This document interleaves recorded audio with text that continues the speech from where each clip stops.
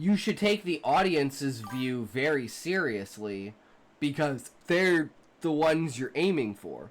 And if you don't try to go out of your way to please your audience, then, like, what are you doing?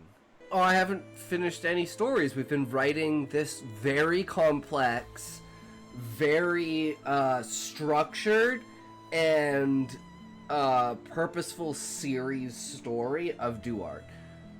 So this will be the next story we put up.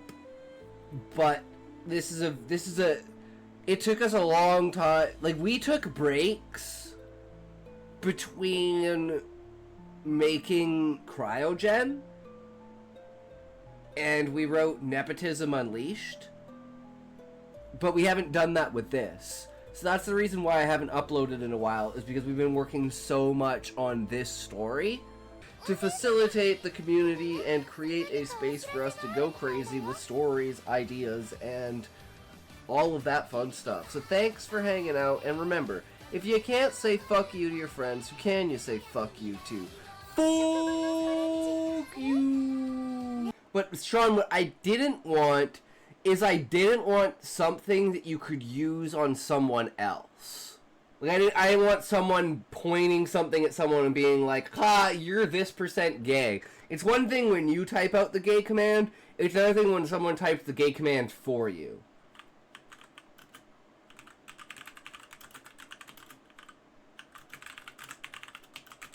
Poor girl's got the sniffles and her voice is extra husky. True. Absolutely. Nervous coin flipping, chain smoking, the Picard maneuver where you straighten your shirt every time you stand up. But it was fucking brutal. She's like, I've never given up sushi. I don't care. It's just so good. I mean, the whole having allergies thing seems made up. I can't tell if this is rage-based sarcasm or ignorance. No, it's just like, yeah, you could definitely say that, Levi, 100%. I mean, the whole point of being a streamer is creating lore around yourself, right? I don't have any evidence for anything. The only evidence I have, guys, is this. A hypothetical world where your nervous system doesn't shut off when you die, but nobody knows. Well, that's where consciousness comes into play, Fury. Is your consciousness still alive when you die? So maybe you can experience death through your consciousness, but not through physical reality. And physical reality and whatever you want to call it, whether it's spiritual or whatever dimension, radiometrics, stellar evolution, and spectroscopy, crater counting, here we go. Planets and moons with solid surfaces accumulate, that's for like non-solid surfaces, right? Because you can't do that for a gaseous giant, right? Planets and moons with solid surfaces accumulate impact craters over time. The density of craters on the surface can be used to estimate its age, with older surfaces having more craters. However, this method can be less accurate on surfaces where erosion or geological activity has erased cluster ages, stuff like that, and other methods. But yeah, it's a primary one. And that makes them just so unbelievably stronger than everyone else that they literally have to use fake IDs to pretend that they're like 50 or 60 different people. Yeah, Zip Love, 20% of characters at 80% of the power approximately, and 20% of the really strong characters, 80% of the power among those characters. Yeah. Christianity is not a foundational religion in Japan, and Christmas is fundamentally part of Christianity. So they treat it more as a holiday. It's KFC. Exactly. Relating KFC to Christmas in Japan is a complete accident, but it was an amazing marketing strategy that completely worked.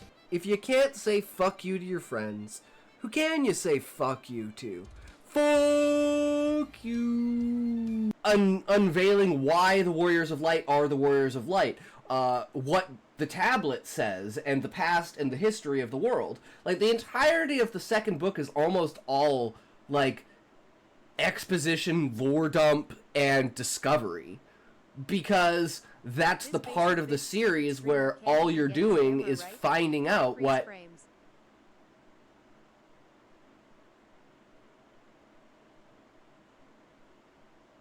I think the death of Zayd and the revealing of the Monarch and the exile of the Adventurers Guild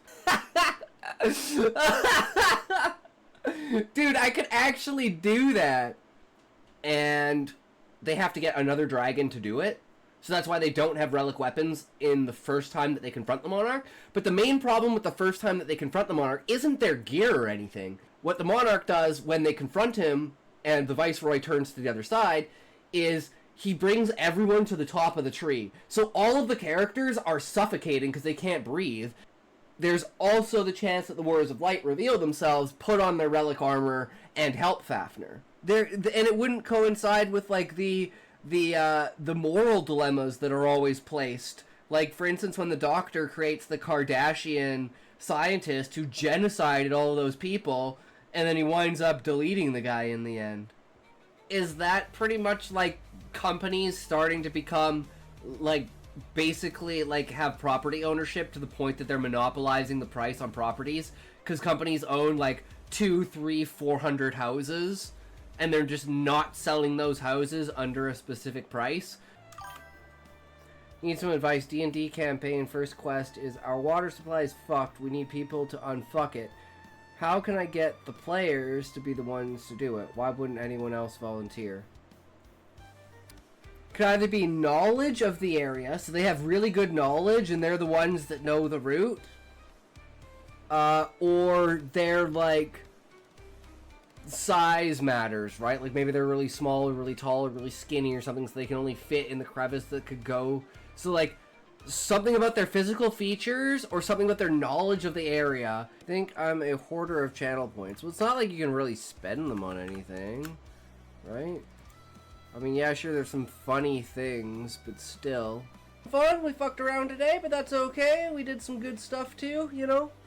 Gotta have some discussions for a little bit of time, kill the downtime. We even had the react go on for a little bit, but that's the way it is, right? So, hey, thanks for hanging out, thanks for coming by, thanks for having fun, and remember, as always, if you can't say fuck you to your friends, who can you say fuck you to?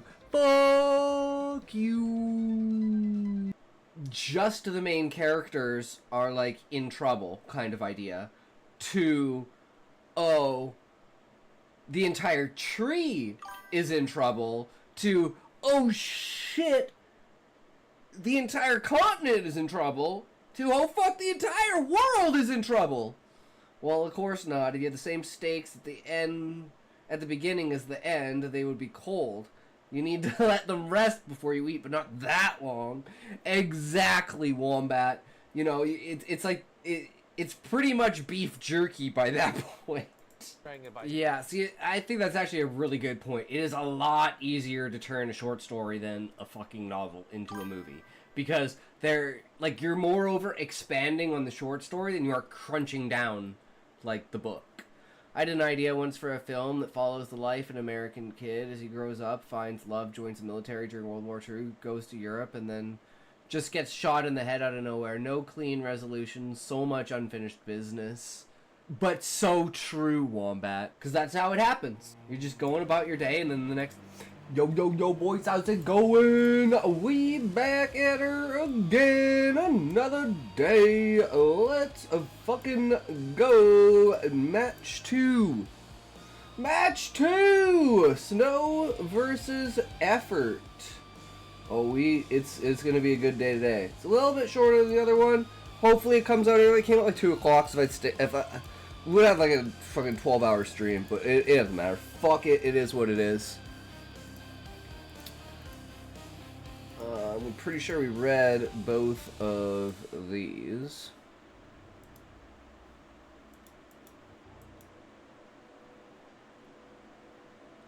Okay. So let's see if there's any more of these guys.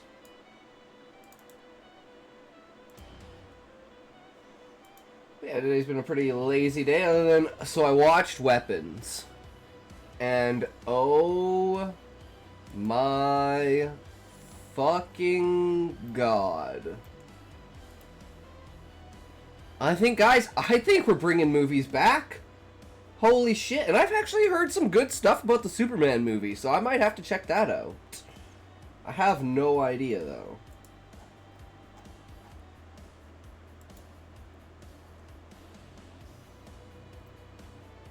So we should have a new episode of Goblin Girl.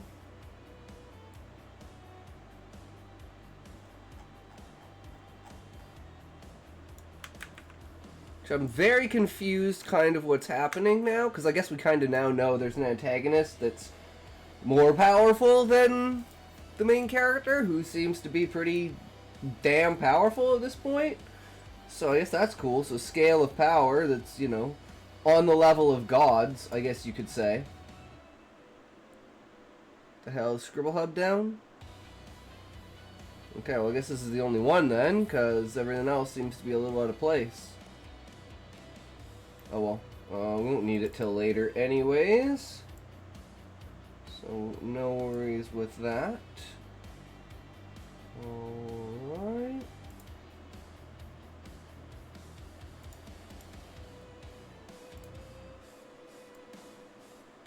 Let's check one more thing, see if... because it's been a while. See if we sold anything.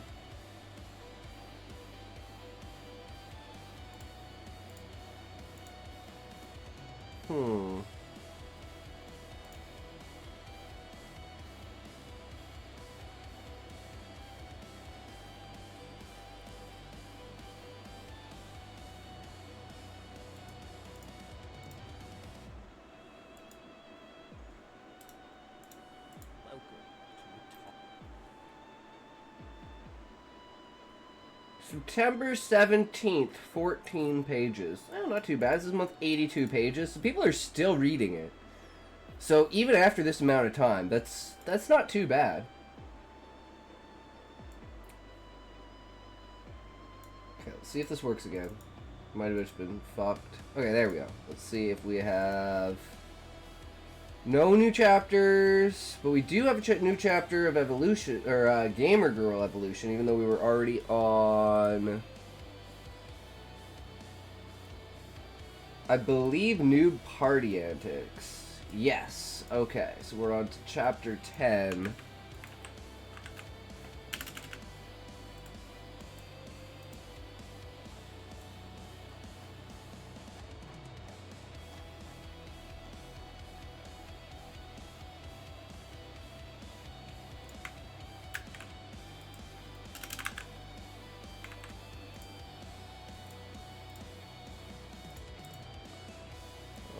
There we go. Nothing else for those, so don't have to worry about it. We have Cat Girl, Isekai, still at 9 chapters. Still waiting for Beezus to come back, because his, when was Beyond the Threshold updated?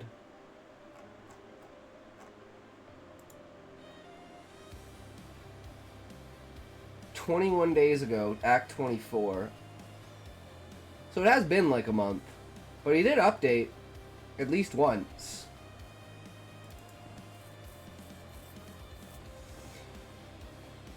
I don't think we need anything else here.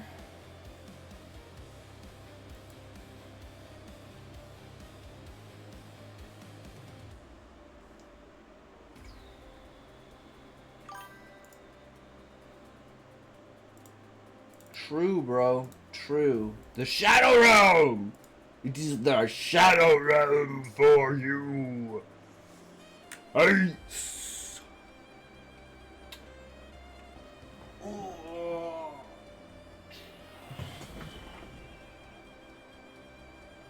But, since we don't have a lot to read today, I guess we could also do short stories, or we could just skip those. I don't know. I mean, with all the commercials and everything, and like the intro and stuff, it should only be like an hour and 45 minutes for the games and stuff. So, you know, not as long as yesterday, and most likely it's not going to come out again today. So maybe later, like way later, but I don't know. We'll have to see.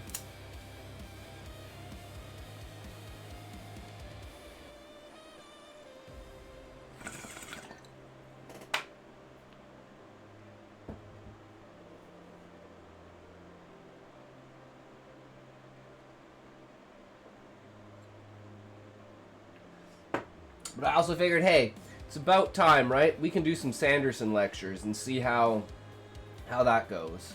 Because, like, I was like, well, if I'm going to do episodic, long-form content now, instead of short stories, Sanderson's probably, at this point, the best place to go. Because there's a couple more Book Fox videos, but I think we're going to save an accumulation of those for, like, after October, after the art arc.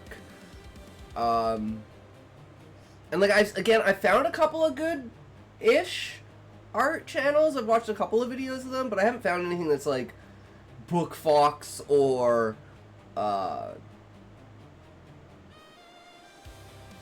Hello Future Me level quality and, like, delivery, right?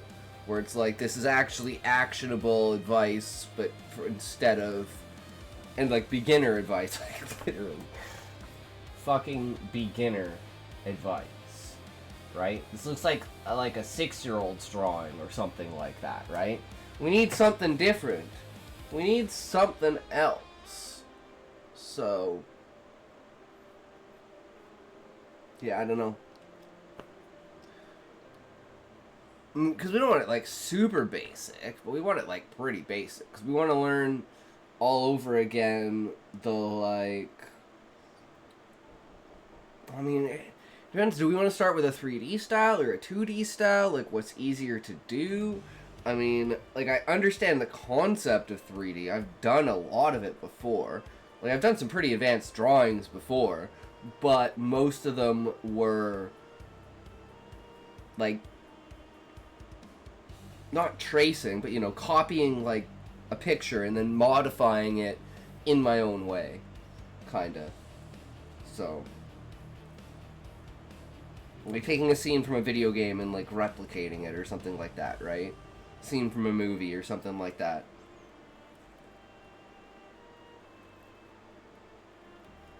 But yeah, so that's still kind of a work in progress. What else is there? The Lego stop motion. So yeah, so what I wanted to do with that was to start off, redo all of, like, the Mortal Kombat fights, like choreography wise, and then they give me, like, a direction to go and, like, a window to work with what do you call it? Like, motion and stuff like that. Because it has to be, like, over the top exaggerated, right? Because you can't actually, like, bend their arms or anything like that. So it's just got to be like I did with the thing with, like, their arms, like, moving up and down and, like, their body going over. So it's kind of like, you know, it's a that. Because you gotta rotate. It's like all the arm's gonna do is go up, but you gotta, like, rotate the body as it goes up. So it's like a... It's gonna look ridiculous, but I think it's gonna be fucking hilarious. So I'm excited about that.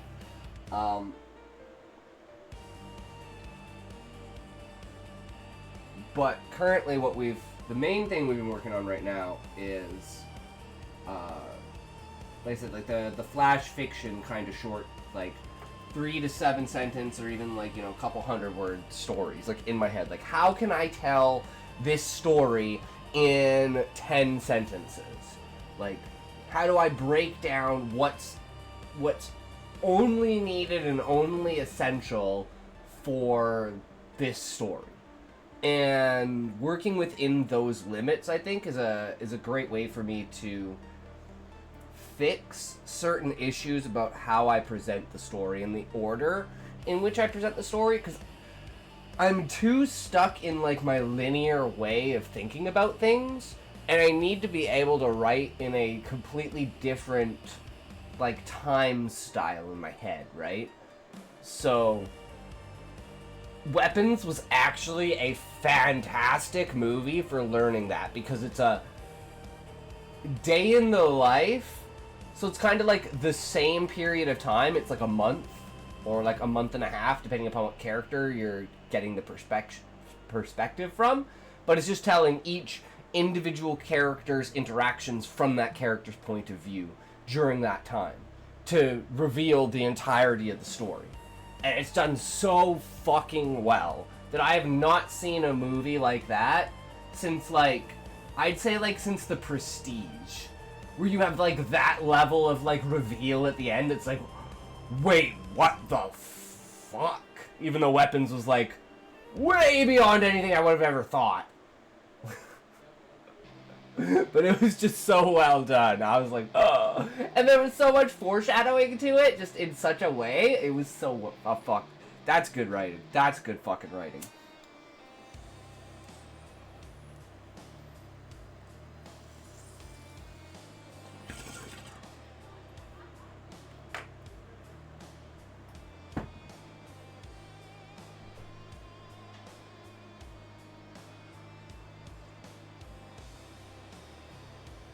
But alright, hey. Enough of that shit, right? Let's get into the meat and the bones. You're back, gotta get food ready? Silent Outcast? Yeah, no worries, brother. Welcome, welcome. How's it going? We are so ready for the ASL. Oh, man. Effort. Snow versus Effort. It doesn't matter who wins here. It's gonna be fucking amazing. Like, oh my god. This is gonna be something else. Like... We thought yesterday's match was amazing. Oh boy, oh.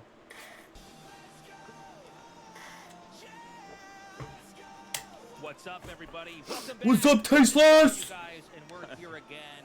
This is going to be Snow versus Effort in day 2 here in the ASL Season 20 round of 8. It seems a little we had quiet. an amazing match on day 1 of the round of 8. Yeah, dude. Mini Probably one of the best fucking days in the ASL. What are you doing here? But man, going up to Game 7, I love series like that. I love series. Thank you for the follow, Liquid Snake. How are you? Welcome to the stream. Similar here today. I think Snow versus Effort. This could be a really close match. You know, Snow has been TLC check-in. What's up? Overall, the How's it going? Sulky lately. TLC best Discord in the world at this point, right? What do you think of the Discord, Liquid? Play the game. He's most active, amazing Discord I've ever been in. Here he is, and every time he's here, I feel like he's in top form and has potential to win the whole tournament. This could be the toughest match for Snow.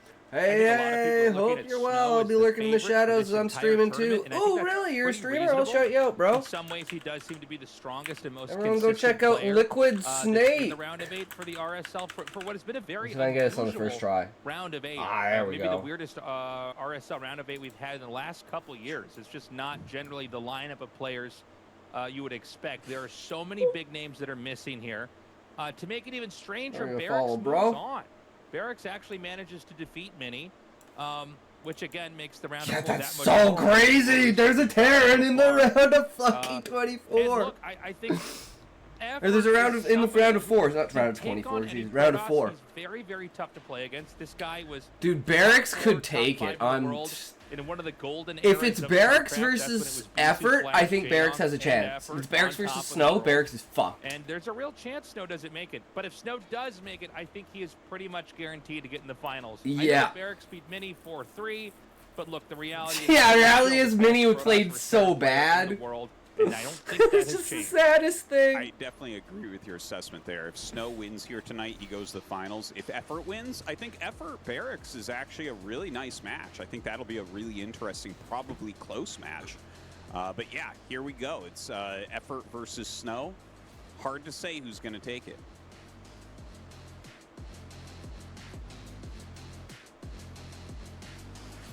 Effort is smart enough to know that he does not want to let Snow get to Reavers. Like, everyone always lets Snow get to Reavers, and he just fucks you with Reavers. But he can't do anything else at that level. Wee, Evan Star. How are you? I'm good. How are you? Welcome, welcome. Yesterday we saw we're watching StarCraft Finals. As Barracks well, succeeded in the World Championship round of 8. First time in his entire career. Good here. Hell Today, yeah. Good to hear. Let's have a word. But normally we do reading and writing. Today we're doing Brandon Sanderson lectures. Hello. And I'm a writer. First up, we have Snow. So I write short stories and you said you wanted to web novels, as well as a Final Fantasy inspired novel itself, which I'm currently working on. I always show up having been but losing. StarCraft is amazing, and it only happens twice a year for the ASL. I look so at this routine as a good thing, rather. This is like you said the same thing. The biggest thing in my life, StarCraft. I bet that's why you see this as a good thing. Let's talk to Effort on the other side as well. As you watched the bracket draw on your stream, you were heard provocatively saying, Yeah, I "Snow, watched Weapons sorry, today. there is no way you're Fucking beating a Zerg." amazing movie. Oh Do you still have my the same fucking level of god. confidence now? Make movies great again. Holy shit. I was trying Such to great be funny, writing. but it's a fact. Let's just have an entertaining match today. Got it. Now, Snow, you said yourself that the one matchup you need to overcome if you want to raise the trophy is versus Zerg. For this, Because Reavers aren't against that, Effort, like, they're not what as did you good versus focus on in Zerg. practice? And Snow is just such a heavy Reaver player. He's a really good player. And we are teammates as well. What will be important is just for me to do well, not get put on the back foot by my opponent. If I play what I want to play, I see this as a winnable game. Snow says what he plays himself will be important. Now, Effort is somebody who has shown tremendous force in extended series on stage. Recently in the ASL, he has 9 wins and 2 losses in That's extended series. insane win-loss rate. How would you rate Holy an extended fuck. series against Snow? Easy, mid, or difficult?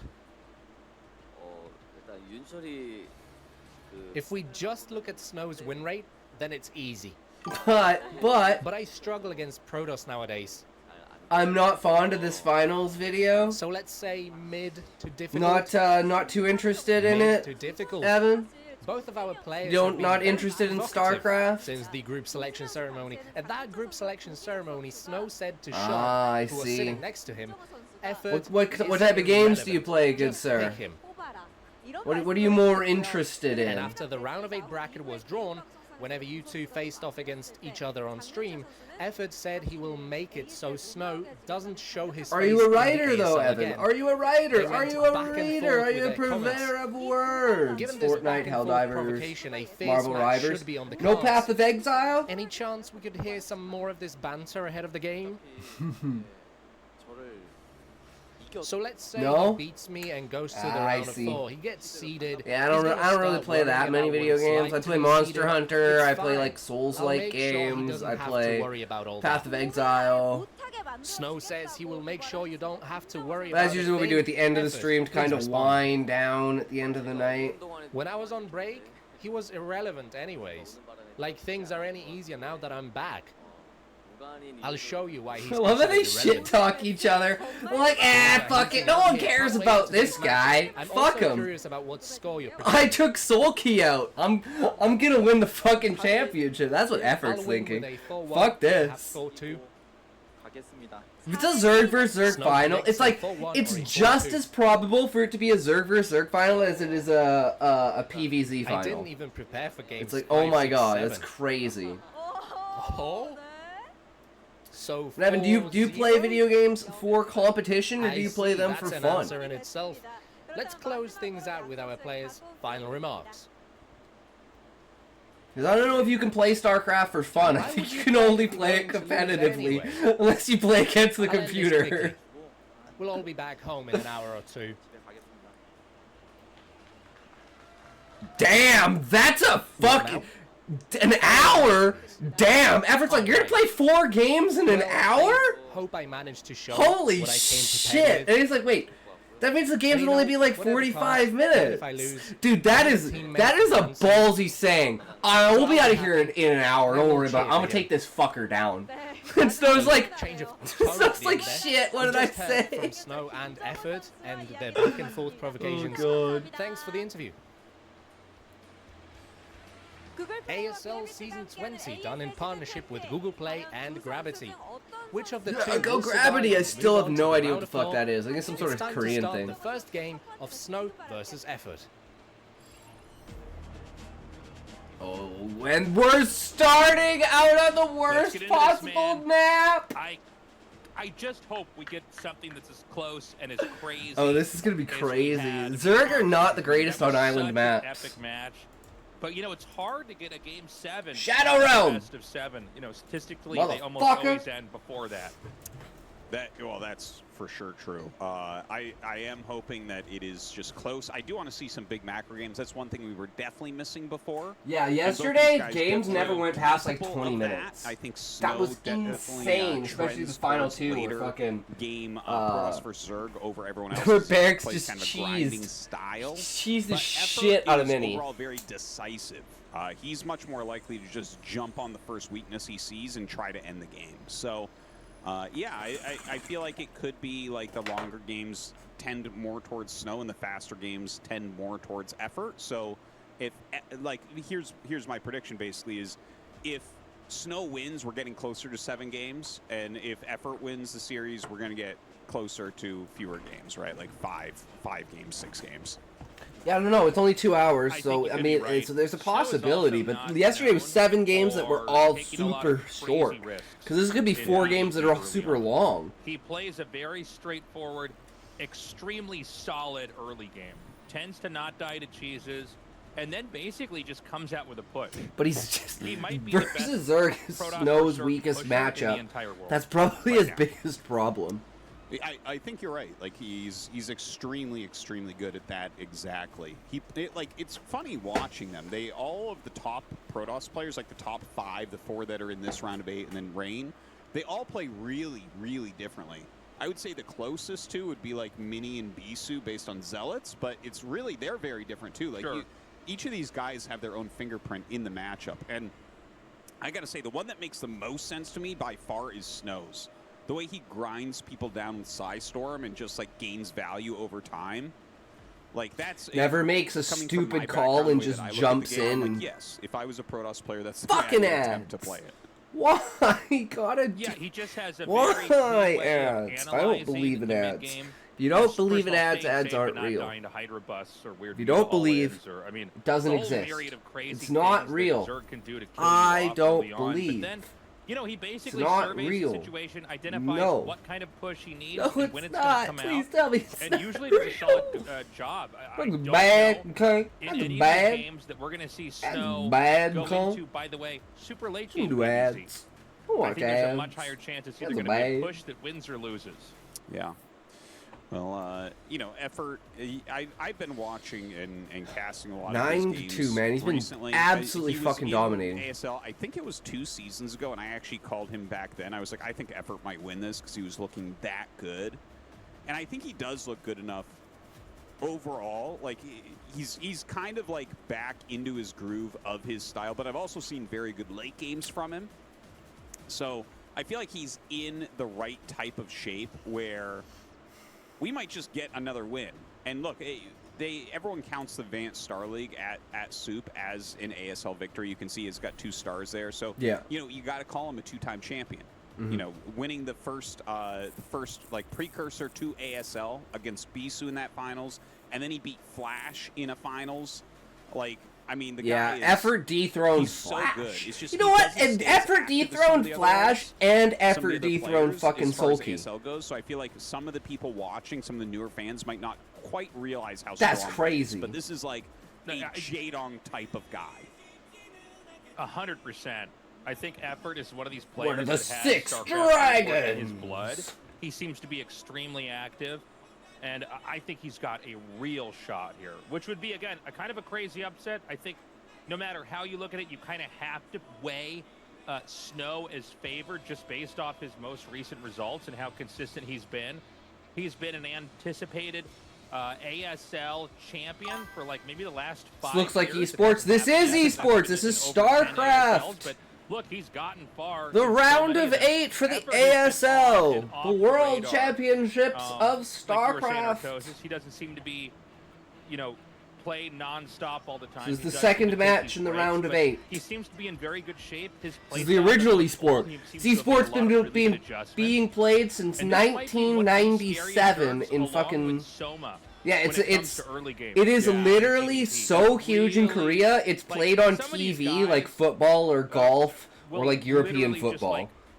Like outmaneuver you. It with is Ling's allowing literally blindside you. like It can you be just walk scary. into So Korea, Snow you has turn to on the play a TV, really and there'll be like solid 8 game. channels His playing different scouting and StarCraft his build orders tournaments. have to be Like it is absolutely their perfect. He has to know when he cultural can cut corners sport, and when he needs essentially. to dial it in defense. Like I'm pretty sure it's their like I'm national, super eager to see what kind of unofficial play style national Everett's gonna sport, bring here. and As we go it's into game supposed after to be game here entering into in the this Olympics best of in seven. like By the 2028 way, when they starting bring right like now. esports into the Olympics. It's the only game in esports that has never had a patch. Nothing in the game changes, only the way that the people play the game. It is literally considered Okay, cross spawns here, like top equal right, to Snow. chess in its In you the know, orange and the bottom left is, infinite Pepper capacity here in blue. of Very exciting to see the island map first. styles of, like This it's was been going Snow's for first 25 pick. years, and No big yesterday surprise was there. the craziest, most insane games we have and, ever seen in StarCraft, fucking Like ever. you know, the island map. And it just we keeps were getting talking a better lot about every how year. This might be like when it first came out. This might be like one of the ways to try to snipe Sulky. Historically, Zergs do. Welcome, poorly on Sean. island maps. It's not a How's full it going island map, though. today? It does seem. Did as you if, manage to get that chapter Zerg finished, is bro? probably favored on this map against Terran, Saying. but we haven't seen that many Zerg versus Protoss games here yet. Yeah. Although I do. Yeah, think this it is such a Protoss weird in map. this matchup. It's got especially with islands on someone it. like Usually we don't Snow. have Like, island Corsairs maps. can just dominate the air. I'm trying to get into esports. And then you get like Reavers. StarCraft is the and things esport like to get that. into And to of course, you watch. have It is that not the high sport to ground get into natural to play. and the very long rush Because you distance. don't make Just a lot like of money the with it. odds of being able Like the to world Hydra champion's Buster only are like very, $30,000. 24 posts. You I know, was pleasantly haven't put a surprised. I ton thought it of was going to thought be to boring, this but James matchup is on this kind of a map badass. specifically, but Well, there you when go, you think Sean. about Fuck it, I mean, yeah. 3 islands all collected in the bottom right. I think you're right. Corsairs are going to be extremely strong there. Natural on the high ground. And, you know, Protoss only need 2 bases early on, right? It's not like Zerg where they're pressing. Yeah, Sean, guess what I watched today? Or anything like that. So I think there's a lot of ways to play this. You know, Robo. Because Callie mentioned it, or someone else mentioned to it. just go right into Reavers versus Zerg, and it's actually not really used. This that reminds much me of anymore. Command and There were Conquer periods where Tiberian people would Sun. Throw it out. What? Um, I guessed it. but we'll see if this game is one where Snow will Weapons. do it. You know, Snow is. I known watched for having, Weapons. by far, the Make best cinema control great again. for the Oh history my of the entire fucking race. god. 10 Quarter out of century fucking Protoss, 10. and no one Writing, is close. cinematography, I mean, even Minnie, who's, fucking you know, one of the greatest players of all time. acting, So like, different looking at holy Reaver control, and then fuck, there's it Snow was control. so good. But it's just hard So to get Reavers out fucking and make them good. useful, considering you need to get Storm out so quickly Oh, to be safe against it gives me some of the hope for other movies again, guys. Yeah, it It really gives me is fucking impressive to see hope. someone so Holy synonymous with shit. one unit. And we've had Go really good watch it. It players is in the fucking past. phenomenal. You know, Into the Rainbow, very well known for his Reaver And it's like, control it's a back in the day. as far as I Legion was pretty know, well known for Reaver control it's a back in the day. standalone You know, universe. there's been players that have Like, really it's not a overcome copy of units, something. so really It's not a dodgy fuck. with Maybe it's a that. book. But, Either way, like, this is an overpool coming out from effort. any universe Snow I is know trying to be of, as greedy and that's as like is for humanly possible originality to see if purposes, this is that's gonna so bite or powerful not. in film The because rush everyone's just distance is just regurgitating really, fucking what really they know far on will this map. sell. And you can see he is kind of. I think the attacking last- there. That's like The last like position in the early game with the pros to make amazing sure that they just do not move. individual And he universe, even like brings or original secondary universe pros up to block those was positions as well. So A Quiet very good Place. defense there from Snow, and That looking was at the so openings, fucking awesome. It's a better opener. For I Snow forget, overall. is StarCraft existed before Yeah, the first I Command and just, Conquer or not? nail Warcraft down a existed point that you were before making earlier StarCraft. because I think a lot of people It was miss this. The probes are still 1997, attacking, built the forge in the gateway. so I don't know They'll when. never move if Lings attack them. You can't make a probe hold position because it doesn't have that button. Command and Conquer came out dial first. It was bottom right, you 95. click on it. I think that's now, the same if day it's as Zealot, you can hold Warcraft, position with a or Zealot and a Warcraft probe in 1 control year. group. For whatever reason, that input will Nope, carry over to 94 control. was Warcraft. But Warcraft that's 2 why was you'll see probably players attack their own structures. 96? I actually get asked Nope, this it was a decent 95. amount. Yeah. So it was Warcraft whenever 2, I stream, and then so Command and I Conquer, and then realize some StarCraft. people might not Because StarCraft was notice this or 97. might not realize, like, why that doesn't make any sense. Then It Brood must War be a was mistake 98. You're attacking your own building. But yeah, it's a great way to try to seal off your entrance. And Snow's getting his cybernetics core over here, and this is going to be a Hydra bust, which feels weak. Yeah. One of the few moments you'll hear me say that, but considering that you're on the high ground, I mean, you should have much stronger cannons here. Now, sometimes there is this sort of counterintuitive concept in that because you're so unlikely to die to Hydra busts, they will under defend there. In other words, they'll have less cannons. So maybe this busts Snow down, but you got to think this is looking really comfortable for Snow right now. Well, this is exactly why, or a big part of why at least, this is considered like really, really good for Protoss, is you have that high ground, so the Hydras have a hard time attacking. But Yeah. because of that, you might be able to bust them because it's so bad. You know, like things like this are real in games like this where, like, you can call the bluff. It's like he's going to... Because they know that it's so hard to do, so they're not going to defend against it so that you can do it. That's the mentality of cutting corners. Is super long, and because of these things, you can just do the Hydra bust anyways and have this be kind of a throwaway map where you're like, well, it's not supposed to work, but you know, he might just have few enough cannons that I break through anyways. Oh, this would be crazy. He only has one cannon. Okay, so the well, Hydra's he's gonna be making coming up more. now. So far, Snow is not in the know on this. Yeah, he's only got 2 cannons. Oh my god. Oh my Try to god. move through where the Hydras would be. Oh, He might oh, be tempted oh, to he's gonna down see here, them. but he is gonna see it. So this is not a lot of time. Yeah, he needs This to is drop still down a more little bit cannons, scary. like right Notice the now. cannons are actually far back. He Oh cancels the shit. second Stargate Oh, he's literally going for the last Corsair. He's not second. going straight And up. he's willing to ditch some of the Oh, he's entrance. gotta go. By the way, He's gotta you can see go. a Robo thrown down here. Go, go, go, Well, go, go, go. let's- He would let's have see if already he can been actually attacking. End up holding this. Another hatchery comes up from Effort. Effort's going to start to poke up here a little bit. And where he's firing from here is low ground, so he's going to be missing some shots. He needs it's gonna take him a lot more- longer, probably. Damn, that like Corsair's been 50% fucked longer up. to actually break this wall down compared to when it normally. He only would be. has 4 fucking And cannons. Snow, you know, only 4 cannons so far. Kind of interesting to see it like that. Like, you know, he's trying to not over defend. I think he's trying to call his bluff, and he's like, nah, trying you're not going to make make any more very little here. Hydras. He is remaking a pylon down here. I don't know, is that bottom cannon powered? I guess it is. Okay. That but other the one in isn't, the front though. is not. So he's Oh. barely got this all strung together with pylons in the right position. Look at all the He does probes have the just Robo sitting up around. into Damn. the Forge. And by the way, there's not more Hydralisks being rallied across the map to meet up with this main army. So he kills off the entrance, and the game goes on. The Robo's been But now he's got 4 The bases. Overlord obviously is going to get killed off, but, you know, I guess the Robo is somewhat predictable, right? We were kind of talking about this earlier. It's he not building easy a to go spore? Robo, but if there was a map... Dude, is he building spores because he Stargate just to Robo, knows this would be Snow's going to right. go for fucking... Once upon a time, there was a question of what Protosses would do. Would they go Corsair Reaver or would they go High Templar Tech? That was a question Right. years and years and years and years and years ago. And eventually it got figured out that, like, no, Templar Tech is better. Except on certain maps, you can still go for Corsair Reaver. Occasionally we see it. It's kind of, it's a rare Oh, thing to here see, we but go. This is a map where we've Immediately seen to it the before island already. map. Okay, they are Sunkens. Also, I want to mention one thing.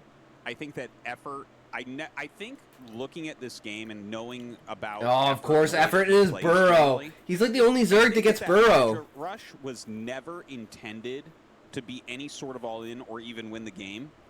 I actually think he utilized that to make sure it wouldn't be 2 Stargate Corsair. Like, he utilized that to be like, we're going to play a different type of game here. Because 2 Stargate Corsair on every map right now is trending way upwards. Everyone's gotten really good at it. It looks really strong at the moment. And if you do this build, you will force a cancel on the second Stargate instantly, like we saw from Snow. So I actually think that this was the plan from Effort. He's like, I'm not going to lose any Overlords this game. Screw that. I'm going to pull a Hydra bus. It's not going to be real. And we're going to get into, like, a regular macro game. I think Love that the is direction. some of the best PvZ analysis I've heard from Yortos. You can do a 9-gate? Do you think he could go You just don't carriers? want double Stargate. No. No, But, I wanted to ruin, but thank you. But you know what he Plus will 1. do is he's going to go into mass Dragoons, I think. Yeah, he's getting We goon don't have goon any range. Citadel out here. So it's going to be 6 Gateway Dragoons. So the idea is that he basically takes this island base. And by the way, I don't think Zerg can really try to punish the island base just yet. And he's going to go up to, actually 7 Gateway Dragoon. And maybe we'll see a Citadel added in later, and maybe a Templar Archive. Yeah, I don't know if he's going to go later. up to 9 gates But either. You can do this Dragoon push with this. Oh, that Burrow is so fucking good. Corsair, Dragoon, Reaver push is extremely strong. And now he's just going to scout the islands. And we'll see, He's gonna right? find Like, this base. You know, it's one of these moments where, like, God, I feel like I used to see this more often, and He's certainly gonna do it more often in my Effort's own gonna try and play, expand it's sort again. of gone away. Yeah. You know, oh God, that's pretty unfortunate. It looks like he has Wow. a Terrible bit of a log pathing. jam there, trying to get his units out of there. But you know, the Dragoon Reaver push can be pretty he is hard getting to a stop, colony. Okay. especially once you have Corsairs in there, because the Dragoon Reaver Corsair combination, it kind of beats everything the same way that, like, Oh, he Dragoon wants to go for those Archon, shuttles so Templar bad. does, with a couple of zealots in the front. And this map Because is Reavers pretty, can really fuck up linear. the Hydras. Like, you don't have a whole lot of ways to counter. He doesn't have lurkers yet, but man, look at that! Just Burrow, man. Burrow has done so much carrying for him as far as, like, scouting goes. They're probably not going to have observers with their army as Look, quickly. he's just- Look at this. There's actually Hydras ready to unburrow over here. Oh my God, he's so good.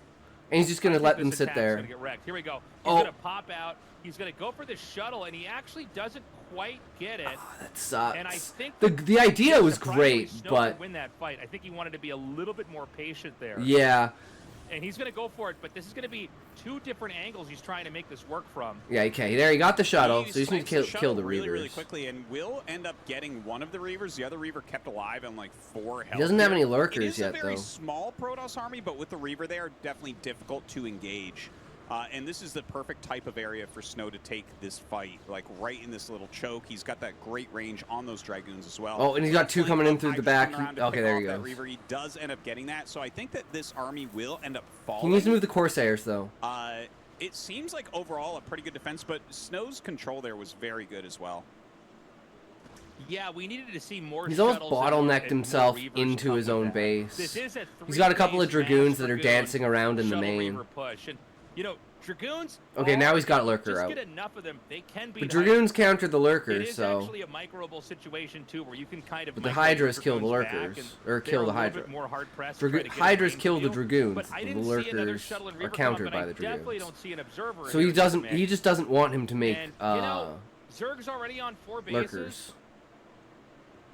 I don't. Yeah, think Zerg's he's had gonna be able to 4 get across gas the map. for a He has while. his Like, he second could go robo. I Hive don't know, man. easily. It feels a little bit off here for Snow. It felt like we had Robotech, and then we didn't have anything. And Mass Dragoons is just never going to cut it. Hey, does he would have an definitely agree archive with for that Storm assessment. yet? Like, he might just need to play a really long game here. Like, get into Storm, build more courses. I'm surprised control he the hasn't islands, taken a you know, fifth. play Effort hasn't through some taken of a the map's fifth yet. strengths, because, like, as far as ground army goes, it feels like Oh, Everett's he's in good. He's enough dropping. shape here. And in He's fact, 100% getting dropping. ready. Like, he had moved those overlords through the top of the map at the beginning of that push, so they've just been sitting there waiting. And now he's bringing up his army, and it looks like he's going to do a massive drop in that main base. And that's actually going to be really hard for Snow to get back and defend, because he's Dragoon Man right now. Like, he's going to be going single file around these gateways. This would be so bad. A mass drop. This is a little bit scary. He's like, oh, It didn't even occur to me to drop the main here. I kind of imagined this being a game where you'd be dropping the islands. But coming up over here, I mean, this is so annoying. The Nexus and the Forge are here as well.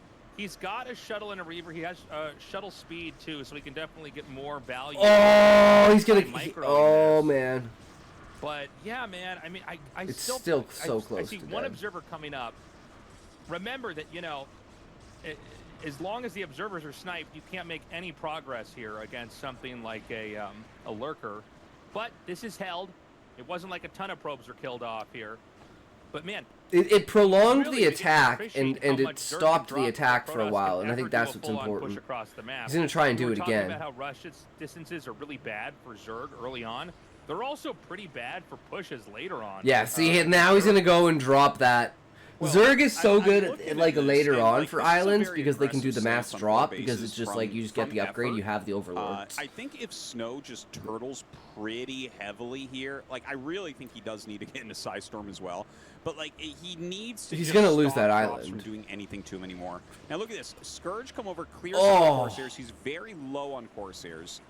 And now his army is so out of position. He was walking towards the bridge. Yeah, see, he's attacking here to fake out, to move the army away, and then he's gonna go and destroy the third. Keep in Yeah, mind see, he's that gonna if you drop get- here. big drop over here. And he's on gonna the destroy island. that base. I think Snow's starting to fall apart. Yeah, And so I think remember, Snow's if fucked. They can actually go for mutas if you don't have any more Corsairs. Dragoons alone are not great versus mutas. Snow's gonna try and go for a Especially counterattack mutas because the with units have anything been else, splayed like off. Lings and Hydras on the But because you know normally when yeah, you he's have just at least oh my a god, ton look of at this. Dragoons in the game, One my more. God, this hit Oh on my the god, and they probe all is got massive. stuck. If you All the have a ton probes got of stuck. Dragoons on the ground, the thing is you normally still have Storm, right? He's you getting- can I fight just gotta go Mutas in. and Yeah. Hydras I just that gotta way. attack When him you and just hope I have win. Dragoons and your Shuttle and Reaver have been sniped the same way that Templars get sniped in PvZ, that's a problem.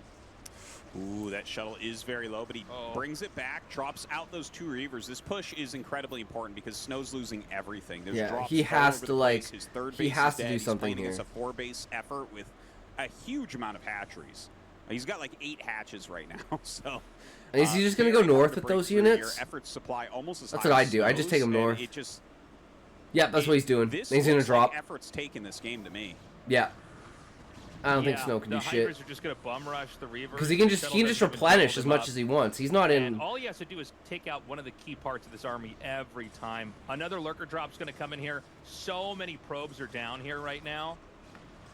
And it does He feel doesn't like have an the Achilles observer. heel for Protoss this game was just not having enough observers.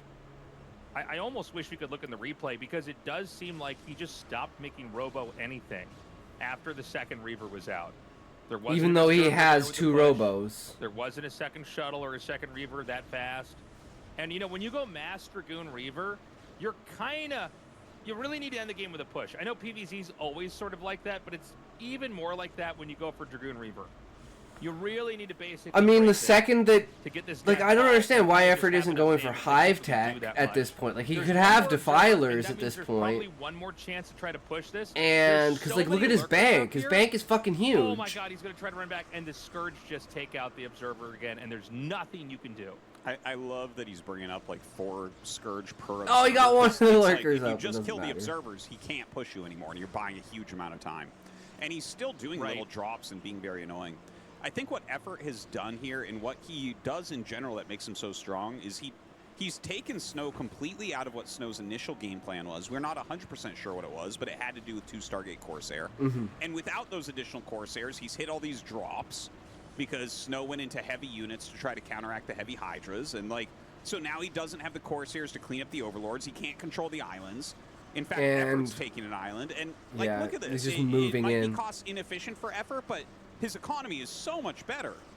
Yeah, he just doesn't care. Yeah, he realizes these Dragoons can't really leave comfortably. There is an Observer here, so Protoss can fight, but this is going to be a lot of damage suffered here. Now imagine if he had Now, Storm if in you here, like just hemorrhage 3 too many lurkers Storms and or Hydras, something like maybe that. there is Like, a counterpunch that comes in here. I mean, let's see if he can move down now. That could have been the overextension that might cost Effort the game. He'd have to have a perfect push from here on out, though. Well, he's trying to push in here, loses a lot more. And he's got the drive units right there, Sunkens, dropping too, out like, these oh Reavers, my God. trying to get some value Biggest thing out is of that them. he's There's got not the that Sunkens. much defense left here. Maybe okay, well, the there's still a Sunken's way. down. Oh, you Like, know. his Reavers are dealing a lot of damage, and look, Effort's running out of minerals at some of these bases. Like, this base is already mined out.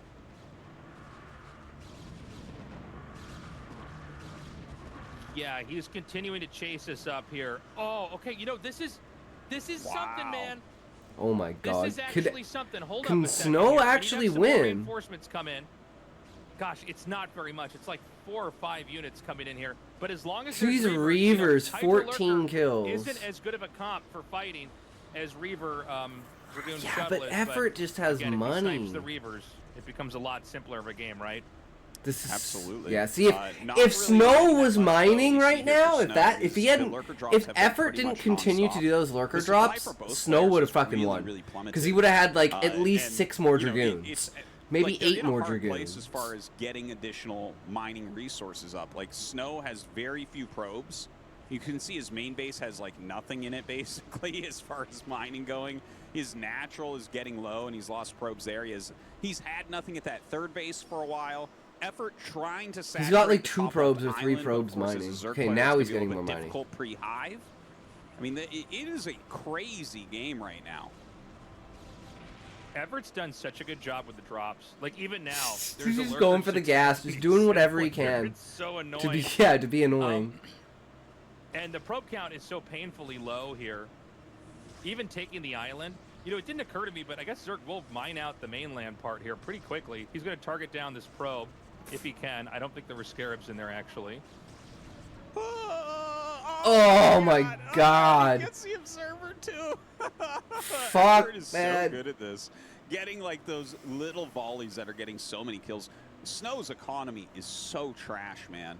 Like he cannot afford anything that he's doing. Like he can't make out of very many gateways. He can't be producing Reavers nonstop and making scarabs and making probes. It's just I think he has a great job this game. I think he's got less than 30 probes this game. So he's going to drop up here. This is the right idea. Burrow! Of course, I totally forgot Burrow. That's so funny. Burrow! But this can at least reclaim the island. The Scourge are going to end up killing Oh, us. no. Go out. Oh, no. Oh, no. I don't know how exactly you control it. Do you have to right-click through and then A-click on it? Is that the trick? You have to click ahead of it. If you tell the Scourge to attack the shuttle, they'll actually, like, I think, oh, and now he's got mutas. And there's a lot of like drag things. behind it. Yeah, their speed is just enough that like you can overtake it over time, but you have to like click beyond it. Okay, Muta's out I was now? mentioning this much earlier. Yeah, because well, you can get Mutas the same way and just snipe them like they're Templars. It's kind of the same idea. It's a little bit harder because there's a shuttle, but you know, look at this. He just runs up here. Yeah, just like this. I think this will probably. Yeah, this is go to GG. GG. There it is. What a Nicely fucking done. game one, guys. We saw Effort do Holy a fist shit. bump into a scratch of the head. Not celebrating just yet, but knowing he's one step closer to taking this. Well, that was an important map. That's a map that Zerg is not really supposed to beat Protoss on. That's like the most Protoss map we've seen in a long time. But he dismantled Snow. He had the right plans. He took Snow out of what Snow wanted to do. This is the masterful play of Effort. Like, he does this to Flash as well. Like, the guy is just so strong. And I think Snow might be looking at this and saying, oh my god, is it not just, you know, Hero and Sulky who are going to eliminate me? Is it going to be Effort as well? Can I just not beat this wall of great Zerg players? Possible, man. Doing a quick highlight moment here. This was maybe the one moment it looked like it could swing into his favor. There were really about 20 different drops that Effort did that caused really big damage. I think the main push needed to be executed a little bit better. You should probably have the second Robo out earlier and Observers just on non-stop rally here, like Hotkey or Robo, and just have that endlessly making obses. And I don't know if he got Observer vision range, but I think you probably need that if you're going to play for this. It did seem like he had neither Observer speed or Observer vision range. And I actually think versus Zerg, vision range is a little bit better. Yeah. Because you can really stay out of the way. Yeah, if you have speed, your observers go beep, and then they run in, and you're like, fuck, it's dead. They're just, they're like an F or D rank or E rank unit, however you want to put it. They're the worst. And they're the only detection unit for Protoss. All that advanced technology, their only thing is an observer. All they do. We're going to go to a break, guys. Coming up next, it's going to be game 2 right now. Effort in a 1-0 lead versus Snow here in this best of 7.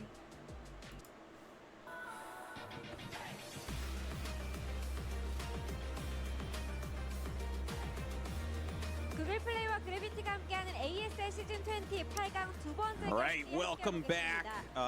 It is time to get into game number 2. We're going to be going to Metropolis between Effort and Snow.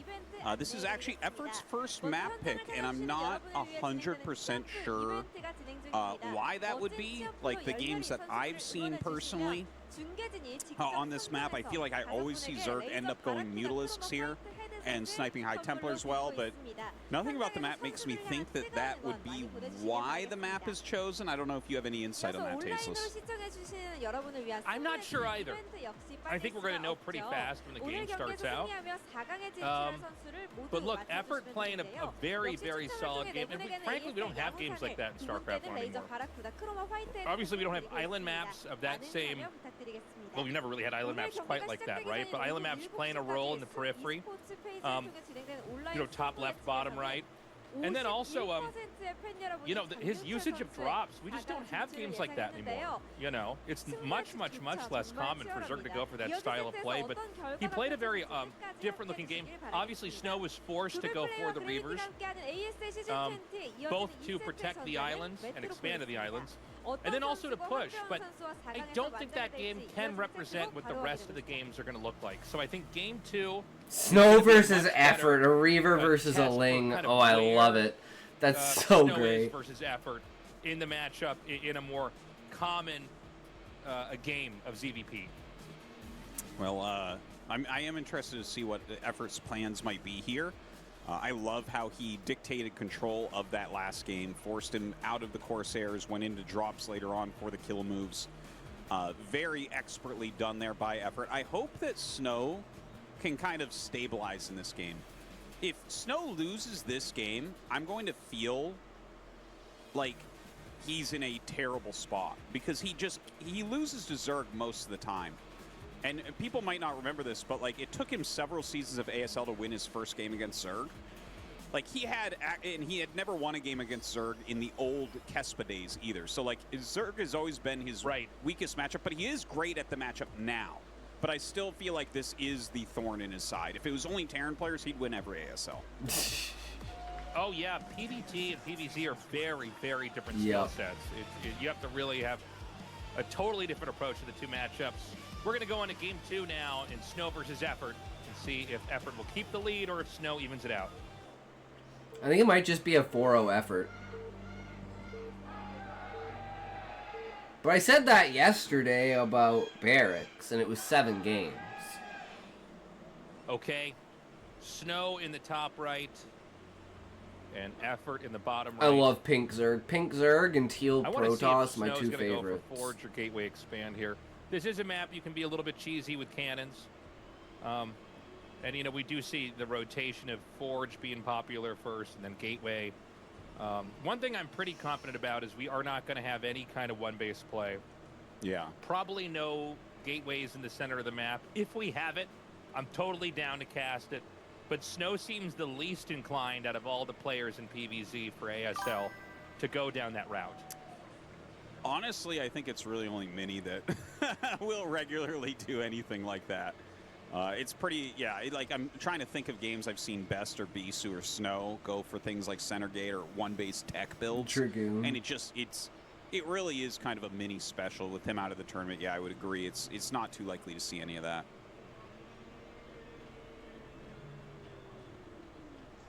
So for now, it's going to be what looks to be Gateway Expand, unless the build orders are really changing. And actually, hold on a second. Is he going to even macro up further?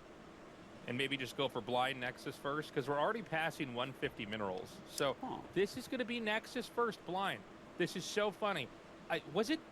Who was it that did this earlier this season? Was it Bisu? Or was it Mini? I honestly don't remember. I think it was Bisu, because I don't remember Mini PVZs very clearly. But yeah, Bisu played quite a few. So this is crazy to me. Very interesting. Because, you know, there's so many things and it's a 9 pool early on, including like 4 so this pool. is like a maybe that counter. Just kills you, and you just don't worry about that because they're not as likely to do that. But it's going to be Nexus any on scouting 11 with a drone into Forge on 11. Wow.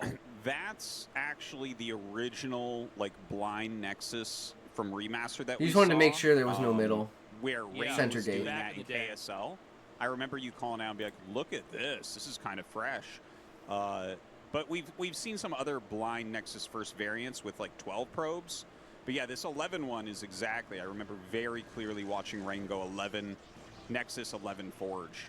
So we'll see if this works out well. Like it's been scouted. It is an overpool.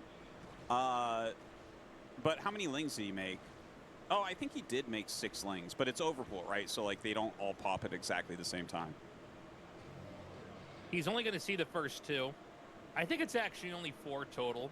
Getting 6 is probably a little bit excessive. But hold on a second. These lings are going to get here before this is done. Dude. Oh, this is a little scary. That was so close. Talk about narrowly holding that off. Oh, my God. If that was a 9 pool instead of an overpool, he would have got in. So when you go for a Nexus like this, You get to skip the Oh, first is he pylon. gonna try and do it? Or oh the my second god. pylon, I mean. I think you Oh, guys he's get still what I'm got the saying. probes. Oh, Oh no, he couldn't get them through. What a killer. That was so good. Yeah. That was so good from Snow. Oh my god. Perfect. I thought he was going to get 2 of them past. I was pretty sure. I'm like, ooh, Yeah, this might same. be bad. No, I was about to be very sad. He was Snow. ready Like, for it. okay, well, you've got, Effort pulled a the couple more trigger too games to early. try. We'll go to the next one. Great catch. And, of course, that forces more lings. Because right now this probe is scouting completely for free. And Snow has really been able to develop unimpeded. So he's done a very greedy build. It's gone completely unpunished. In fact, because it was so close, Zerg thought, that he might have an opportunity, actually, to go in. And with perfect control, Snow shuts it down. This means the Zealot's going to be running free on the map. He can try to squeeze that in between some minerals somewhere, use that to confirm if there's a Hydra bust or something like that. Now, what do you think his effort's going to do next here? Does he go into a Hydra bust, or does he go into layer? Oh, that Like, probe which one just sitting feels there, so stronger from, painful. like, kind of a semi-failed Zergling rush. Excuse me. Well, nothing feels strong from a semi-failed Zergling rush. I don't know if there's one is preferable to the other. It's funny. It's like you don't want to lose the first of anything you make early on at pro level because obviously you're just going to be in such a worse spot. Like these Zealots are doing way more damage than they should be, right? There were supposed to be 6 lings ready to catch this right away. Instead, drones are hatching and they can't even mine. And if lings come down there's going to be another Zealot to run in here to the other side. He's going to come in with the probe here, too. And this is going to be a little scary. Can he actually wedge it Oh, between we the got minerals? one. It looks like he wants to go for a dive and try to get kills there instead. And 2. he's going to get 2, so that's Wow. That's huge. actually And a really probe worth scout it. into the main.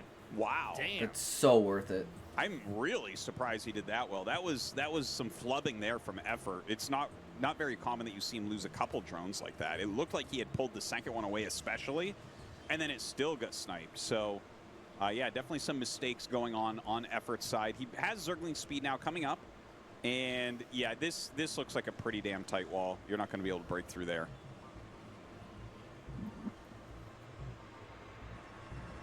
Okay, so we've got some drones that were killed off. Oh, whoa, he's going to go for Hydra Den. Off of layer. That's very unusual. I guess he just wants to do something that's unpredictable. We don't do this anymore. Okay, so let's see what kind of game it's going to be from that. This is not going to be any kind. It certainly can't be a Hydra bust, right? It's too late to do that. But he's basically just going to layer up, get Hydras, and turtle it out. I guess realizing there's no way to really attack in here. He knows that there's a pretty strong engine, macro-wise, behind Snow's play. So what he needs to do is probably go up and turtle this out as best he can and get ready for DTs and, any kind of Zealot run-bys that might try to come through here. He skipped Spire entirely, which is what I found most interesting. Getting a Den isn't crazy, but a Den with no Spire is kind of a funny-looking thing. Yeah. Especially with a layer. He might be going for Overlord speed here as well pretty early. Well, you know.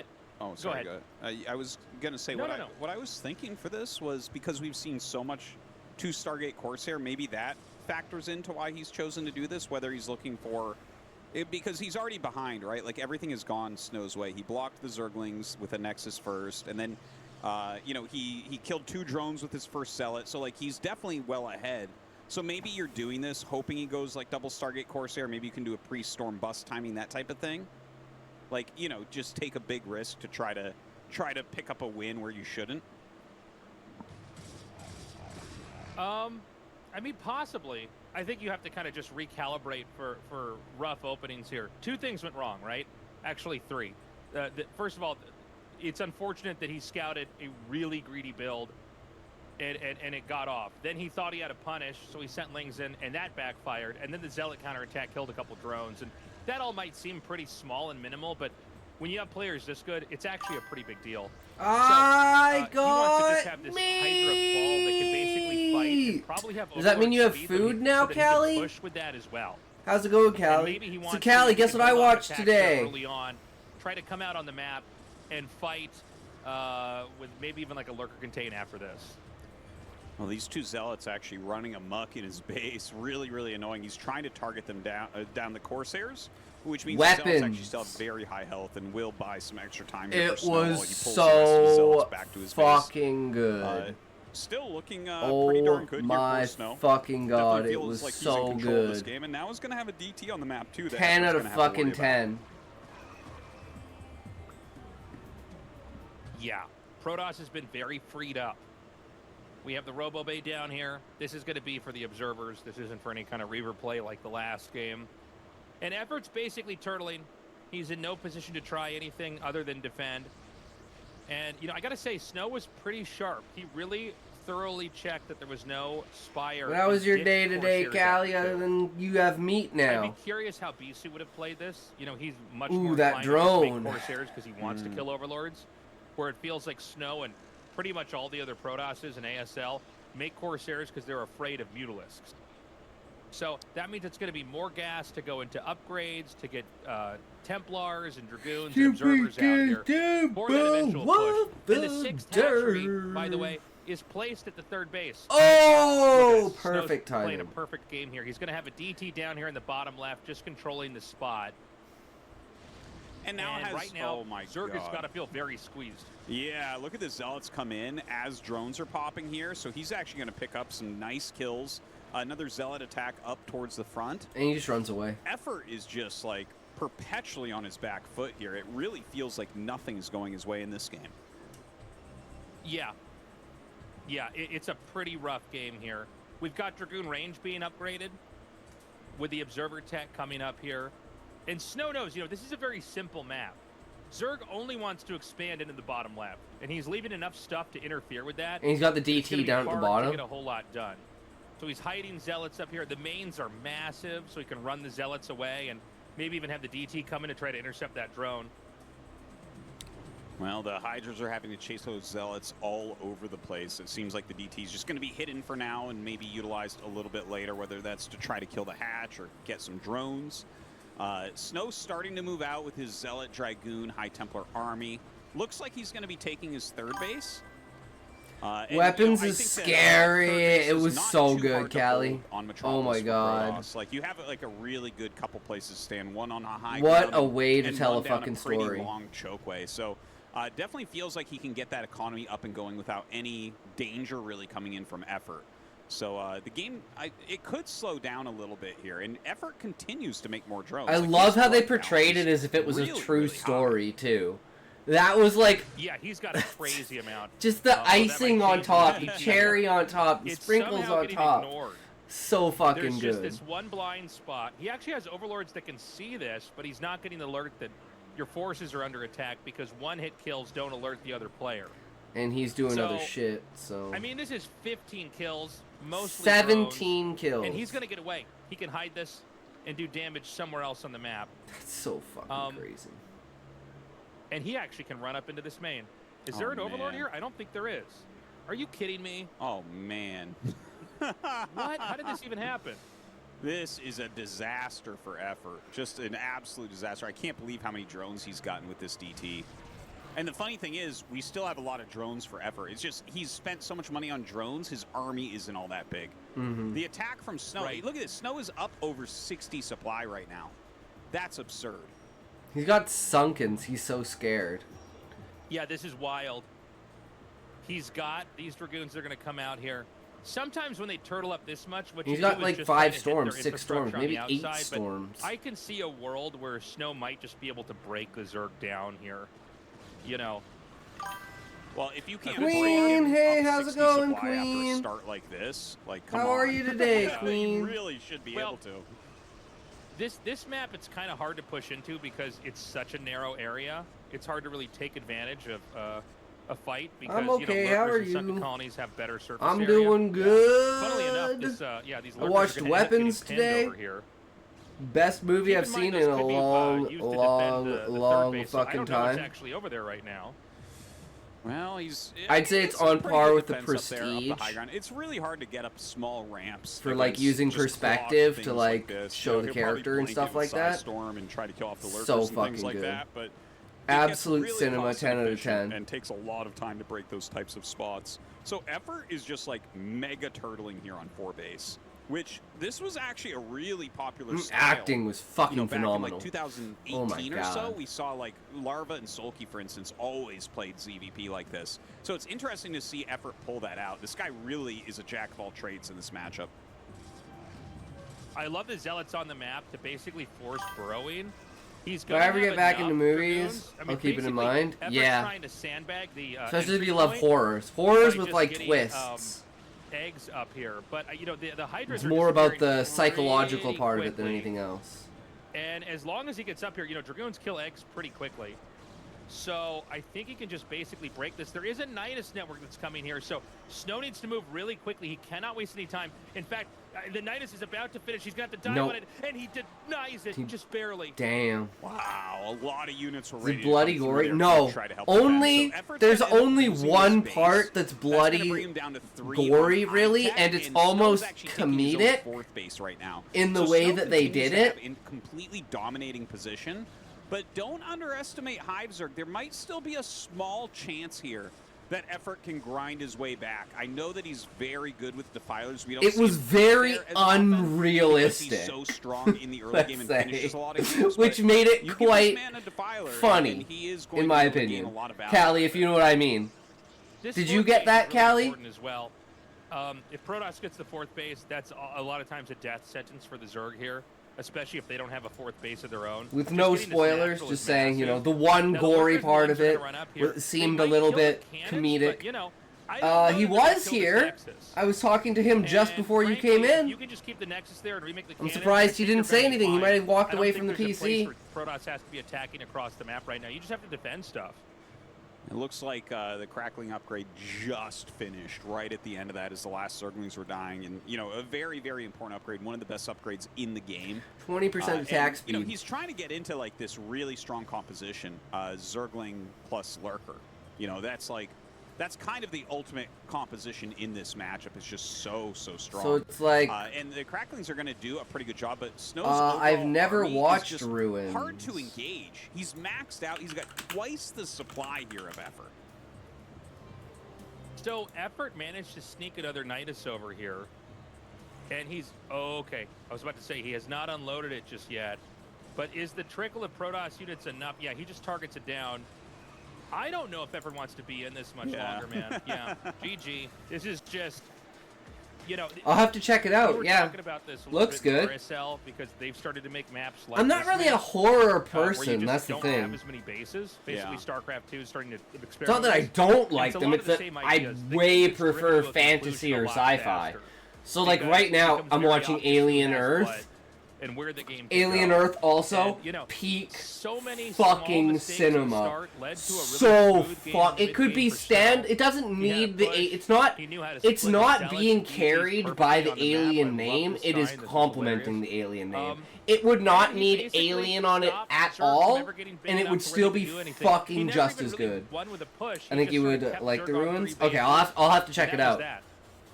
You know, the craziest thing about that to me is... You know, it's I'm another looking at really it good and one though. If there's you ever just watched there's, Oculus, like, multiple times where even The though one with Snow the was super mirror? far ahead, if it The had brother gone and slightly sister with better the for mirror? Effort, he Fuck, might have been that able is to a turn good this game horror. around. Like, for instance, you know, if that Nidus had finished a bit quicker in the bottom left, or if he had noticed the Dark Templar that got 16 drone kills a bit quicker, right? If these things had changed a little bit, like, maybe Effort actually comes back in that game. Snow looked magnificent. Haven't seen but any I'm actually recent even movies. more scared of Effort after that loss than I am. I after think this Oculus win. is like 2004. Yeah, he looked really strong. We're going to go to Dominator here for map number 3. Snow with a great opening. About as good of an opening as you could ask for here. Really No, able to 2013. strangle Okay, so it is a Effort later out of film. development and kind of end the game before But my mom Zerg has could ever seen get it. too big to fail. The question is, how is the opening going to go this time around? Snow, by the way, taking Yeah, some it's like, risks. Does Effort want to dial it up? Does he want to go for 9-pull Speedling? That will beat a lot of these risky builds. It's all about a mirror. We'll find out in a It's second. really, really fucking good.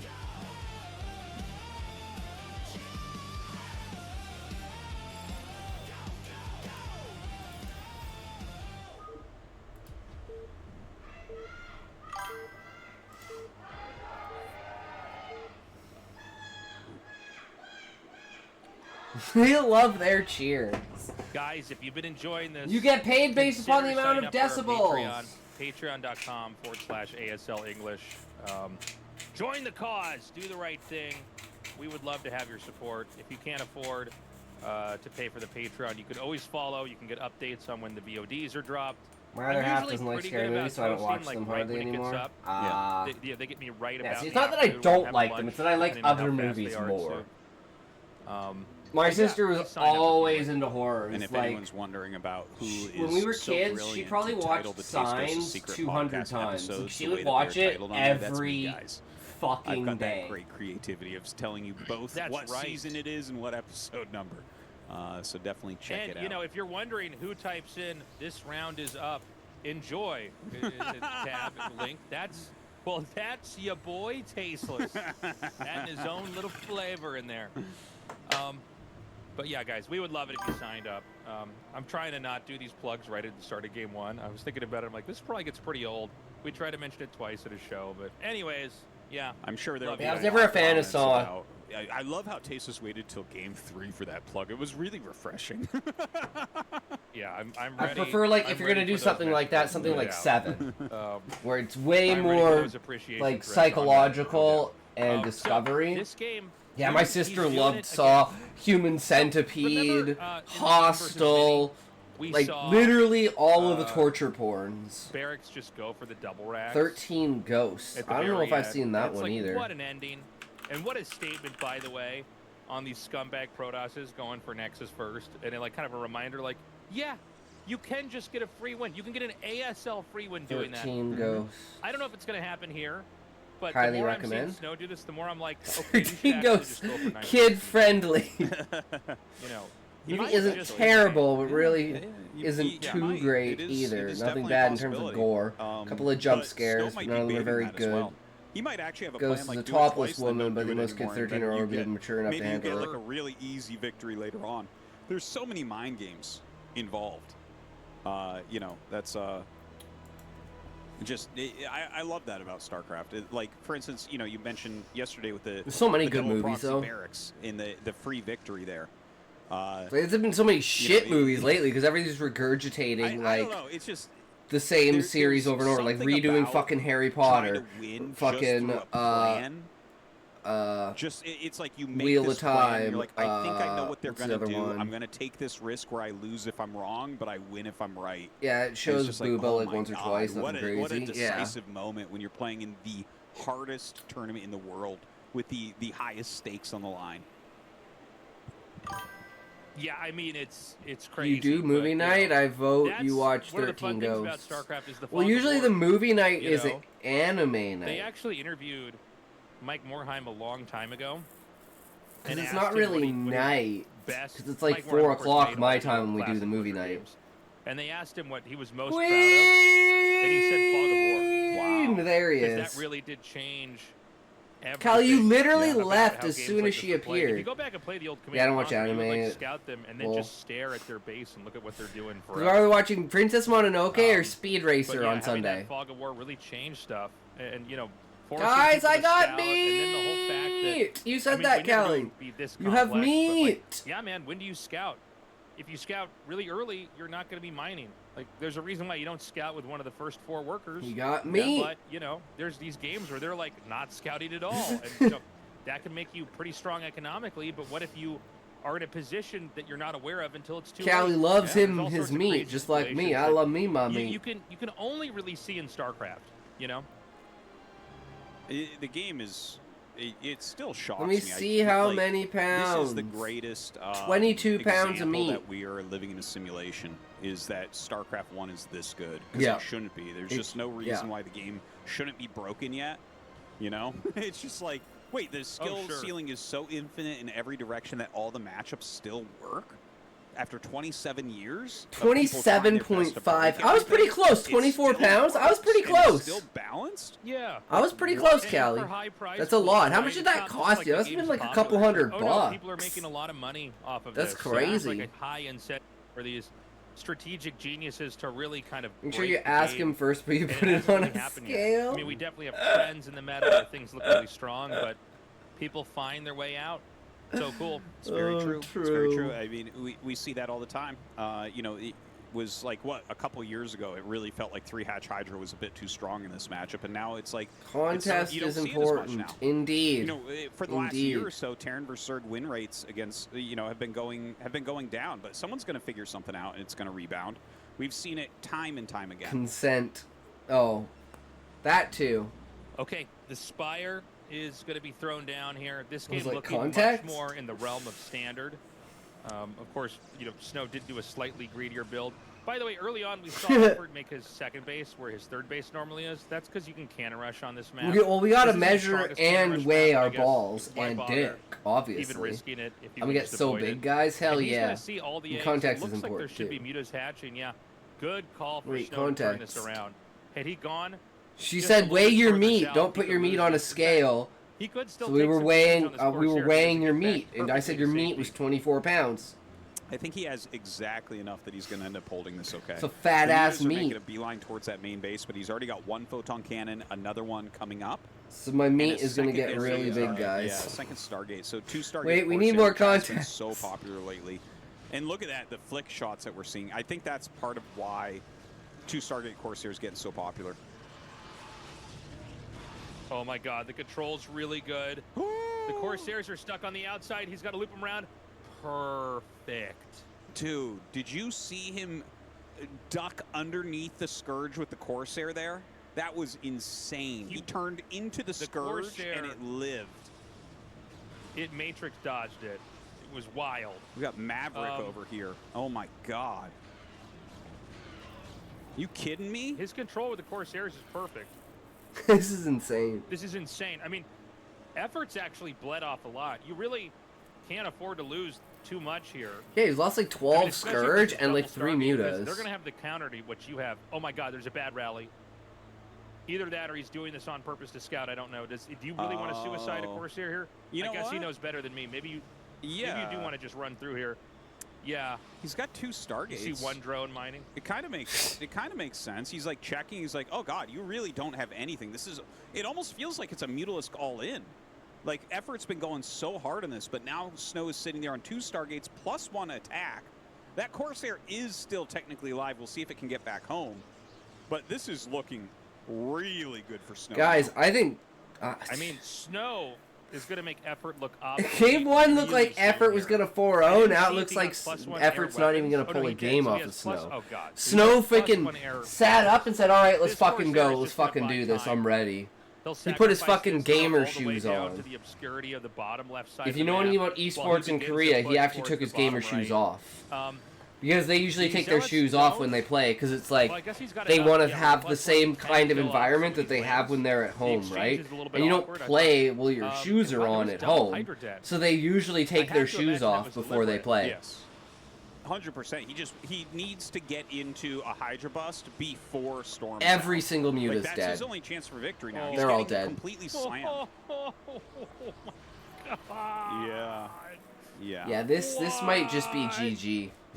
Okay. That was so I crazy. mean, 2 Zealots, I think you just send it, man. You just start to kill everything.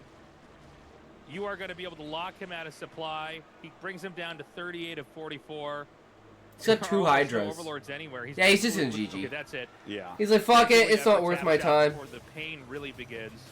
So Yeah, when you crazy. have that many Corsairs, you're going to kill every Overlord, and eventually Zealots are going to show up, and one by one, your Hydras are going to be killed off, and you're going to be overpowered. Well, that was a dominating one from Snow. These Nexus first builds are really working out for him so far. Is Effort going to have to rethink his strategy now? It's crazy. He won on the most Protoss map and then just got completely dismantled on the next 2. Mm-hmm. I don't know which way is up anymore. This series is really not going how I expected. It's interesting. That's why I love this game. You can never know, predict anything. It's so crazy and volatile. Snow played really well, but I gotta say, I felt like Effort kind of wanted to force something, and I think Snow handled it just perfectly. I love the suicided Corsair to just confirm, are you all in, or are you making drones? Like, are you still making just Scourge and Mutas? Because it's gonna be go time pretty soon. I actually thought it was a bad rally. That was a little bit of projection from Caster Tasteless over here. I do that too. I hold off the No, right, this my is what I players do. fly across the map. Not actually what's going on, apparently. No. Unless it was a bad rally and he just decided to scout. So, No. I don't know why yeah, he would have Snow rallied leads across right the now, map. 2-1. We're going to go to a commercial break in a moment here. And that line at is least give Snow's Effort a nose. breather to kind of Guys, I'm reassess super where he motivated right now. wants to be in Fuck the yeah, series, Callie. Okay, what are and you how he's gonna doing? start fighting back What are you in set one doing that to this one went back. manifest that motivation, Callie?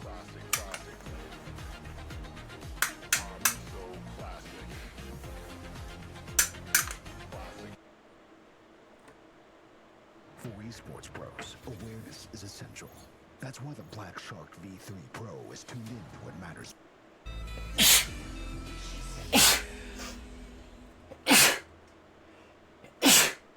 Excuse me, Jesus. Watching anime. What anime are you watching, Callie?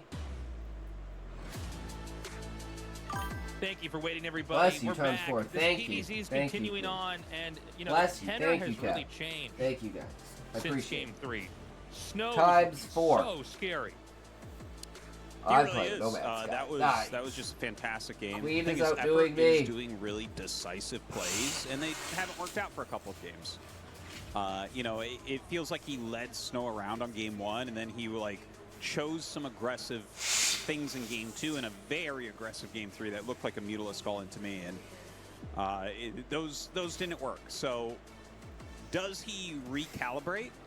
The thing is, we don't know for sure. Try Is he harder, playing some of this Kelly! by feel? Does he have every game planned?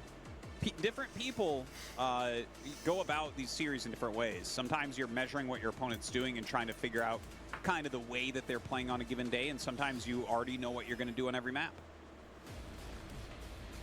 Litmus will be map number 4. You know, Effort has consistently been aggressive. He's been in the Protoss's face. It just seems like the last 2 times it kind of backfired. Yeah, I And feel of like course, is Snow these gonna aren't go going to for be this long Nexus games. We only have an hour Forge left. Expand build that does put him in a really, really strong 4 economic games, that's position if he each gets game away has to with be it. under 10 minutes. That's what we gotta ask Because then I have to leave like 15 minutes I don't know. or It's a so two-player map, for the so, outro I don't know and if he's the gonna go interview. for that, but let's do it, Tasteless. So I'm kind of scared. Because if Effort wins and he goes to 6 games, it means he wins the next 3 in a row. Otherwise, Snow's going to win 2 and Effort's going to win 1. And that's going to be the 3 games. And that's it. It's over. Okay, It's done. Protoss in the bottom, Zerg in the top. This is a map you both share the right side. I don't know if there's any weird stuff you can do to exploit the predictable scouting patterns. You know, I guess double gateway could be good on this map, like proxied, but people really don't do that anymore. So I'll wait for that to just start to happen in ASL before I talk about it too much more. But it feels like Protoss still just want a fast expand here. The question is what kind, and of course, does Zerg have any way to punish that? Because Effort's shown he's very much inclined to be an aggro Zerg here and try to get his lumps in early on. I actually really wonder how the balance of this map goes, because, you know, you do have that extra gas. These 2 gases reach 3,000, so they do run out more quickly, but like that is potential extra gas for Protoss to get more High Templars if they need. Yeah, I'm not really sure, honestly. I feel like I've seen, out of all the maps, I think I've seen more Roaring Currents PVZs than I've seen Litmus PVZs. So I don't know if you have a thought on how that second gas in the main base affects this matchup. I don't know. I have a hard time. I think we both have kind of been incorrect a couple times in predicting where the second gas is going to come into play. Mm-hmm. You know, I guess you can. You know, Protoss maybe need gas in this matchup more than anybody needs gas in a matchup. If that makes sense. Like, you really need Templars. You really need Storm. You're basically just getting all your upgrades as fast as you can. And the only thing that's stopping you from getting any faster is the extra gas. So maybe there's a world where you could get your important, you know, as an example, you could get Observer Vision range and probably the Templar energy upgrade much faster on this map after you fast expand, right? For sure. You could. That's got to be strong. Yeah. You could, in theory, be going for Corsairs and I guess going for 2 Forges, but then maybe there's something mathematically where that doesn't make sense because you are spending so much in upgrades that you don't have the kind of army that you need. I'm not totally sure. Well, taking a look, Tasteless, this is like overpool speed, isn't it? So... Yeah, this is a strong build. Yeah, if Snow was able to throw his Nexus down before his cannon, it looks like he's sitting there to make a secondary cannon. And, of course, he'll probably throw the gate up and maybe bring a couple probes to make sure that he blocks this. But Overlord, I mean, Overpool speed is like... That's pretty darn aggressive. What do you think about this build in general? Oh, he's sending a drone. Is he going to hop the Lings over the back? Oh, my god. My initial thought was Oh that my god. you need to send a second probe out and hide it somewhere to scout. But yeah, you're right. He's just going to try to hop Lings over. And you can see Snow's running back here. Oh, I mean, Snow could just die here. Speed Lings in your main in a moment like this is going to be so bad. So what he wants to do is he wants to have this mining so that the drone can't mine, because there's 48 minerals here. Oh, he's actually attacking through and hitting the Lings. Oh. This is wild. This is wild. He's going to try to skip him one more time. Okay, he's got one. Did you just make a cannon? Yeah, I was going to say make a cannon in your main, and you can see how he actually curved the second cannon there back to block his minerals a little bit in case the Lings do get in. It feels like Snow already has the right plans. That's a very quick layer in Hydra Den, Tasteless. Effort's going to go for something really cheesy here. I don't know if the Hydra Den is a red herring and he wants to go mutas in case he was scouted, or if he wants to do like a lurker bust or a lurker drop. We're going to see. This is a wild and crazy game. I'll go back to my initial point, which was that usually when you see the overpull into Lings with speed, you gotta hide a scout because you need to figure out what the follow-up is.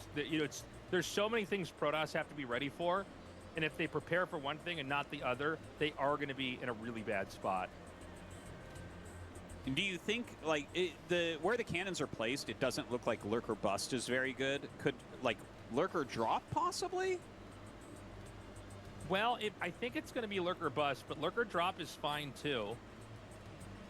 You know, Lurker Drop's really scary because it's really tough to cover everything with cannons in your main. And if you lose your main, by the way, I mean, you're just dead. He's got Lings running around here on the inside, so he can see where things are positioned. And the Lurker, this is Lurker Bust builds are 3 Lurkers, and that is how many he's making. It looks like he might go through the back. Okay, that makes some sense, right? Like, use the Lurkers to maybe kill those buildings. And in fact, he's going to pop a probe here and see those incoming Hydralisks. Oh my god, Snow is just so on top of everything Effort's doing. That tells him everything about what's happening in this game. Oh my god, he can't even kill the probe either. So he's going to see what's happening over here. Can you bump a Lurker over? I'm not sure how this works. Or maybe you just want to have 3 Lurkers blow up everything. Well, and have them run through. We actually saw Shine do this before, where if you morph those 3 in a line right there, Lurkers are much bigger than the Hydras or Eggs, so they will displace each other and they will start to dance over each other. So I bet you he gets at least 2 of them over with this. He needs to make a cannon pronto. He's going to make 2 over here. He needs to get a block up. Oh my god. I mean, Snow can win. This but is like why are Zergs being so fucking cheesy? Right, can he make a pylon He wall? didn't get any of Could them. you wall this off with pylons? He didn't slow it down. get any of that them. would slow down the Lurkers. They'd have to kill the pylons as well. Oh, he's using burrow, unburrow. So he gets 1 out immediately. Can that hit the minerals from behind here? Oh, that's such a well-placed cannon. Oh my god. But maybe the cannon covers it just right. The Lurker's fat enough, you can't just run by a Zealot. Now, remember, you know... He's like, yeah, fuck this, I'm out. Pretty gracefully Everett's like, all this tech. He's making probes the whole time. Zergs, and this is what happens when your plans fail. Hatchery being produced. Oh, I guess you can hit that 1 pass, by the way. This is kind of a funny little attack. It's one of those Two things where you Zealots look and like a one genius Dragoon when you and win, but Corsair you look going like a across the retard map. when you lose. They target down immediately the Corsair so that he doesn't end up losing a bunch of Overlords. Might actually target one, hurt one down with that Dragoon, but it looks like he's having a hard time getting it to fire correctly. The two Zealots going up towards that main base. Yeah, the Zealots can just come in here and do damage wherever. And, you know, it's funny. Someone might look at that and be like, how does he know he can hit with two Zealots and a Dragoon? That's like not... This looks like a early game PvT. It's because the only thing that's really been made is lurkers. You know? It's at... Oh, and he gets this Observer out in time. So he rushed into OBS tech. He's going to get a kill on that lurker. Beautifully done. He'll keep the Forge protected. And he's only gotten like 2 kills out of that, so it's And like, this I is guess not the even Forge worth can't it. be killed, so the +1 attack upgrade can't be stopped. Yeah. Oh, man. This, Artosis everything right now, everything is... Snow is looking so good. It looks like he's going to win game 3. Yeah. Look at this. These Zealots will come down So I think here. Effort's There's going to win. The nowhere for next this one's lurker going to be run. 4-2. And Zerg's obsolete. All of Effort's little tricks this game have not gone the way he had hoped. He had a hard time getting everything to jump. I can't believe he brought a probe up and finished that exactly. That's insane. Yeah, crazy. What am I even looking at? Snow is so dialed in right now. It is ridiculous watching how well he's playing. And now pushing out with some of these Zealots. There's not like a lot of options here, it feels like, for Effort. It's like, okay, yeah, he brings up some lurkers. That'll slow down like the Zealots from really doing anything. But I don't know what the continuation is for Effort. If you're going to win this game, like, what road do you go down? Oh, it's so hard, Artosis. I mean, at this point in time... He might get it. By the way, he is going to try to get this Forge here. He's basically doing everything he can to stop +1 from finishing. So he does do that, and, you know, he does kill these Zealots off, so that's a small victory. No +1. The problem is that if you're making probes and you get all your cannons up and you're getting your tech up, you can fill the gateways in later. Some games, Protoss get a couple gateways earlier. Other games, it's much later. But, like, remember that in other games you see in PvZ, the Zerg is getting, like, you know, 5 or 6 hatches with healthy production right now. This is a Zerg that's barely on 4 hatches. There's only 2 Corsairs out and 1 cannon in the main. I actually really like this idea of the lurkers. I mean, it continues down this kind of all-in style that Effort is playing in general, but I think the Mutas are a really, really good call here. It's not like there's a Dark Archon ready. It's like, yeah, I guess you could make Archons, but he's already got lurker tech out, so, like, he doesn't have to stay on Mutas. I really like the idea Red of making cloak this on the group of DT Mutas and looks just so making badass. things even more difficult for Snow to deal with. Yeah, it's an interesting idea. It really shows you how well-versed Effort is at, like, different stages of aggro, especially on a map this specific. I think the play is to not go for He's gonna have a Storm too Sunken here fast at and least. instead just get an Archon and start to try to push out on the map. Now, he's keeping 2 Templars, so maybe he already got Storm and has decided he just wants to try to get some value with this. But, again, the scary thing that's coming is this eventual push. Protoss is going to have so much, and Zerg will have so little. And, you know, as long as he keeps the Corsairs alive, he's basically fine. Scourge are being bled off right now. Yeah, I feel like Effort's falling apart. Effort's still being shut down a little bit, but, you know, he is making Snow do a lot of things. Like, there's a lot that has to be countered here. Oh, that's so funny. That's so funny. You actually don't Fucked need up his this, by mind. the way. Once Yeah. you have the Templar Archives and you have the Zealot speed upgrade, you literally can get rid of that. And unless you lose your Templar Archives later, you don't need that. But that is funny to see that it literally in the way. That is, yeah, it's like Zerg has that too with the Queen's Nest. Like, once you have the hive started, the Queen's Nest doesn't matter. So a lot of people put it in front of the sunken colonies to just buy time. But yeah, it's kind of like a funny in these weird progressions of tech. But does knock that out. He's got the 3 gas, which we were kind of talking about before. Effort still being pretty active with the Muta Scourge. He's not really finding a lot, but, you know, an observer kill, rather, not too bad. He's going to go for a contain. And, you know, with really good control between... He needs a 4th Scourge, base, Muta, though. and Hydra, if you can take out observers, that's big. I hope he's getting observer sight range and speed, because that's going to make this much, much, much easier to manage. And you're basically entirely invested. Oh my God, he's so good. What? That was changes so everything. cute. So you're invested in just anchoring everything into this position. If you can stop him from taking a third base and stop him from leaving, that's huge. Now you might be asking yourself, but what about the back of the base? Okay, if he goes out the back, the same way the lurkers tried to come in, you attack into the natural. He's also setting up for drop. Suddenly, Artosis, I think that Snow could lose this game. This is wild. Yeah, it really felt like he was The super back far and behind for a long forth time. in I this can't series believe has been setting the last drop now. absolutely Effort crazy. uses every single thing that's available. And look at this, he even draws the Corsairs over there with the mutas. He just sacked the mutas to bring everything out of position. And now he's going to drop the main base. Effort is such a master statistician. Oh my God, I can't even speak. Stratician? But look at this drop coming in. He's a stratician. Like, oh, this is going to be so dirty to clean up. Yeah. You know, if he gets that Templar Archives, you can't make Templars anymore because you don't have the Citadel. I doubt that Effort knows that's been killed off, but, like, that's pretty big. He is going to send everything back over here. There's no Overlords to spot and kill this Observer. And so Snow is just going to keep the ball rolling here. He's going to have to send his workers back and try to defend. See, and then he what just he's gets got him to waste try the go back storms to inside of mining. his own base. But then he's got to try to come out once again and go for a push. And now you have to watch for drops for the rest of the game. And we saw how good Effort was with those drops in the very first game. I just heard another Observer die. He's really taxing the Observers here.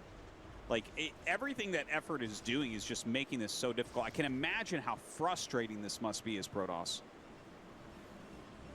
Oh, it's really hard to deal with. And, you know, you have the threat of another drop coming into the main. You have the... okay, he's going to do it again. You know, just keeping Protoss back here dealing with this is a lot. Okay, hold on. The probes are going to come through here. It looks like he will protect them. He's going to do it over here, too.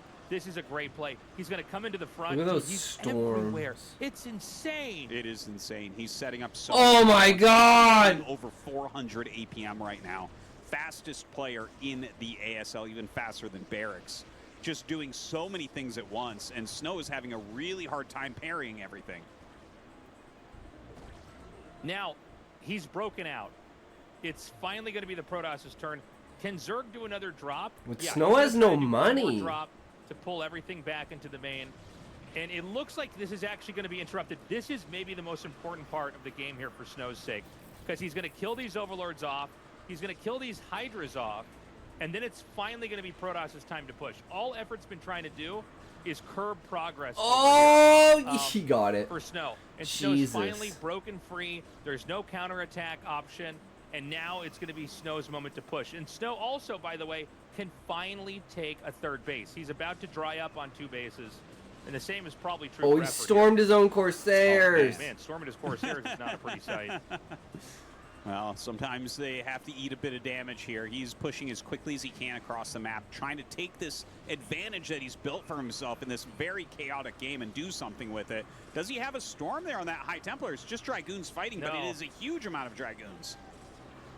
This might be He's got an GG. absurd amount of Dragoons.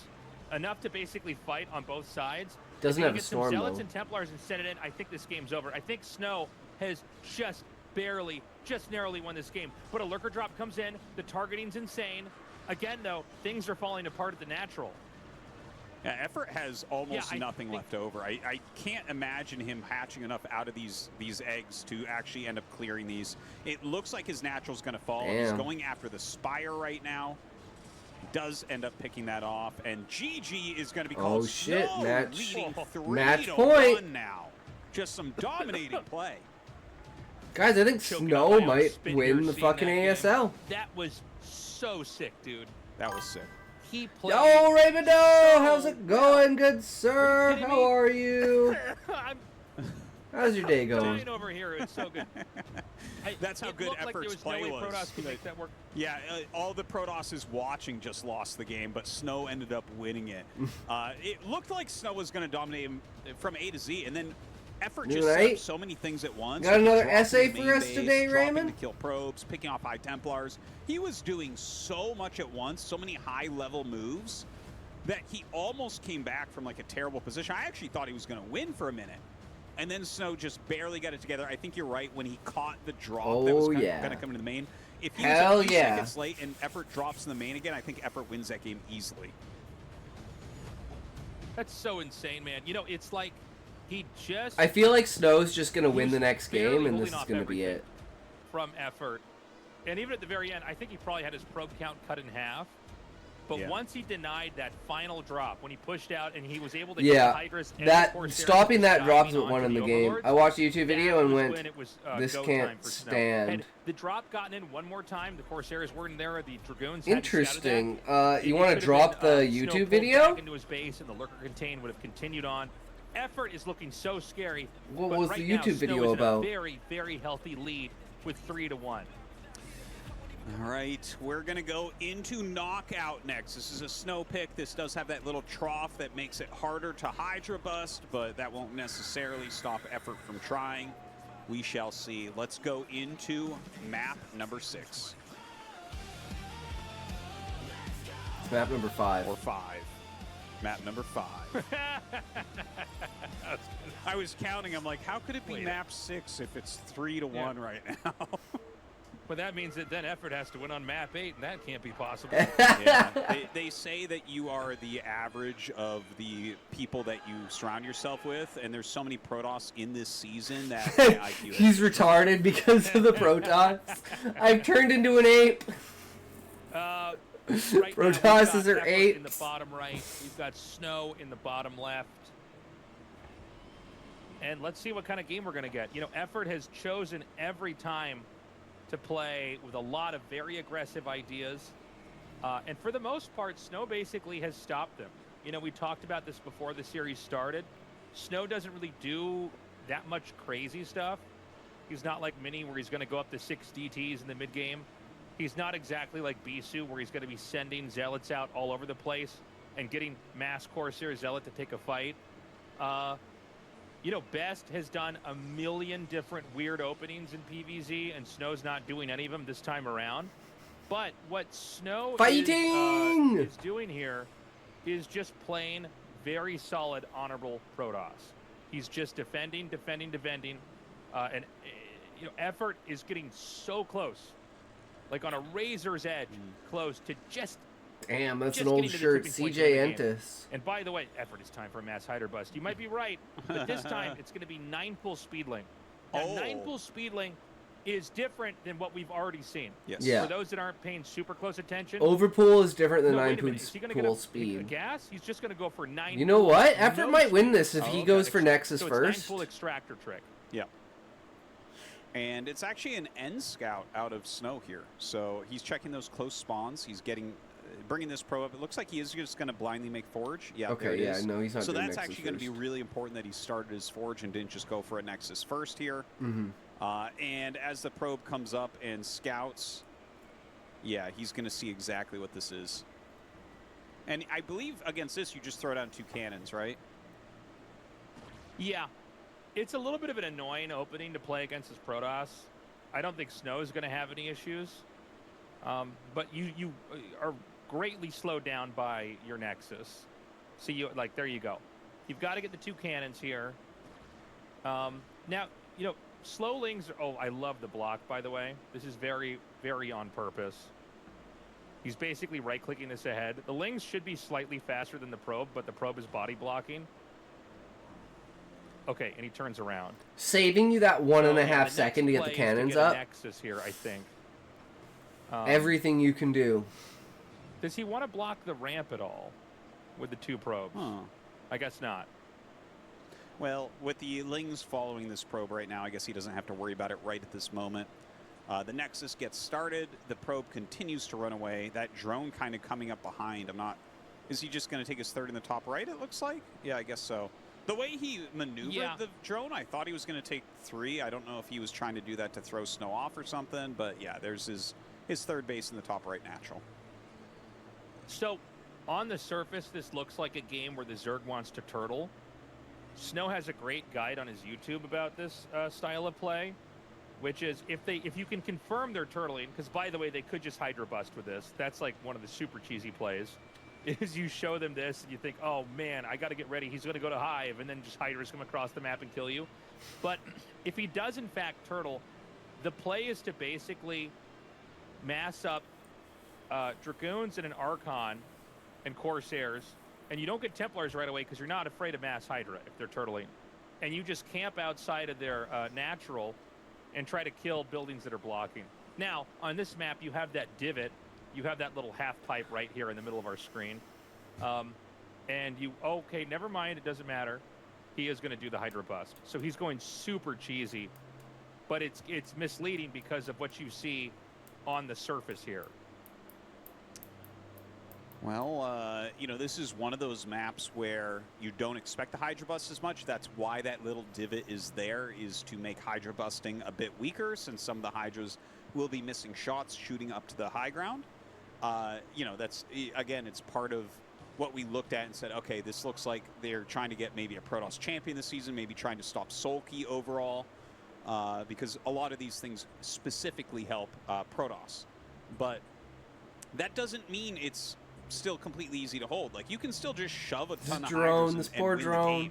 Like we were talking about in map 1, it's like, because it's not a strong strategy, you might underestimate it or count it out when you haven't been able to scout it. Yeah, because you assume no one's going to do it, and then you don't defend against it, and then you die. And Effort needs to have That's the body meta. blocking. He doesn't. This slips through. Did a Hydra hatch here? Okay, it just now hatches. Yeah. So that's He's all you need seen to everything that happens every time. And I love the Zealot running all the way down the mineral patch. He's just going to buy so much time. Oh, Snow, this is so annoying. Effort wants to be moving across the map, but instead he's going back to where his starting location is. Now, Hydra speed's done. And, you know, I guess we talked about the fact that there's a low ground area here.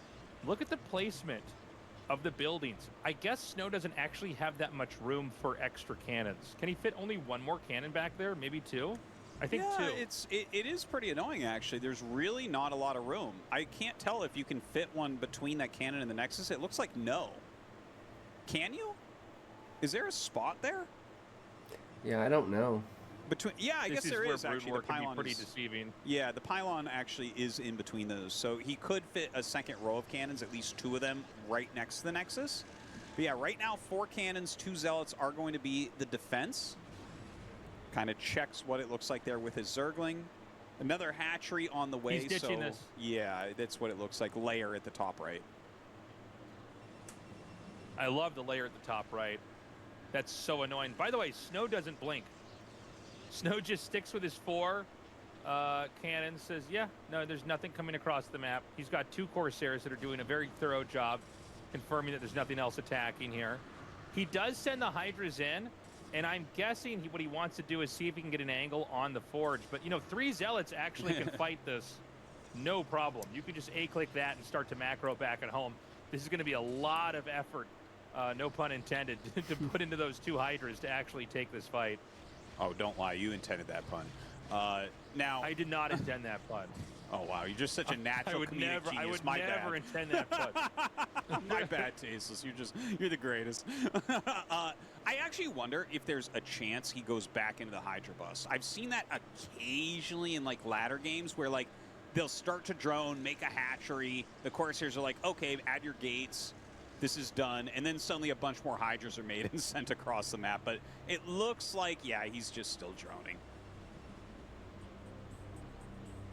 So this is another game where Effort tried something pretty sneaky, and now he's on his back foot. Momentum going onto Snow's side.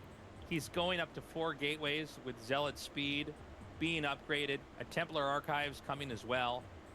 Effort going to turtle up. So I can go back to the initial thing I was saying earlier about what Protoss needs to do here. If this is a long game, I think Snow's just going to win. Dragoons with range and basically hit I think it's going to be a 4-1. This is so sad. Outside front, like the hatchery over here in the middle, or the hatchery up over here in the center left. And you can basically get a huge punish that way. It's also great to get a shuttle to drop units into the mains here, because they end up being so building reliant that a couple of Zealots or DTs can be very hard to manage. You know, I remember seeing this turtle style so frequently used back in like 2018-ish, 2019-ish. We saw it so much from like Larva and Sulky. We're like god tier at this. They used it all the time. The 4-base split just like this. The hatcheries in front, the sunkens behind, maybe some lurkers added in later, go up to hive, that type of thing. It was really, really popular, but very few people did what you suggest. Like we saw so many people just be like, I'm going to attack this over and over and then end up losing. So I'm hoping that Snow does approach this in a more methodical way. But right now, he actually just runs it with a bunch of speed zealots, and there's not a lot here, but he does get a couple of lurkers, and there's an egg on the ramp. So I think he will end up holding this and saving this base. Yeah, it's very risky to try to come in here like that. Between turtled sunken colonies Those and poor lurker tech, lurkers. it's just really tough to get in here and actually take a fight. The Corsairs are going to kill this off. An early third base, by the way, is also a great move, like we're seeing Snow do here now. There's a point where you got to look at it and go, all right, well, we're going to not attack each other for a while here. But, by the way, Snow's not doing what he talks about. He's got Storm. He might have decided that this was turtle play a little bit too late, so he kind of evolved into the tech that he's got now, and he's going to try to play the game from here. Well, it was enough. That'll Great kill it. size Storm there. Any lurker kill you'll always take, and he goes up to 4 bases. So this Queen's is another Nest going up approach to you hive. can have versus just like a 2-base push. And I guess maybe this makes a little bit more sense because in some ways it's like, yeah, but there is that low ground area. I remember, obviously you know him, Artosis, but Spunky a long time ago told me about this play style because I remember even back then, Protoss, this is like before StarCraft 2 came out. Yeah. He was explaining to me that like what you really want to do is just get all your upgrades and like all your gateways and not worry about having a ton of units because they're just going to have like, they're attacking too. They almost want you to attack into them. And I guess once you see the third, obviously a fourth makes sense. Totally. And just be ready for a super dramatic late game.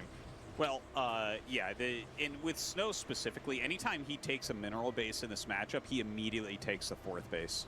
Like it's like a leapfrogging maneuver. I've seen him do it countless times on like Polypoid and basically any map with a 3rd base that's a mineral base.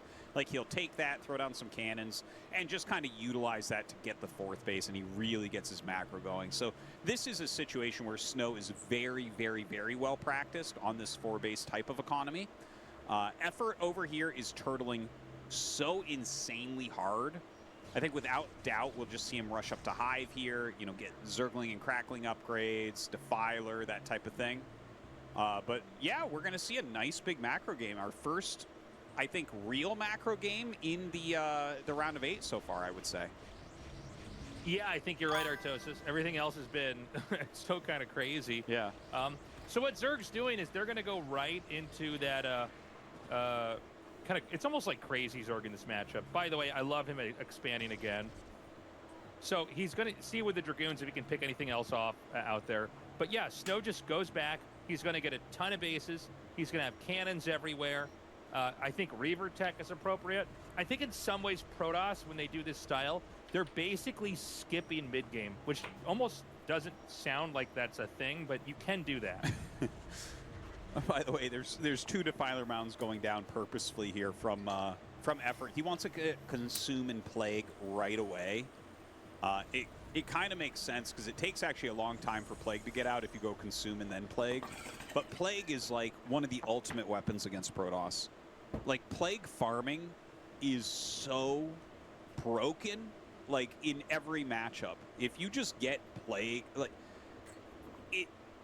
it is unbelievably powerful. And it has to be very frustrating Infinite for Protoss because there's no energy. way to refill your actual health.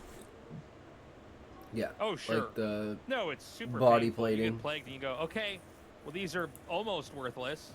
A couple lurker And then shots. all it's units gonna do be gone. full damage to But shields. I don't know, man. So any kind of armor that you have I is look at this useless. from Effort's position. It's like, okay, he looks scary, but like 5 base Protoss Yeah. with Snow having another main with a roaming Protoss army.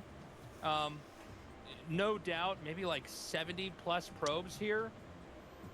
Well, This is going to not be that easy here for Effort. I think a lot of Zergs are used to Protosses attacking into them and kind of bleeding units, and then they have a very easy game when it's the Crackling upgrade and Defilers with Swarm, and you kind of just start to throw things at him. You can use drops and everything else like that. But, you know, Snow, if you look at what his army is right now, it looks like an army that you would have pushed with, like, right when you were taking your third base. This is a 5-base Protoss where everything's defended. Templars are at each location.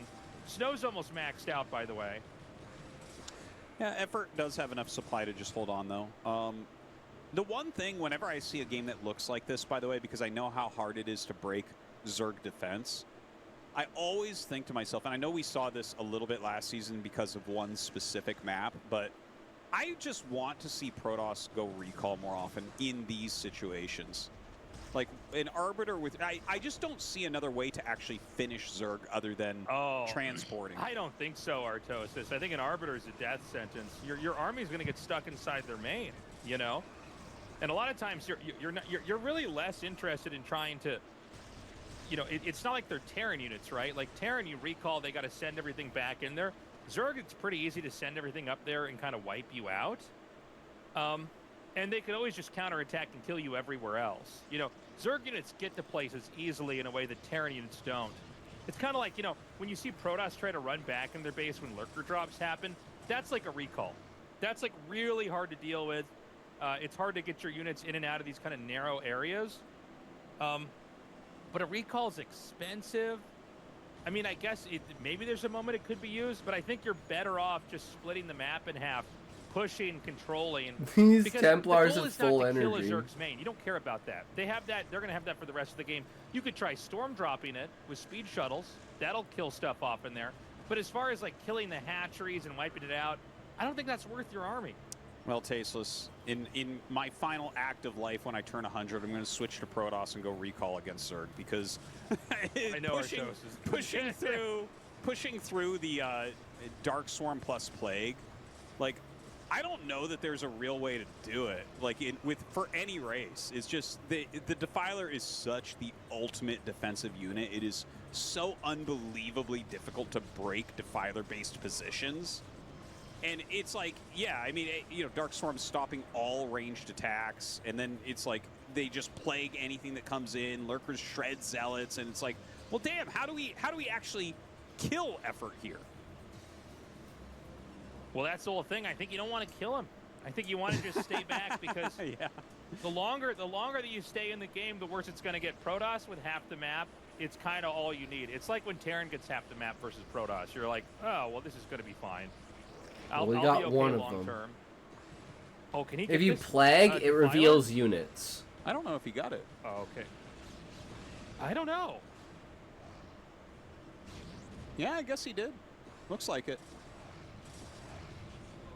Well, that's big. Only a mild annoyance now that there's no Defiler up there. A lot of cracklings being produced, more Defilers coming out as well. You know, it is very hard to go up and kill Protoss also. You know, if you're sitting there, you have a ton of Psystorm. Maybe we'll see some Reavers really added in throughout the map at some of these defensive locations. Obviously, the upgrades are getting Reavers can kill like friggin' 20 attacking links. each other just becomes really, really hard. Like going up these hills against lurkers and everything, it really is going to come down to grinding with spells. Okay. I think this might be it, though. He's ready to push. Basically, all of the map is secure right now for Protoss. He's got cannons. He's got Templars. He might even have Dark Archons to catch drops. And now you just basically play a slow game. 2 shuttles and Reavers. Keep everything together. I guess he's going to push in here a little bit faster than I expected, but you get the idea. And you can take on insane amounts of Zerg units. Look at the amount of Overlords having to evacuate from there. He's going to lose this mineral base. Not necessarily the end of the world. A huge amount of units are going for a counterattack. I actually thought he was coming down to sandwich this army, but instead going to attack into here. Now, there is a few High Templars in here with a lot of energy, but good splitting on the Lurkers overall. Damn. I mean, the storms are beautiful. I don't... Yeah, the whole... Yeah, this How does seems... Zerg win now? This seems so Such bad. a beautiful play here from Snow. I mean, you know, just strategically kind of identifying that a turtling Zerg rushing to Defilers has no threats on the board, and therefore can't stop a Protoss that just plays conservatively, as in defensively, and just takes the left side of the map.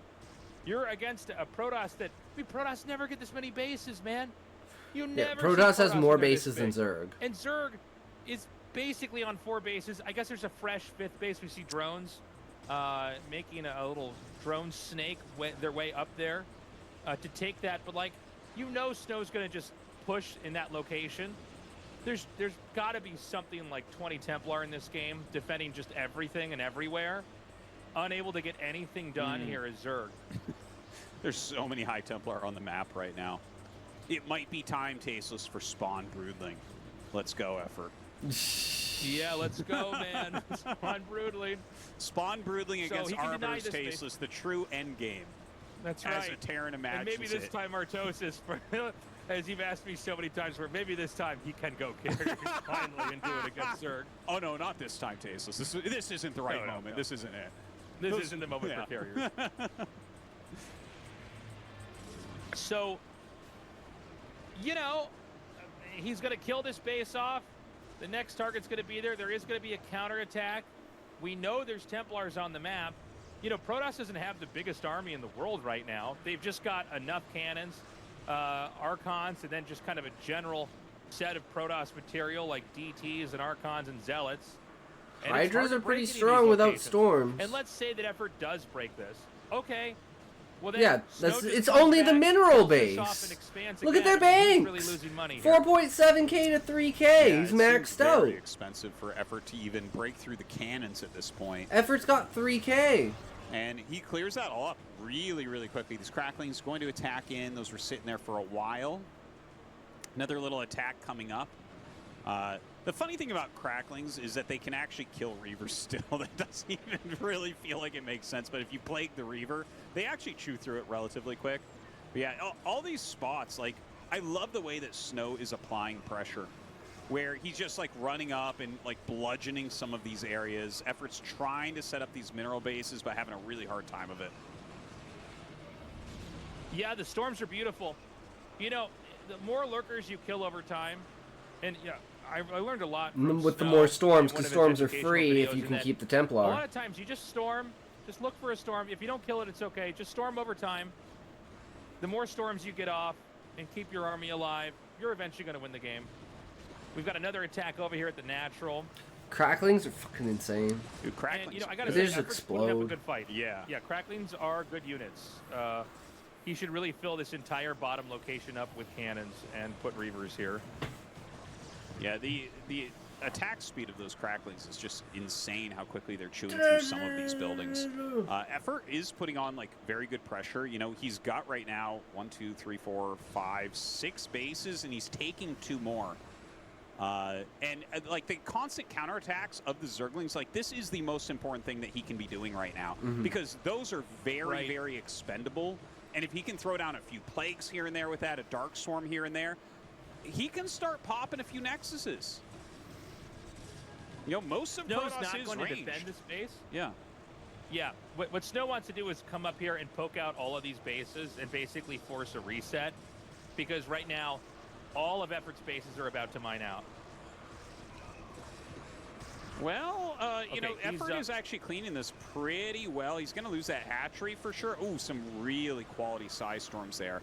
Really, really, really messing up. My God, he has a lot of Psy Storms. Kadarian Amulet is a good upgrade. But yeah, Snow almost losing a base there, but he has killed a couple Effort bases during that time. Oh, excuse me.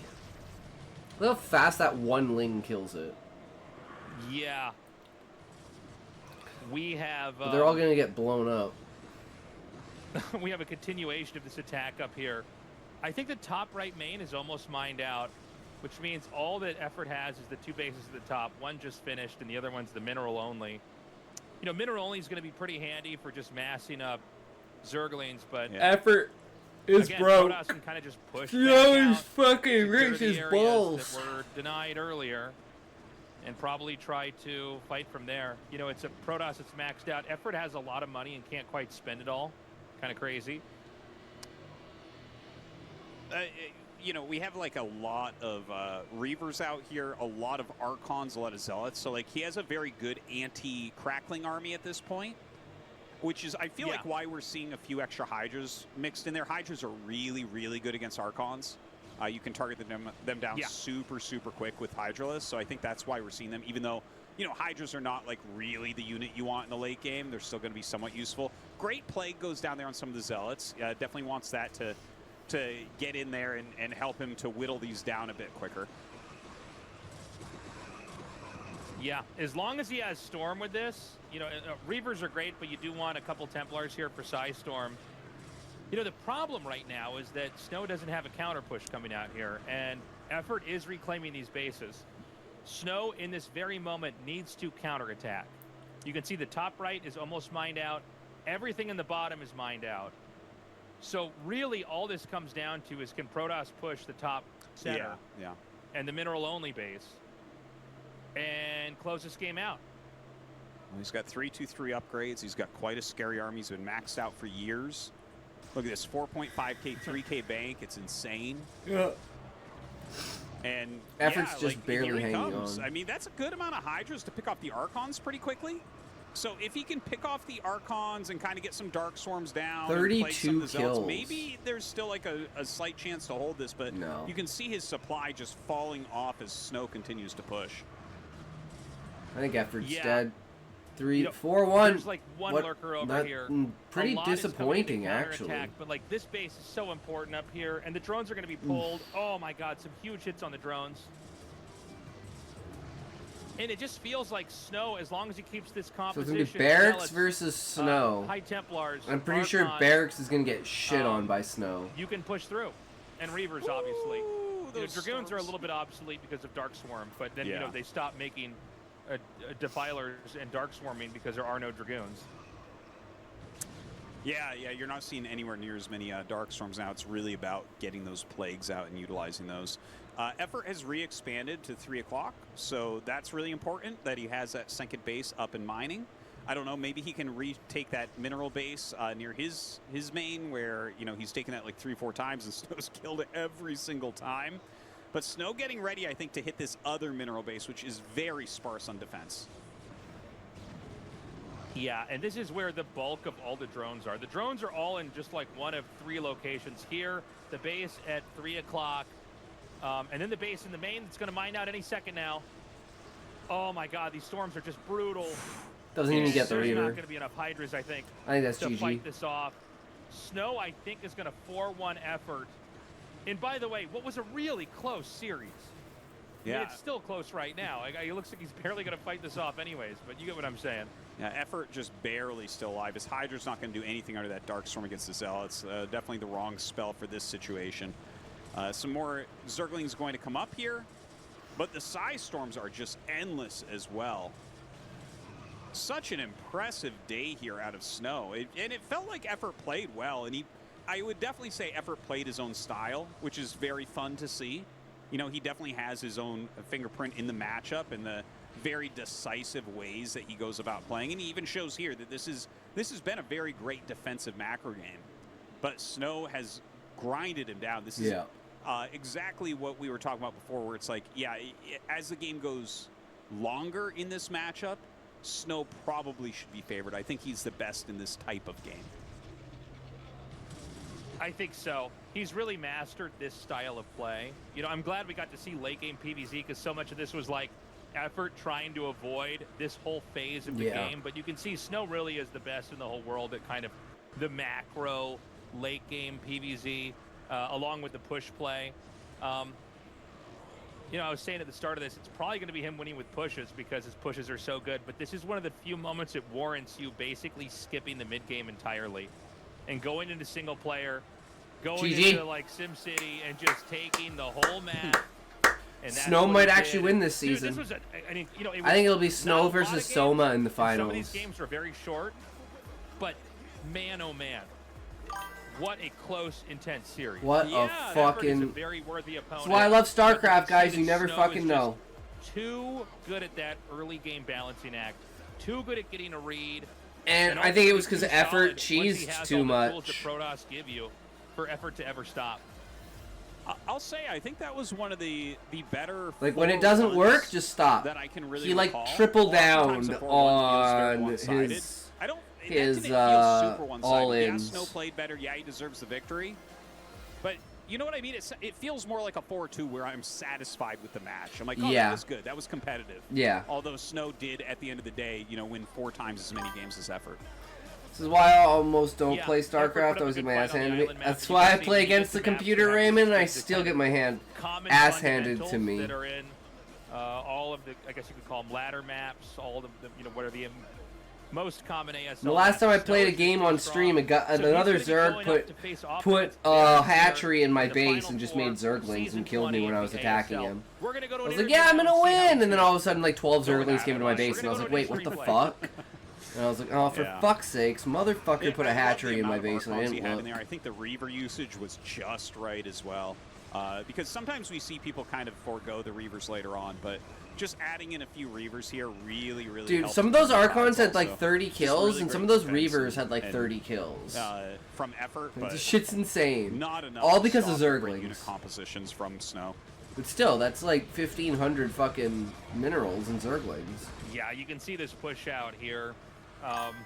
It's funny, you know, Me and a Dragoons friend are went, so let's both important in the jump this matchup one until dude. We Dark lost Storm, in 5 minutes. comes, and then you stop seeing Dragoons, and then you kind of stop seeing a lot of Defilers. It becomes all about Plague. It's strength in Dark Storm here. overwhelming It's funny numbers, how that Raymond. works. There's sort of circular logic here with what counters what, until eventually it's all just massling Hydra. But, you know, Snow played a really patient game. And, you know, I think he was traded a hell very of a well on his game. bases. It's actually insane what a fight Effort put up when you consider, you know, how much of the map Snow has. Yeah, which is I thought it was unheard going of to end way season. earlier, and there's We're going to gonna be finally another go to that game. interview now and see how Snow When I is thought feeling. effort was just going to push and win. But And that does it for the That's second it, round it's of over, match it's of done. ASL Season 20. That's all As it with took. today's victory, this guy makes his 4th semifinals in a row. It's Snow. Congratulations. So, Snow is once Thank you. again seeded into the next tournament. 네, 이번 시즌 역시 같은 With an 모습을 incredibly 보여주고 stellar 있습니다. performance all season long, you score your 4th appearance StarCraft in the players round 4 don't in a play row. around. How do you No, feel? they do not. It feels really good. My opponent was someone who plays really well.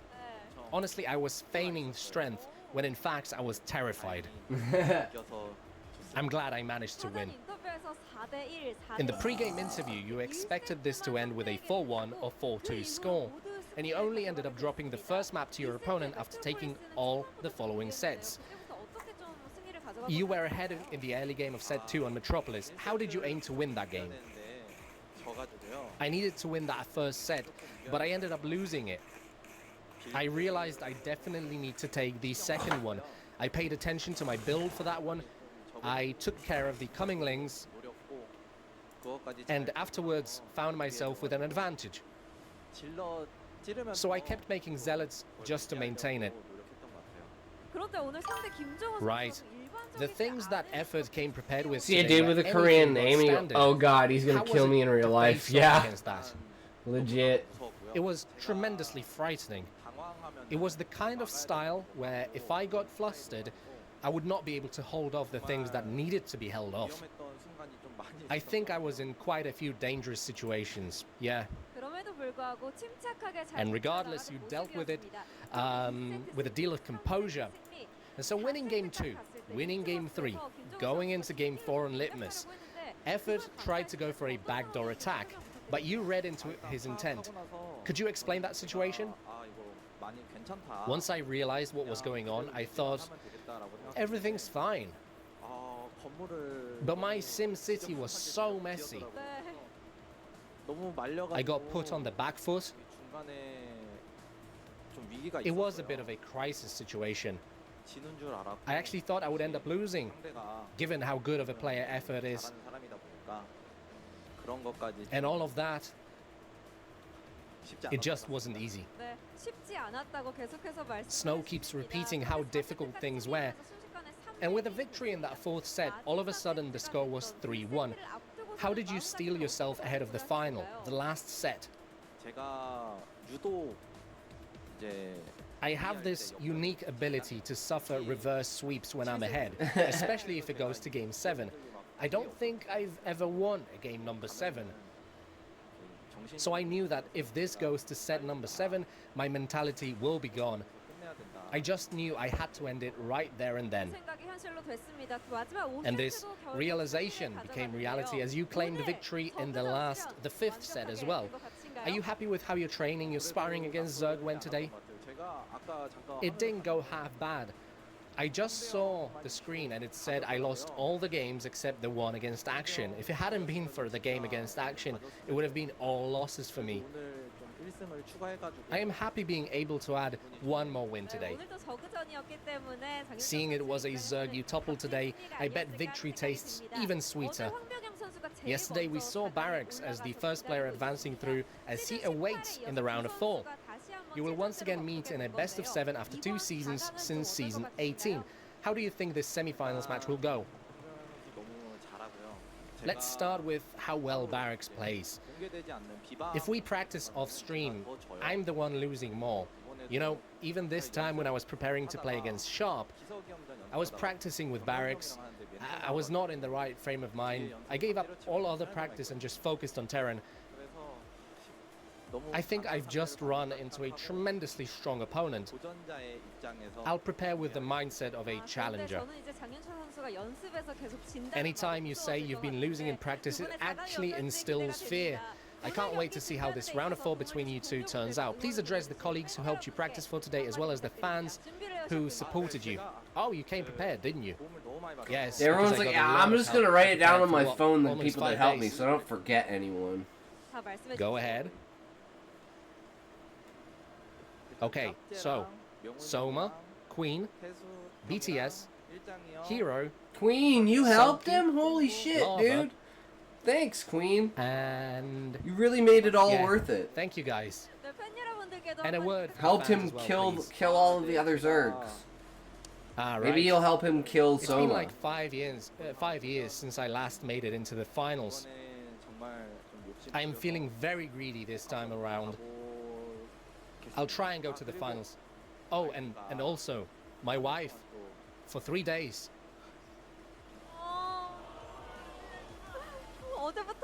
Oh, it's been also emotional since yesterday. Take your time. Looks like she must have been very supportive. Oh, anytime I talk about my wife, I am so thankful.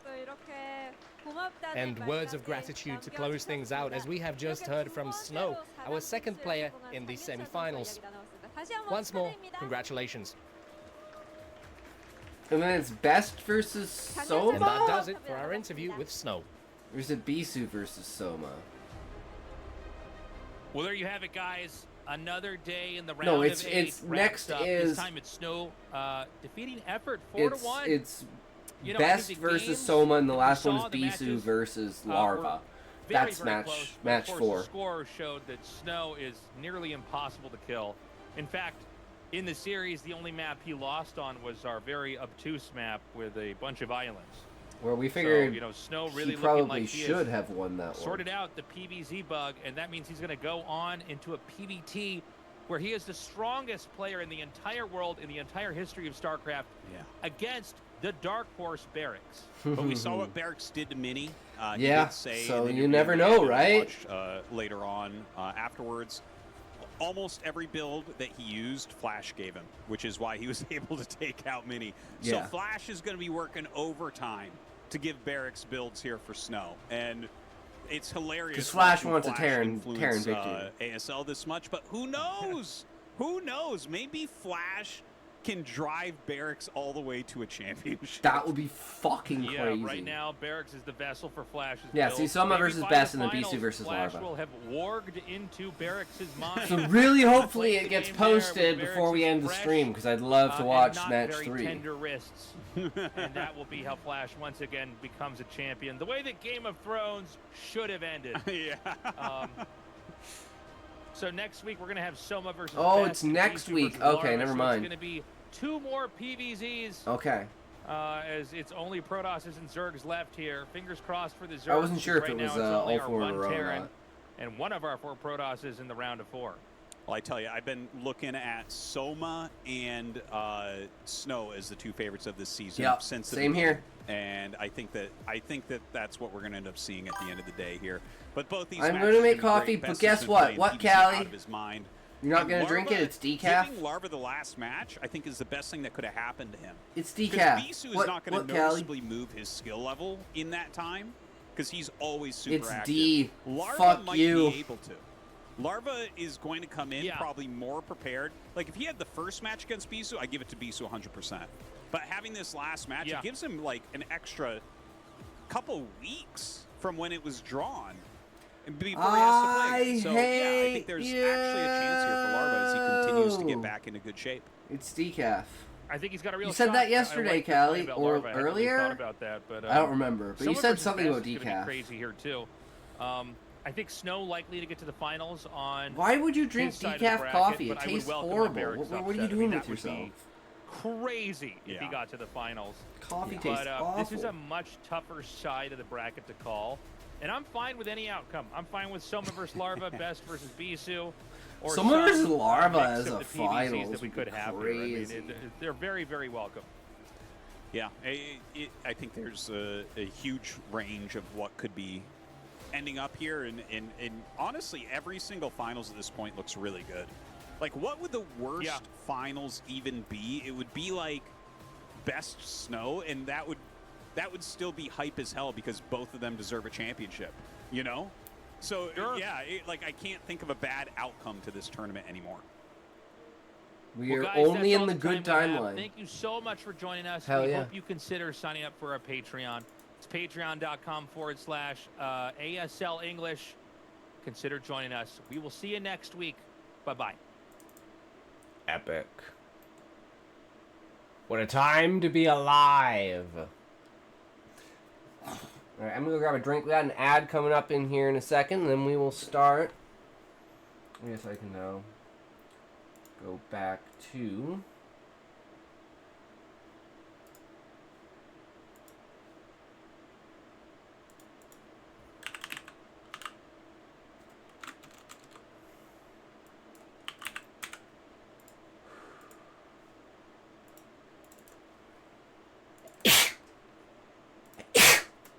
Oh, scoozy.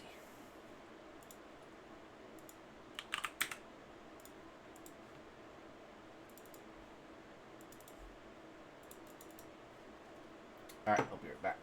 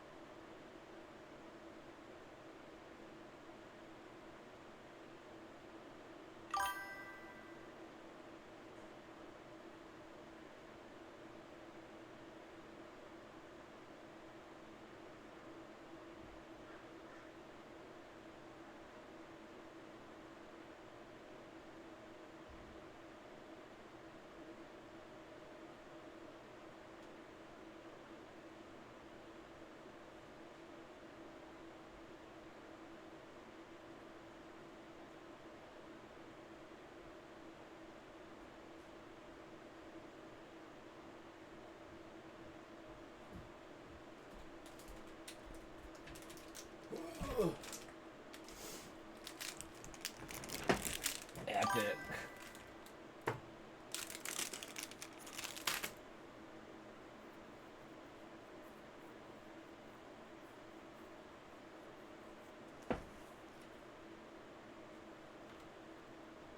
So, want to start off with yours, Raymond, or do you want to start off with Sean's?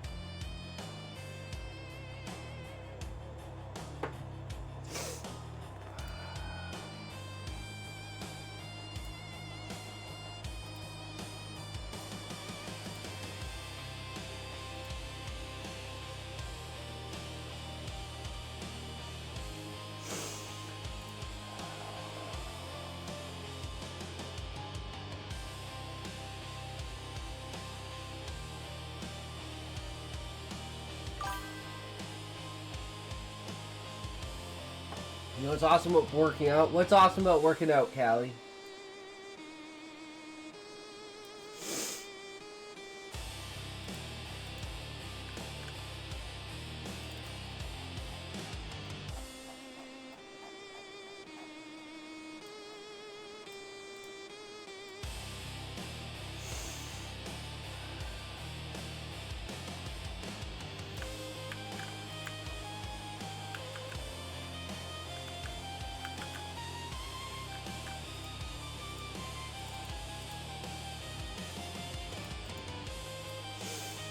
Alright.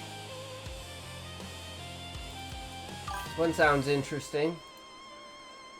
It's flexible. People you think you can't eat what you want, or that you have to do a ton of stuff, but after a while you're like, man, I can get jacked without this stuff. Yeah, just most people don't have, like, self-control and willpower. That's probably the biggest problem, Callie, is, like, self-control and willpower.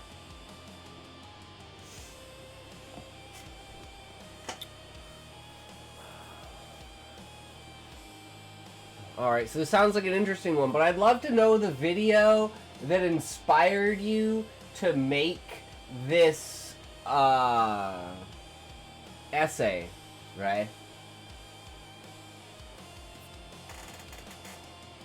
Because 60,000 Satans take you and your proverbs. That's a very interesting title. Spell out the phenomena so as to be able to read them as experience. Can't. Prolegomena. Prolegomena. Okay, guys, we're going to stumble over some fucked up words here, but we're ready for this. Problem with the prophets of common sense is not that they are wrong, it is that they mistake their ignorance for wisdom and their anecdotes for universal law. They say we must listen to the elders of the village because life gave them experience, but when one barely scratches the surface, one discovers that this experience consists of distorted memories, embellished tales, and delusions of grandeur. Title is a quote from Don Quaxi. I have no idea how the fuck to say that. Jesus. That's beyond me. I have no idea. I'd say Kuoti. Kuoti.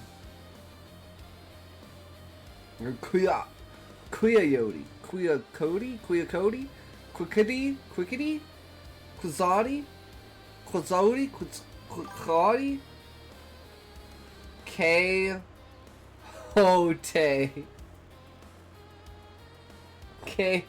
K-Hote. What the fuck? That's not even close.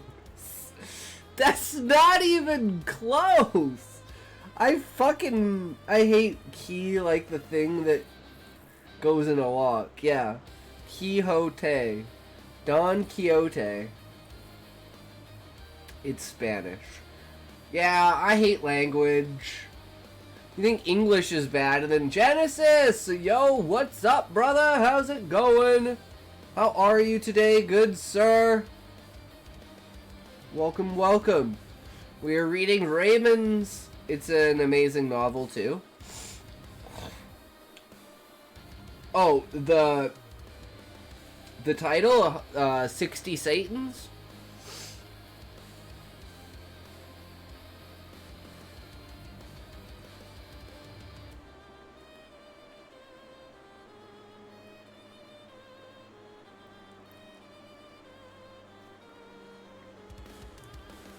Everyone was a general, everyone invented something, everyone knew a king or danced the first, I don't know what that is, Kuka?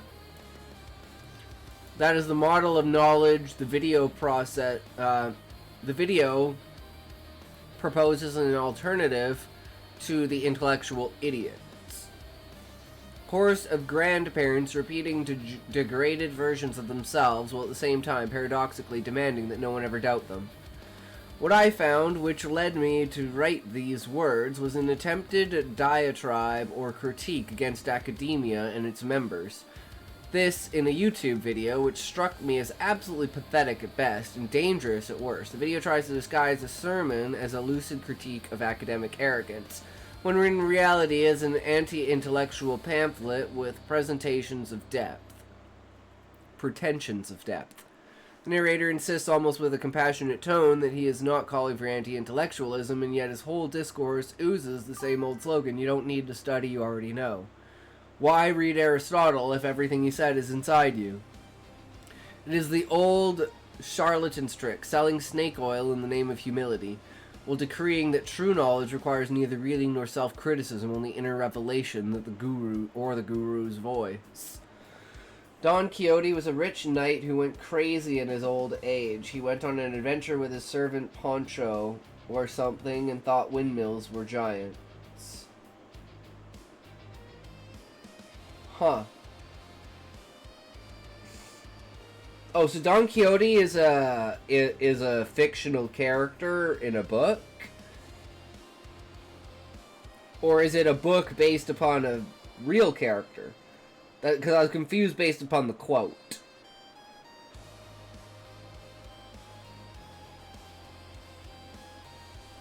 The 60 Satans quote, which is the title.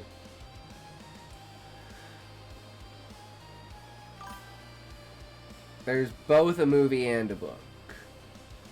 He read too many knight adventure book and believed he was a knight and went for adventures. But we're talking about, like, the Don Quixote character is a fictional character. He's not the guy who wrote the book. Right? Like, he's not an author. And he's not a real person.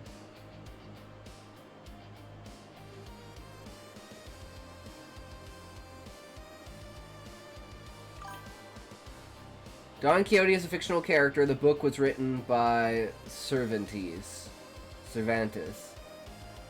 Okay. That makes more sense. In this scheme, the academic is always an imbecile by definition, the scientist a fool trapped in his numbers, the philosopher a blind man lost in his own verbiage. And who emerges as the sage? The narrator himself, of course. He is the only one who needs to prove nothing. Oh yeah, by the way, kinda like the guy who was like, yeah, the rapture's gonna happen. It's 2 days later with fuck's the rapture, bro. Oh, well, I guess God didn't choose anyone. Shit, that sucks. Well, thanks for watching. Here. Because his truth is self-evident, it is no longer about thinking and examining, but about obeying and asserting. And the most ironic part, all this in the name of freedom of thought, when in reality it is the exact reverse, a call to never question oneself. Can't believe we survived the rapture. I know, it's crazy, Raymond. We must be absolutely horrible people. I mean, we just weren't believing in the right... God's sitting up there like, no one believes in Gargantu? How the fuck does no one believe in Gargantu? That was supposed to be how you were supposed to get in the rapture. Where the fuck did Gargantu go? God damn it, these humans are fucking idiots.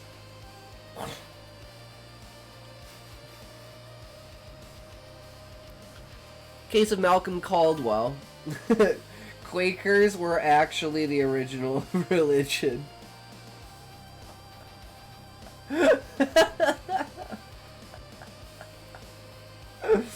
What a moment, right? What a fucking moment.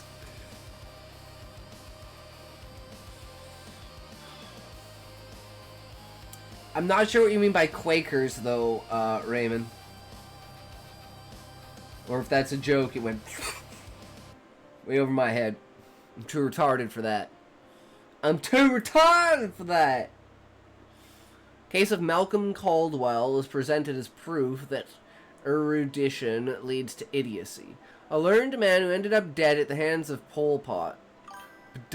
What does that anecdote actually prove? It's Queen high again. Of course Queen's high. We're always taking sync tokes that aren't true sync tokes that are the best we can get when we try what we can, but we'll never be truly there until it is one day that we could meet. But it'll never be if you go on. Why not do what you can, right? Puff, puff, pass. Let's go. Smokey, bring the joints. Proves the cruelty of the Pol Pot and the paranoid machinery of the Cambodian regime, not the uselessness of intellect. Caldwell, a Scotsman with Marxist convictions, traveled to Cambodia in 1978 in search of a glimpse of pure socialism, and was murdered only hours after meeting Pol Pot. Who's Pol Pot?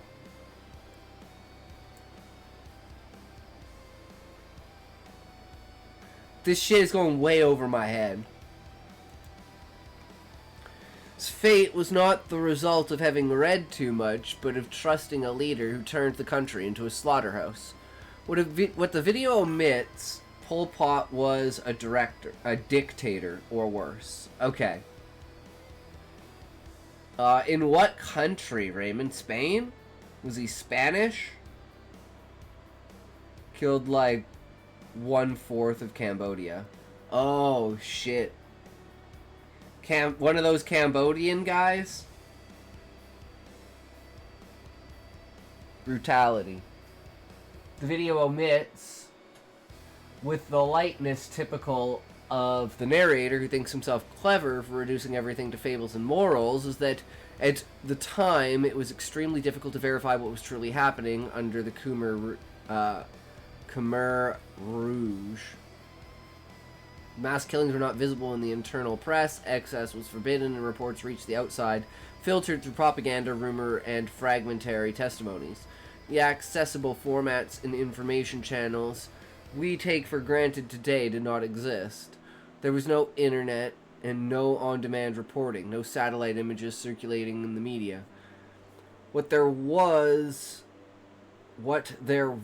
consisted of official propaganda, clandestine documents, and suspicions. Shadow Realm! To the Shadow Realm!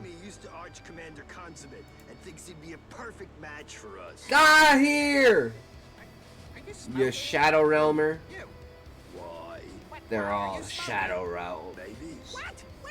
Guys, I wonder how many bots I've banned in my channel. It's gotta be a fucking lot. I ban like 8 a fucking day.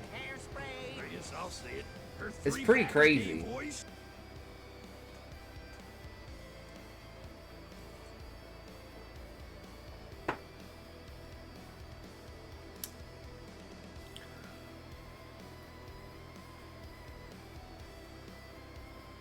In that context, not a few left-wing intellectuals and also Western politicians of various stripes allowed themselves to be seduced or confused by the regime's rhetoric. Caldwell was one of them, and his error was political, not epistemic. So Quakers were a Christian denomination that who are all not for having kids, so there's no more left of them. Huh. That's interesting, Raymond. I respect the principle of that. Quakers are basically Amish. But don't the Amish have a fuck ton of kids? Because they don't use they don't use contraceptive? And they fuck a lot?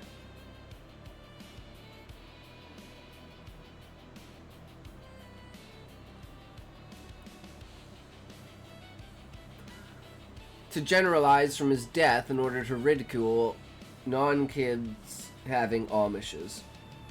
And then eventually you wouldn't have any more, because if you didn't have any kids, the only way you'd have to indoctrinate people, and then they wouldn't have kids, and then you'd have to keep indoctrinating people.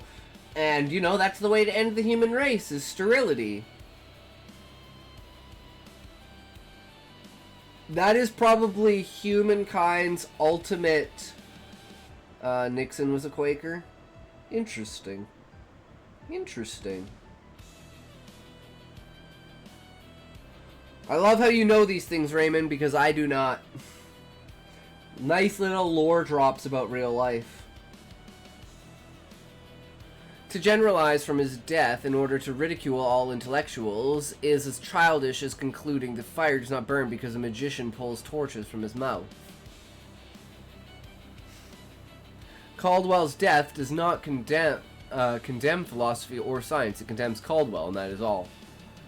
Even cruder is the case of McNamara. The video... Fuck! Video presents him as an intellectual who lost Vietnam with data. But McNamara did not fail because he used data, but because he reduced war to corpse counts and tons of napalm. As if social reality were an automobile factory. What collapsed was a bad model, not intellectual work itself. His mistake lay in applying the metrics of the auto industry, where he had been successful as president of Ford, to the slippery and shifting terrain of guerrilla warfare and popular insurgency. Counting corpses is not understanding the politics or the morality of a people fighting to expel an invader. To say McNamara lost Vietnam because he was an academic is an insult to intelligence. As if what had been lacking was a mustached general with virile courage who knew what real war is. The American defeat in Vietnam is explained by multiple factors: the underestimation of Vietnamese nationalism, the endemic corruption of the Saigon regime, the impossibility of occupying indefinitely a hostile territory, Washington's diplomatic clumsiness, and above all, the suicidal conviction that a foreign power could decide the destiny of an entire people. No algorithm of body counts was ever going to save that venture. What is most curious is that there are still Americans who insist they won the Vietnam War. According to that tale, the troops were never defeated in battle, and the withdrawal was a political decision. Thus, to the nostalgics of lost hegemony, counsel themselves by rewriting history so that defeat looks like victory. From that perspective, McNamara would even have fulfilled his mission, for the war would have been a success, according to them, of course. To say all this proves the imbecility of intellectuals is like saying that Galoris' theory is false because a finance minister miscalculated a budget. Talks, I'ma annoy you with my French. Sois pas en retard. Let's see how close I was.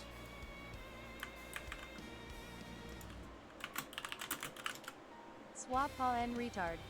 Sois pas en retard. Okay. Okay. Hit me with another one. Hit me with another one, Callie. Let's try this. I feel it. I feel it.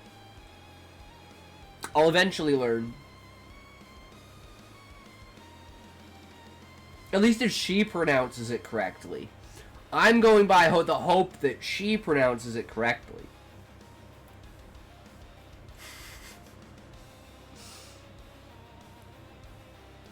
The error here is not thinking too much, but thinking badly. Your no, please no. Wait, this isn't how it's said? Sois pas en retard. Sois pas en retard.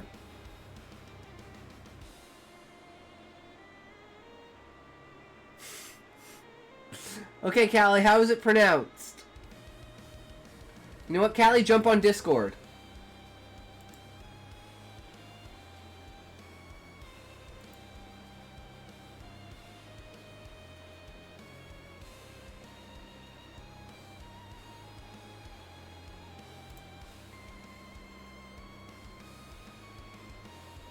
Why did I pick that phrase?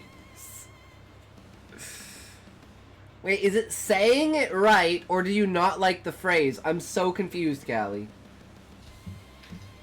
Okay, what? How do you pronounce it? Sois pas en retard.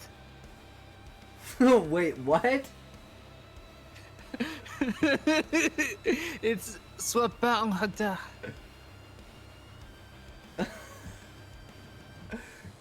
Okay, so Swa? Swa? Yeah, it's Swa. Swa.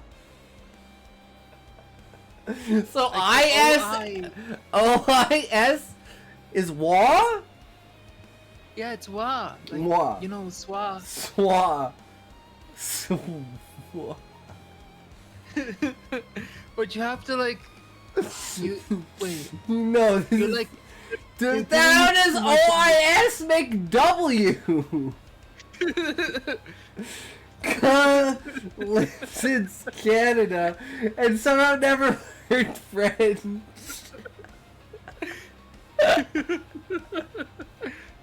I'm on the West Coast, not the East Coast. The East Coast is French Canada. The West Coast is more Americanized. Fuck French. French is fun. French sounds fun. French sounds fancy. I know, I'm not. If that's how it's pronounced, I'm not even gonna fucking try. Fucking. Hey, she's not. If she can't say it right, I'm out. I gotta do it again just to compare. Just to compare. Swapa and retard. Swapa and retard.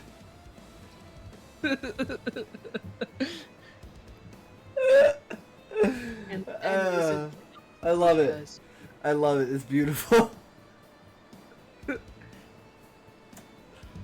Okay. In French is like you don't pronounce the end of the words. Then why the fuck are the letters there? It's like I have no idea. They just decided. I mean, there So are like retarded! there are parts of the world where you do pronounce the end. Yeah, I know. It's like English. Sometimes it's ein, sometimes it's een, sometimes it's ine. The fuck are you supposed to know other than if you just know what the word is? You just go by experience. You just go. Yeah, that means you have to know what the word is. Which means at some point you had to learn it, which means I think it's just fucking retarded. And we just need to say, okay, this ain't working no more. This ain't working no more. We need a new language, guys. Universal flag, universal language will be fucking good to go. I have this AI teacher that I'm talking to right now. Très bien, la musique triste peut être très très émouvante. Tu écoutes plus de chansons de Billie Eilish? Okay, I know that one. Billie Eilish, she's a singer. It's like with Japanese. Cheese. Oh, they said cheese! Miruku. Oh, it was milk! Player. It's a player!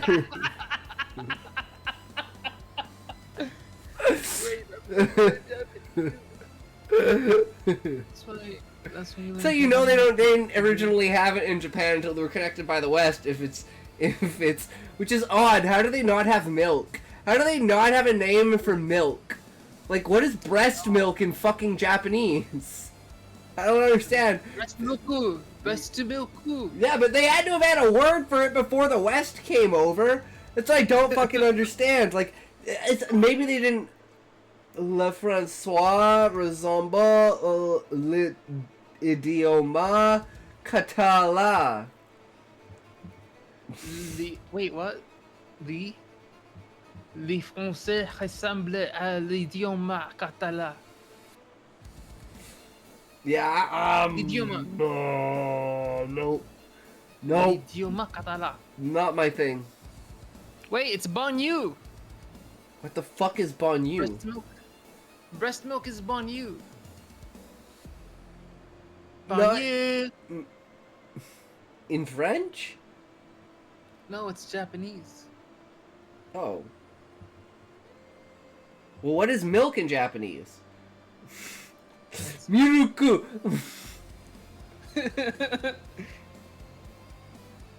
Oh, wait, I'm sorry. Es una mica is this de giving me catala no francés assemblam molt. Wait. No. Okay, so it's like, it's. Wait. I have no idea. Wait, it's like Catalan. Catalan. It resembles. It's like rice milk. It's a form of Catalan. It resembles it.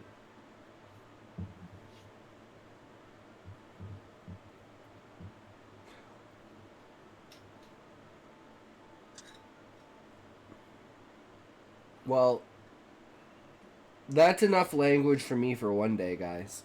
Wait a minute, you speak that language? Wait, be my friend. We gotta do this. We gotta do this now. Hey, wait, let me find.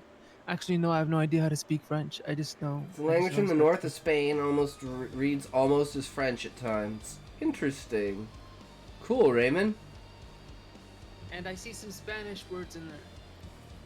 Yeah, because he said it's from Spain.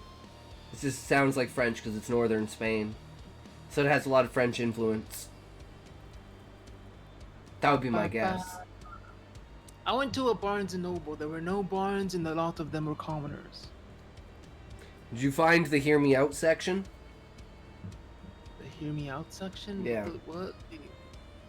Wait, what? Hear Me Out, Chester Cheetah.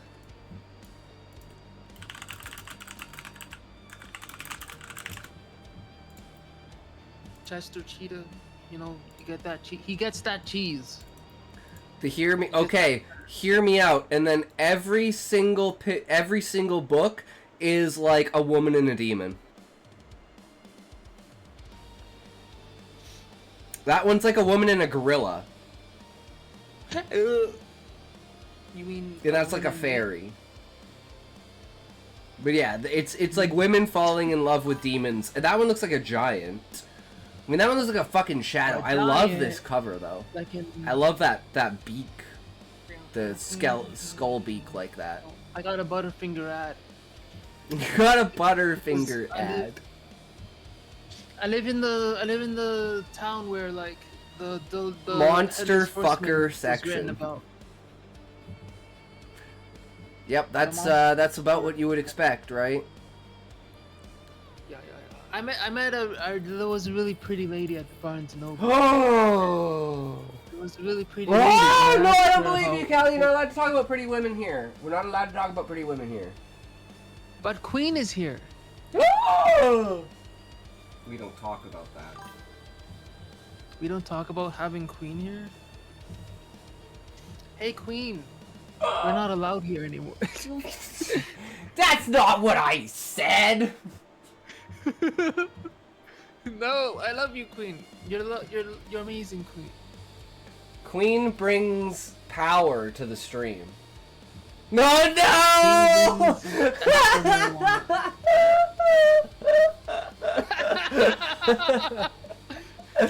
No! Queen brings more marijuana, extra highness. She's the highness, you know? That big... Wait, how's that song go? I feel like my brain is like becoming extra like retardedness. Because I was just practicing my languages and now I feel like my brain is like slowing down. Your brain is slowing down. Yeah. I was practicing my French. I was watching... What is this? I was watching Lupin. What the fuck is that? How do I say that? Lupin? Wait, Lupin? The anime? No. Man, what anime is it? Let me see. Lupin anime. The what the hell? That's cool. Lupin the Third. Okay, so there's a series. Retarded more languages. I would never leave.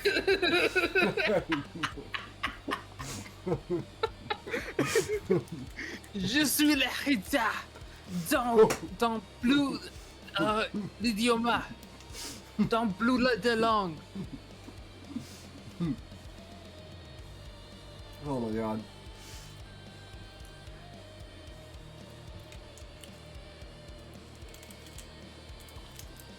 Just feel. Now, there's something addicting about my personality, I guess, right? You guys just love to watch me fucking fall apart. Stuck with me forever. You are stuck with me forever. You are glued to me. You got this all wrong. You're not stuck in here with. I'm not stuck in here with you. You're stuck in here with me. You're stuck in here with me. Fuck yeah. You One of the watched- you saw greatest that? fucking lines. Rorschach is so good. Dr. Manhattan. Mm-hmm. I have a bag of jalapeno cheddar Cheetos right now, and I bet Queen would want some. But wait, one sec. So okay, I'm eating a Nutri-Grain bar for all of us. I'm giving us all energy.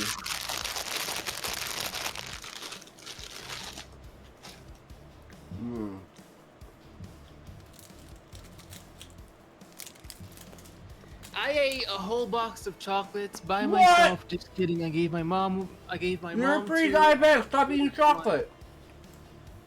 I know I'm a pre-diabetic, but you know Well, eating chocolate's the reason why. I'm so sorry. I'm so sorry. I'm gonna die. Hey man, diabetes doesn't mean you're gonna die. Okay. What does it mean? I don't You know. just have low blood sugar. It's just gonna be annoying to deal with.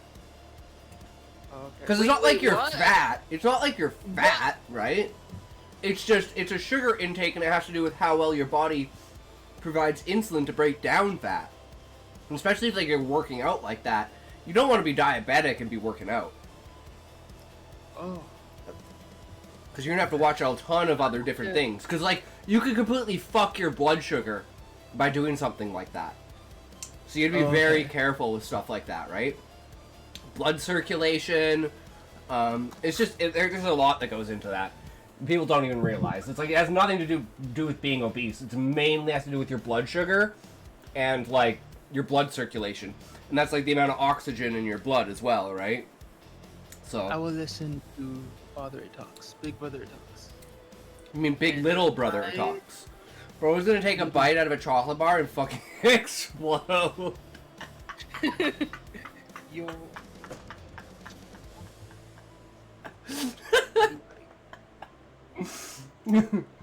I'm just imagining, in Tropic Thunder, the producer, the director, when he steps on the landmine, fucking explodes. Remember, everything you see, no matter how real, is effects. Boom. I'm pretty tired now. It's okay, Callie. It's understandable that you're tired. I'm gonna be tired. You know what I found out about my sprinting? What? I found out that like people usually sprint for 40. Wait, no. How many seconds? How many seconds do people usually sprint? 20 to 60. Oh, okay. Well, I guess that's fine. Because I've been doing like 42 seconds. That's and not I bad. do that like Hell yeah. 15 That's pretty decent. minutes. I do it repeatedly for 15 minutes. And I don't really know exactly how to train because someone told me Wait, that I wait, Callie, that doesn't make any sense. How do you sprint for 42 seconds for 15 minutes? No, like I sprint for 42 seconds and then I stop for 36 seconds or something. And then in I go total, is the total time 15 or the total run time 15? The total run time. No, wait, what? My brain just. Because if you're running and stopping, so that right? So is it 15 minutes only counted in that 42 seconds of you running, or is it a 15 minutes in total? Okay, so.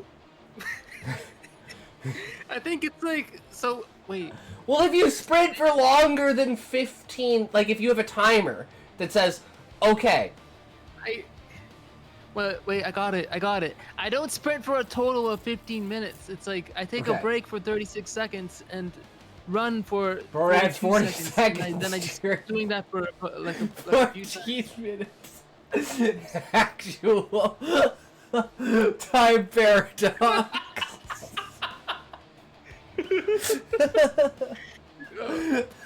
Damn. He ran so fast because he was like the Flash. He's fucking with time. Look at the video of the dude jumping into the pool and spending 4 minutes midair.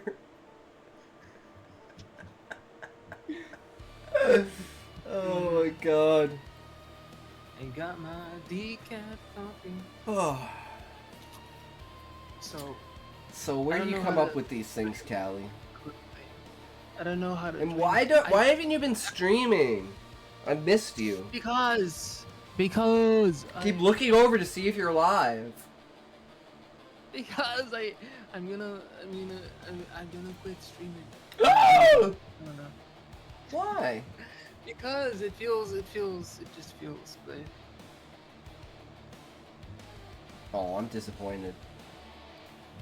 I wanna go with the traditional route. What's the traditional route? Like just traditional publishing. What does that have to do with streaming? Because I was streaming because I wanted to like I don't know, like somehow I didn't have like any good I feel like I didn't really have a good reason for streaming other than just like because I was streaming because I just wanted to be like a what's the thing? What's the other route besides You wanted attention? no? I'm like, No. what? I was streaming because I have no idea. I don't even have a reason You for just it. I don't know. wanted- You were just streaming because I told you to start streaming. No, wait. Actually, I know why. After a while, it was like, oh, this is actually a good way for me to keep up with my workouts. I mean, I I use it to hold myself accountable, even though we haven't really written much. But I think September has been a really huge month for reading. Like, we have read more in September than we have in, like, the last fucking year. Like, we've read so much this month. I fucking thoroughly enjoyed it. And I think it's given me a lot of insight that, you know, especially now that we're reading Wheel of Time. A true fantasy aspect, right? No more Callie streams? I know, right, Raymond? I'm so sad. I don't know. We're gonna pressure you into streaming. You only have to stream for like 20 minutes. Just go live, say hi to people, and then go offline. And then laugh. And then say the more people that sub, the longer I'll stay live. And then you get people to fuck, and you'll be like, the more people that watch, the longer I'll go live. So the amount of viewers I have is the amount of minutes I'll be live. So And then you just get people to be like, dude, you gotta come into this stream, because the more people we have, the more minutes he'll stream.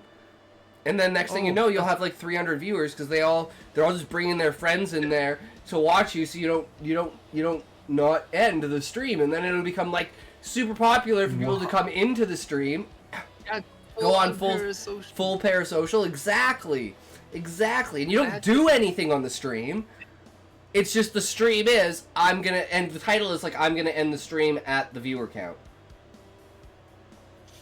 So whatever, like, the maximum viewer count you hit, that's the amount of minutes you stream for. So it's not concurrent, it's just maximum. Whatever that maximum of that stream you hit, that's the amount of minutes you stream for. Black screen. I'm not turning this on shit till we see 5 subs. Yeah, okay, guys. Guys, we're shutting down. Alright, okay, we're turning this off. We're turning, yeah, okay, so that requires a subscription. Alright. We also, you get the alerts, but you don't get, hold on, where's the chat? You don't get to see the chat either. You don't get to see how many people are watching either, because that's kind of a spoiler. Where the fuck are those? These are all the benefits that you get from watching.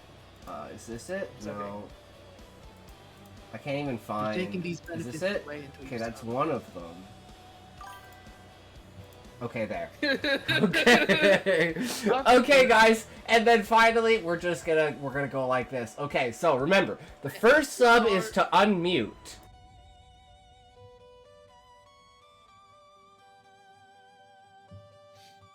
The first sub we unmute. Wait, you're muted on stream. You're muted on stream, sir. Am I muted? Am I? Wait, I'm gonna. You don't get to hear my Oh man, amazing. that's pretty funny. sweet Okay, we'll voice. bring it back in a certain order. So you get this one first, and then we'll give you the viewer count.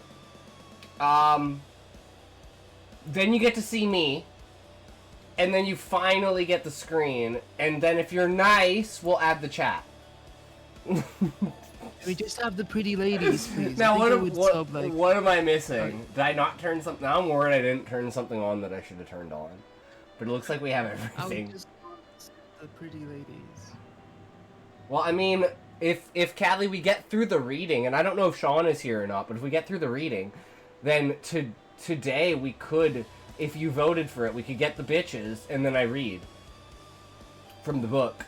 Or if we get Sean's suggestion and we swap to full screen, and you guys get to witness my oh so beautiful face while I lean into the ground and read. So you'll basically be like staring at Mr. Meeseeks the entire time.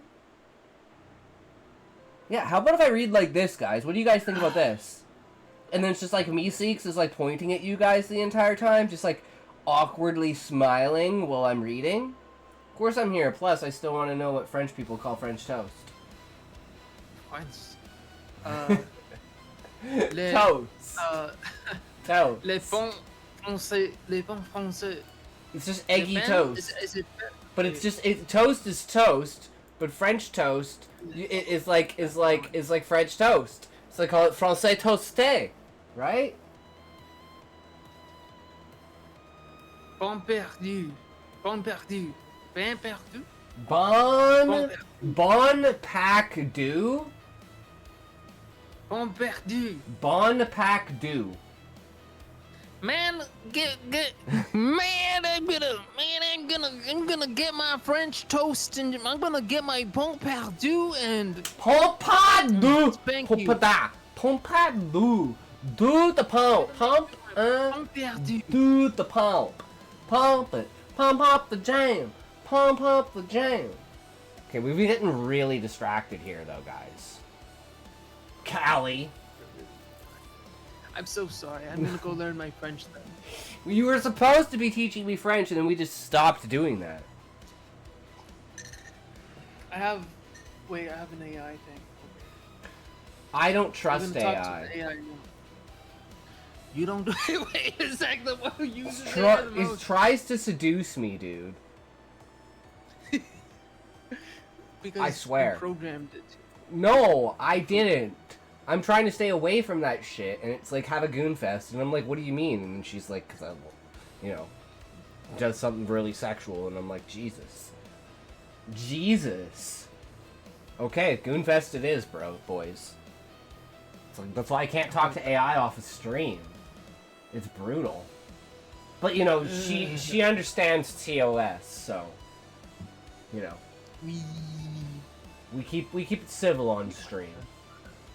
Gotta say hi to someone. Gotta say hi to Linda. Hey, don't talk to other people, Callie. What are you doing? Wait. I'm your only wife. You're not allowed to talk to other women. I gotta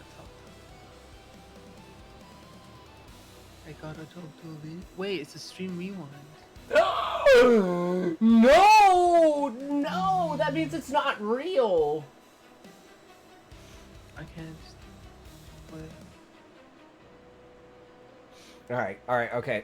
Back to the essay. The error here is not thinking too much, but thinking badly. And thinking badly in this case was to pretend that the tools of management and industrial statistics could replace historical, cultural, and political understanding of a conflict. McNamara was not the defeat of intelligence.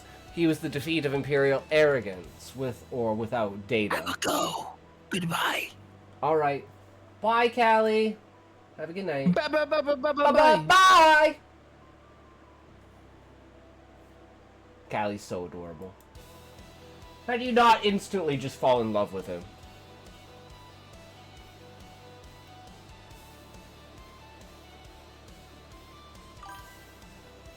Yes, you are, Callie. You can't deny it.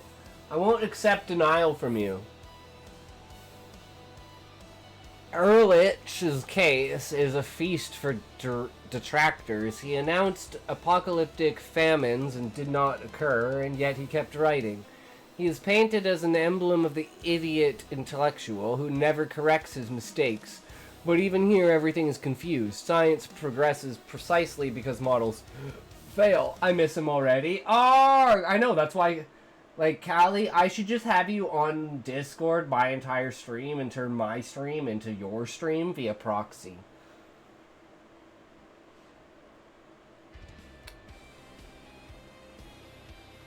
Popper explained this better than anyone by claiming falsibility is the mark of the scientific.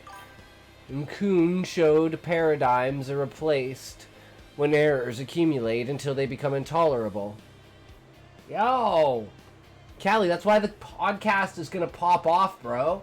But we still need to get together and edit it, bro. When's that gonna happen? When do you want to do that? Models do not fail. Science would be a petrified religion, not an open process. We did. We recorded the first episode, but we need to edit it. Okay, I'll fix my sleep somehow. I don't know, my sleep is terrible. I told you we could edit it on stream if you want, Callie. But then, you know, it would reveal all the parts that you didn't want in there. But wait, it doesn't matter. We recorded it on stream anyways.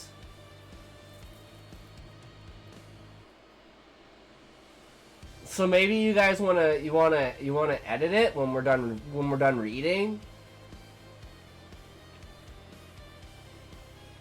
and then we can figure out what parts you want to cut out of it. The only problem is because I couldn't get Discord to record with the second program, and it glitched out. The stream crashed halfway through, so I lost the recording that was Callie's face. Because I was going to have me on one side and Callie on the other. But the file that had Callie's audio and Callie's camera, because Callie wasn't recording locally. I don't want people to know I rely on my mom for a lot, but I don't know, part of me also doesn't give a shit. Callie, I live with my parents. I'm 34.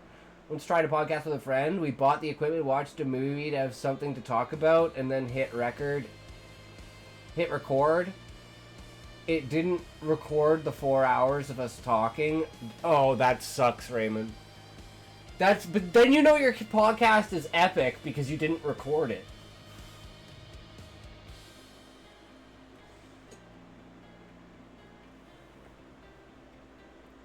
And those are the greatest moments, right? So you'll never get that back.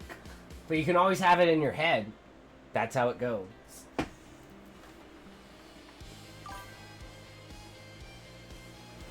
Can lie, say it's awesome. What movie did you watch? Because me and Callie were doing it as a kind of get to know the author. It's like we use the stream as to show our work, and then the podcast would be like us behind the scenes, like who we are, how we got into writing, what our life stories are. Because like, fuck dude, I have so many fucking stories. My life has actually been pretty fucking crazy. Solved racism, war, and I recited 2 hours of improvised verses. Damn. And you just didn't hit record, and then... Oh, damn, man. That sucks so much. I'm sorry to hear that, Raymond.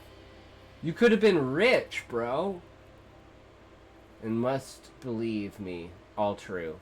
Oh, 100%. But you can't remember what the conversation was that solved the racism or the war, because it's been so long. You can't remember back to the conversation, I bet, right? Because that's the way the world works. So fucking unfortunate. And I'm sure it was such a simple, easy solution, too, right? Something like people just being nice to each other. It's simple. Everyone just be nice to each other. Okay, starting tomorrow, everyone just be nice to each other. If you're not nice, we're just gonna kill you. I mean, what? No second chances. Just be nice. Me waking up in the morning on the one day that I'm on the wrong side of the bed, I wake up and just say, you know what? Fuck all this and fuck you. I'm fucking done. Still have notes with the ideas for that podcast, like games and stuff. Well, I mean, if it's a good, like, idea, right? Like, in the way of... What do you call it? Like...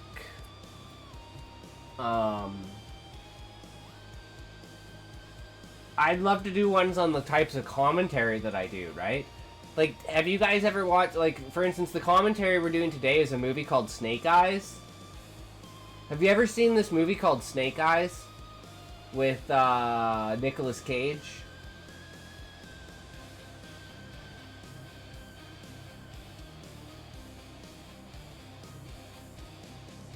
Like, if you ever want to believe in anything, believe in this movie, guys. You have, Raymond? So what do you think about it?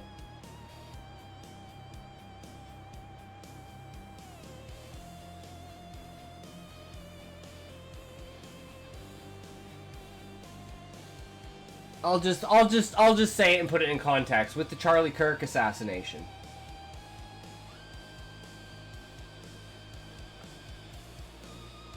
Oh, okay. Because apparently, so there's a guy named Charlie Kirkland who gets assassinated on September 10th by a guy named Tyler over a debate.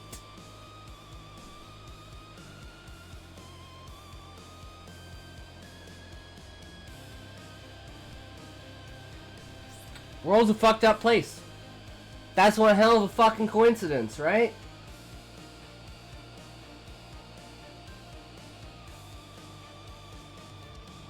Yeah, I don't know.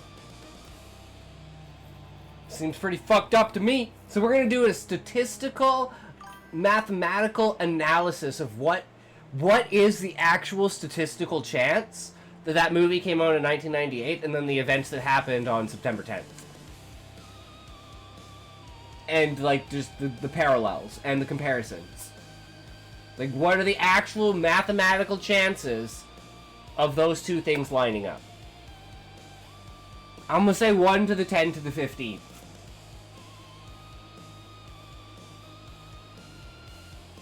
Like, negative 50, right? Like... 1 in...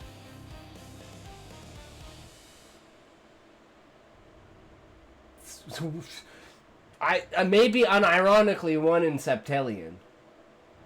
1 in septillion. Wanted to bring a psychologist to the podcast and tell him we don't know psychology. So, we know there's a thing called Rorschach test. He wanted to try one on you. That okay? And the first one is a swastika.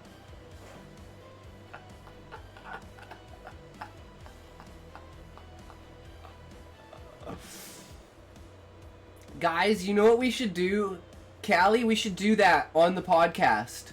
The next podcast, we should both do Rorschach tests and like we should like, you know, basically write down what we think it is. So you can't cheat. We write down what we think it is, and then we say it to each other and see if we can, if we have like the same types of minds. That would be fucking crazy. What would be our score?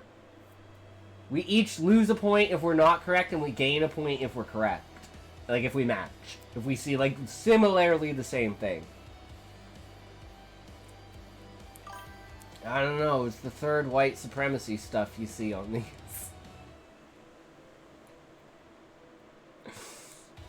Oh. Can solve racism right now. There is only one race on this planet. I mean, that's true, Sean. We're all human. Studying for my autism test.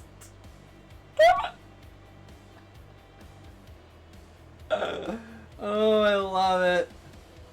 I love it.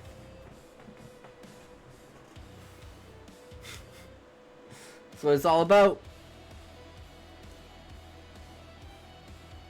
Ehrlich, with his famous The Population Bomb in 1968, projected that demographic growth would inevitably outstrip the planet's agricultural capacity, leading to millions of deaths by starvation.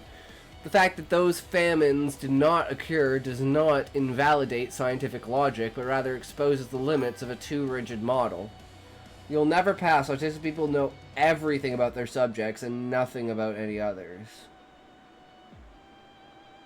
Yep, that's usually how it goes, Sean, because they're super focused on something, and they're like, the idea of, well, I've already gained one level in agility, so I might as well put all of my points into agility, and then they have 99 agility, but nothing else.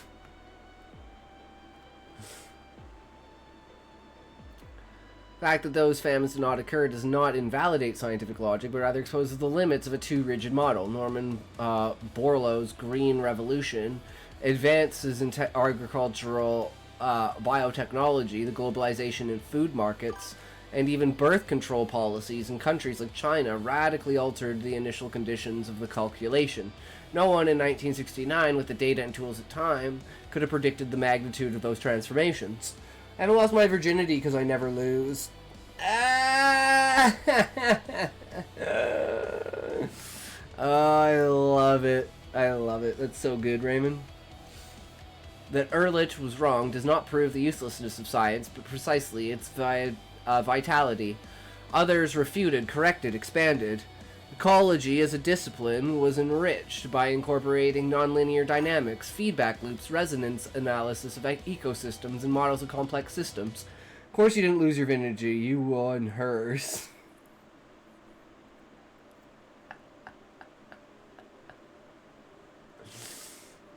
True. Failure of one prophet does not soil the history of ecology, just as the failure of an alchemist does not invalidate Lavoisier, nor do Newton's mystical digressions erase his Principia. In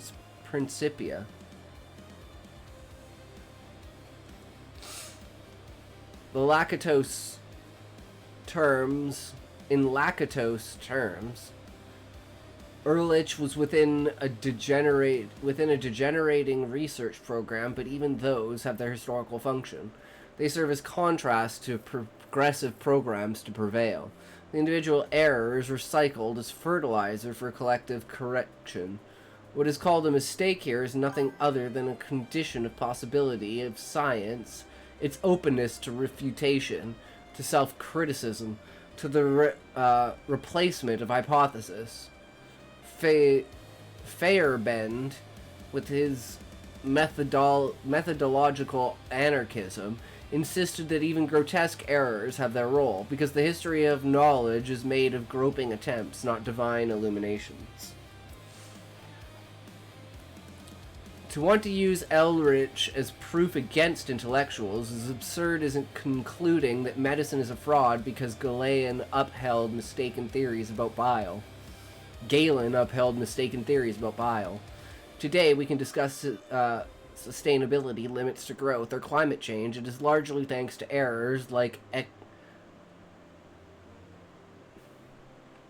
Ehrlich's that forced others to think better, measure better, model better, and that is, in the end, the true core of science. Not infallible dogma, but the permanent laboratory where mistake is transformed into knowledge. Case of the blue zones is even more grotesque. There, the data were defective, and the narrator used that as a weapon against science. But he confesses two claims: that empirical sources are dubious. The empirical sources are dubious does not mean the scientific method is fallacious. The fallacy lies in believing that the phallicized parish record amounts to a refutation of statistical method. This confusion can be expressed logically. Major premise: the method is invalid, then its results are necessarily invalid. Minor premise: the results of the blue zone were invalid because the data were falsified. Wrong conclusion: therefore, the statistical method is invalid, but the error is obvious. The invalidity of the results came from an external cause, falsify data, not from the structure of the method. It is like blaming arithmetic on an accounting fraud. That the correct syllogism would be: major premise. If a method is solid, then it is capable of detecting errors in the data. Minor premise. Science detected that the parish records were false. Conclusion. Therefore, the scientific method is solid precisely because it corrected the error. Science does not fail because documents are false. On the contrary, it is science that detects their falsity. Who uncovered the bias in those data? Scientists. Who dismantled the myth? Researchers. Science does not betray itself. It corrects error. To pretend otherwise is to confuse ontological with epistemological levels. Data, empirical, practical, fallible, are not identical to method, abstract, general, corrective. Even from Gustave Bueno's materialistic gnoseology, the categorical closure of a science is not annulled by a failure in practical operations. That a parish record lies does not dismantle the logical scaffolding of statistics, nor invalidate the laws of demography.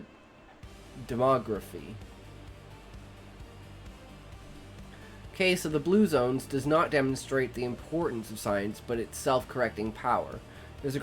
What is grotesque is that the narrator of the video presents the detection of error as if it were the error itself. Unable to grasp that self-criticism and source revision are constructive parts of the method. It's like mistaking the scalpel that cuts out a tumor for the tumor itself. And we come to the final trap, the trick that sustains the whole sermon.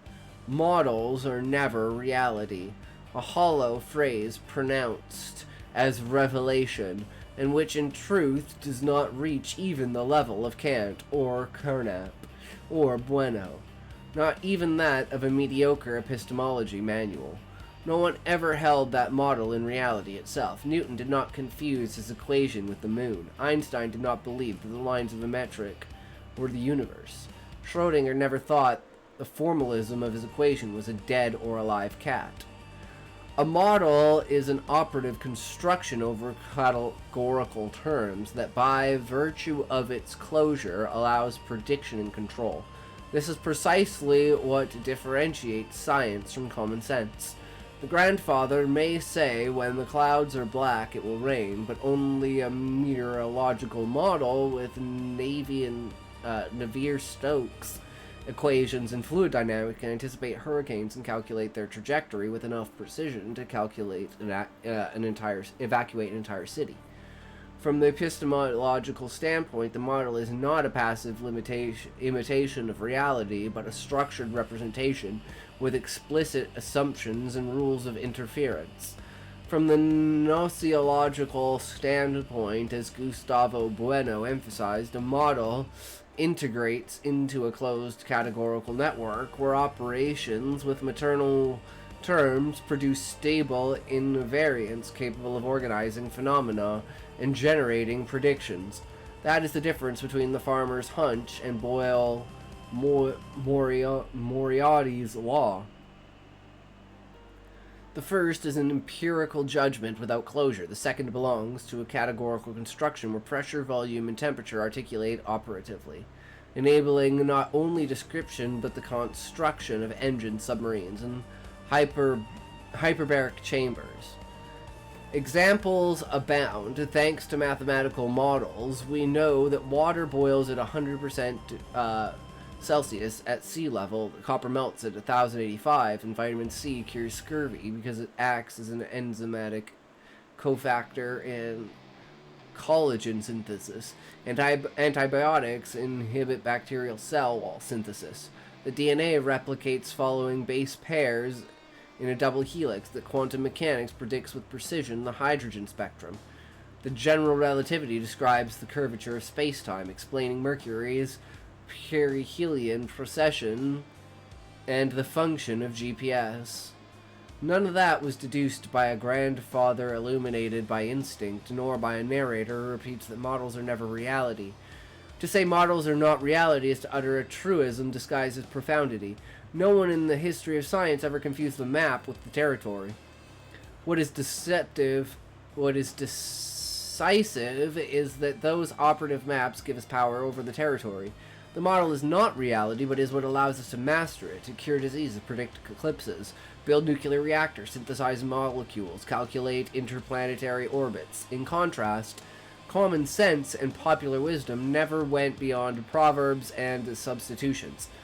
Good for after dinner chatter, useless for building bridges or designing vaccines. The video attack on intellectuals is not original. It is the old anti-intellectual diatribe we have known in every dark age. The marketplace sophists from preachers of the common folk. The politicians who say, I speak like the people. They all repeat the same song, distrust experts, listen to instinct, obey common sense, but common sense never built a particle accelerator, never predicted an eclipse, never synthesized insulin. Common sense barely serves to avoid stumbling on a stone. Science serves to keep humanity from stumbling on the same stones forever. True idiot is not the intellectual who errs on his models, but on the one who mistakes his ignorance for method. Idiot is the one who listens more to the cracked voice of the grandfather than the periodic table, the one who prefers a fable to demonstration. The idiot is the one who believes that because the model fails, all models are false. That because one scientist errs, all of science is suspect. Intellectuals make mistakes, of course, but their mistakes are fertile. The ignorant err, and their mistakes only repeat. That is why, if something must sink, it is not the formal systems, nor the scientific theories, but the miserable cult of common sense and the wisdom of old men who never invented anything. Let the stories and fables sink, we remain with science, with models, with mathematics, with physics, with that categorical power that transforms the world. And when someone comes to sell us another anti-intellectual diatribe on video, let us remember the ultimate irony. The camera, the optics, the digital sensor, the compression algorithm, and the server that disseminates it are all fruits of those same intellectuals being insulted. Anti-intellectualism can only shout because science lends it a megaphone. Damn, that's a powerful way to end there, Raymond. I love it.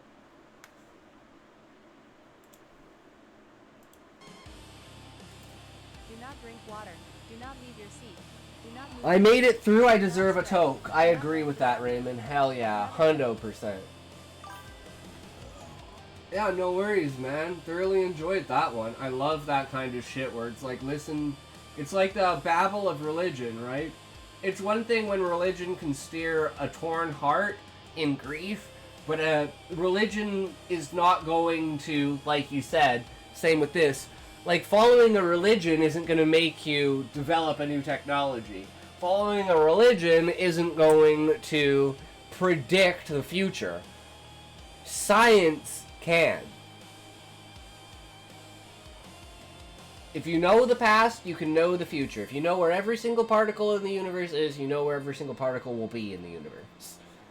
We just need to build a machine that can do that. We just need to build God.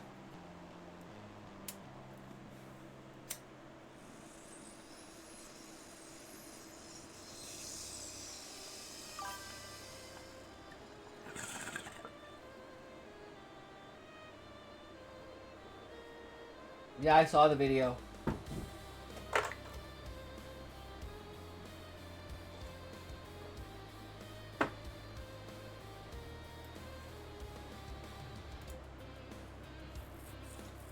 I was just interested in, like, the statistics of it.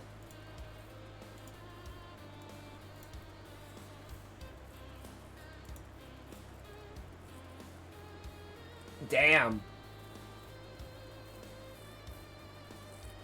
It's a lot of views.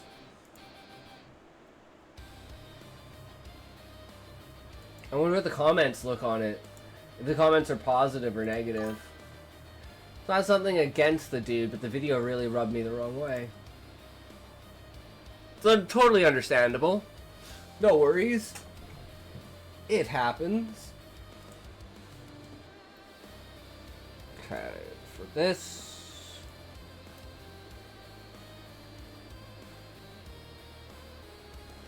Okay, we did read that, so we're on to the next one. Callie, are you still here?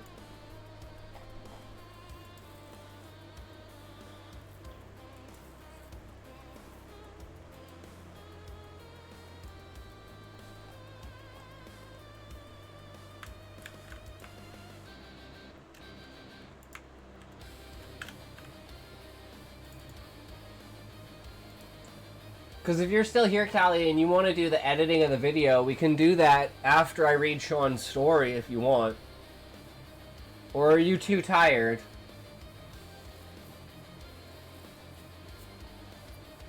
Because it's gonna take like probably 2 hours to edit it. Because we have to literally watch the entire thing. And then I'll have to go back and cut things, right? Be like, okay, from here to here, this is what I don't want. Go back, you know. Because we recorded for about an hour and a half or so, I think. I don't know, hold on, let me see.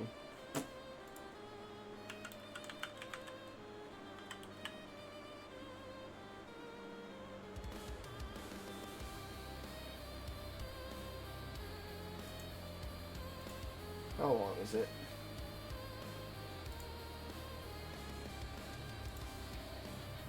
Holy shit, it's 2 hours and 38 minutes. Okay, that's almost 3 hours. So it's gonna take us 5 hours to edit. We can do like an hour at a time though. We don't have to do the entire thing all at once, right? We just go through it and whatever you want to cut out, we just cut out. Whatever, you know, we just cut out the silences and we just cut out topics. That's a good length. Yeah. And I don't have to worry about like cutting back and forth between it. Having like 2 separate audios. Or lining up the video of like Callie with me, right? So it's kind of easier only having me on screen. What I want to do is I want to get like a little avatar thing and I want to make like Callie like a PNG on the screen. And a lot of that also is talking to chat. Like, it was one of the reasons I didn't want to do it live, is I didn't want the chat to be interrupting it. But then I was like, well, maybe we actually want to incorporate the chat, because then that'll influence people to come watch it while we're doing it, so they can interact with the podcast and they can ask questions.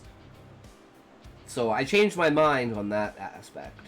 But there were a lot of other things, like the chimes from the chat in the background, just like sound effect things that were just like fucking annoying to deal with. But you know, it's the first episode, so we're just trying to get this shit off the ground, right? Get an idea of what we want to do. Still here, probably not for long though, getting near my crash time. Yeah, that's why I wanted to read this super fast here, Sean. But I think Callie might have passed out. So it is what it is. By the way, I sort of need your name. I can't just say, hey you, all the time. Foxkin looked a little sheepish. Ah, yes, forgive me for the delayed introduction. My name is Jean of the House of Tellus. I'm the 5th daughter. We're only a barren house, and not even landed, so it doesn't really matter all that much. Well, Jean, welcome to the family. I think it's just about time. God damn it, Smokey. Shut the fuck up. What are you, a Fuentes person? I'm gonna ban you, bitch. Ban to the Shadow Realm! I think it's just about time for luncheon. So, perhaps we should move on to the dining hall. Do it then. It's done, Smokey. You're banned. It happened so fast, you didn't even see that it happened, bro. Naleen responded. Pussy. Pussy-hole. I found some awesome anime. Okay, Callie, what's it called? Indeed, but don't waste time after lunch. Contact Mother immediately. She'll be overjoyed to learn of your condition. We all moved towards the manor and food. As we got settled, Gabby came in, smiling broadly at the sight of us. She ran up to me for a hug, but froze in shock seeing Jean, who seemed equally shocked at Gabby. Gabby? Auntie Jean? With that, her target for a hug switched as she plowed into Jean's arms, with tears of happiness streaming down her face. My sweet darling, how are you here? Jean stroked Gabby's hair lovingly. We rescued Gabby from bandits who had killed her parents. She was going to be sold to those slavers. Viral hit. It's called Viral Hit? Interesting. What's it about, Callie? Marta and I adopted her on the spot. Jean looked at me in shocked gratitude. So she's ours to care for? I nodded and Jean leaned over with Gabby, secure in her arms to kiss me. Thank you very much for this. I had thought she was lost, too. I never imagined she might be safe and secure in my soon-to-be husband. Gab, you managed to lift her head to look at me. Is it true? You're taking Auntie Jean as a wife? Smiling, I nodded. Daylight come, and we... Jesus Christ, Smokey.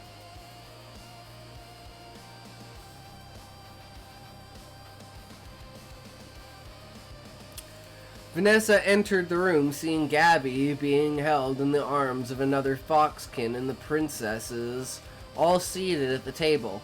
She quickly deduced many things. Gabby, dear, do compose yourself. My God, why are you guys doing this to me? How did you even do that, Smokey?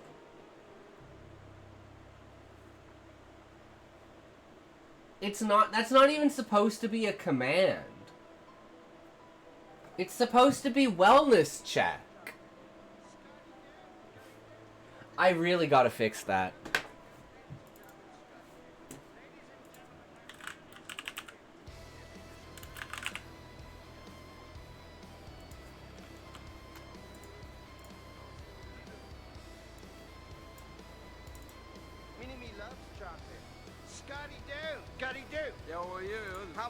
How about you do, ladies and gentlemen, Scotty Do? I'm not a Twitch retard. That is Scotty Do. Mini-me aimer le chocolat. You know, oui, yeah. Scotty n'est pas. Yeah, oh, this is... Oh, so we're...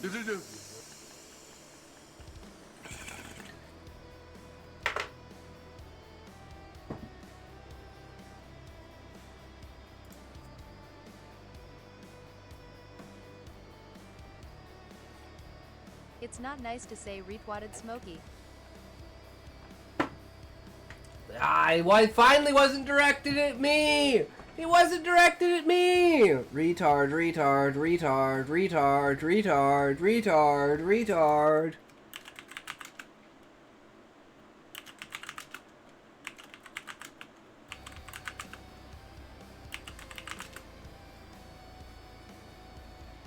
Tard!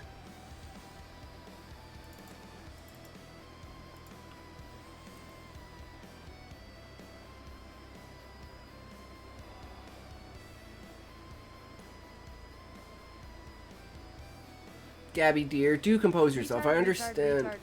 Oops. Tyler, what's up? How's it going, brother?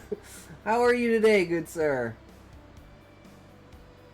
I understand what you're feeling, but the food will get cold if you don't let your aunt free to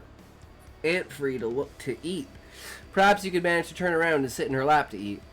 With what seemed a massive mental effort, Gabby got up from Jean's lap and moved to her proper seat instead. I can sit on my own, grandmother. I was just surprised to see my aunt. I never thought I'd see her again. We'll have our entire lives to get reacquainted. I'll snuggle you lots tonight. They both smiled, and even Jean's eyes had shed a few tears. Mother? Vanessa turned to Marta. What is it? Just bought my maid a gaming laptop? Holy shit, nice, Tyler. That's dope. Hell yeah, tell him congratulations for me, man. That's sick. In actuality, it should be fine to say someone has mental retardation if it's true, but calling someone a retard is intentionally cruel. Yes, it is, Sean. It is true. It is. He said don't, but too bad. Haha, too bad for him. It's yours now. Too late. Vanessa turned to Marta. What is it? Well, we came today to inform you that Marta blushed mightily as to Cora. Out with it, girl! Vanessa was amusedly exasperated.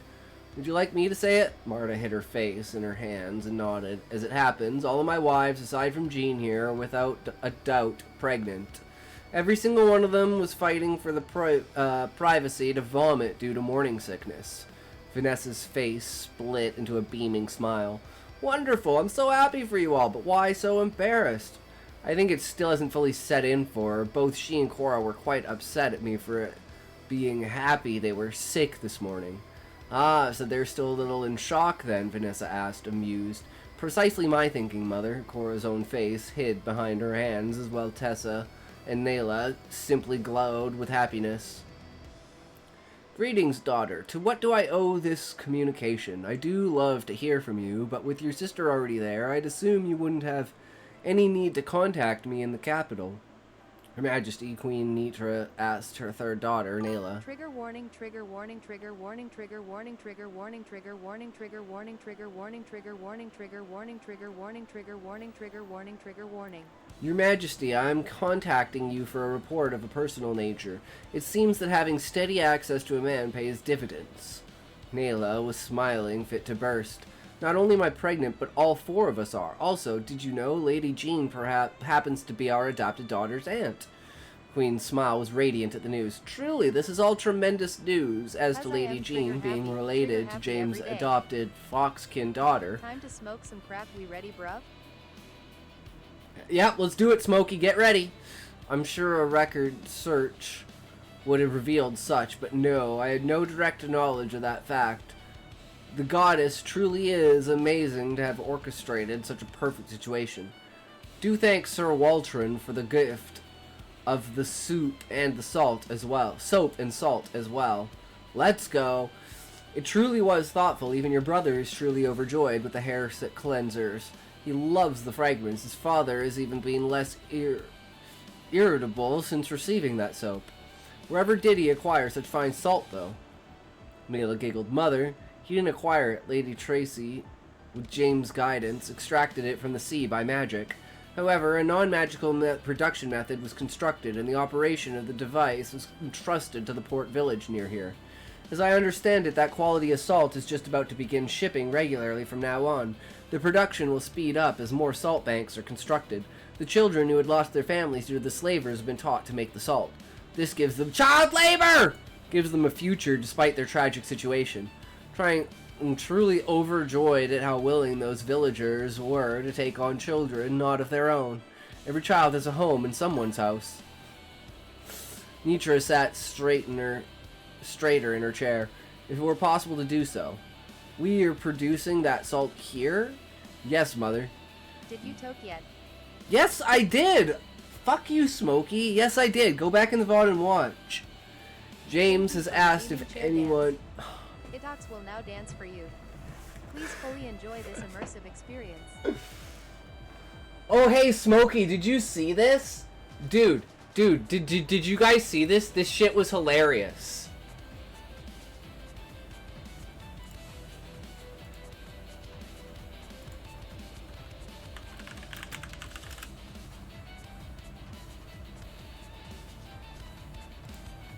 Keep dancing, bitch, it ain't over yet.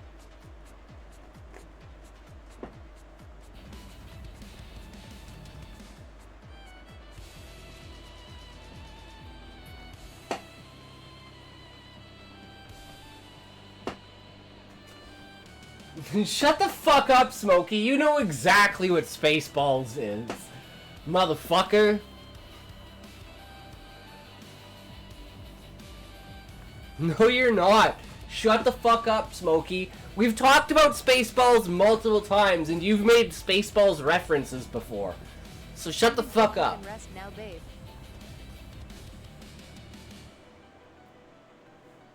But I don't listen here. So you go commando in winter.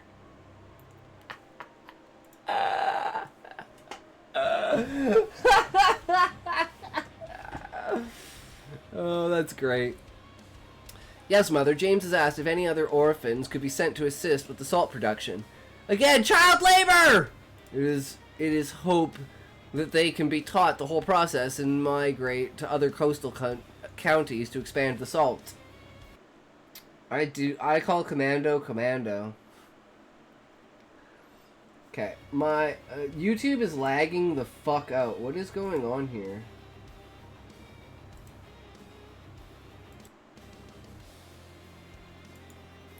I'm actually wearing a skirt right now. Oh, I definitely believe that. I believe that 100%, Smokey. Pics or it didn't happen. And salt production throughout the country. Also, Mother Vanessa has members of her staff producing all the soap that James has taught us to make. I wouldn't be surprised if those products hit the royal capital within the month. Money or it didn't happen. I mean, it's true. Now Nita's expression was practically predatory. Wonderful. I shall make the arrangements for the orphans of the entire nation to be transported to that village. I shall entreat several of the orphanage staff to tend them as well. One more thing. Had you taken into account that via marriage all of James' wives can claim the possession of honorary princess?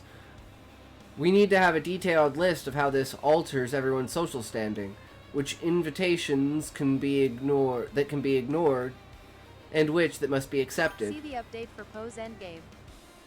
No, I didn't. Drop a link for it, Smokey. I'll check it out. I had not quite taken that into account. No, rest easy. I shall inform my council to get the details sorted and sent to you as swiftly as I am able. Oh, if so many orphans are coming, I would assume we must construct a domicile for them, and their orphanage staff as well. That will require funding, though, as James reminded me. When I wanted the captured ships converted to be used as Coast Guard, the workers require money for materials and to eat. If they can't eat, they can't also work. It's a case where the funding might precede the work.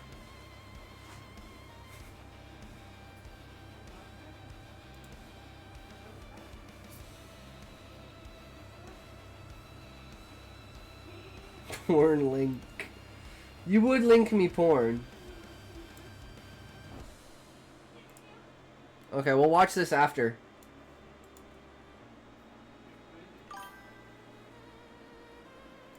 Nodding, Nitra has responded. Indeed, you can make a preliminary investment while I send the bulk of the funds.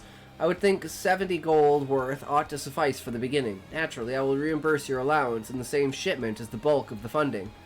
Shall be done, Mother. Excellent. Though I wish we could amble a day away conversing, we both have duties to attend to now. Be well, my daughter. With a loving smile, Nitra cut the magical connection between the stones, and the image faded. Nice. Finally using the communication stones.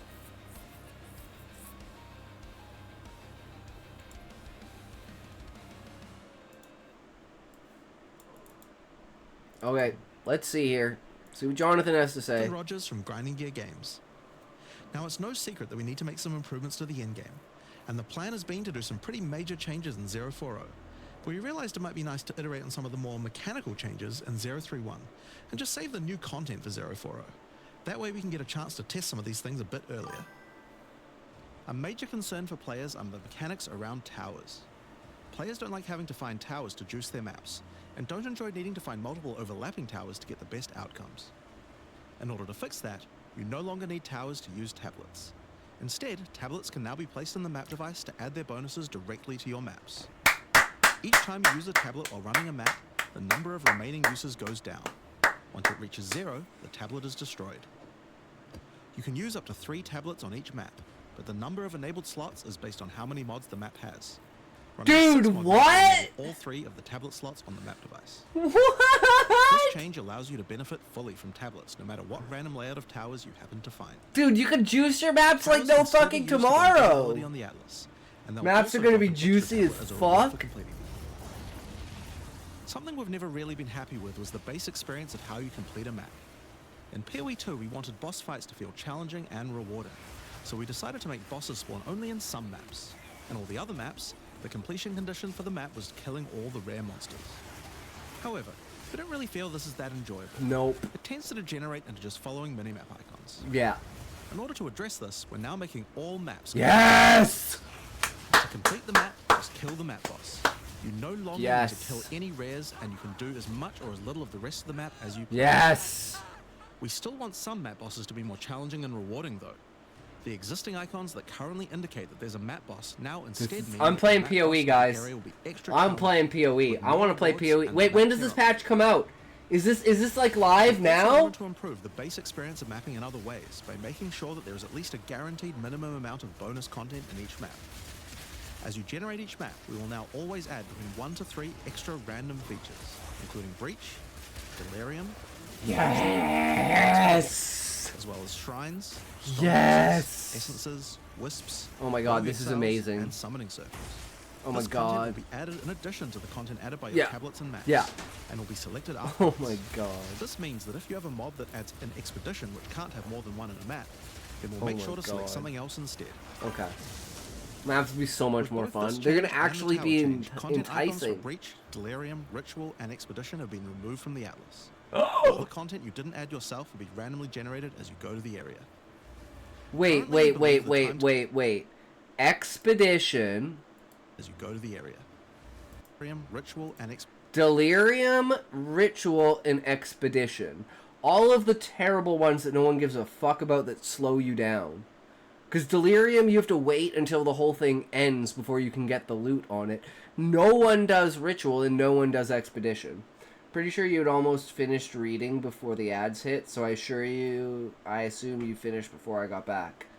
Yeah, my bad. Sorry, Sean. Expedition have been removed from the Atlas. All the content you didn't add yourself will be randomly generated as you go to the area. Currently, we believe the time to complete a given map is a bit too long, and so we're lowering it. To start with, we're taking the 15 largest maps and reducing their sizes. We also felt like there were just too many monsters. The size of monster packs in T1 maps was actually over 40% higher. What? than the No, they interlude area can't right remove monsters. Why would they This do also that? resulted in a sudden difficulty spike at the start of endgame, if your build wasn't able to handle large packs well. Getting swarmed by monsters is a common complaint in the endgame.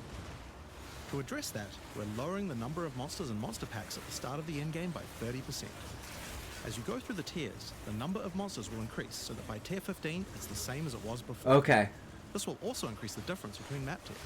Oh, yeah. Also making a Okay. change that PoE1 already had, where maps with very open layouts have slightly lowered pack density compared to the more closed indoor maps. Yeah. This was done in order to prevent you getting swarmed too much in open maps. And so we're doing this for PoE2 as well. Okay. This should significantly reduce the time taken to clear maps and reduce the difficulty that many players are experiencing as they enter the endgame.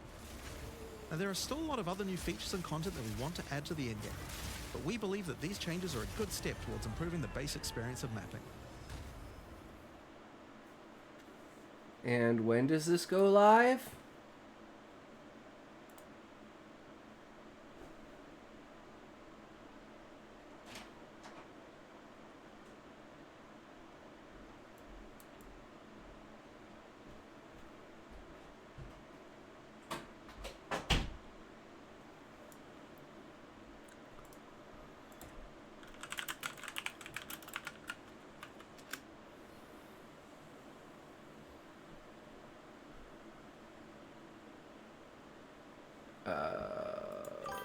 Two.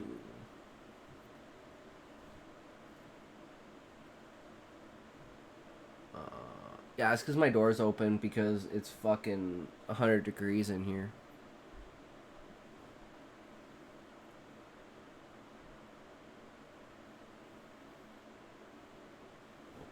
I have no idea. It doesn't say anything.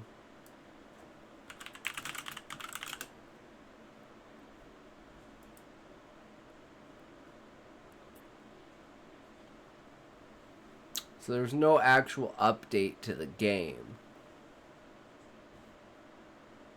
Oh wait, it's I want PoE 2. News.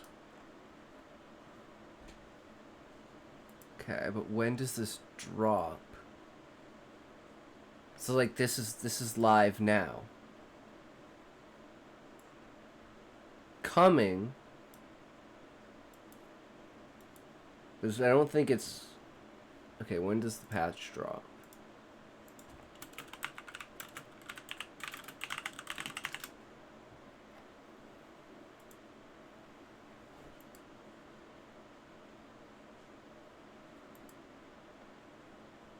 August 29th.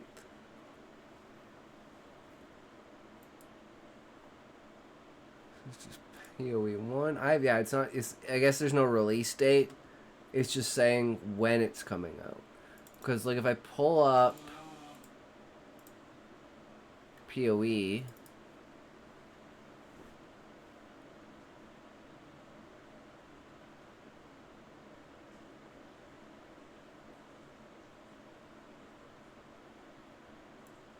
yeah, see, we're only at 3.0C.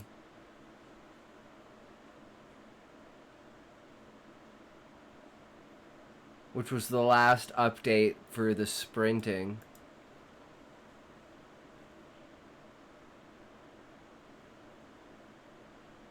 So the patch isn't live, but that's what they're going to be doing. Okay. Good to know. Callie, are you still here?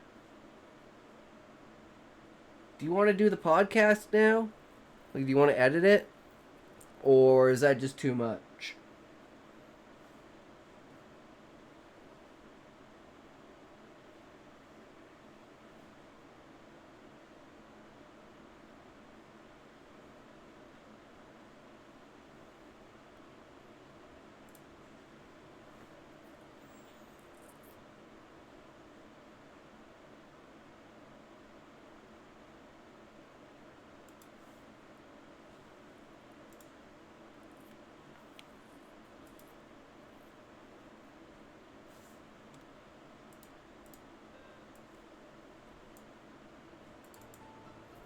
Because other than that, we can just read the next chapter of Wheel of Time.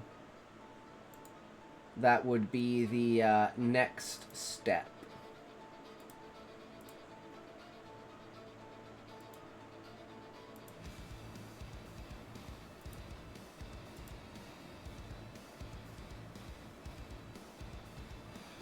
Okay, well, I'm gonna go make some food. So I figured, I remembered there was this. So before we start Sanderson, while I go make some food and stuff, we can watch this. Kyle Hill Podcast.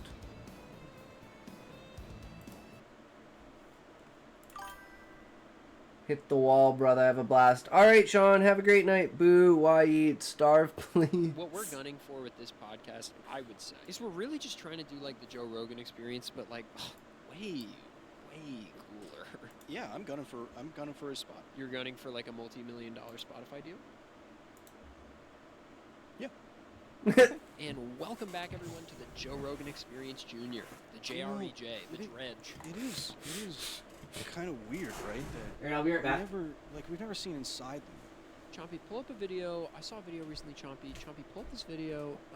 It's like people. It's crazy. It's not honestly gonna believe it. honestly Did you know crazy. monkeys only use 1% of their brain? Did you know that evolutionarily speaking, chimpanzees went a different way with their genitalia? No, wait. I'm telling you now. Wait. I heard it. No, I'm actually telling you. Okay. No, like out of character. I'm telling you. What are you telling me? Chimps went a different way with their genitalia What do you setup. mean went a different way? So you know how like humans Like a choice? Like they're like, I think I'm gonna go a different way on this one. Yeah, they took notes. You know like how human males have like a proportionately sized wang to their testicles? Is that true? Well, I mean, it's a chimp's wang is super tiny, but they ejaculate in an incredible amount. Is that why you? That's what you meant by they went a different way? Yeah. So it's what? And pardon me. Think about it. No, so like evolutionarily, human males have a longer wang, or Just say penis. a larger dongler to make it more likely that their sex cells Yeah. There's going in. going in Yes, and get the job done. I understand what sex is like. Do you? Chimpanzees Win a different way. with it. They have a much smaller, so they're not relying on the geometry of Guys, the dongler. on this next iteration of natural selection, let's go a different way. So to make up for this, the geometry of the dongler, they release a much higher volume. Does it come out at a higher flow rate? Let me check. It does. I don't know. What you want the mass flow rate? I just of chimp ejaculation. I am curious if chimps. No. I'm Can you look curious this if up, chimps going a different way. Why do you like that phrase? Might because You it's said it. insane. Maybe that'll get us to Navier Stokes.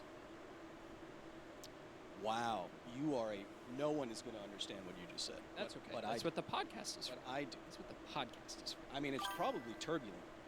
Welcome to the office hours. Welcome to Office. We're talking about flow. Welcome to Office Hours, the brand new version of Office Hours, where myself, my state-appointed ward, ADEF, and of course FCC on the boards.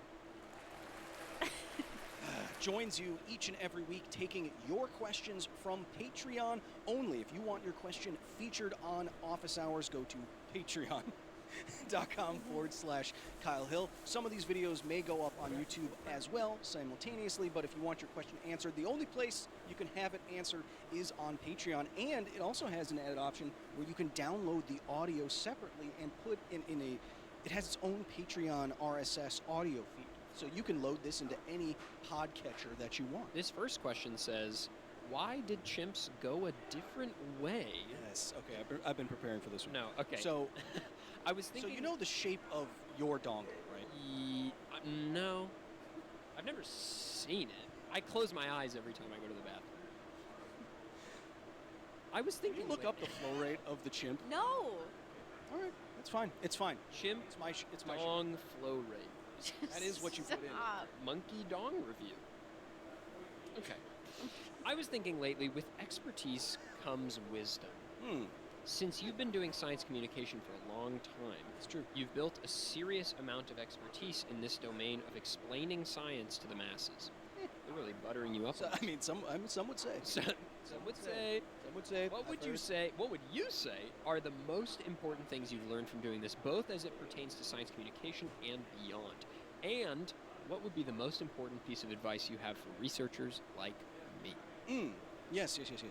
If I'm an expert in anything, I guess I've been doing this professionally for 13 years now, so I guess I have some semblance of knowing how to do some things. Good science communication is the art of taking the complicated and making it commonplace without losing the truth in between. That's what I say now. Yeah, I wasn't going to congratulate you, but it is good. Thank you. I was waiting for it. It's a good little platitude. It's nice. It's a good little platitude. Oh. Look at me. I can't even grow a beard. Let's look up platitude on a remark. Oh, it's a picture of me. No. So that is the art of science communication.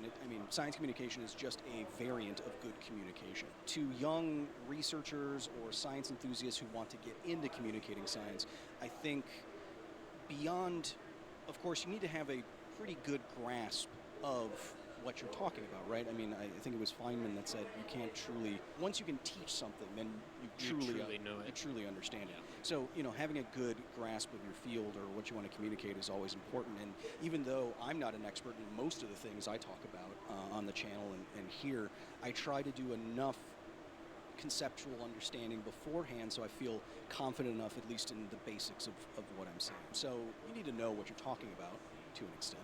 The other thing is that people can smell inauthenticity a mile away. Sure. And if it sounds like you're reading a script, if it sounds like someone wrote something for you, people are going to immediately identify that. And so harnessing your own voice and your own enthusiasm is critical. But then if you actually want to get into communication professionally, and you've done this, I've done this, it's really about finding that niche. Find what you want to talk about and make it your own thing. You've done this with... That's the best piece of advice you gave me, I think. You've done this with Pokemon videos and science and math and physics videos very, very well. Everything that I make, everything is intentional. When we're inside the walls of the facility, I'm more silly and upbeat, and my voice will sound different, and how I speak is different, and I'll show fun visuals and stuff like that.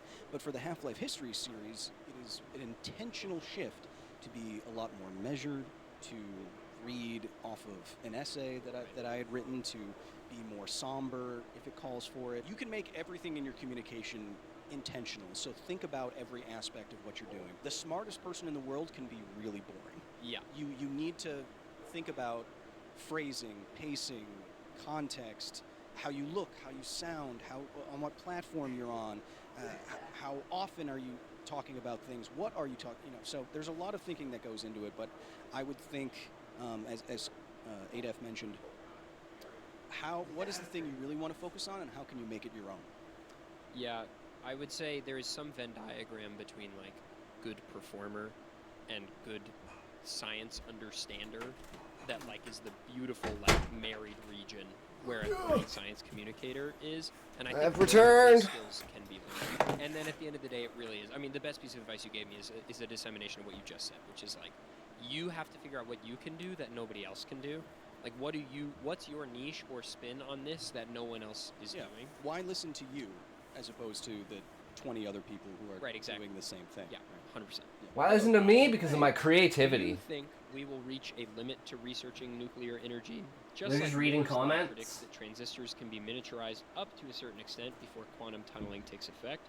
Do you think that something similar would happen to nuclear energy such that we may no longer proceed further? If anything, if anything, not for a while, because around the world, we started making the first reactors 70 years ago now, and from that point, we haven't even gotten to where I'm fucking starving. I'm not waiting for your there's bullshit. 4 I'm eating my generations of food. nuclear technology, and we've gotten through almost 3 of them, and we haven't gotten to the 4th generation of technology in decades. We are not at these advanced reactor technologies like you're hearing about now, and a lot of it is because of the suppression of building these technologies and bringing them to market and having things planned out and having people assume risk, and et cetera, et cetera. So I don't think we're really anywhere close to basically solving this problem, because at least in the United States, we are 10 years behind what China's doing. Yes, I have a China's cat. not figured everything out yet either. So there's going to be a long period of time before we have the ultimate in fission technology, and that's not to say anything about fusion technology, which we don't even have yet. So there's still a lot of work ahead of us. Actually, my brother's cat, so... A very short answer would be definitely not within our lifetime. It's a very amazing cat. Mine. I don't do fuck all, though. It would be dead if I was the owner. Listen. I am not going to make it. I have some thoughts on this one, actually. This is Oh shit, what you're are not some a ways I cat? can improve my When's the last time I bought cat food? scientific journal or Fuck, paper that's what that smell is. Yeah, so this one is a hard one, because while there are general things I could say and that ADEF is going to say, honestly, scientific papers are not meant to be read by the public. No. Yeah. Not, Yeah. I don't mean Yeah. you can't. It's not What I meant mean to is be. They are not written for you. Scientific papers are written to be read by experts in a very specific domain. And so when you encounter a paper, it's like, wow, I don't understand any of the Well, acronyms. obviously. Yeah, That's it's not intended. the papers Jackass. there's something to it. Well, there's a trend that has been happening that I like a lot, where a lot of papers are producing graphical abstracts that instead of like a big paragraph, they do basically a visual aid version of what the study says. And those are very It's easy not to meant to understand, be, and but I if like it's that meant, trend. then But maybe to be. since It's just scientific another papers way of aren't saying it's meant weird. for you, the True. layperson, to read, it can be hard to get into them. That being said, the abstract will, in any scientific paper, you open it up online, the abstract will be the first thing that you see, and that will give you the goal, the methods, and the results of the entire study. As the general person, you probably don't need to go much further than that. Yeah. But there are things that you can do if you want to go further. It's like, okay, well, this is one study. That might not say the consensus view of what is happening in that field. So then you start searching for systematic reviews of studies or meta-analyses of studies. Those are studies of studies.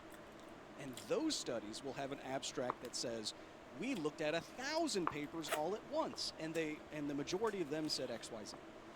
That is a force multiplier in your research process. Search for systematic reviews and meta-analyses. Those are papers of papers of papers, and they will give you a clearer view of the consensus on some topic. I think I would start there before getting into like looking for sample size differences, and et cetera, and conflicts of interest, and that. You know.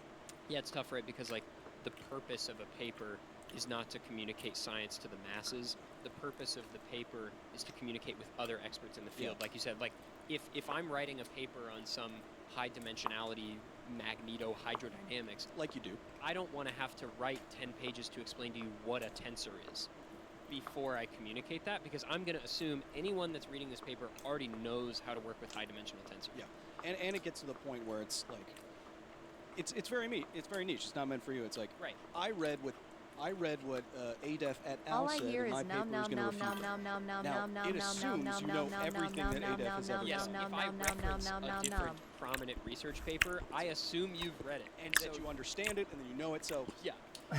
I actually have an opinion on this, though, which is that I think, and these graphical abstracts sound great as a sort of child of this, but I really believe that it would be nice if when people publish prominent or even non-prominent research papers, they don't know how they're going to do, they should publish the abstract that makes sense, that is the common type of abstract everybody publishes, and they should publish an abstract that is organized in such a way that it is digestible by somebody who doesn't know what a p-adic number is. Yeah, well, I think these are what these graphical abstracts are. I'll show you some. Yeah. I mean, they're very good examples of, especially when you have a paper published in Science or Cell or Nature, like the big journals. Right. That's helpful, but I mean, to be honest, going to the primary research yourself without understanding the field is not where I would start. There's a world where this may be, and I am not a big fan of AI, let it be said. But this might be something ChatGPT could do well. Oh, no, If you take an abstract and copy and paste in ChatGPT and you're like, can you just dumb this down? Summarize this. No, that's one of the good use cases for something like this. Someone just told me, I haven't tried it yet, but Google just run out something called Notebook or whatever, and basically you can give it any amount of training data, and then it will make like a mini LLM that will search and answer only within that data, which could be extremely useful if you're like, okay, if we're researching a Half-Life history, and you put 10 papers in it, and it's like, hey, can you find me that part where they said this? Oh, that's cool. Or could you summarize this one paper, like how many instances of X radiation were there, and what was the highest dose? And they would just, it wouldn't go to the internet at all. It would just go from those 10 papers. See, that could be that could be super useful. Let's stop using AI to copy artists. Let's do that. Dude, I had to search for some stock Adobe images yesterday, and I had to click no generative AI as a filter because 99% of it was just... Yeah, the stock video is all I was looking AI. for a picture of an insect, and instead of any real photo, they just generated photos of the insect. I was like, well, I don't want that. That's the story of AI right now, though. Yeah. I don't want that. I don't want that. Oh, well, too bad. Too bad. When the continents were shifting around millions of years ago, how prevalent were earthquakes? I don't, off the top of my head, I don't know. I disagree with the premise, giving that, oh, let Chompy do it. I disagree with the premise in that the continental plates are still... Yeah. Yeah, they're always... They're still always moving, so they're like... still shifting. As long as the Earth is alive, so to speak, it has a molten core, everything on There's top something... of that We're molten... basically little blocks sitting on top of fucking lava. All of these plates are still going to be shifting around. It's like when you get to a certain size of object in space, that object tends to spherify itself because that is the minimum surface area that you can have in 3 dimensions is a sphere. And so when you get enough gravity, the force of gravity overcomes the material strength of the object, and the material becomes more like a fluid. And so large planets are much more fluid than you imagine. It's not like a big rock it's more malleable. That's why the Earth is actually shaped in such a way that you can see how it spins, because it's fatter at the equator because it's spinning, because it's not a hard rock. It's getting elongated into an oblate spheroid, I believe it's called. That is what it is. So all this is to say, continental plates, the things that you're sitting on right now, they still are moving around on top of this semi-fluid, more fluid kind of thing. So they're still going to be moving. They're moving right now. It's just very, very slowly at a rate that you can't feel or see. It's like 10 millimeters or centimeters a year. Yeah, it's like... I think it's... The fastest moving one is somewhere in Australia, and it's like 10 millimeters or 10. There's a Map Men episode about this. I think it's as quick. Chompy, can you check me on this? I think it's as quick. Let her do it. Don't you get off that! I'm not touching. I think it's about as quick as your fingernails grow. Is how fast the continents move. Can we double check that? I think that's the comparison. That's crazy. 1.5 to 10 centimeters per 10 centimeters a year. See, that's what I said. Okay, that's definitely not your fingernails. 10 centimeters a year. per year. Yeah. Oh, or half, Yeah. like 0.6 to 4. Yeah, inches you know what? per year. Yeah, because, like, Oh, was that close to how fast your fingernails grow?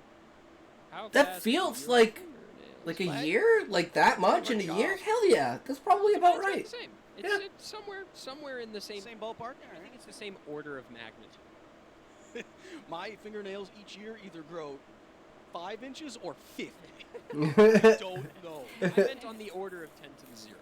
We're talking ones. Fingernails grow about 1.5 inches per year on average. Okay, so that's within the same order. It's within a factor of 2.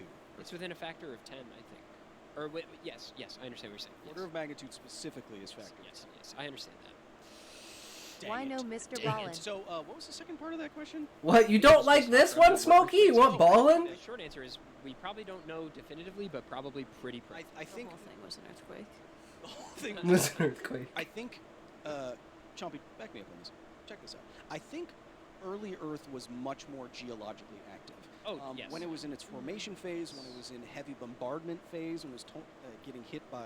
I ain't got nothing against them, but ballin' is a baller. It's true. There's magma oceans, there's... But we also want to do volcanoes. research for It's probably podcasts. much more geologically active than it is now, and probably more earthquakes. Volcanoes and mountains were rising and falling much more commonly in that era. Yeah, it's saying that most earthquakes now happen on the edges of the plates, but before it was like there's way more stress from different places, so there's a lot more widespread earthquakes. There you go. That's FCC for you. It's fact checker, John. I'm doing my part. This one says, okay, I'll ask. I'll ask, since the papers... That sounds like, does anyone have any reason why these two shouldn't be wed? Yeah. All right. I mean, Do I have to say it? Yeah, I'm the one. Say it? I'm the one. Okay. I'm glad it never got to that point, but I am the one who would have said it. Nowadays, I On guess, both are of them. farming clicks from it. Which So is they're fucking sad. radioactive. I have a short go. Thank God neither of them made it that far. Short go out about this. So they did surgery on a grape. So they're recalling radioactive shrimp. But how bad could it really be? And is the press response, as usual, overblown, even if the big bad is the featured player, cesium-137, in more than one Half-Life history? Yeah, that's true. So cesium-137 is famously, it is the main contaminant in the Chernobyl and Fukushima exclusion zones. That's because it has a long half-life of about 30 years. So it's only gone through Is that a little about quiet one for you half-life guys? in Chernobyl. It's going to be, I it's wasn't not paying even close to one attention. half-life yet. Is Since that was better? 2011 in Fukushima, so it's still a half of a half-life at this point. So it sticks around for a long time as a fission product. It comes out of a nuclear meltdown because as fission reactions happen, one of the fission products is cesium-137. So if you have all of that melting down, that cesium-137 can boil out and then fall out somewhere else. And then it sticks around for a long time as opposed to other isotopes that have shorter half-lives. So you can find it in nuclear contamination zones. But we also use, so it's also a normal byproduct of nuclear reactions. In a nuclear reactor, we find cesium. But we also use cesium-137 for therapeutic purposes in cancer treatment, medical diagnostic treatment, that kind of thing, because it's a pretty radioactive source because the half-life, relatively speaking, is so small in comparison to something like uranium-238, which I think is like hundreds of millions or billions of years. So it decays much more slowly. We also use cesium-137 for food irradiation. Now, Kyle, hey guys, did you know that we irradiate our food? Why would I want to irradiate my shrimps? Because you're not putting any radioactive stuff in the shrimp. You're using radiation to kill all the bacteria and microorganisms on the shrimp. And so you can sterilize medical equipment, food, anything else. I mean, you've heard of sterilizing surfaces with UV, right? You heard about that, Choppy? You heard of You guys see this? You heard about I've this? never heard about that. That's ultraviolet radiation. That's radiation. And so if you have a more powerful form of radiation, you can get better sterilization. That's what you use cesium-137 for. Now, I already said this in the short that we made, but, and this will probably come out after that. So if I had to guess where any contamination would come from, it would probably be if we're using cesium somewhere in Indonesia to irradiate food for sterilization. Maybe some part of that made it into some part of the process and contaminated the shrimp. I don't know. Or maybe, no, I don't know. I can't speculate. I don't want to speculate. So, but we use cesium in more places than just contaminated places. And so it could be from one of those other places. Or the shrimp was rolling around in Chernobyl. And they went, yeah, it's a. Oh, I think I'll have that. They were trying to have a Teenage Mutant Ninja Turtles situation. What? Of what flavor of goo made those turtles into teenagers? Was it radioactive or was it just goo? I don't know. And also, being the nerd that I am, I once. Pretty sure it was radioactive. It was like a chemical spill that they fell into. But there's a way to determine the age of a turt by like how many, what their shell looks like. And in all the versions of the Ninja Turtles, they don't have enough of those features on their shells to be actually teenaged. Oh, isn't that stupid? An incredibly. The turtles were exposed to the ooze. What's in the ooze, Jumpy? Mutagen. Okay, so that's not necessarily radioactivity. Radioactivity can be a mutagen, something that causes mutations, but it can also be chemicals, like the stuff in cigarettes. It originated in the Dimension X and was brought to Earth by the alien Krang. Oh. See, now that was a good fact check, though. Do you guys know chimps win another way? They did. So instead of... Wait, is this also a fact? Are chimps' testicles above their schwanger? I'm not looking it up. Look it up. No. I'll do it. I think they also have a setup so it's not a wanger on top and testicles on bottom. I think their testicles go over on top of the wang. I don't need to know all that. Don't you? How else would you know how they get it in there? This says why humans are less well endowed than chimps. So it sounds like they didn't go another way. I can't. We got to go to the next. No, question. wait. We got to go to the next question. Wait, but then the whole beginning of the episode's gonna be wrong. No, chimps got small wangs. All right. I'm going incognito browser. Do chimps have Chimpy, can you look this up? Small penises.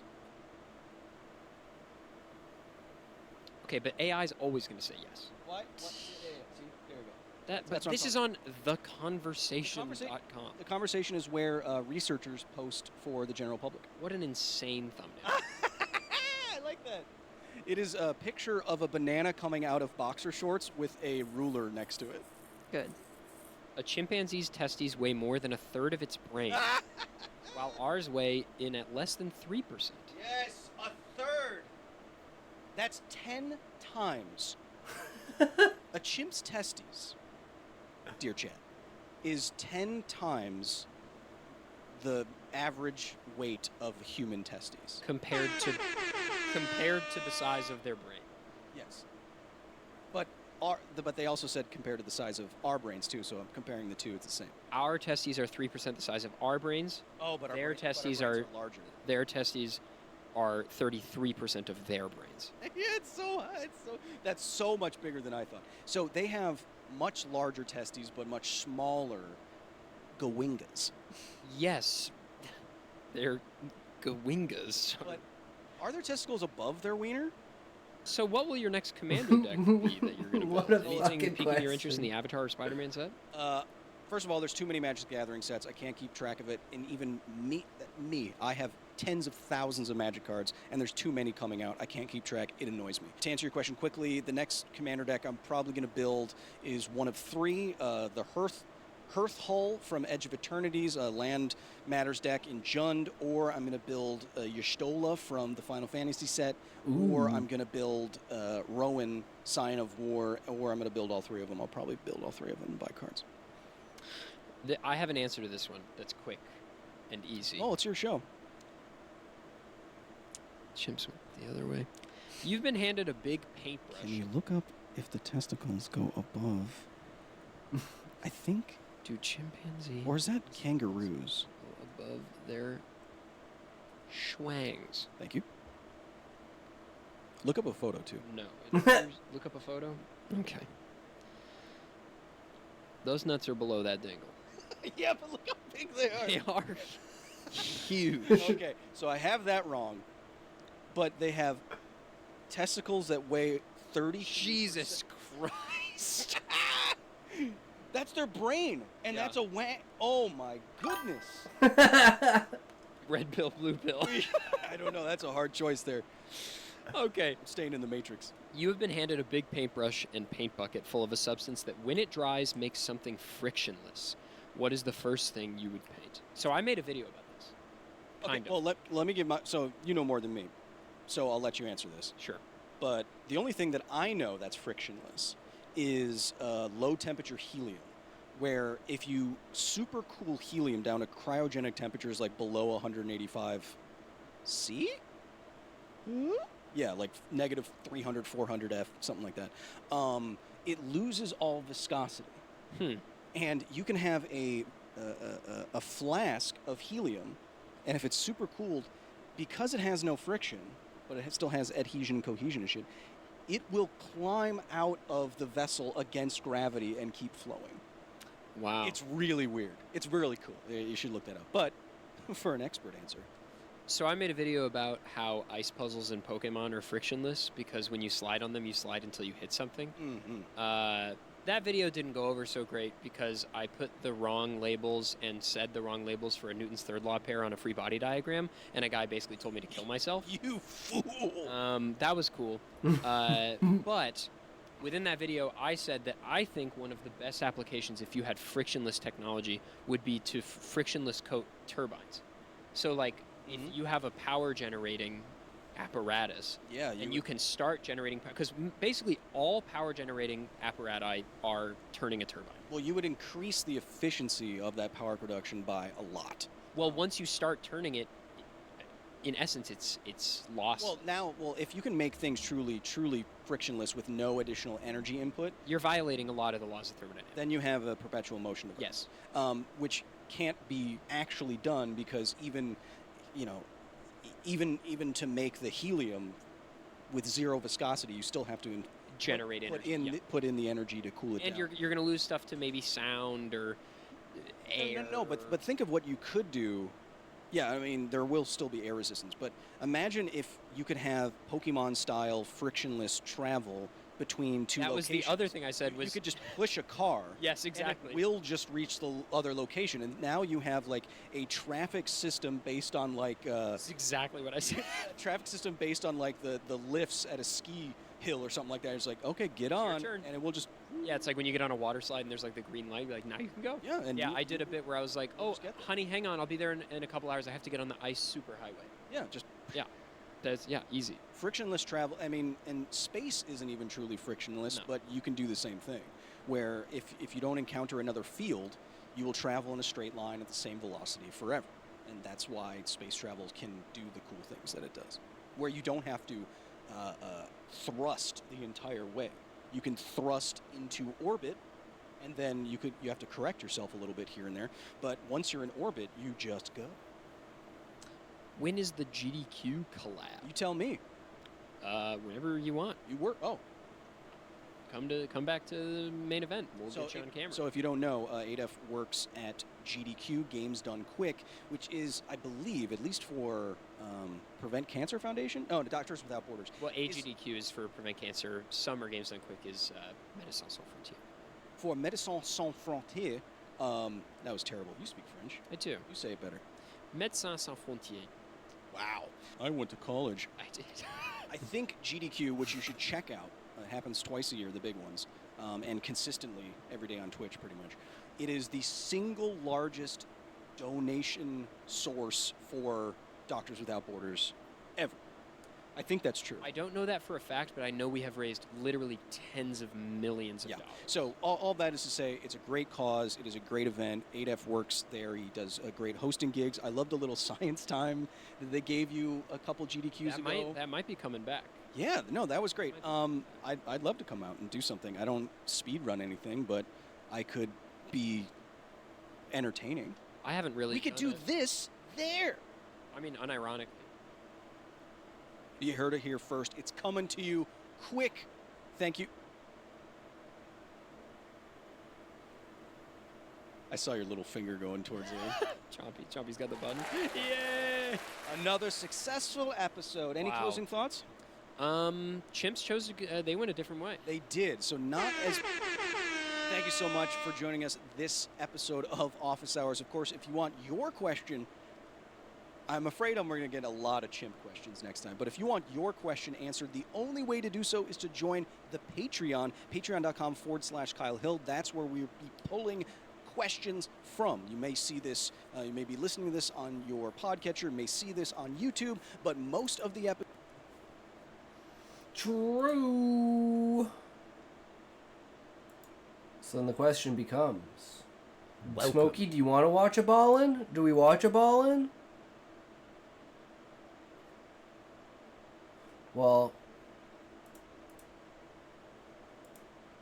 Smokey, if you're here, we'll watch a ballin', okay?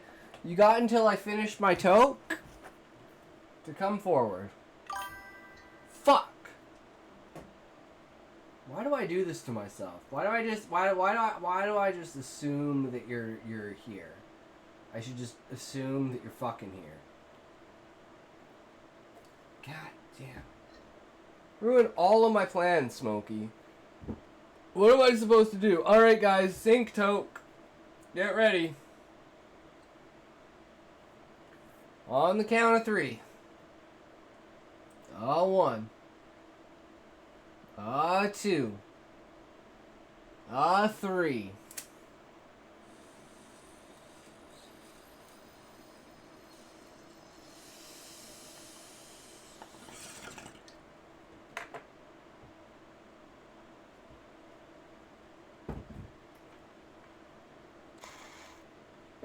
Cook myself something to eat. What did I miss? You just missed me fucking around. We were watching a Kyle Hill podcast about science.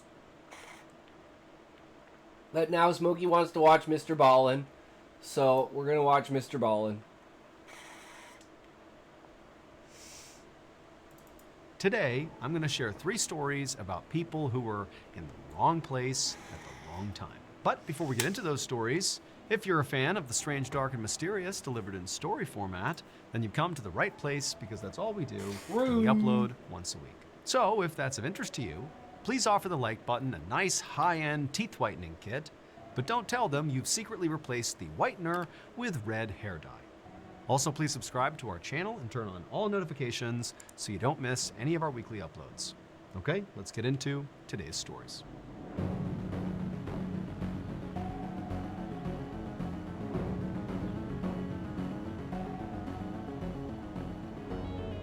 Scenic route.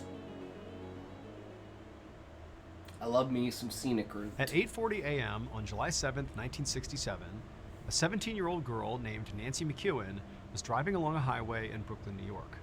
She was on her way to her job as a secretary at her dad's office in Brooklyn, and she was coming from her home in Long Island, New York. Now, the commute to her office took about an hour, but Nancy didn't mind because her dad had just got her this beautiful brand new yellow Camaro, and she loved driving it.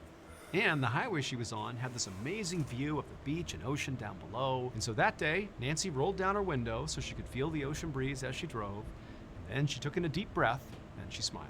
At the same time Nancy was doing this, a police lieutenant was driving in his car a couple cars back from Nancy. And as he was just driving along, he suddenly sees this yellow Camaro that to this point had been driving completely normally suddenly veer off the road, miraculously missed the oncoming cars, and then smashed into a tree on the side of the road. And so the police lieutenant instinctively jammed on his brakes and veered over to the shoulder and stopped behind the Camaro. And as the lieutenant got out of the car, he was thinking clearly the driver must have just had some kind of medical emergency, because he didn't see any obstacles in the road, and the car, the Camaro, had been driving completely normally to that point. Why so, are you saying what would cause them to veer and crash into the road at such a high speed other than a medical emergency? And so the lieutenant jumps out of the car, runs over to the driver's side window, and he looks inside, and he sees this teenage girl, this blonde teenage girl, and she's slumped over the wheel, and she's not looking up at him, she's not making any sound, she's just sitting there. And so he opens up the door and he asks her, like, "Are you okay?" And she didn't say anything, but she did moan. And so she was breathing, she was alive, and there weren't any obvious physical injuries. Like, clearly she's just crashed into this tree at high speed, so she's definitely shaken up, but there weren't any obvious grievous injuries that have occurred here, at least none that he could see. And so he asked her again, like, hey, are you okay? What's going on here? And she just continued to moan. And so again, considering he's looking at her and she seems, basically okay, all things considered, he thought, maybe she's drunk. I mean, that would kind of explain, the sudden veering off the road. And so at this point, the lieutenant radioed for backup and also called for an ambulance. And while he waited, he began searching the car, just basically looking to see if maybe there was some clue in the car as to what happened here. Like, for example, containers of alcohol. And so he's looking around and he doesn't see any empty bottles and he can't smell any alcohol in the car. But still, this whole time, the girl is not responding. She's just moaning and just kind of slumped over there. And then a couple of minutes later, he hears sirens and he looks up and a bunch of first responders came over. They pulled the girl out of the car, got her in the ambulance, and off to the hospital she went. Once Nancy got to the hospital, medical staff was able to determine that she was not drunk. But she did clearly appear to be having some kind of medical emergency. But they didn't know what it was. And again, there was no visible injuries on her. I mean, she just basically looked really shaken up and was non-responsive. And quickly, after Nancy was at the hospital, her condition only got worse, to the point where doctors were giving her shots of adrenaline to try to keep her alive. But it didn't work. And at 11:30 a.m., roughly 2.5 hours after Nancy crashed into the tree, she died. And it was only then, after Nancy was dead, that the medical staff made a discovery, something they had totally missed when Nancy had first came in. And that was, on the back of her head, hidden amongst her hair, was a small circular hole. It was a bullet wound, and for some reason, it didn't bleed at all. Clearly, Nancy did not just randomly veer off the road and smash into a tree.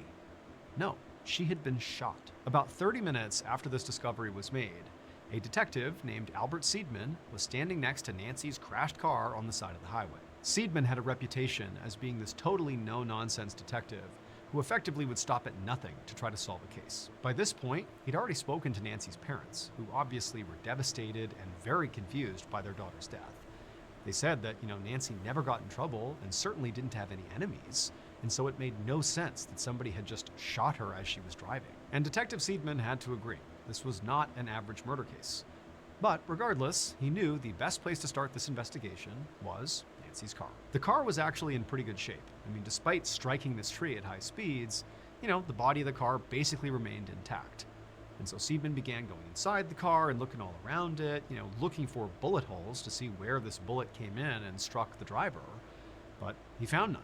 Really, there was nothing in the car that gave any information away about what actually happened. Scooby-Doo and the gang will solve this mystery. Here is Seidman knew there had been that police lieutenant who just happened to be driving a few cars back from Nancy when she suddenly veered off the road and crashed. And he would say that he did not hear any gunshots, although admittedly he wasn't really listening for gunshots, but he said everything was normal and then the car just veered and crashed. He couldn't understand it. Detective Seidman had briefly considered that, maybe Nancy had been shot by somebody inside of her car.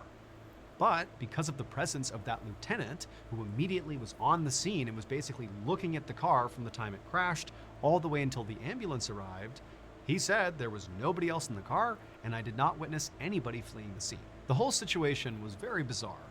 But Detective Seidman, thinking logically, thought, okay, well, we know she's been shot. So even though nobody knows how that happened, well, there has to be a shell casing somewhere for the round that struck her. And so for the rest of the day, Seidman and his team canvassed that whole highway all around that area looking for a shell casing, or really any clue that a gun had been fired in the vicinity. But they found nothing. By the end of the day, Detective Seidman was beginning to feel pretty disappointed about how the investigation was going so far.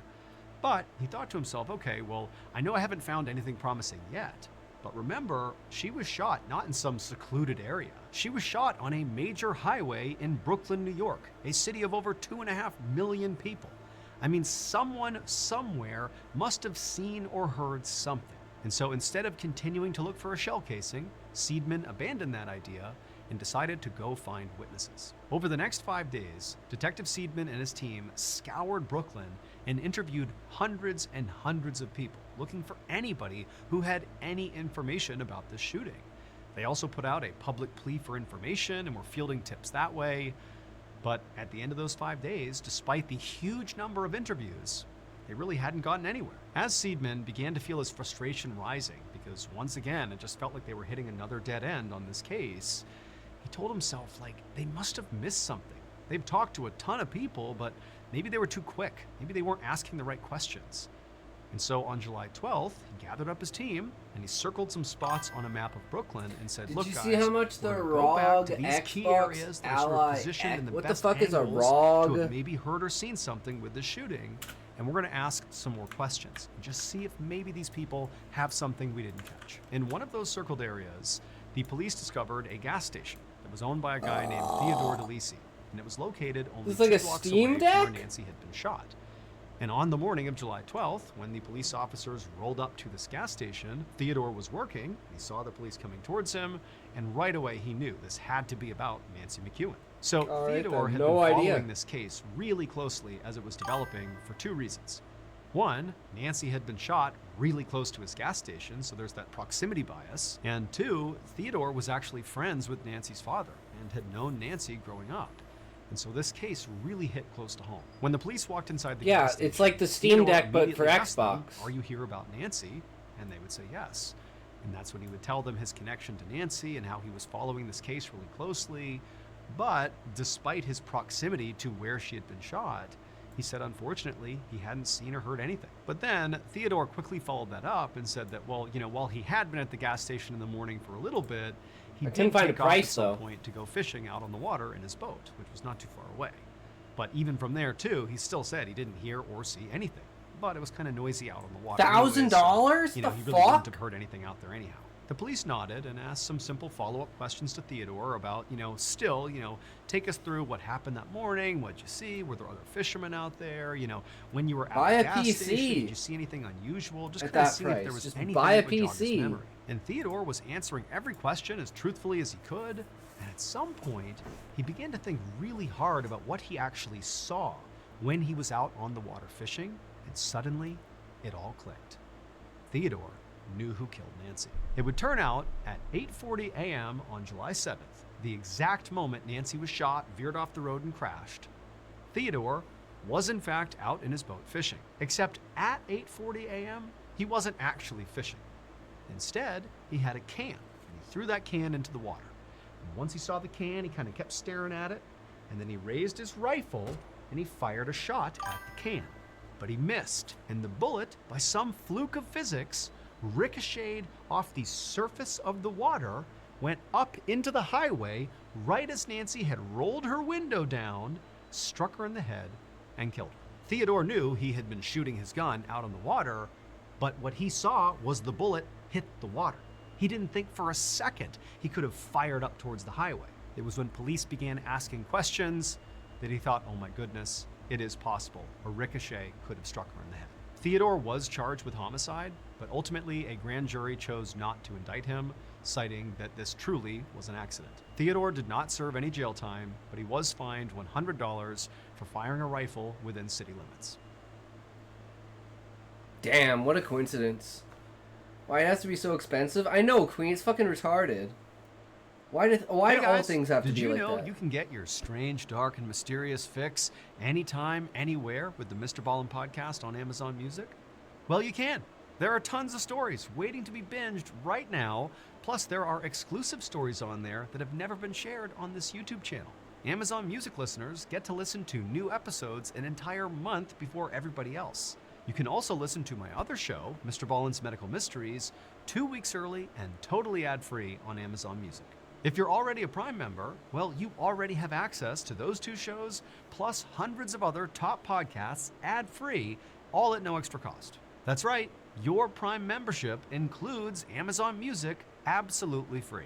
So if you're ready to dive deeper into strange, dark, and mysterious stories, well, go download the Amazon Music app today and listen to the Mr. Ballin podcast and also Mr. Ballin's Medical Mysteries. Now, back to today's stories.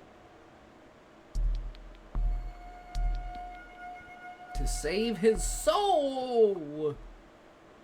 On the evening of September 17th, 2021, a 42-year-old preacher named Jason Thornburg was cleaning up his motel room in Euless, Texas, which is a small city between Dallas and Fort Worth.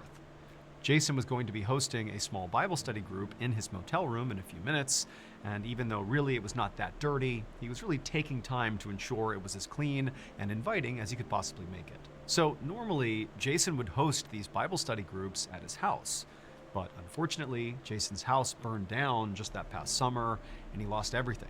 But Jason was so committed to God and spreading the word of God that he still wanted to continue having these Bible study groups, even if it meant, doing it in this kind of crummy motel room. And so Jason walked around the room, picking up laundry and straightening up his bed, and then after kind of arranging chairs in a circle for the various participants he was expecting, he went over to a cabinet, pulled out some Bibles, and right as he was about to start placing these Bibles on each chair, he heard a knock at the door. And Jason was really excited because he knew that had to be someone who was here for this Bible study. And so he walked right over, Bibles in hand, to the door. He opened it up, and standing outside the door was this big guy covered in tattoos, kind of looking down at Jason. And Jason broke into a big smile. He was so happy to see this guy. The man's name was David Luaris. And Jason had previously met him when he was out on the street doing outreach for his church, and he had invited David to, anytime he wanted, to come by the motel and be a part of this Bible study group. Now, Jason knew that David was really not the kind of guy who went to church or really showed any real interest in God or, the Bible, but, Jason took all kinds, and he was just hopeful that maybe David would show up someday. And now, here David was. However, David told Jason that the reason he was here was actually not for the Bible study group. He was here because he was in the middle of a crisis and he didn't know where else to turn. He confessed to Jason that he had begun using drugs and gotten mixed up in some criminal activity, and there's some dangerous people out there that he was sort of running with, and now his concern was some of those dangerous people were coming to get him. And so he literally felt like his life was in danger. Now, when Jason heard this, he was surprised. But at the same time, he could tell that David was being very authentic and just needed help. And Jason felt like, his job ultimately was to serve God and all of God's people. And David was one of those people, and he was in need of help. And so if all Jason did was simply provided safe haven for David inside of this motel room, then that was serving God, and it was the right thing to do. And so Jason immediately said, "No problem, David." He handed him a Bible and said, "Come on in." David took the Bible awkwardly and just kind of stood there for a moment, not really sure what to do. But then Jason said, "Hey, relax, just come inside, take a seat." And so David did. He walked in, he sat down with the Bible, and then Jason actually came over and sat down next to him, and the two of them, for about 15 minutes, just made kind of awkward small talk. Jason could tell, David is completely on edge. He was staring at the door, which was now closed, and he just clearly was very anxious and paranoid, and so Jason really wasn't talking about the Bible or God or anything. He was just, trying to calm David down and show him that this was a safe place. And then after about 15 minutes of this, when David had somewhat calmed down, and also by this point, nobody else had showed up for this Bible study group, Jason decided, okay, you know what, maybe I'll just begin the Bible study with David. It kind of gives us something to do. And so Jason got up, he locked the door, showing David that it's just going to be them, it's safe here. And he told David to go ahead and open his Bible to a certain page, and then the two of them just began reading the Bible together. And for hours, they just sat there reading the Bible, and Jason spoke to David about, teachings of God and how to lead your life in a way to serve other people. And, for the most part, David did completely calm down and seemed to really be embracing this Bible study. But eventually, despite how well this Bible study was going, it did need to come to an end at some point, at least in Jason's mind. When he began to notice it was getting dark outside, he sort of began wrapping it up, and he shut his Bible and sort of expected that David would take a hint and leave, but David didn't. Instead, when David began to realize that, hey, this is over now and it's time for you to go, David looked at Jason and begged him to please let him stay in this room overnight, that he can't go out there, it's not safe for him. Now, Jason knew he did have some level of responsibility for David. I mean, David had told him he was in danger, he had already invited him inside and was basically providing safe haven for him, and it did feel kind of wrong to be like, now go back out there, but at the same time, Jason felt a little uneasy. I mean, he didn't really know David, he didn't really understand the situation, and so there was some hesitation at first, but after looking again at David and seeing how desperate he was to just please stay here overnight, Jason said, okay, you can stay. So Jason grabbed some extra blankets and pillows and created a makeshift bed on the floor. And then after that, the two of them actually reopened their Bibles and just began reading some more from the Bible for a couple more hours, basically another round of Bible study. But eventually, they both were very tired, so they put their Bibles down, they said goodnight, they each climbed into their beds, and they closed their eyes and fell asleep. For the next 5 days, Jason's motel room remained mostly closed. and the only thing anybody heard coming from his room was gospel music, and it was being played at a very high volume basically the entire time, to the point where other residents of this motel began to complain about how loud the music was. However, the owner of the motel was getting these complaints from residents who were only there for, hours at a time or days at a time.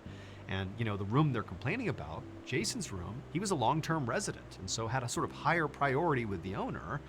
And so the owner just didn't feel like bothering Jason. He wanted him to stay and keep paying for that room.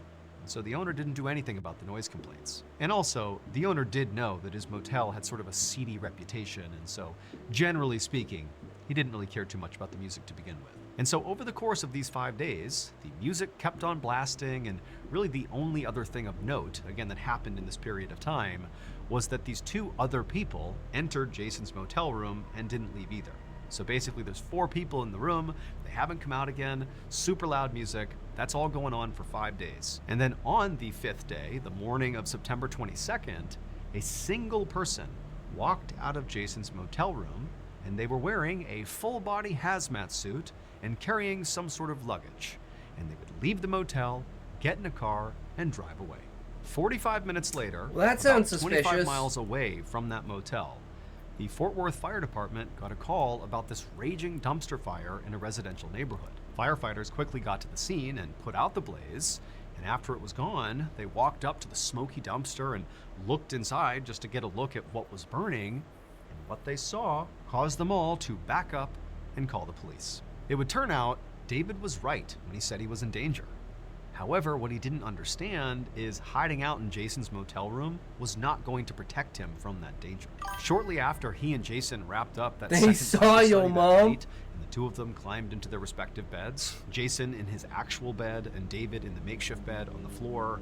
Well, David did fall asleep pretty quickly, but Jason didn't. Jason waited until David was asleep, and then Jason got up, got a knife, and then slit David's throat. Then he cut David's heart out and ate it, because Jason the preacher really actually believed that human sacrifice was the best and purest way to serve God. Over the course of the next 5 days after killing David, Jason would remain in his motel room blasting gospel music, and over those 5 days, he would basically lure those 2 women into his room, very likely on the promise of Bible study, but they too would be sacrificed. And then on the 5th day, the person who exited the motel room in the full hazmat suit was Jason, and that luggage he was carrying with him contained the body parts of the 3 people he had just killed. And he brought those body parts to that dumpster in that residential neighborhood and lit them on fire. And so when the firefighters put out the fire, what they saw inside were burned up bodies. Jason was arrested, and while he was awaiting trial, he confessed that David and the 2 women were not actually his first victims. He said that just a few years earlier, he had sacrificed his girlfriend, and that house fire that destroyed all of his belongings and prompted him to go live in this motel was set by Jason himself, because he had sacrificed his roommate and needed to get rid of the evidence. Ultimately, law enforcement was only able to show that Jason killed those 5 people. But there could have been more. Jason was found guilty of capital murder and sentenced to death. He is currently on death row in Texas. Damn. Damn. The home gym, oh god. I can just see where this is going. On the evening of Thursday, May 21st, 2015, a 16-year-old girl named Lily walked into the home gym inside of her house in Hong Kong looking to do a workout. Now, she sort of expected the gym would be empty and she could kind of have the run of the place, but as soon as she walked in, she saw her dad was in there and he was doing some sort of cool-down exercise on a yoga ball. So Lily's dad, whose name was Ka Kim Sun, was a doctor and a professional, and normally at this time of the day, she would never see him in the gym. He was typically locked upstairs in his study, or upstairs doing work or something, or he was just gone for the day. So for him to be here, it just didn't really line up with his schedule. And so Lily asked her dad, like, what are you doing here? What's going on? And her dad would tell her, well, actually, work at the hospital was really slow today, so I took off, I played some tennis with friends, and now I'm just doing some cool down exercises because I got nothing else to do. But I'll be out of your hair in a second. And sure enough, a couple minutes later, her dad was up and out of the gym, and Lily just began her workout. The next day, May 22nd, around 1 o'clock, Lily was at home at her dining room table, sitting across from her mother, whose name was Wang Xiu Fing, and Lily was eating a snack and staring at an open textbook. Now, normally at 1 o'clock on a Friday, Lily would be at school, but she had the day off that day. And she had wanted to spend her day off seeing friends and just being a teenager, but her dad was really focused on her being successful academically, and he told her that absolutely not. You're not going anywhere. You are going to stay home and you are going to study all day long. You will not leave the house. That's what you're doing. So Lily just continued to stare at the textbook and basically do what her father said.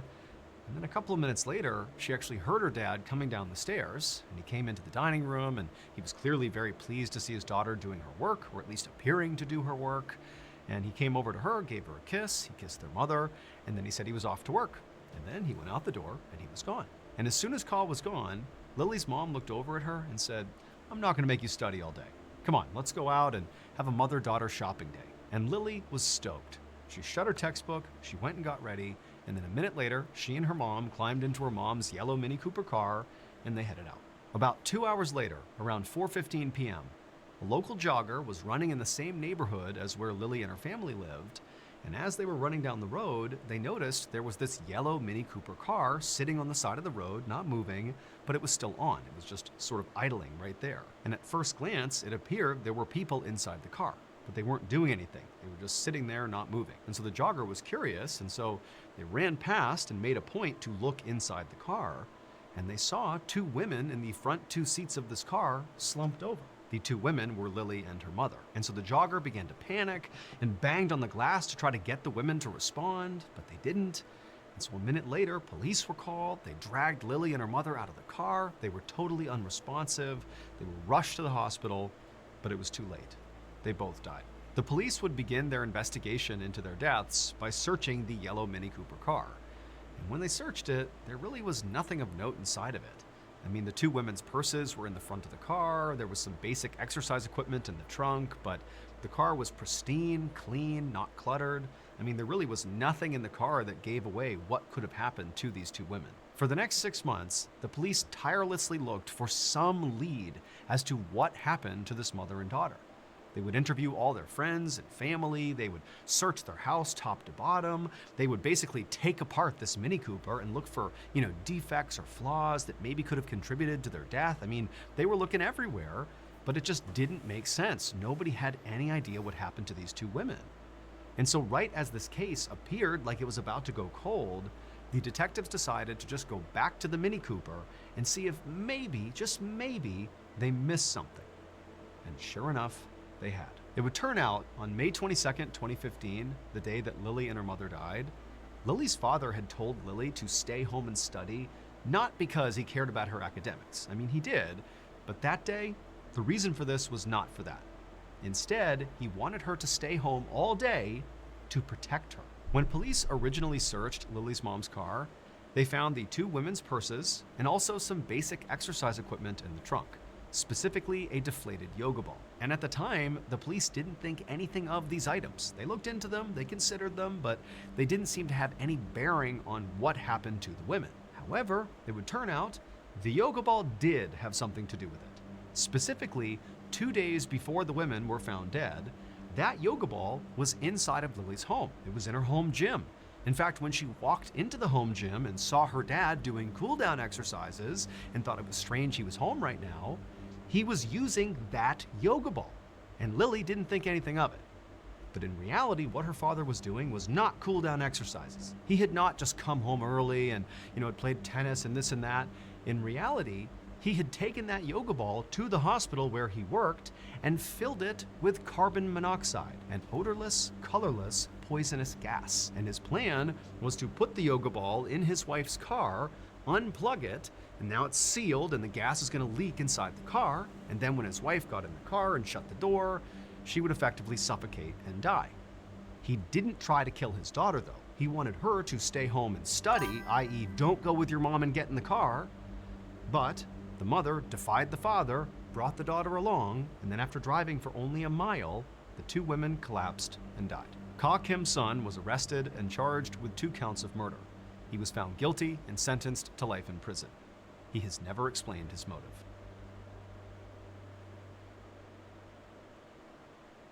Hawkinson? In case you haven't heard yet, our newest graphic novel, Mr. Ballin Presents Where Nightmares Live, is What do you mean, available cock for and pre-order son? right now. It can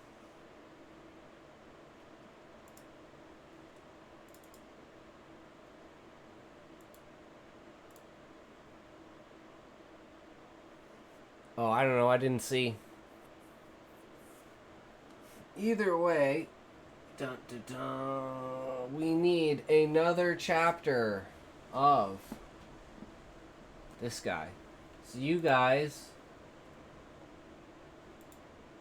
again, you can either choose a 1 for this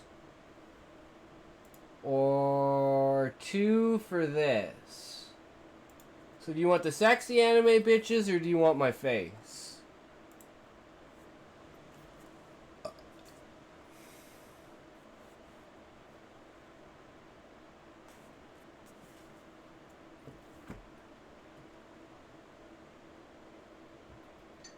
Smokey, what are you thinking? 1 is for my face, 2 is for anime bitches.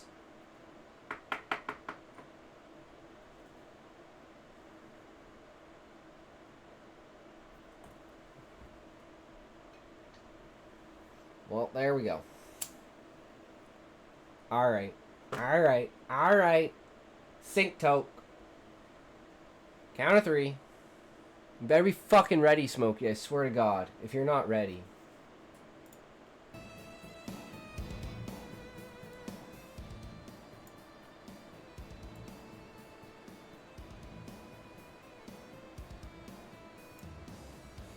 Three, 2, 1. Thank you for redeeming Chair Dance. Itox will now dance for you.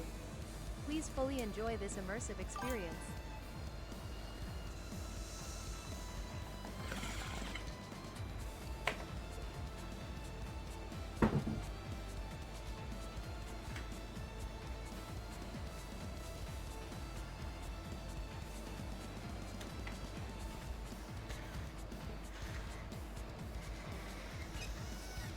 Keep dancing, bitch, it ain't over yet.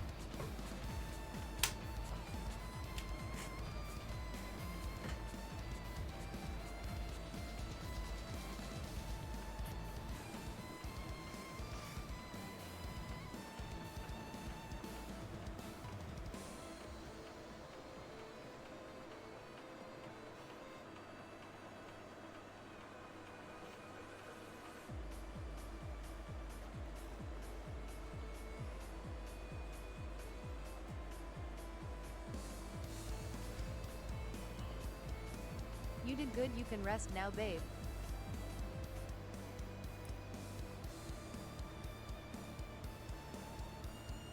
Alright, are we ready? 4. Chapter 7, Eye of the World, Book 1 of the Wheel of Time.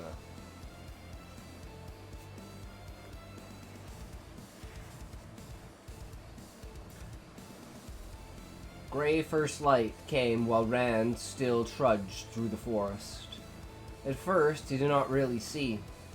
When he finally did, he stared at the fading darkness in surprise. No matter what his eyes told him, he could hardly believe he had spent all night trying to travel the distance from the farm to Edmund's Field. Of course, the quarry road by day, rocks and all, was a far cry from the woods by night. On the other hand, it seemed days since he had seen the black-cloaked rider on the road, weeks since he and Tam had gone in for their supper. He no longer felt the strip of cloth digging into his shoulders, but then he felt nothing in his shoulders except numbness, nor in his feet for that matter. In between, it was another matter. His breath came in later beard pants that had long since set his throat and lungs to burning, and hunger twisted his stomach into queasy sickness. Tam had fallen silent some time before. Rand was not sure how long it had been since the murmurs ceased, but he did not dare halt now to check on Tam. If he stopped, he would never be able to force himself to start out again. Whatever Tam's condition, he could do nothing beyond what he was doing. The only hope lay ahead, in the village. He tried wearily to increase his pace, but his wooden legs continued their slow plod. He barely even noticed the cold, or the wind. Vaguely, he caught the smell of wood smoke. At least he was almost there if he could smell the village chimneys. A tired smile had only begun on his face, though, when it turned to a frown. Smoke lay heavy in the air. Too heavy. Uh-oh. This isn't good, guys. The weather. The fire might well be blazing on every hearth in the village, but the smoke was still too strong. In his mind, he saw again the Trollocs on the road. Trollocs coming from the east. Trollocs from the direction of Edmund's Field. He peered ahead, trying to make out the first houses, and ready to shout for help at the first sight of anyone, even Sen Bowie, or one of the Coplans. A small voice in the back of his head told him to hope someone there could still give help. Suddenly, a house became visible through the last bare-branched trees, and it was all he could do to keep his feet moving. Hope turned into sharp despair. He staggered into the village. Charred piles of rubble stood in the places of half the houses of Edmund's Field. Soot-coated brick chimneys thrust like dirty fingers from heaps of blackened timbers. Thin wisps of smoke still rose from the ruins. Grimy-faced villagers, some yet in their nightcloths, poked through the ashes, here pulling free a firepot, there simply prodding forlornly at the wreckage with a stick. What little had been rescued from the flames dotted the streets. Tall mirrors and polished sideboards and high chests stood in the dust among chairs and tables, buried under bedding, cooking utensils and meager piles of clothing and personal belongings. Destruction seemed scattered at random through the village. 5 houses marched untouched in one row, while in another place a lone survivor stood surrounded by destruction. On the far side of the wine spring water, the 3 huge Beltane bonfires roared, tended by a cluster of men. Thick columns of black smoke bent northward with the wind, flecked by careless sparks. One of Master Alvir's Durant stallions was dragging something Rand could not make out over the ground toward the wagon bridge in the flames. Before he was well out of the trees, a sooty-faced Harral Luhar hurried to him, clutching a woodman's axe in one thick-fingered hand. The burly blacksmith's axe, smeared nightshirt, hung in his boots, the angry wet welt of a burn across his chest showing through a ragged tear. He dropped to one knee beside the litter. Tam's eyes were closed. His breathing came low and hard. Trollocs, boy, Master Luhan asked in a small, smoke-hoarse voice. Here too. While we may have been luckier than anyone has the right to be, if you can credit it, he needs the wisdom. Now where's the light? Where in the light is she, Egwin?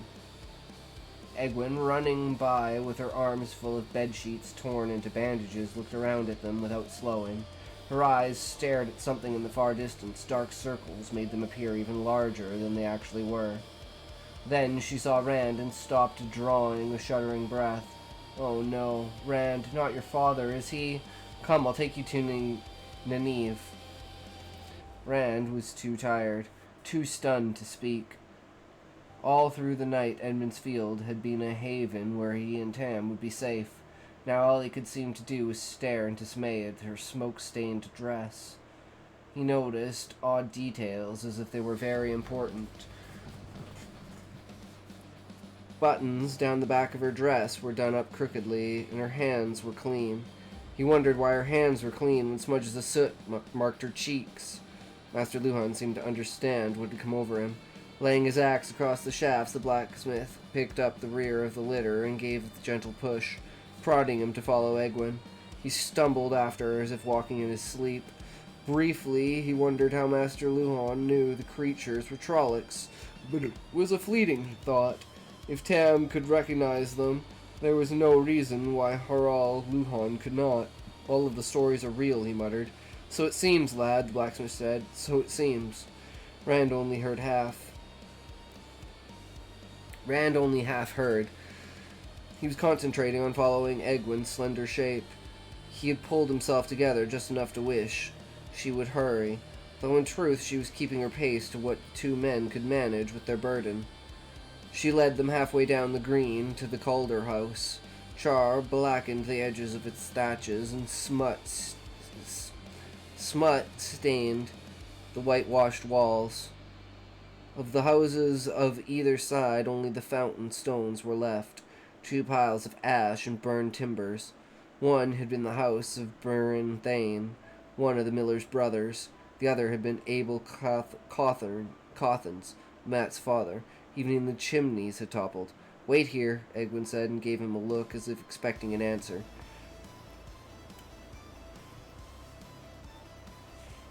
When they only stood there, she muttered something under her breath, then dashed inside. "Matt," Fran said, "is he?" "He's alive," the blacksmith said. He sat down his end of the litter and straightened slowly. "I saw him a little while ago. It's a wonder any of us are alive. The way they came after my house and then the forge, you'd have thought I had gold and jewels in there." "True, Queen, true." Allsbet cracked one's skull with a frying pan. "She took one look at the ashes of our house this morning and set out hunting around the village with the biggest hammer she could dig out of what's left in the forge, just in case any of them hid inside instead of running away. I could almost pity the thing if she finds one." He nodded to the Calder house. Mistress Calder and a few others took in some of those who were hurt. The ones with no home of their own still standing. When the Wisdom's seen Tam, we'll find him a bed. The inn, maybe. The mayor offered it already, but Nynaeve said the hurt folk would heal better if they weren't so many of them together. Rand sank to his knees, shrugging out of his blanket harness. He warily busied himself with checking Tam's covers. Tam never moved or made a sound, even when Rand's wooden hands jostled him. "Mwah, I'd be in 2 places at once!" "Nice, hell yeah, Queen. Breaking the laws of physics, I fucking love it." "My father, the other, was just a fever talking." "What if they come back?" he said dully. "The wheel weaves and the wheel wills," Master Luhan said uneasily. "Hell yeah. If they come back, well, they're gone now. So we pick up the pieces. Build up what's been torn down." He sighed, his face going slack as he knuckled the small of his back. For the first time, Rand realized that the heavy-set man was tired as he was himself, if not more so. The blacksmith looked at the village, shaking his head. "I don't suppose today will be much of a Beltane, but we'll make it through. We always have." Abruptly, he took up his axe, and his face firmed. There's work waiting for me. Don't you worry, lad. The Wisdom will take good care of him, and the light will take care of us all. And if the light doesn't, well, we'll just take care of ourselves. Remember, we're 2 rivers folk." Still on his knees, Rand looked at the village as the blackened smith walked away. Really looked at for the first time. Master Luhan was right, he thought. He was surprised that he was not surprised by what he saw. People still dug in the ruins of their homes. But even in the short time he had been there, more of them had begun to move with a sense of purpose. He could almost feel the growing determination. But he wondered. They had seen Trollocs. Had they seen the black-cloaked rider? Had they felt his hatred? Nynaeve and Egwin appeared from the Calder house, and he sprang to his feet, or rather, he tried to spring to his feet. It was more of a stumbling lurch that almost put him on his face in the dust. The Wisdom dropped to her knees beside the litter without giving him so much as a glance. Her face and dress were even dirtier than Egwin's. And the same dark circles lined her eyes, though her hands, too, were clean. She felt Tam's face and thumbed open his eyelids. With a frown, she pulled down the coverings and eased the bandage aside to look at the wound. Before Rand could see what lay underneath, she had replaced the wadded cloth. Sighing, she smoothed smoothed the blanket and cloth back up to Tam's neck with a gentle touch, as if tucking a child in for the night. "There's nothing I can do," she said. She had to put her hands on her knees to straighten up. "I'm sorry, Rand." For a moment he stood not understanding as she started back to the house. Then he scrambled after her and pulled her around to face him. "He's dying," he cried. "I know," she said simply, and he sagged with the matter of factness of it. "You have to do something. You have to. You're the wisdom." Pain twisted her face, but only for an instant. Then she was all hollow-eyed, resolve again, her voice emotionless and firm. "Yes, I am. I know what I can do with my medicines, and I know when it's too late. Don't you think I would do something if I could? But I can't. I can't, Rand. And there are others who need me, people I can help." "I brought him to you as quickly as I could," he murmured. Even with the village in ruins, there had been the wisdom for hope. With that gone, he was empty. "I know you did," she said gently. She touched his cheek with her hand. "It isn't your fault. You did the best anyone could. I'm sorry, Rand. But I have others to tend to. Our troubles are just beginning, I'm afraid." Vacantly, he stared after her until the door of the house closed behind her. He could not make any thought come except that she would not help. Suddenly, he was knocked back a step as Egwene cannoned into him, throwing her arms around him.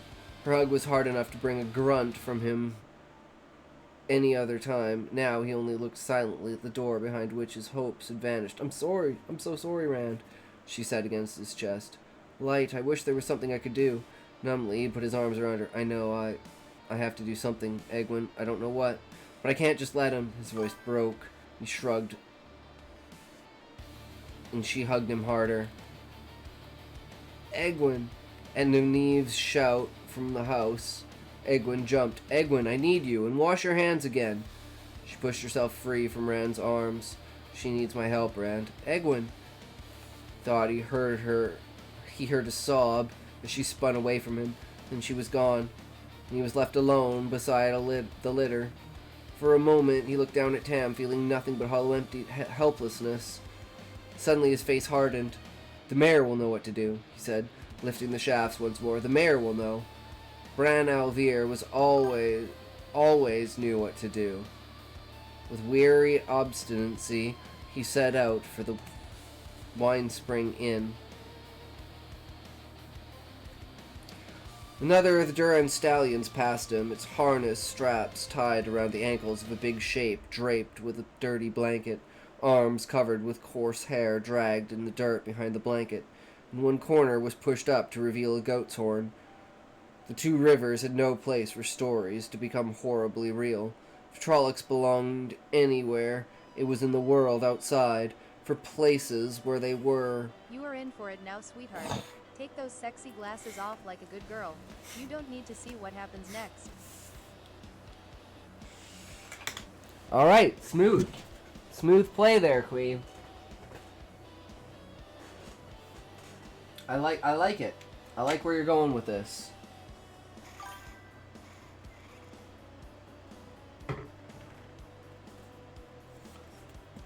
One good thing about this, though, is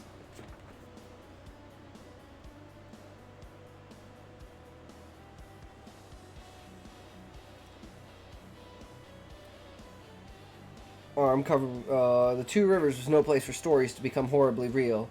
Trollocs belonged anywhere, it was in the world outside.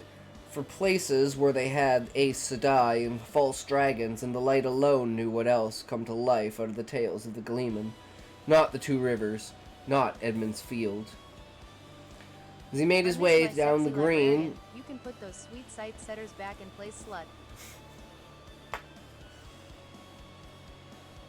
Okay, mistress. Thank you, mistress.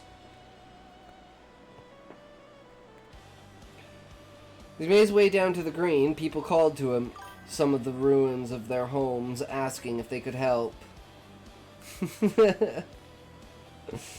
He heard them only as murmurs in the background, even when they walked alongside him for a distance as they spoke, without really thinking about it. He managed words that said he needed to help, and everything was being taken care of.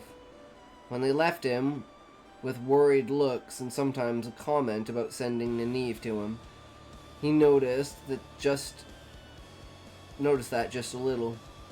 All he let himself be aware of was the purpose he had fixed in his head. Bran Alvear could do something to help Tam. What that could be, he tried not to dwell on, but the mayor would be able to do something, to think of something. The inn had almost completely escaped the destruction that had taken half the village.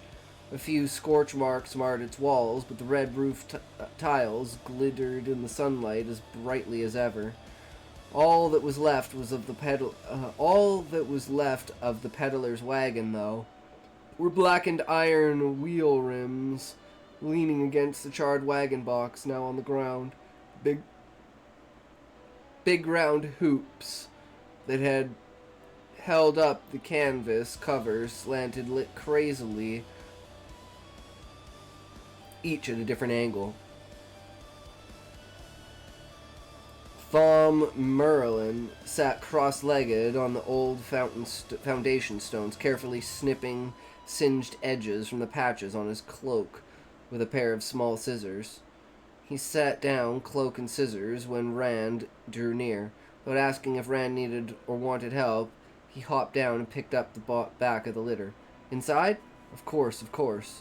Don't you worry, boy. Your wisdom will take care of him. I've watched her work since last night, and she has a deft touch and a sure skill. Could be a lot worse. Some died last night. Not many, perhaps, but any at all are too many for me. Old Fane just disappeared, and that's the worst of all. Trollocs will eat anything. Should thank the light your father's still here and alive for the wisdom to heal. Let out the words, "He is my father," reducing the voice to meaningless sound as that he noticed no more than a fly's buzzing. He could not bear any more sympathy, any more attempts to boost his spirits. Not now, not until Bran Alvear told him how to help Tam. Suddenly he found himself facing something scrawling on the inn door.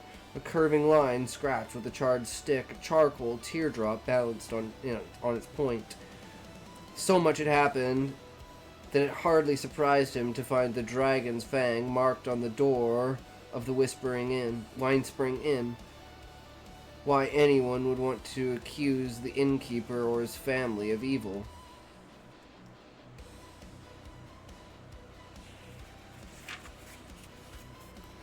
Or bring the inn bad luck. It was beyond him, but the night had convinced him of one thing. Anything was possible. Anything at all. At a push from the gleeman, he lifted the latch and went in. The common room was empty, except for Bran Alvear and a cold too, for no one had found time to lay a fire. The mayor sat at one end of one of the tables, dipping his pen in an ink well, with a frown of concentration on his face, his gray fringed head bent over a sheet of parchment. Nightshirt tucked hastily into his trousers and bagging around his considerable waist. He absently snatched at one bare foot with the toes of the other. His feet were dirty, as if they had been outside more than once without bothering about boots, despite the cold. "What's your trouble?" he demanded without looking up. "Be quick with it. I've 24 things to do right this minute, and more that I should have done an hour ago. So I have little time or patience." "Well, out with it." "Master Alvear," Rand said. "It's my father." The mayor's head jerked up. "Rand? Tam?" Threw down the pen and knocked over his chair as he leapt up. "Perhaps the light hasn't abandoned us altogether. I was afraid you were both dead. Bella galloped into the village an hour after the Trollocs left, lathered and blowing as if she'd run all the way from the farm. So I thought, no time for that now. We'll take him upstairs." He seized the rear of the litter, shouldering the gleeman out of the way. "You go get the wisdom, Master Merlin, and tell her I said hurry, or I'll know the reason why. Rest easy, Tam. We'll soon have you in a good soft bed. Go, gleeman, go." Thom Merlin vanished through the doorway before Rand could speak. Nynaeve wouldn't do anything. She said she couldn't help him. "I knew. I hoped you'd think of something." Master Alvear looked at Tam more sharply, then shook his head. "We'll see, boy. We'll see." But he no longer sounded confident. Sponge on your pants. Let's get him into a bed. He can rest easy at least. Yes, Smokey. Yes, you can. I do it all the time. Like multiple times per stream. I mean, what? Rand let himself be prodded toward the stairs at the back of the common room. He tried hard to keep his certainty and that somehow Tam would be alright. But it had been thin to begin with, he realized, and the sudden doubt in the mayor's voice shook him. You are in for it now, sweetheart. Take those sexy glasses You guys off are like a so good girl. mean. You don't need to see what happens next. On the second floor of the inn at the front were half a dozen snug, well-appointed rooms with windows overlooking the green. Mostly they were used by the peddlers or people down from Watch Hill, or up from Devon Ride. But the merchants who came each year were often surprised to find such comfortable rooms. There, 3 of them were taken down, and the mayor hurried around to one of the unused ones. Quickly the down comforter and blankets were stripped back on the wide bed, and Tam was transferred to the thick feather mattress, with goose-down pillows tucked under his head. He made no sound beyond hoarse breathing as he was moved, not even a groan. But the mayor brushed away Rand's concern, telling him it was set to fire to take the chill off the room. While Rand dug wood and kindling from the wood box next to the fireplace, Bran threw back the curtains in the window, letting in morning light. Then began to gently wash Tam's face. By the time the gleeman returned, the blaze on the hearth was warming the room. She will not come, Tom Merlin announced as he stalked into the room. He glared at Rand, his bushy white brows drawing down sharply. You didn't tell me she had seen him already. She almost took my head off.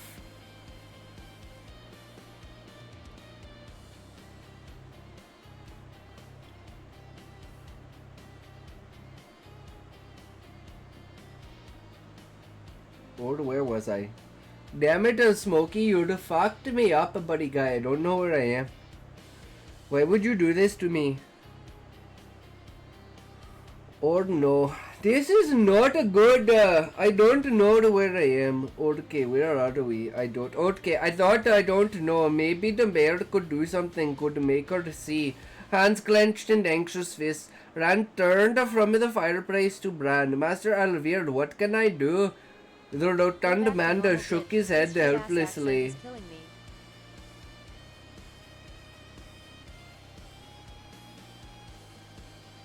You are in for it now, sweetheart. He lay a freshly dampened cloth You don't need to see what happens next. on Tam's forehead and avoided meeting Rand's eye. I can't just watch him die, Master Alveard. I have to do something. The gleeman shifted as if to speak, rounded on him eagerly. Do you have an idea, or try anything? I was just wondering, Thumb said, tamping his long-stemmed pipe with his thumb. If the mayor knew who sprawled the dragon's fang on his door. He peered into the bowl, then looked at Tam and replaced the unlit pipe between his teeth with a sigh. Someone seems not to like him anymore, or maybe it's his guests they don't like. Rand gave him a disgusted look and turned away to stare into the fire. His thoughts danced like the flames, and like the flames they concentrated fixedly on one thing. He knew not to give up. He could not just stand there and watch them die. My father, he thought fiercely. My father! Once the fever. Hey, how's it going, Zab? How are you? Once the fever was gone, that could be cleared up as well. But the fever first, only how? Bran Alvear's mouth tightened as he looked at Rand's back, and a glare he directed at the gleeman would have given him a bare pause. But Thom just waited expectantly as if he had not noticed. It's probably the work of one of the Kungars or a Kaplan, the mayor said finally, though the light alone knows which. They're a large brood, And if there be ill said of someone, or even if there isn't, they'll say it. They make sen buoy sound honey dung. How are you? I am good, good sir. We're just chilling out. You don't have to do accent. I know, Smokey, but I'm finding it funny. Okay? What if I want to do the accent, bro? What if I You're in want for to it do now, it? Sweetheart. Take those sexy glasses off like a good girl.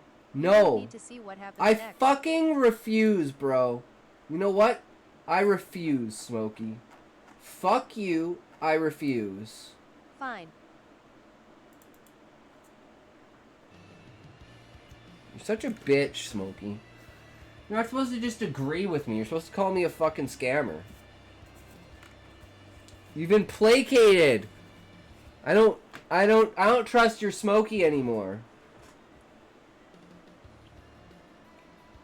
Cock and ball Z, cock and ball Z, cock and ball Z, cock and ball Z, cock and ball Z, cock and ball Z, cock and ball Z, cock and ball Z, cock and ball Z, cock and ball Z, cock and ball Z, cock and ball Z, cock and ball Z, cock and ball Z, cock and ball Z. Cock and ball Z is the best. Cock and ball Z, cock and ball Z, cock and ball Z, cock and balls.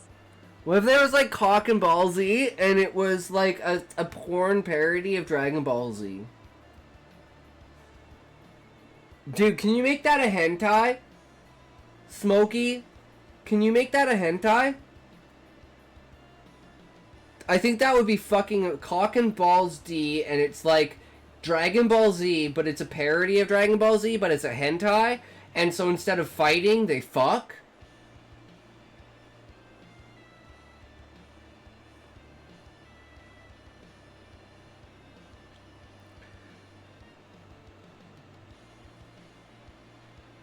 That wagon load who came in just before dawn? Gleeman asked. They hadn't so much as smelled a Trolloc, and all they wanted to know was when festival was going to start, as if they couldn't see half the village in ashes. Master Elvire nodded grimly. One branch of the family, but none of them were very different. That fool, Darl Copland, spent half of the night demanding I put Mistress Moiraine and Master Lan out of the inn. Out of the village, as if they would be any village at all left without them.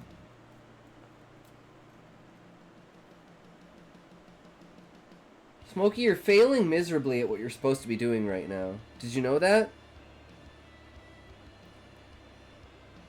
Rand had only half listened to the conversation, but this last tugged him to speak. What did they do? Why, she called ball lightning out of a clear night sky, Master Elvire replied, sent it darting straight to the Trollocs. We've seen trees shattered by it. The Trollocs stood no better. I didn't listen to what you said. Shut the fuck up, Smokey. Moiraine. Rand was incredulous, and the mayor nodded. Cock and Ball Z is coming. 9/11. What's next? 1488, Smokey? Mistress Moiraine and Master Lan was a whirlwind with that sword of his sword. The man himself as a weapon. And in 10 places at once, or so it seemed. Burn me. But I still wouldn't believe it if I couldn't step outside and see. He rubbed a hand over his bald head. Winter night visits just beginning, our hands full of presents and honey cakes, and our heads full of wine, and then the dogs snarling, and suddenly 2 of them burst out of the inn, running through the village, shouting about Trollocs. I thought they'd had too much wine after all. Trollocs? And before anyone knew what was happening, those things were right in the streets with us, slashing at people with their swords, torching houses, howling to freeze a man's blood. He made a sound of disgust in his throat. We just ran like chickens with a fox in the hen yard. Master Lan put some backbone into us. Thank you for redeeming chair dance. Hitox will now dance for you. Please No need to be so hard, Thom said. You did as well as anyone could. Not every Trolloc lying out there fell to the 2 of them. Yes, well, Master Elvire gave himself a shake. Still almost too much to believe. An Aes Sedai in Edmund's Field, and Master Lan is a warder. An Aes Sedai, Rand whispered. She can't be. I talked to her. She isn't. She doesn't. You think they were? Did you think they wore signs? The mayor said wryly. Aes Sedai painted across their backs, and maybe danger, stay away. Suddenly he slapped his forehead. Aes Sedai. I'm an old fool and losing my wits. There's a chance, Rand, if you're willing to take it. I can't tell you to do it, and I don't know if I'd have the nerve if it were me. A chance, Rand said. I'll take any chance, if it'll help. Aes Sedai can heal, Rand. Burn me, lad. You've heard the stories. They can cure where medicines fail.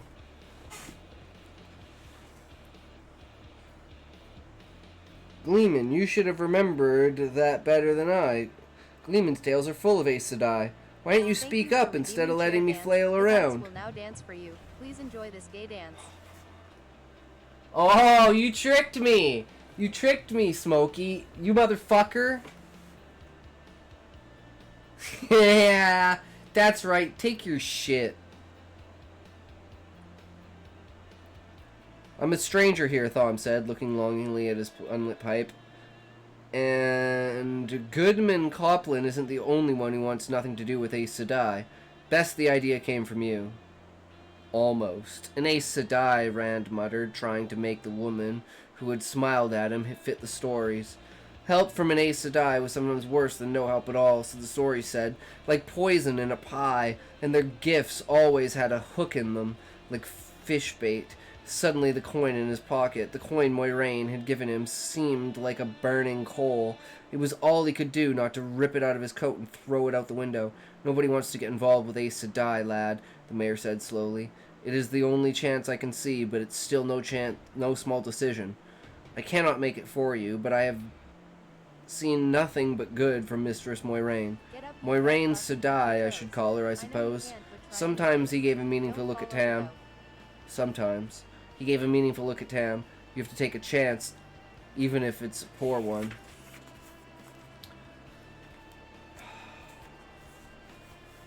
What to give away? What do you mean, what to give away? To give away what? What are you giving away, Smokey? Your sperm? Smokey, are you giving away your sperm again? We've told you you're not allowed to do that. Okay? You can't just walk around on the street and be like, do you want my sperm? That's not how it fucking works, bro. We've been through these conversations. Will now dance for you. Please enjoy this gay dance.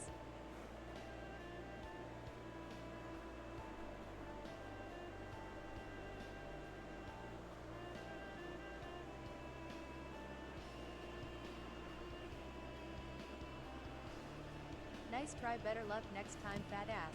Get back in that chair, you lazy ass shit streamer. True. Your soul? Can I have your soul, Smokey? I'm gonna just borrow it for a bit.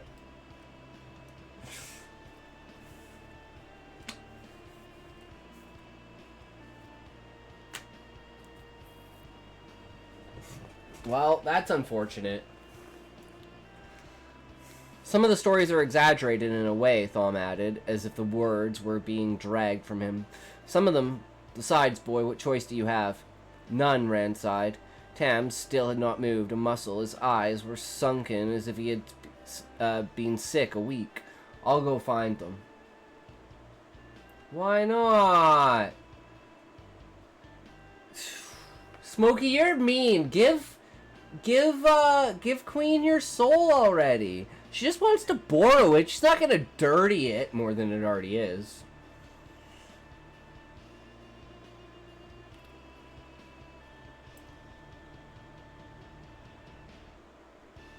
None, Rand sighed. Tam still had not moved a muscle. His eyes were sunken as if he had been sick a week. I'll go and find her. Other side of the bridges, the Gleeman said, where they are, disposing of the dead Trollocs. But be careful, boy. Aes Sedai do what they do for reasons of their own, and they aren't always the reasons others think. The last was a shout that followed Rand through the door. He had to hold on to the sword hilt to keep the scabbard from tangling in his legs as he ran, but he would not take the time to remove it. He clattered down the stairs and dashed out of the inn, tiredness forgotten for the moment. A chance for Tam, however small, was enough to overcome a night without sleep, for a time at least. That the chance came from an Aes Sedai, or what the price of it might be, he did not want to consider. And as for the actual facing an Aes Sedai, could keep breath and took a deep breath and tried to move faster. The bonfires stood well beyond the last houses to the north. On the westward side of the road to the Watch Hill, the wind still carried the oily black columns of smoke away from the village, but even so, a sickly sweet stink filled the air, like a roast left hours too long on the spit. Rand gagged at the smell, then swallowed hard when he realized its source.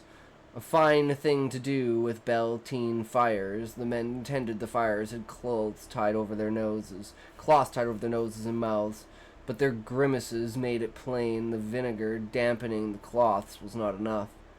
Even if it did kill the stench, they still knew the stench was there, and they still knew what they were doing.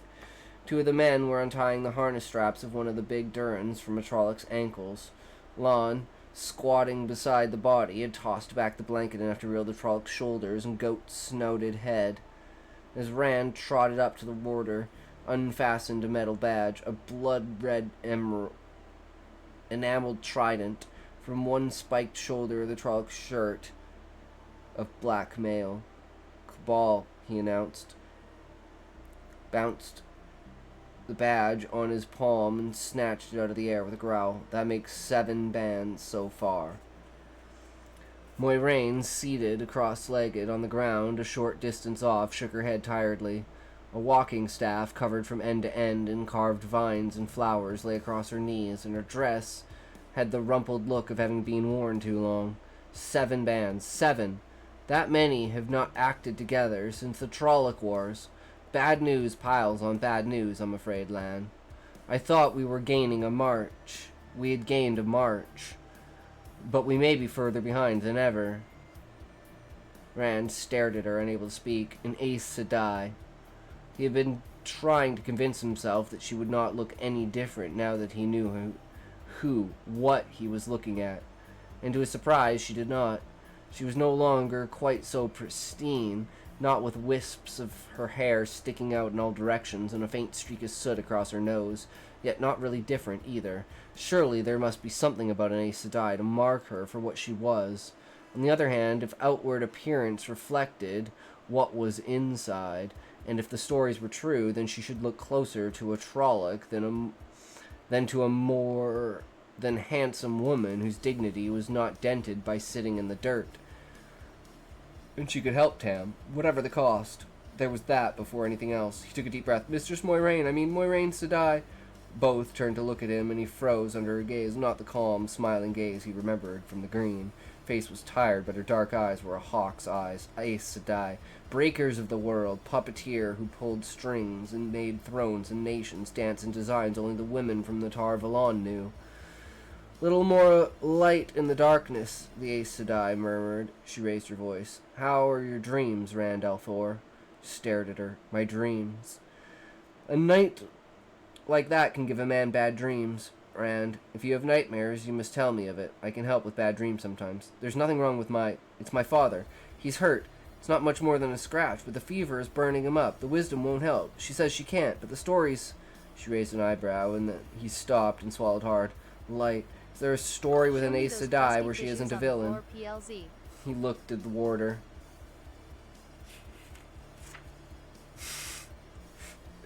Shut the fuck up, Smokey.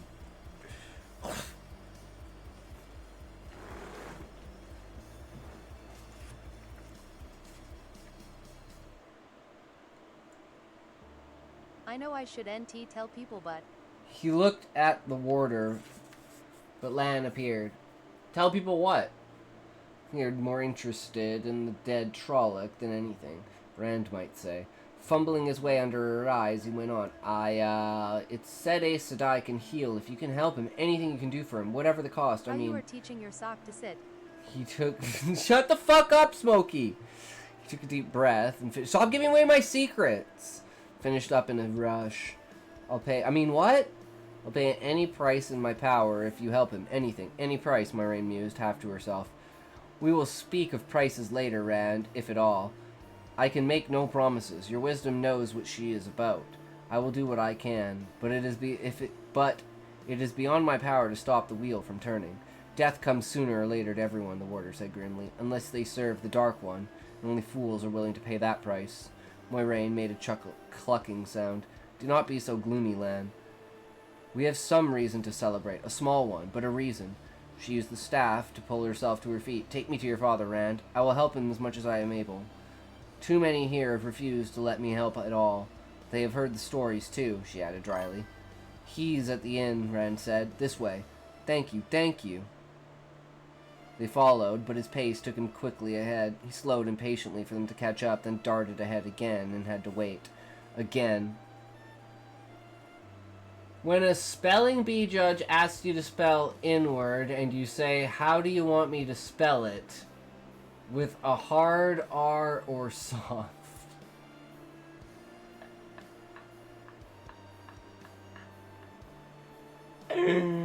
Oh man, I love it. How's it going, Mike Hoochie's Harry?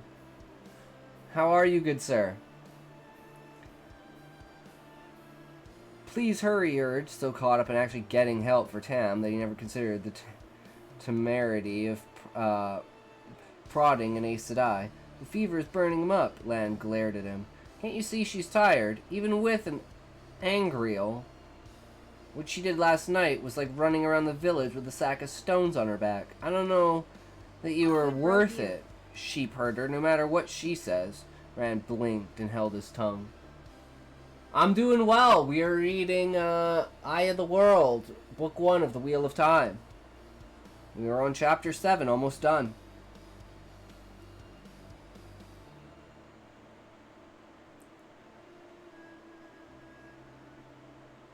Rand blinked and held his tongue. Gently, my friend, Moiraine said without slowing her pace. She reached up to pat the warder's shoulder, towered over her protectively, as if he could give her strength just by being close. You think only of taking care of me. Why should he not think the same of his father? Lan scowled, but fell silent. I'm coming as quickly as I can, Rand, I promise. The fierceness of her eyes, or the calm of her voice. Not gentle exactly, more firmly in command. Rand did not know which to believe, or perhaps they did go together. Aes Sedai. He was committed now. He matched his stride to theirs, and tried not to think of what the price might be that they would talk about later.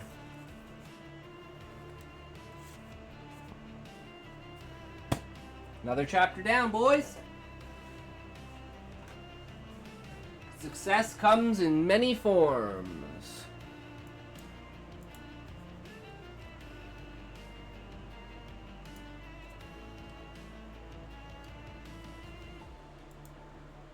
Okay, so, without further ado then,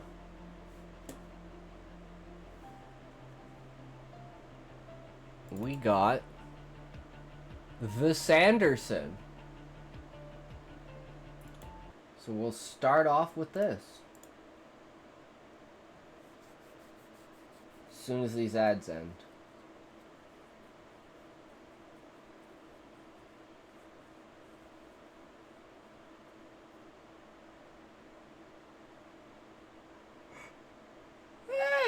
Jesus!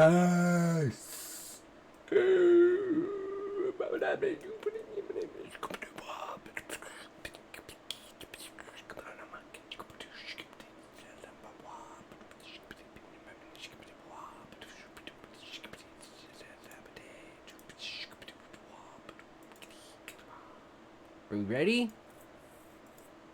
For the ultimate Sanderson? Brandon Sanderson here. Welcome to the 2025 lecture series. These are lectures that I give at my local university, Brigham Young University, about science fiction and fantasy writing. Every week I'm going to have a new one for you. This week we're doing mostly introductory material. I'm going to talk about my philosophy in teaching this class, I'm going to talk about the difference between a discovery writer and an outline writer. I'm going to talk about a lot of interesting sort of philosophy of how to approach being a writer with the eye toward being a professional, as long as we're in this class. It's not how you have to do it, but it's what I'm going to assume for the hours that you're here with me. So join me here, and then I will see you back every week, hopefully, for another lecture. Hey, welcome to class. I surprised you.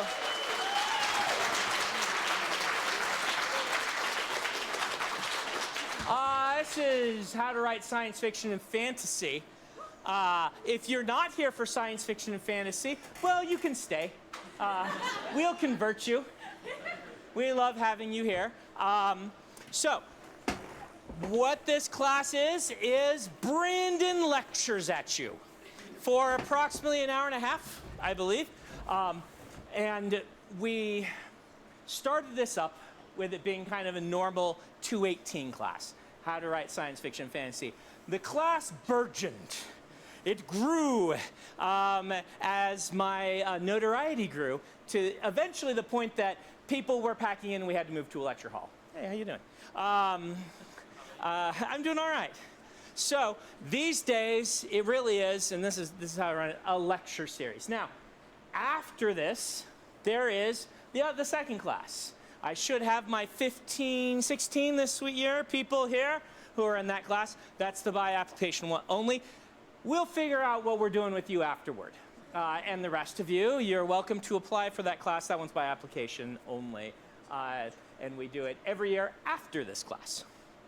So what are we going to do in this class? Well, I am going to come every week, and I am going to turn on a fire hose of information, right? And I'm going to blast you with this fire hose of information, and you're going to try to drink some of it, and that which you can't drink, you can hopefully come back and get on the videos that we are posting this year on YouTube. So you're being recorded. Not much of you. Only your laughter and maybe the backs of some of your heads. That's why we're in this new, fancier room. Oh, your faces are on the camera too.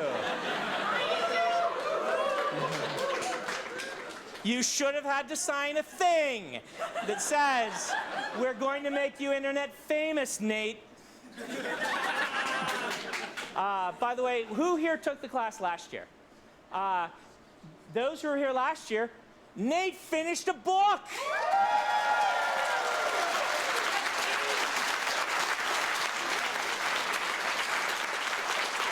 Nate finished a second book.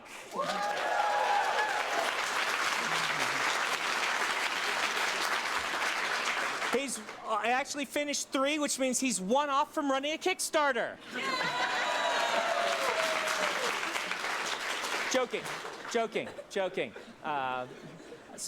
I might make some of you so. Anyway, last year he had expressed that he had trouble, as many authors do, getting really into a project, starting to write, and then losing momentum and revising the same chapter over and over again and never finishing anything. Am I paraphrasing it right, Nate? And so I started checking up on him every week and embarrassing him in front of class, and he was a very good sport. So I'm happy to see you back, and congratulations. Well done. So you're back too, aren't you? Yeah, good to see you. Some of you I recognize. Some of you, do I recognize you? Yeah. People take the class so often.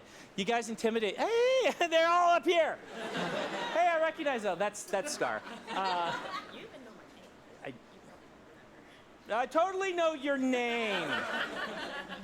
Elle, that's right, Elle. I told you I was going to remember your name. I promised I would at some point. Yeah, welcome, Elle. You told me that last time, too. I spelled it differently, though. No, it's E-L. E-L, not just the letter. Okay. Well, welcome, Elle. Good to see you again.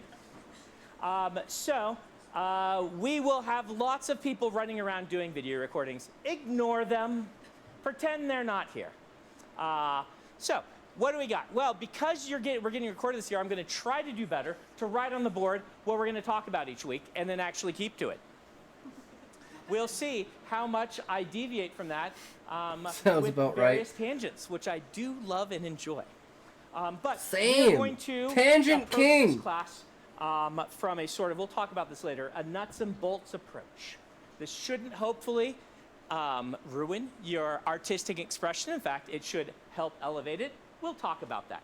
We are going to spend 2 weeks each on plot, setting, character, and the business of writing.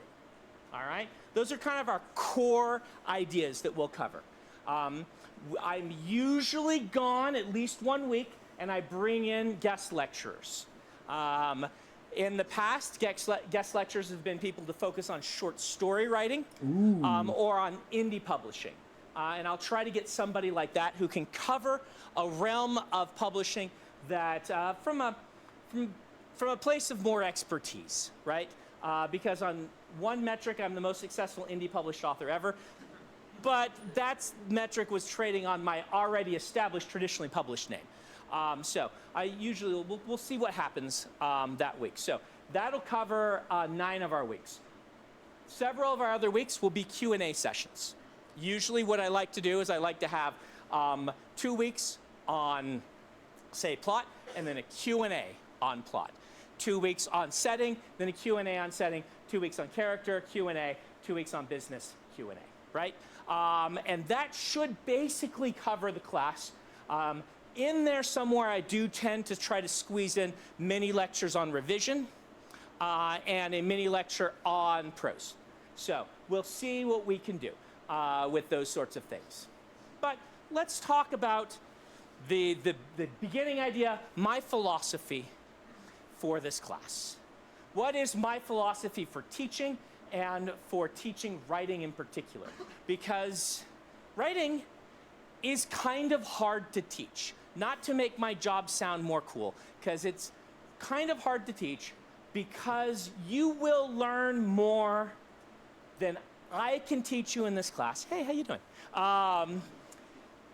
By writing your first book than myself or any person can possibly teach you. True. Right? Writing as an art requires work and effort. Everything requires work and effort, but the thing about a lot of artistic pursuits like this is you need to start exploring with your style. Hey, you're back too. Good to see you. Exploring with your style, seeing how it goes, trying new things, revising, trying different things. And as you explore writing, you will get better and better, and you will know how to use the tools that people like myself give you. You will also know which tools to ignore. Yep. Because one of the key philosophies I have is writing advice is only as good as its ability to help you individually. You will get bad advice for you. You will get bad advice for you from me in this class, okay? I try hard not to give you too much of that, but the thing is, writing is so individual that what works for some writers doesn't work for others. For example, the one I often use because it hit me when I was young and I was working. I was reading a book by Orson Scott Card where he talked about writing, and in it he talked a lot about how important an outline was to his writing, and without it, his writing would become a disaster. I then later read an essay by Stephen King, may have even been on Writing, his famous writing book, where he talks about how an outline is the great destroyer of stories. And if you have an outline for your story, it's going to ruin your story. And these are polar opposites, right? And can you do both? Well, the answer is yes. Most everyone in this room is going to be some mix of what George R. Martin calls a gardener versus an architect. He's very good with words, and that's one of his descriptions that I love. He says some writers are an architect. They build themselves a structure for their story, like a house, and then they hang a story upon it.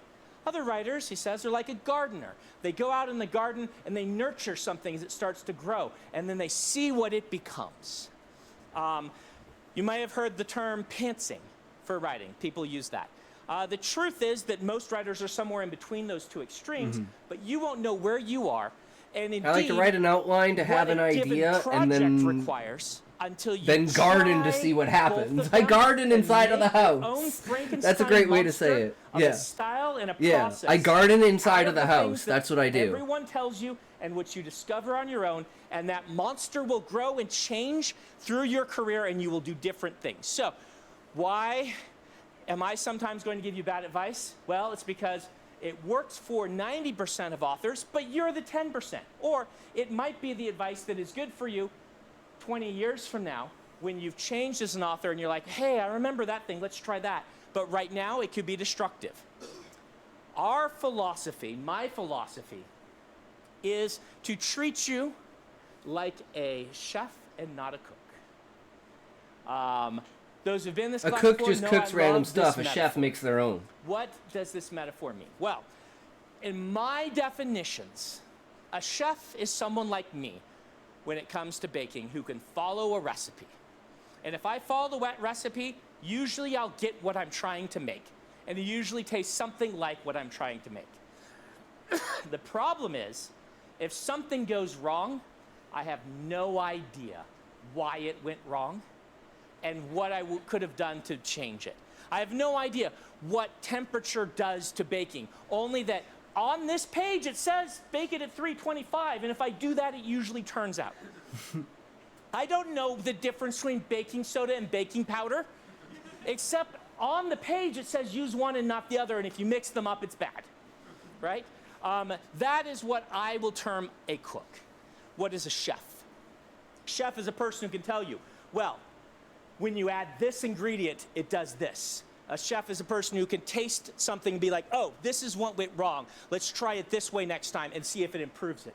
A chef is someone who can take the various styles of baking that different people use and apply them to their own process and create new things, not from a recipe, but that use the knowledge of previous recipes to create masterful new works. I want you to be a chef when it comes to writing. I want you to learn all the tools and processes. I want you to try them.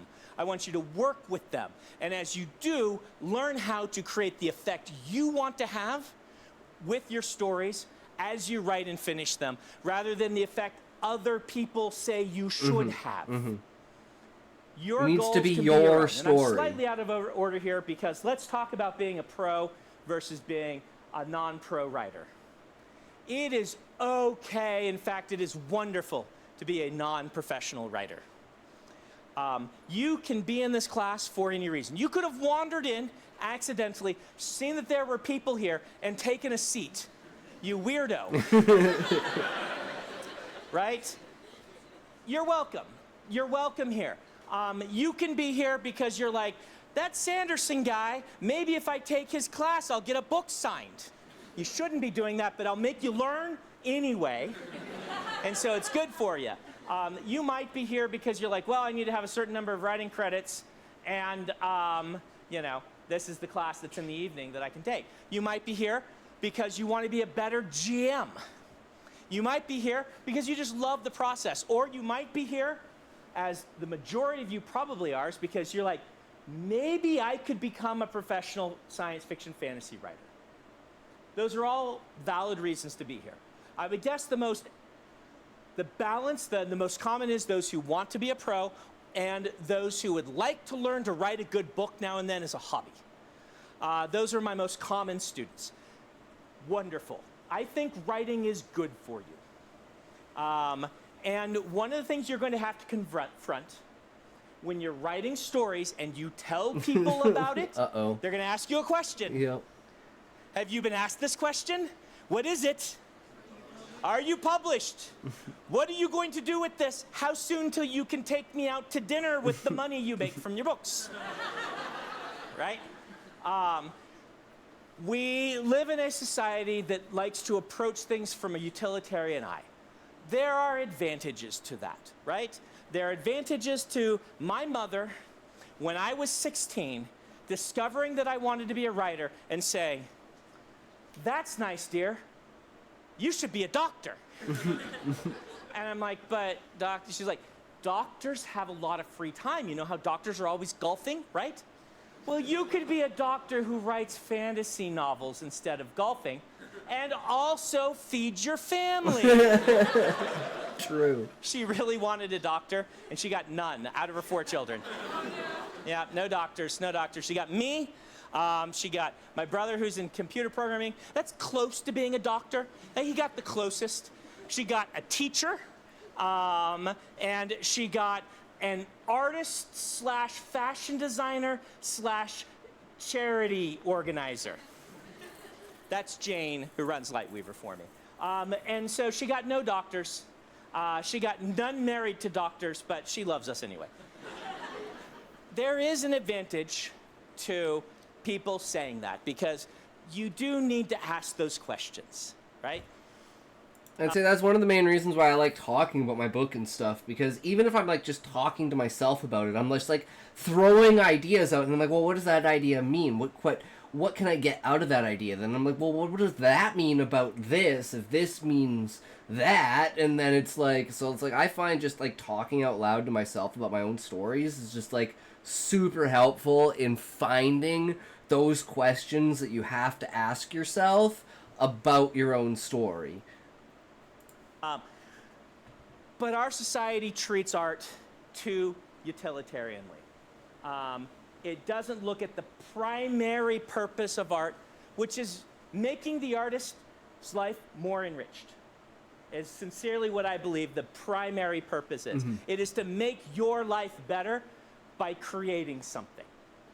When you go play basketball, unless you have to happen to have a Wemby-esque height, people are probably not going to ask you after your game in the church gym, and you're like, oh, I get, and you maybe look more like me and they're not going to say, so when are you going to the NBA?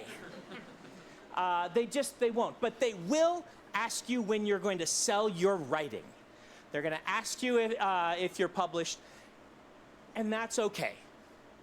But I want you to understand that's not why you have to write. Mm-hmm. In fact, it's probably not why you should write. Yeah.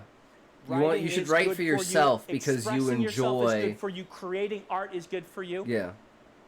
That all said, we are going to pretend when you walk through those doors that every one of you is in the category that I mentioned that wants to be making a full-time living as a science fiction and fantasy novelist within the next 10 years.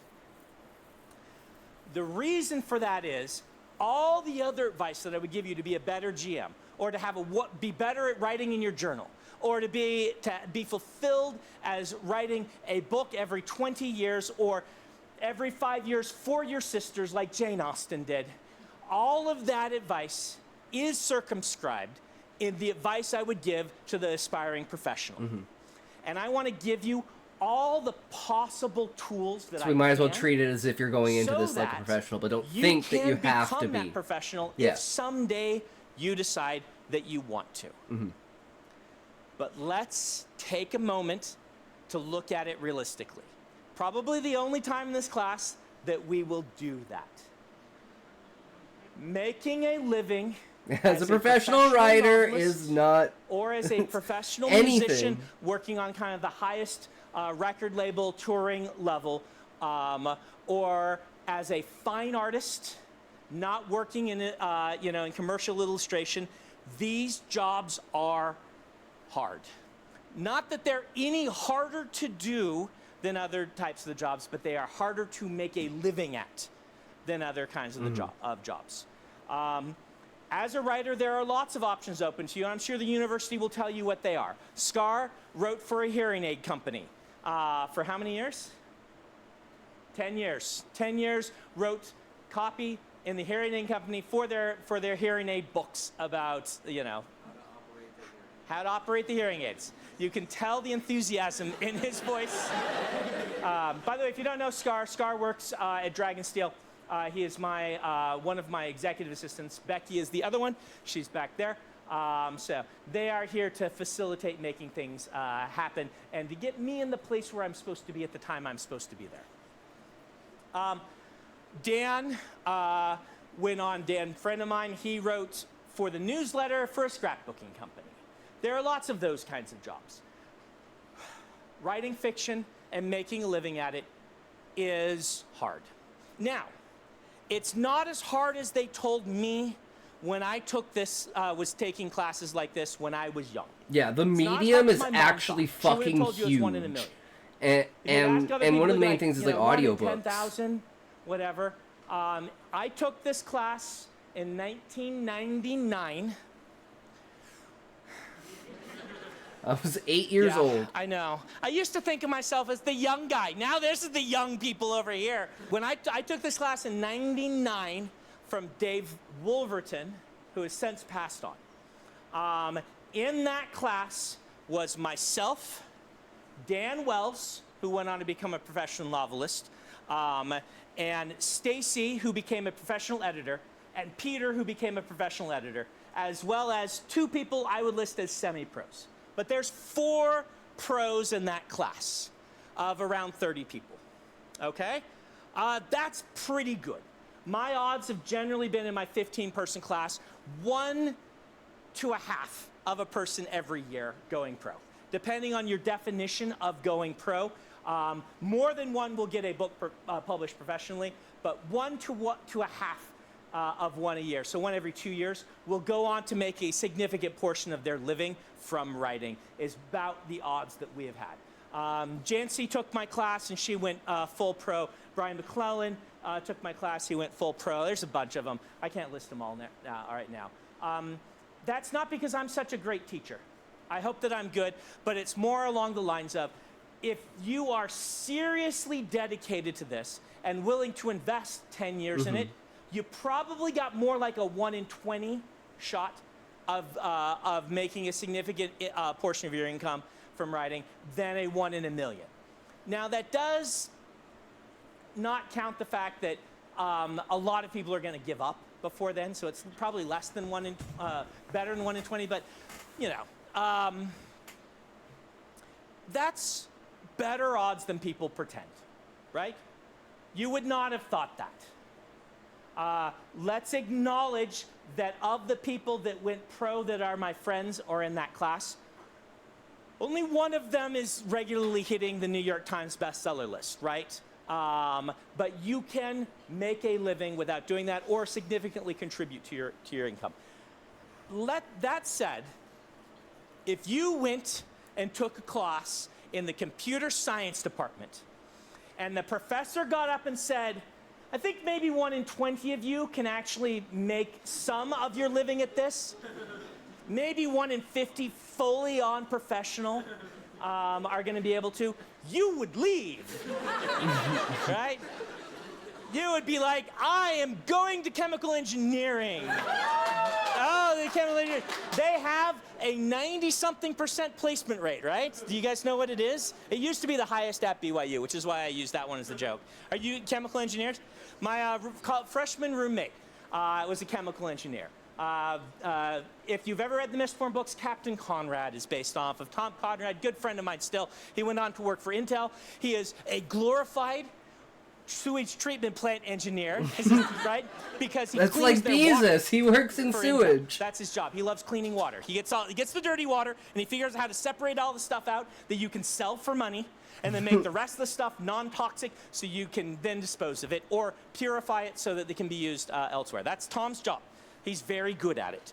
But it's good to bring up chemical engineering because when I was in school in this class, taking this class, Tom was getting put through the ringer. You people, I'm so sorry. He would come back and be like, I got a 61 on my test. And I'd be like, you know, I'm in the arts, right? Like, we don't look at those numbers. And he's like, oh no, I was second highest in the class. Yeah, we talked about sonnets and shared our feelings and all got A's. So, but if you want to be going pro in the next 10 years, you're going to have to pretend you're in the chemical engineering department, but for writing. So my philosophy, again, is to encourage an aggressive, for whatever your definition that is, writing schedule during your early years in order for you to learn S2G your Barrow. process. How's it going? Your We're job watching the legendary as a writer Sanderson. right now, if you have not finished at least 3 novels, I'm just pulling that out of the air. It could be, but let's just go with that. If you haven't finished at least 3, maybe if you haven't finished 5. I sold my 6th. Dan sold his 6th. You sold your 7th. Right? If you haven't, if you haven't done, that many, that's not where you are. Your job is not to sell books. It's to write. Even if you want to be a professional. Your job is to write enough books to learn your process and what works for you. And this is where the bad advice comes in. Once in a while, there's a stupid Pat Rothfuss who writes a brilliant book their first time. And then revises it a ton, because he did. Sweat and tears. You know Pat. He revised it maybe to insane levels. But once in a while, there's a stupid Pat Rothfuss who's brilliant at the start and just writes a really great book. Harry Potter was the first book. Twilight was the first book. Name of the Wind was the first book. Launchers was my 6th. Mistborn was my 14th. I find a lot more of those than I find of your first book. And most of the people I know whose first book got published kind of wish that they had then written several more books before they published it. So that when they published that first book, I am they going to already try knew to their write style, 70 words a day. so Nice, that Callie. That's a good when goal. the weight of deadlines hit them, they already were practiced at consistently writing. And that, for if you are so lucky as to get published, I wrote you're suddenly 77 gonna have just now. deadlines. Fuck yeah, Callie. You're suddenly going to have to write while the entire world is critiquing what you've done. You're somehow going to And have having to fun. keep That's good, writing Callie. as That's you good. stress about whether or not your books are selling any copies and worrying they're not selling enough copies. Yeah, and you trying to just deal can't with worry about publicity that. and trying to deal with all of the headaches and heartaches that come from being a professional. And if you have not spent years practicing so that writing and the habits of it are secondhand, that part is so much harder. So very much harder. I can show you. Okay, Callie, if when you this have lecture's not over, post what you've finished got. Several novels, let's say.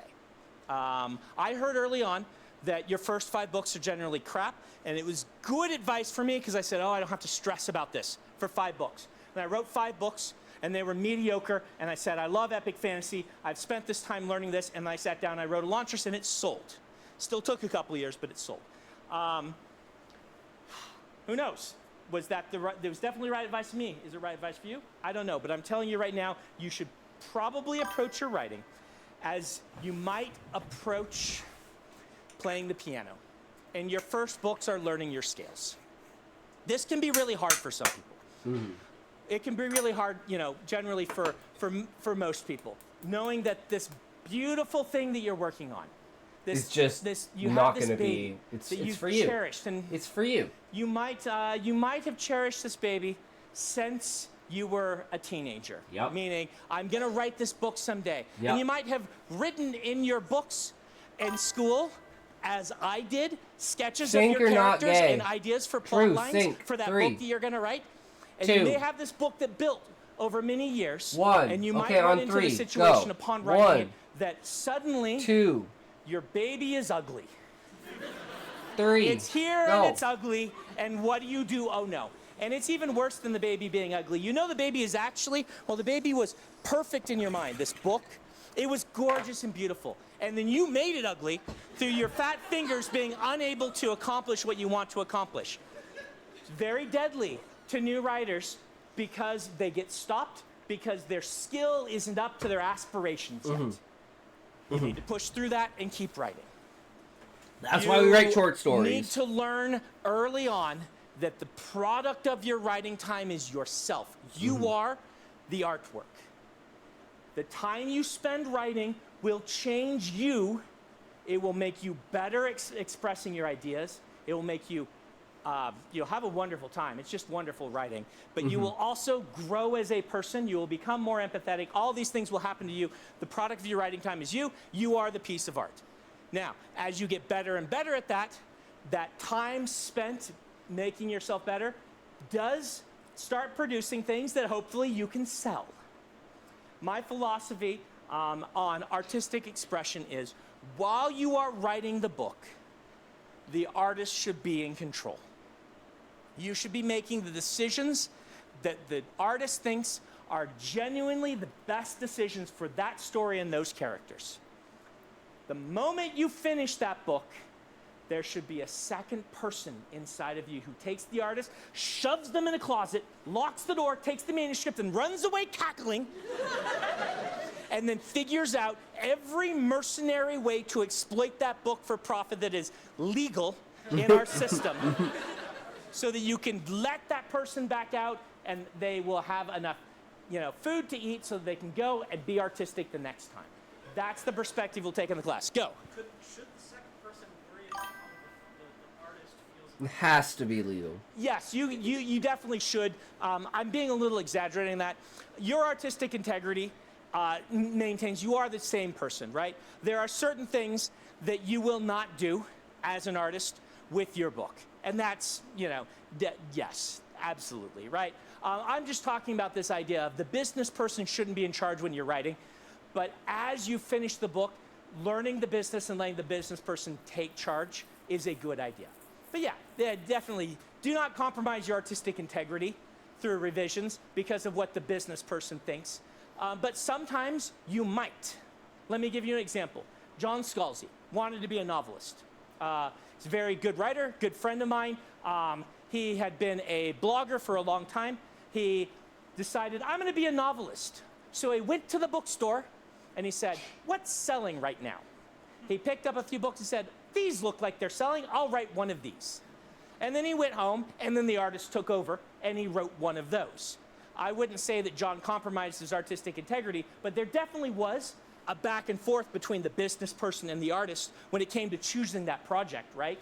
And how he chose to release it and sell it and things like that. So there definitely, I think there should be communication between the two sides of your brain, but I do think that letting the artist make the artistic decisions and letting the business person then learn how to sell that book rather than to dictate what the book should be is generally the way you'll want to go. Once in a while, that's bad advice. It might have been bad advice for John, right? Other questions on what I've said so far? Yeah, go ahead.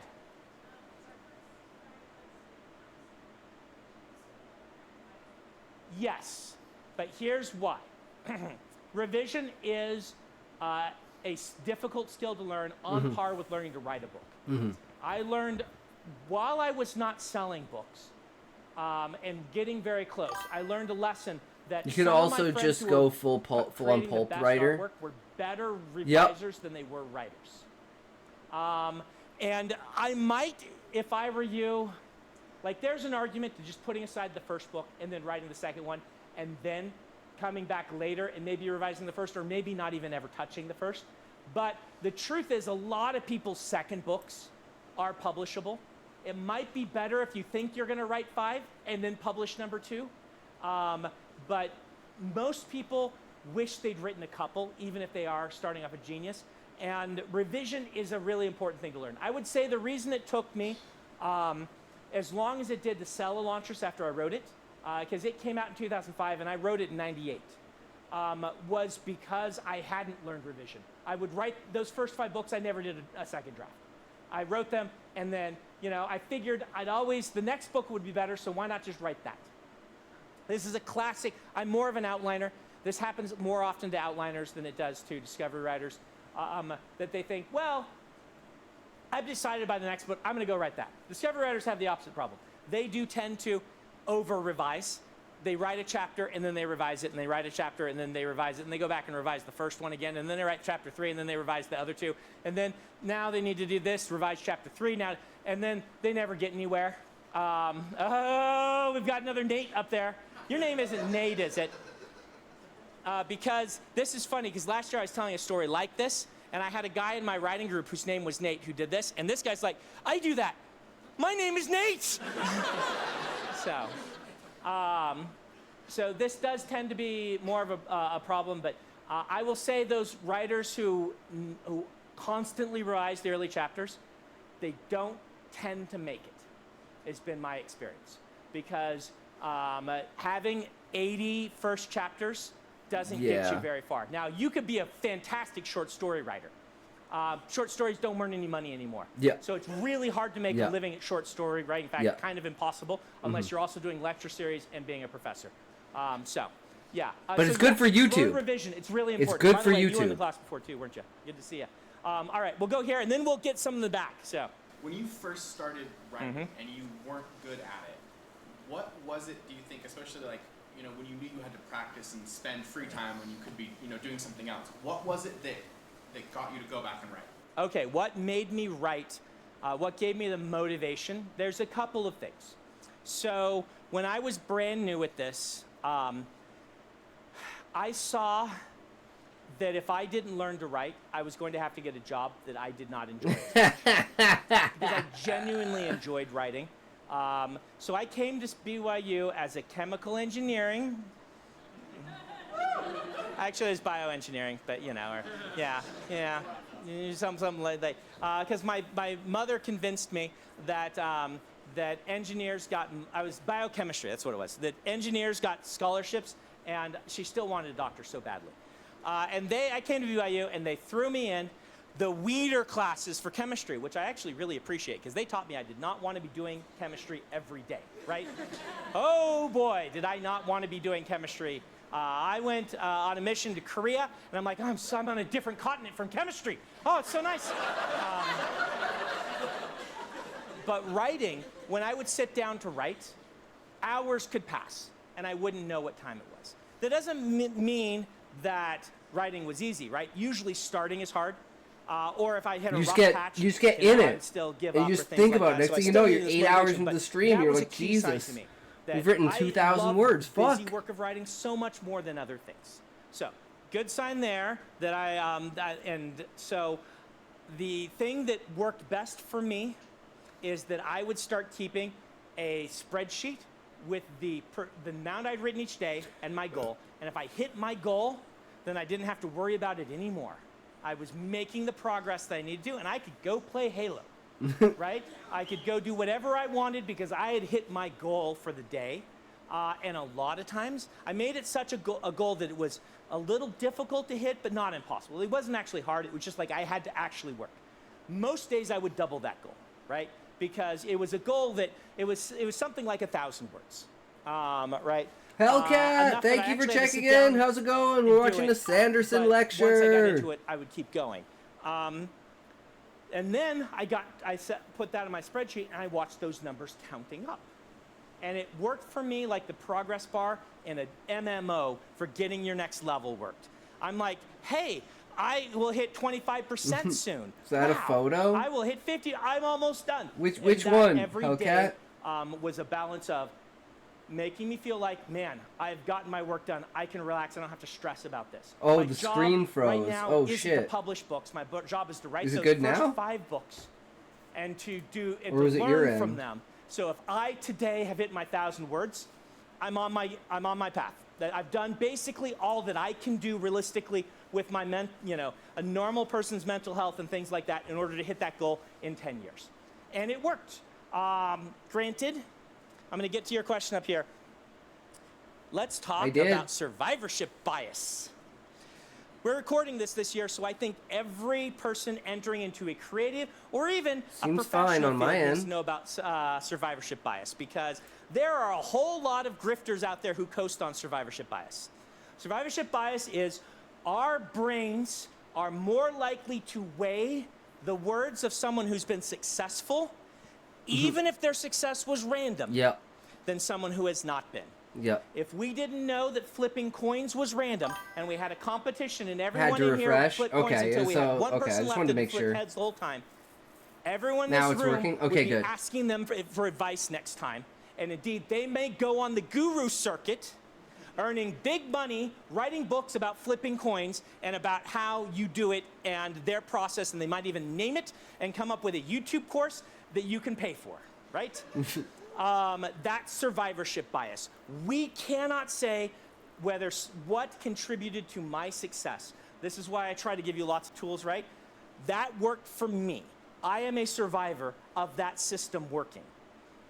Who knows, right? Mhm. But that's the best I can give you. So I like the way you phrased your question. What for me kept me going, and that's what kept me going. Now, something else you need to hear about. What time is it? 7:46. We go to 8:30? 8:15. Okay. All right. I got time left. Hey, I got another class.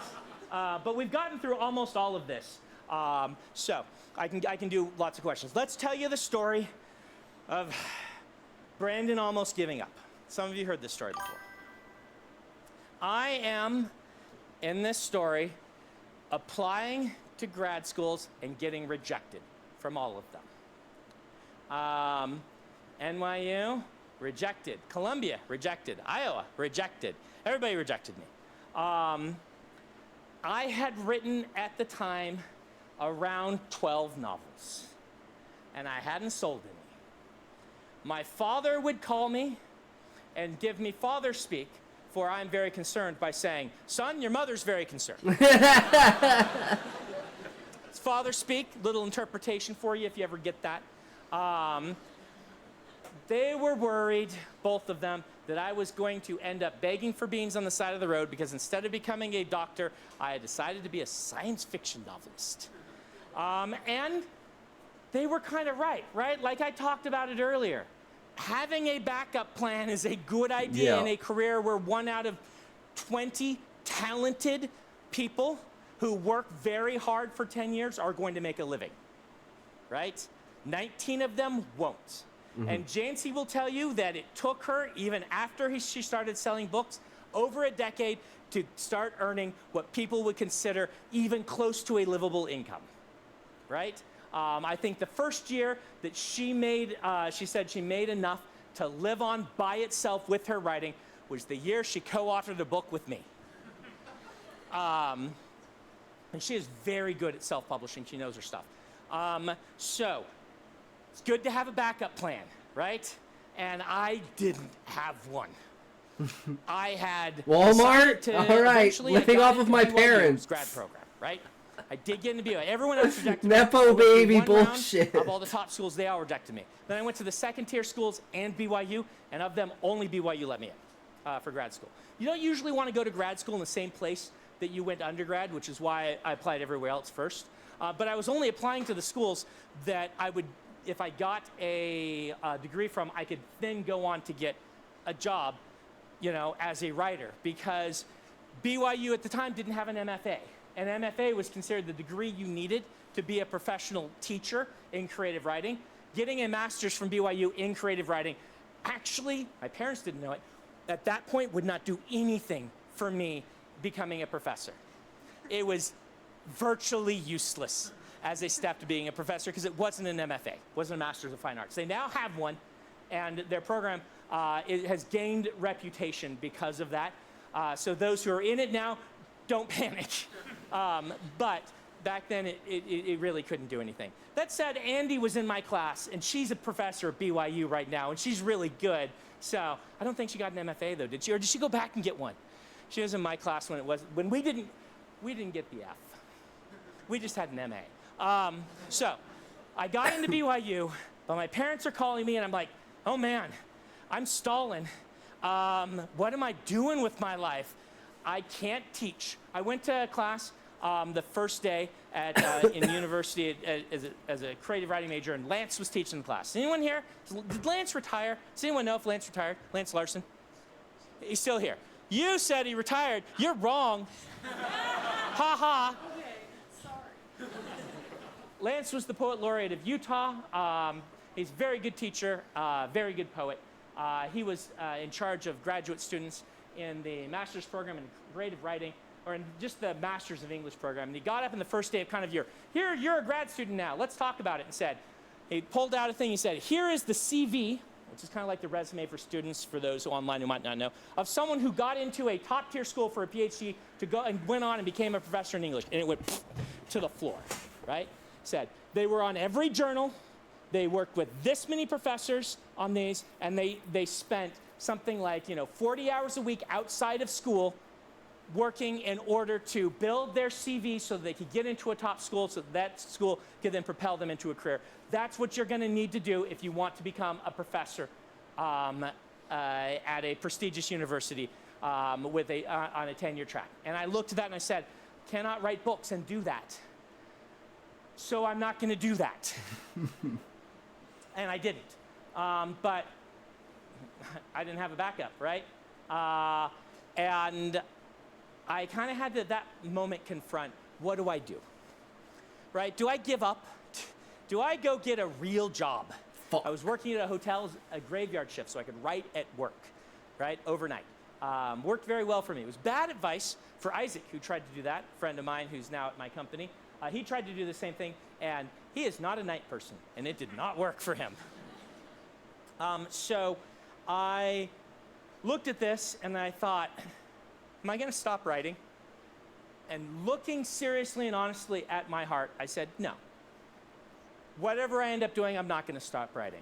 This is who I am. I'm going to keep writing. And if I'm age 90 and I never sell a book, and my books are only for my family and my friends, then I'm a success. Yeah, see? That's the He's the success same way I as can me. He control, thinks the exact and same I'm way as gonna me. do that. As long as you write I've it. been doing everything I was supposed to do. I've been submitting. But people, this was when George first got big. And Grimdark was the new hotness, right? Brandon is not Grimdark. I tried. It was not, I tried writing Grimdark, and it turned into the story of a Grimdark assassin who found hope and love. I'm not even kidding, right? Like, just Grimdark, it's not my thing. And so, you know, darkness in the world, great, but not my thing. So I'm like, I can't, you know. And so I sat down and said, well, they keep telling me, the publishers keep telling me I'm writing books too long. They wanted shorter books. Well, they're really hunting, those of you who know your history of fantasy, they wanted George's aesthetic, but they wanted it to be cheaper to publish, right? The bigger the book, you can't, so here's some economics of books for you. A 400,000 word book, which is the length of the Stormlight books, and the Game of Thrones is even longer sometimes, right? That is 4 times more expensive to edit, 4 times more expensive to, well, maybe not 4 times, but significantly more expensive to print, significantly more expensive to ship, and to the bookstores, it's 4 times of the 100,000 word book more expensive to put on the shelf, because if you can put 3 books on the shelf or 1 book, which one do you want to put on the shelf, right? The problem is the way that economics of entertainment work in our world is you don't charge much more for longer entertainment. Movies cost about the same no matter what length they are. Books maybe go up $1, but a Stormlight book should probably, like if a normal paperback is $8 a Stormlight book in paperback should, for the amount of like money and time and all these things, should probably cost like $25. But we can't do that. And so they don't like long books. They're better with them now that ebooks are a thing, but audiobooks still, you know, more expensive to produce anyway. They wanted Joe Abercrombie. They wanted George, like grimdark aesthetic, but short. And I was like the worst for them then, right? I was long, and I was like hopeful epic aesthetic, right? The big hotness was low magic, and I was like, there's 30 magic systems, right? Like, and this is the era where people didn't even use the word magic system the same way they do now. They didn't know what to do with me. And so I got all these directions. Like, I remember walking up to someone who rejected me and like, thank you for the rejection. Do you have any advice? Because with form rejection, he said, read the first chapter of Game of Thrones, and write something like that. So Steve Saffel at Del Rey, that's exactly what he told me. And so it's like, whatever.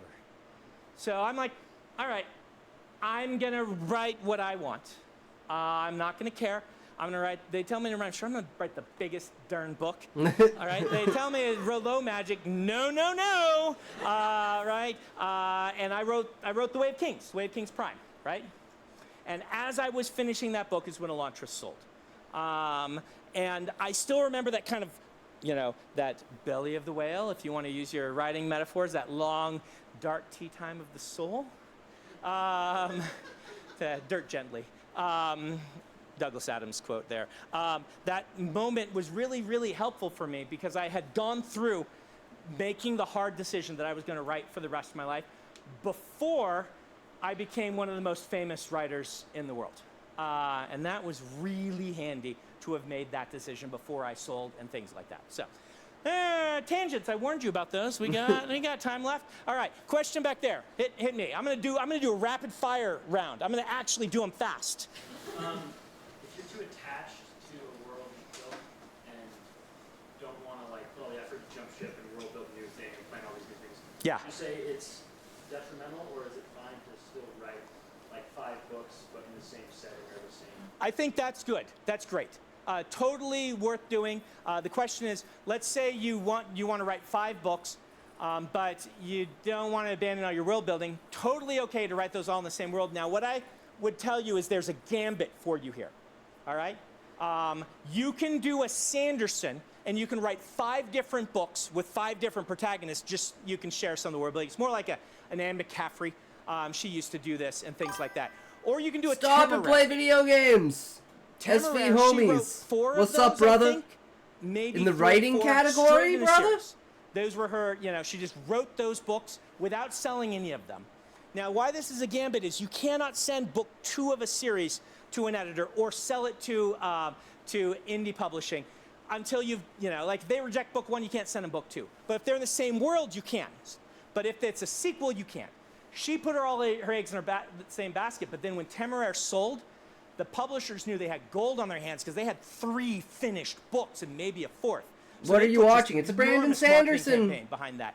That you won't understand. One of the greatest writers of all time, brother. But some of you will, who are not fantasy-wise, quite so young. Her cover blurbs on her first 3 books were Stephen King, Anne McCaffrey, and Terry Brooks.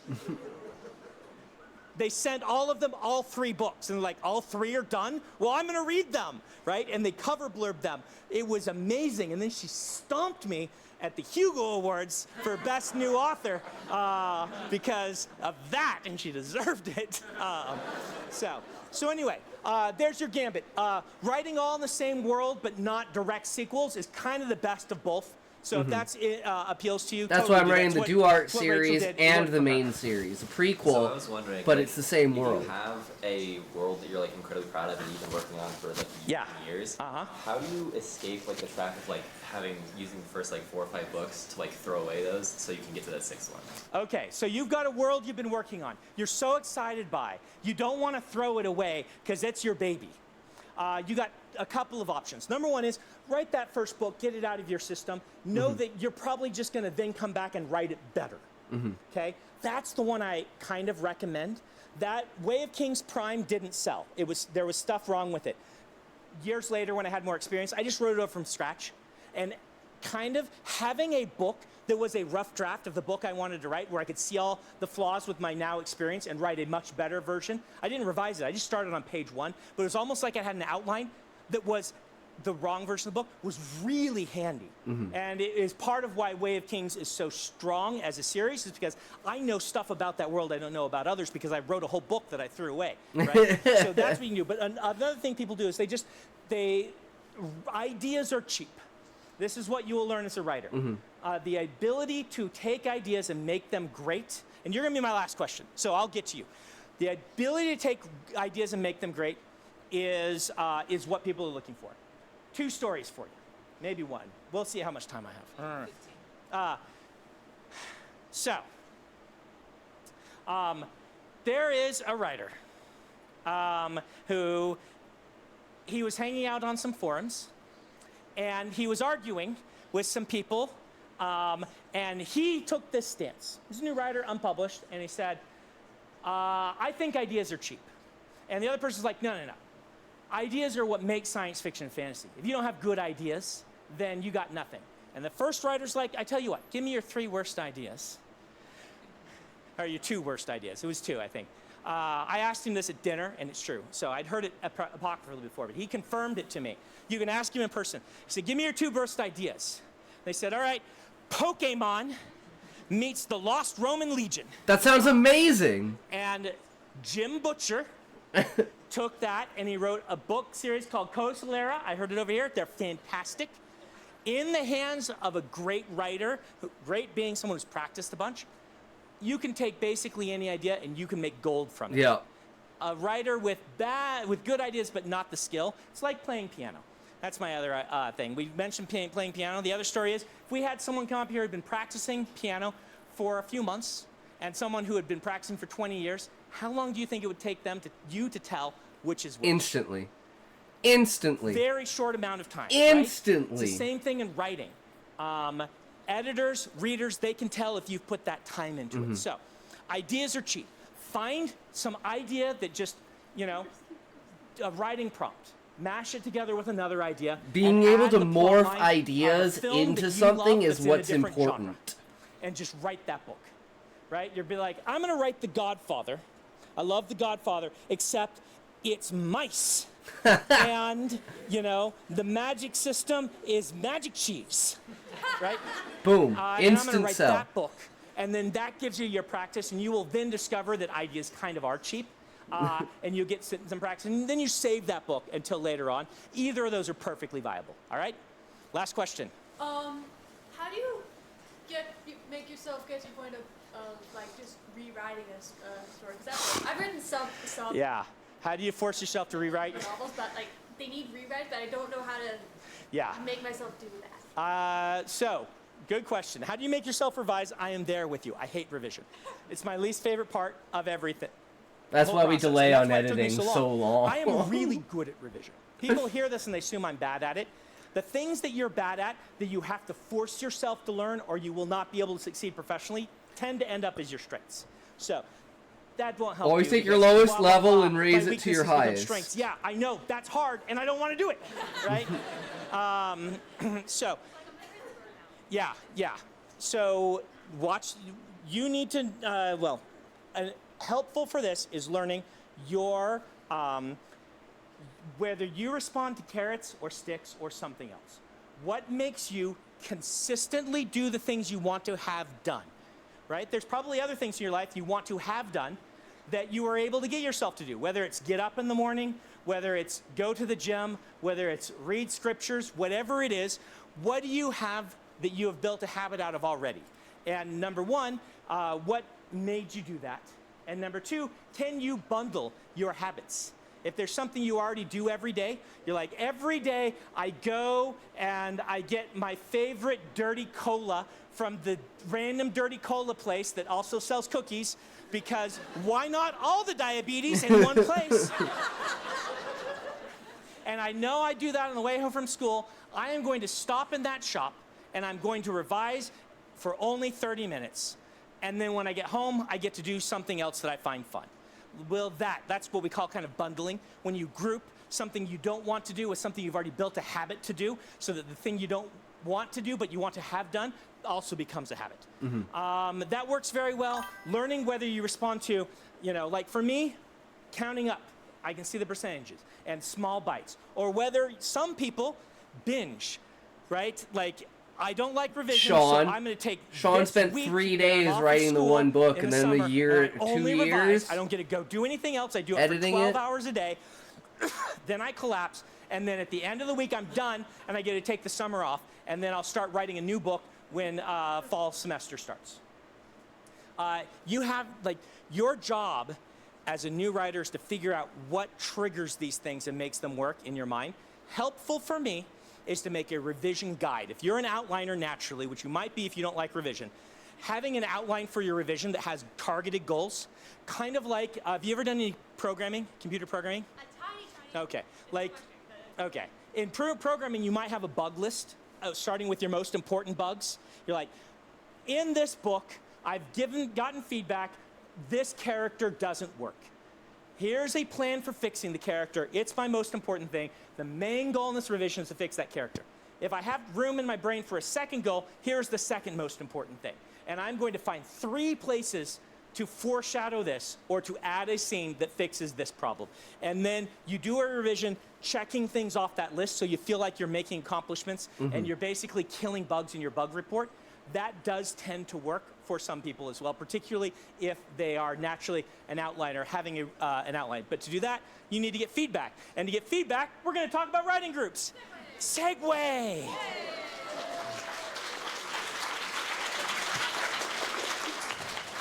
Welcome.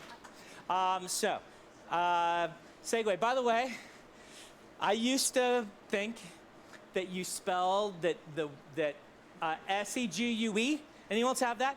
Was short for segue.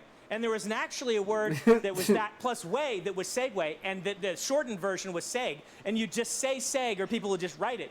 Right? Yeah, anyone else have this? Yeah, Like, I had no why idea does that was how word you spell say segue. Nah, French.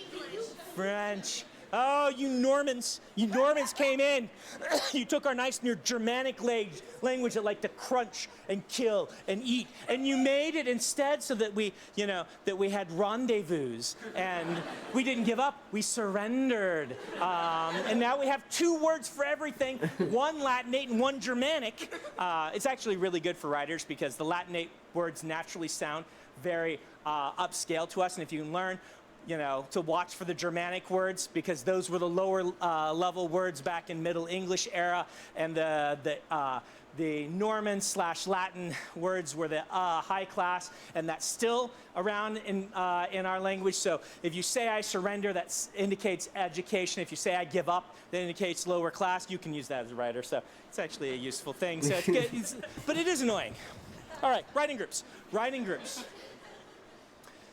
Writing groups aren't for everyone, okay? In fact, I hate writing people. groups can ruin your book. I hate people. Learning to take feedback is important for the majority of writers.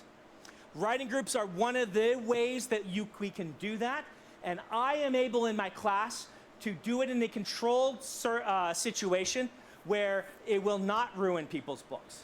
I put a TA in every writing group, and the TA knows how to make sure that no one ruins each other's books. It is a good tool to try. Part of the reason for this is,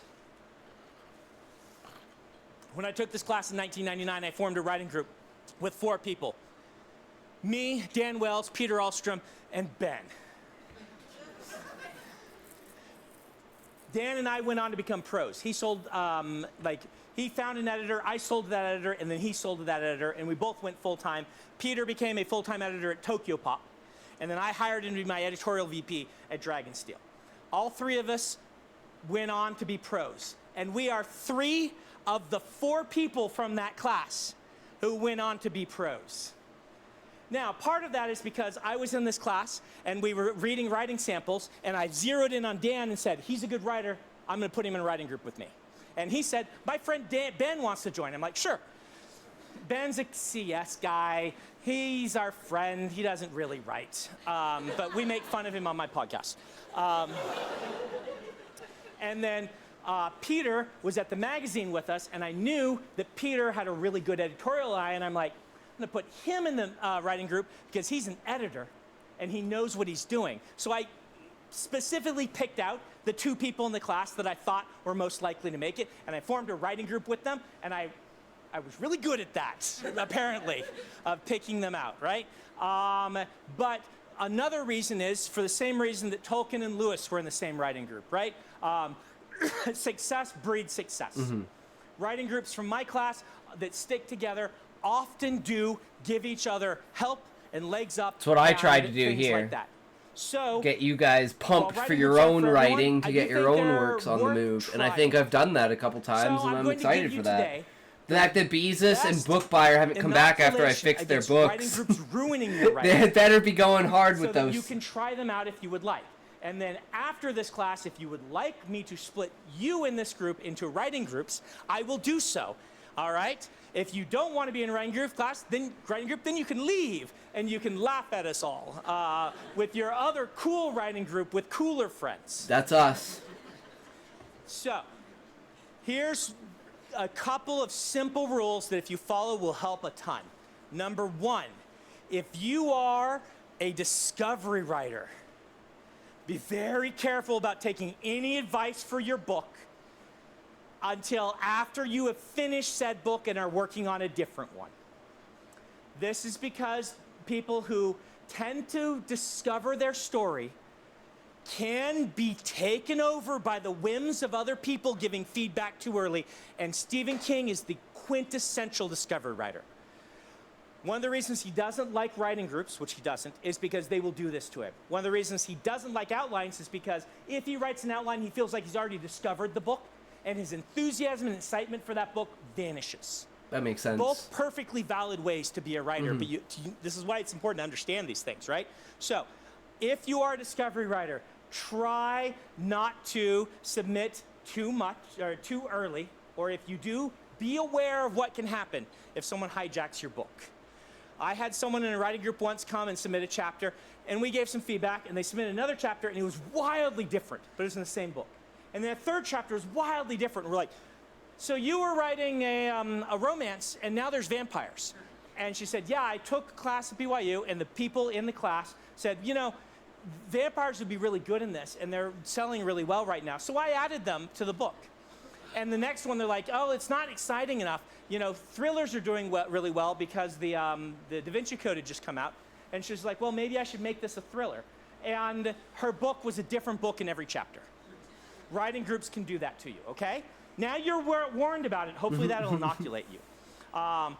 Number 2, if you are getting feedback, try not to say anything. This is really hard. Your job getting feedback is to be a fly on the wall while people are talking about a story, and write down what they say. In Hollywood, they do this cool thing where for years they would bring people in and they would show them a pilot for a new sitcom and tell them, you know, we're going to ask you what you thought of it afterward. And people would watch it, and then afterward they would say, all right, now there was a question at a commercial at break number 1. What brand was this commercial for? Because they didn't want people actually paying attention to the commercials, just to the thing. And they'd used the same sitcom for years because it was just to test the commercials. Because they didn't want people to be too aware. You want to be like that. You don't want your audience, who is your writing group, to be aware of what you're planning to do. And if you defend yourself, if you ask too many questions, you will predispose them and you will not get authentic feedback. The best thing you can do is stay quiet. Now, you are going to ask questions now and then. Trying not to ask too many questions. Trying to just write down the feedback.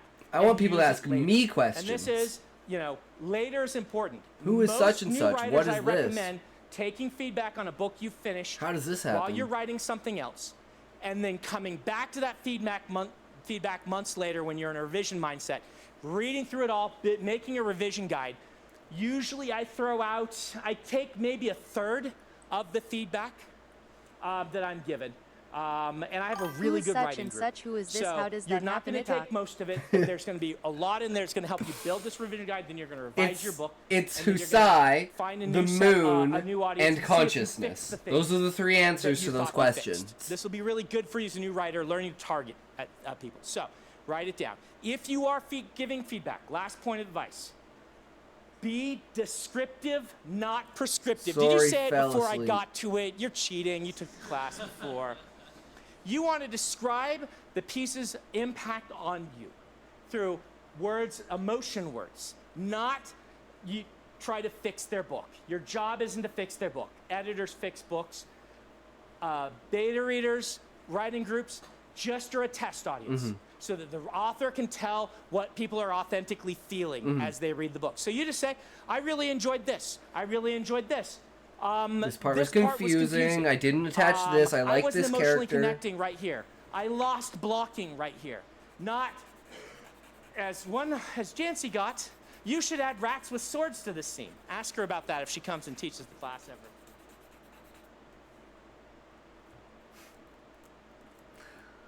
Well, that was a good one. All right. Since that was just an introduction, it didn't really get, you know, it's like I said, we look to the professionals to try and categorize the things that we do. So when we go to the professionals and the professionals say, do this, and I say, okay, I do that. I know I'm going in the right direction. And that's, that to me is what's important.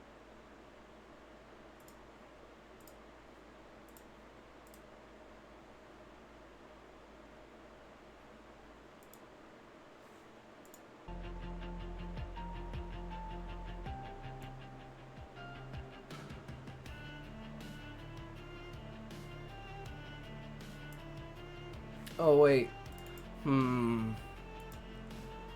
Okay, Do we edit or do we do the commentary?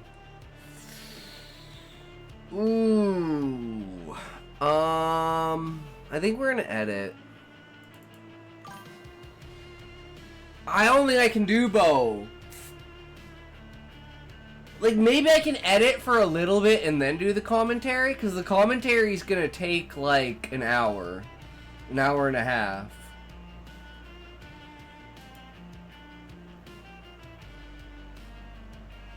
Okay, I have an idea, Queen. I have an idea. This thing's lagging. I'm just gonna go to the next video.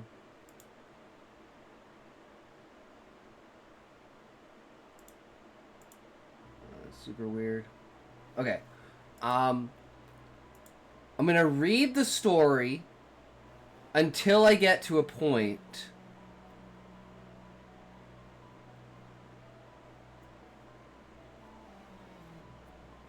Because from what I've fixed, we've gone all the way up to the new stuff that I wrote. And I think that was, like, pretty good. So I don't know if I have to worry about it. But anyways. And this is just, like, feeling for each sentence, right? How does each sentence carry us further into the story? That's what's really important we need to figure out right now. So there's this idea I've always clung to. Okay, so there's an idea. So we need to talk about this idea. Most people won't even consider it. Okay, so that puts like some sort of question towards the idea. And then the question is, are our ideas our own, or do they come from somewhere else? Maybe some of them are our own, but sometimes you pick up a signal from the universe, a forgotten memory locked in time.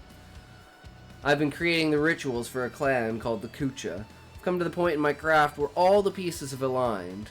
There's only one possible outcome, this final ritual, the Karlach. The product of all that came before. But there's something different about this one. It's calling to me, as if I'm not in control, merely a vessel for this knowledge. It is a succession ritual to prove the worth of a chieftain. The Great Spirit will judge whether he is worthy or not. You must complete the ritual without moving or making a sound to show the Great Spirit, the village is more important than himself. Okay, so what is the Great Spirit?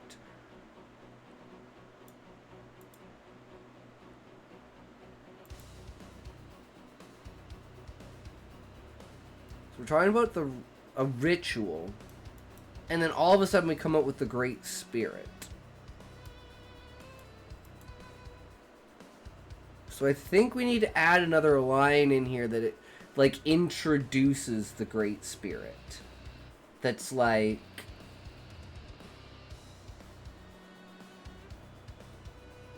So we're talking... So we talk about an idea, and how ideas may not be our own ideas. And we talk about a ritual.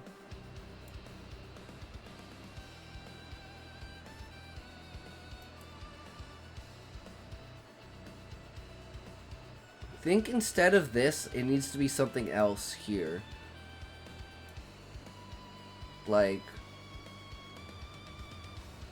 this ritual...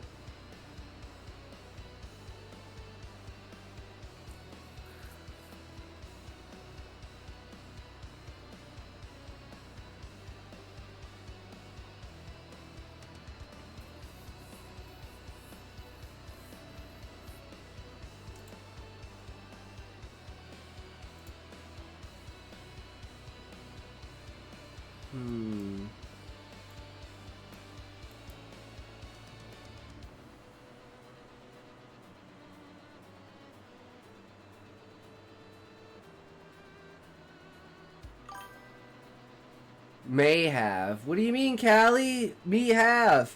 Me have what?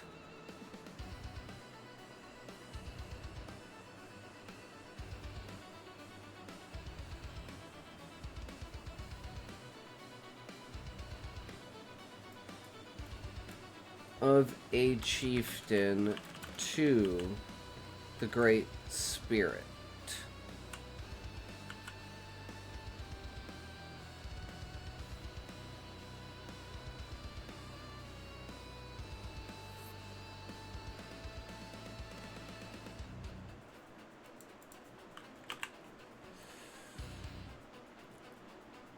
It is a succession. The Carlock is a succession.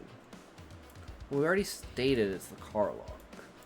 So, do we have to say that? This is because we're talking about the ritual. We know the ritual, and the ritual is called the Carlock. Ritual called the Carlock. Or do I need to put that?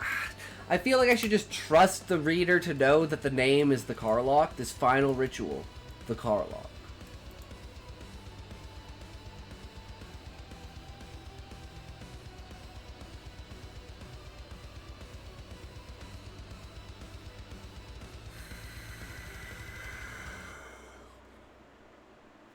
And it says driving. I'm going to say it's driving me. He's driving me. As if I'm not in control. I'm merely a vessel. It's a succession ritual.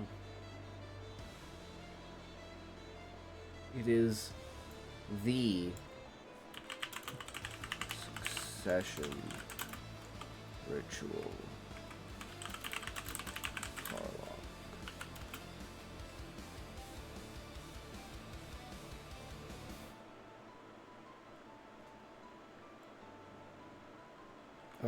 Of the Kucha, sorry. Of the Kucha. It is the succession ritual of the Kucha.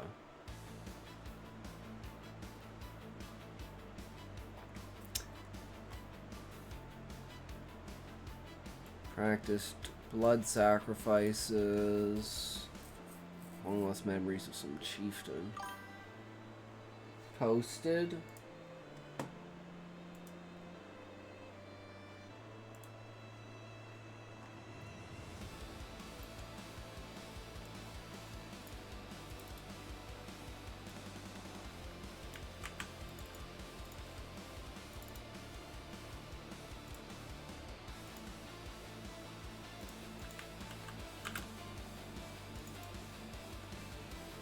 400 words. Jesus, Callie. Hell yeah, dude. That's crazy.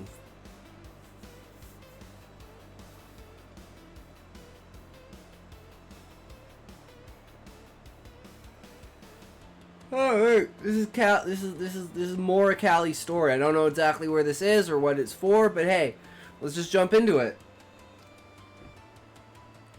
Sedansa, the great manipulator, wore many faces, each sung with screeches and groans that did not belong to him. A diseased seahorse, welts and faces layered with flesh like a scorched trunk of wood, sprouted out from the earth. He was the star that came before Elias, before Capella, and that star fell so far as to follow the orders of a mortal woman under the house he founded. "What have you done to me?" yelled Sedansa. Salmano, the true Dullahan, split from Gawain's body. No longer a mere shroud, no longer carried by twin hands on a black piano, Salmano took his collection of spines, spun it around and gathered every fireline in existence. "I detect foul play. Knuckleavy?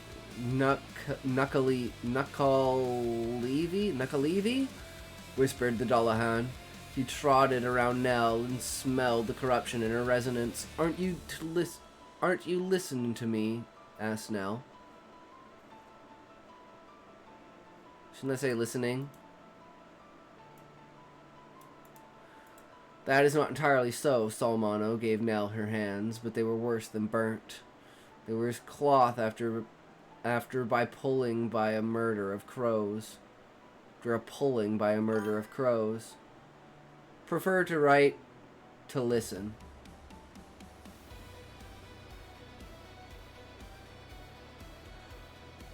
Oh, okay. It's more of a command. "Aren't you to listen to me?" As in like a command. Not, like, asking if you're listening to me, but saying you have to listen to me. Basically reinstate. So I read it wrong. That makes sense, Callie.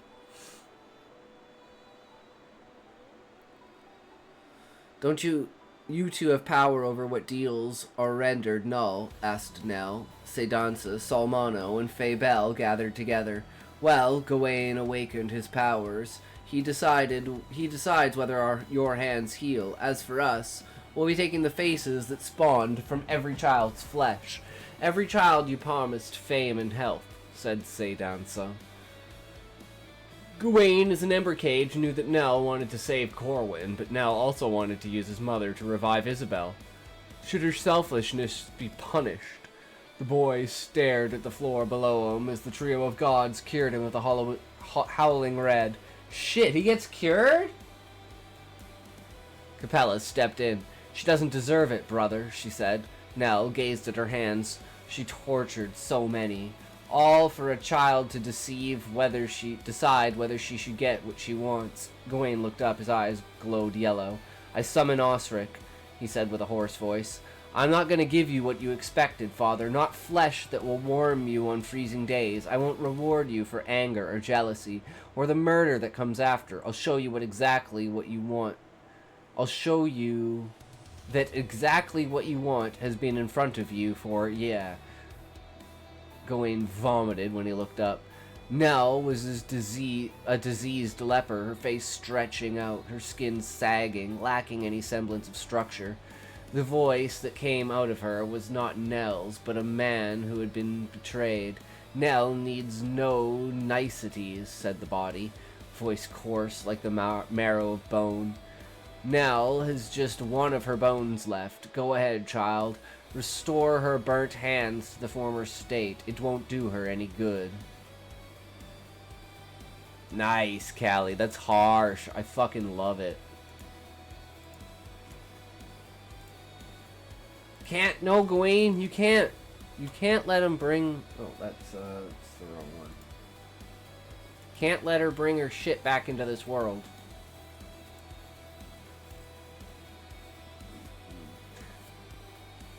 Something like...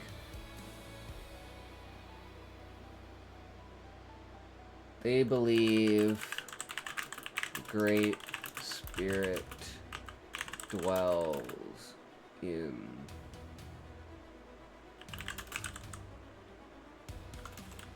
blood of the chieftain. So that's where the Great Spirit comes from.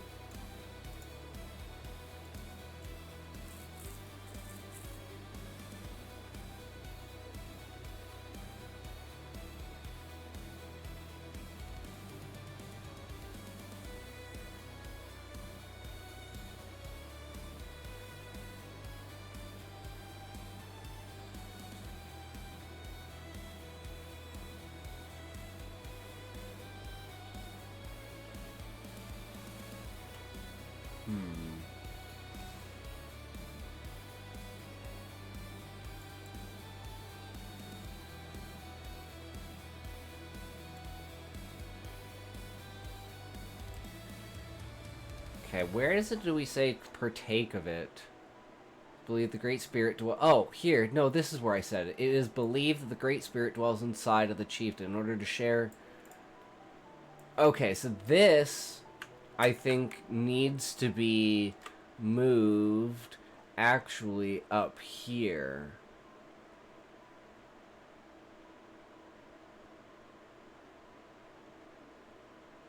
So, here...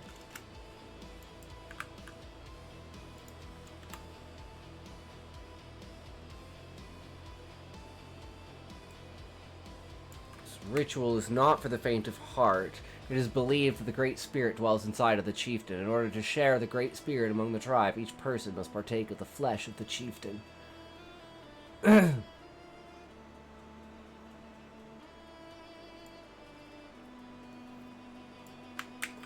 and then we move this here. Okay, okay. So we're talking about a vessel for knowledge, and then we talk about how forbidden the knowledge is.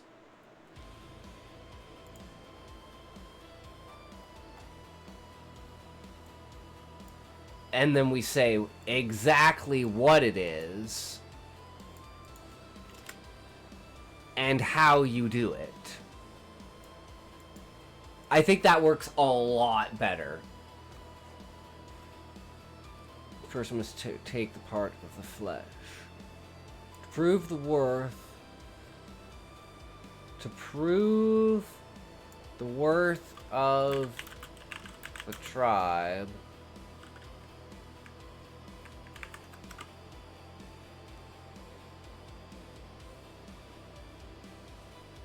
Proving worth of the tribe to the Great Spirit is no easy task.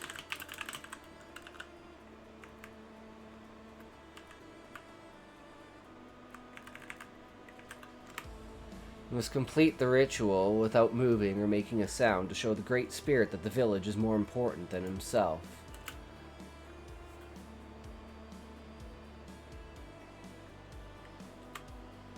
Just like, should I add another line in here that makes this kind of more emphasis?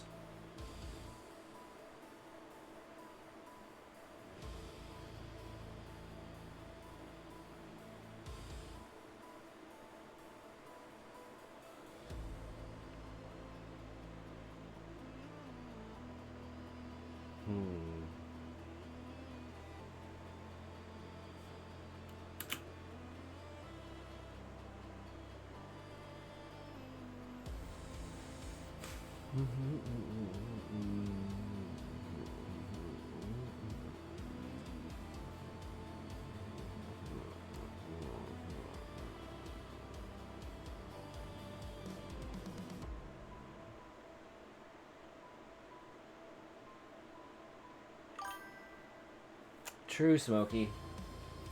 I need like a really potent line. I need a really potent line here. Please fully enjoy this immersive experience.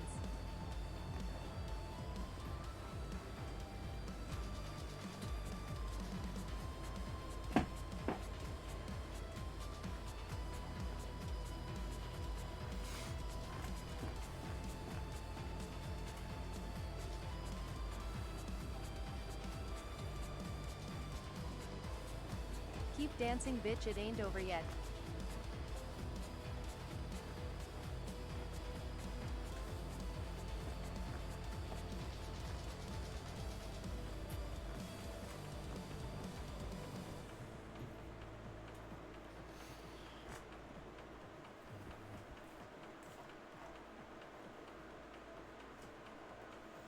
This is me just fancifully daydreaming, right?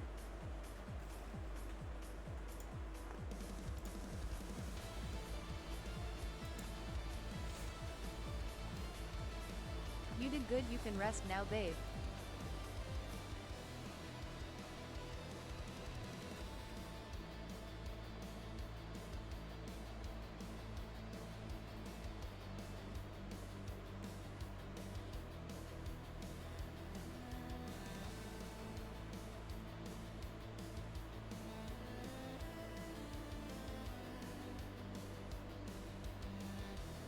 Thank you To for redeeming endure the physical, insured. No, I don't know how to say this. I don't know how to say this. Something like your like the endurance of your body is like the fortification of the will of the Kucha. Did you buy this Scrivy yet?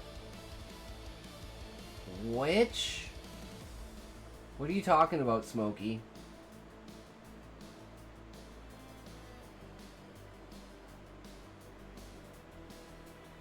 What's this app called? Oh, Scrivener?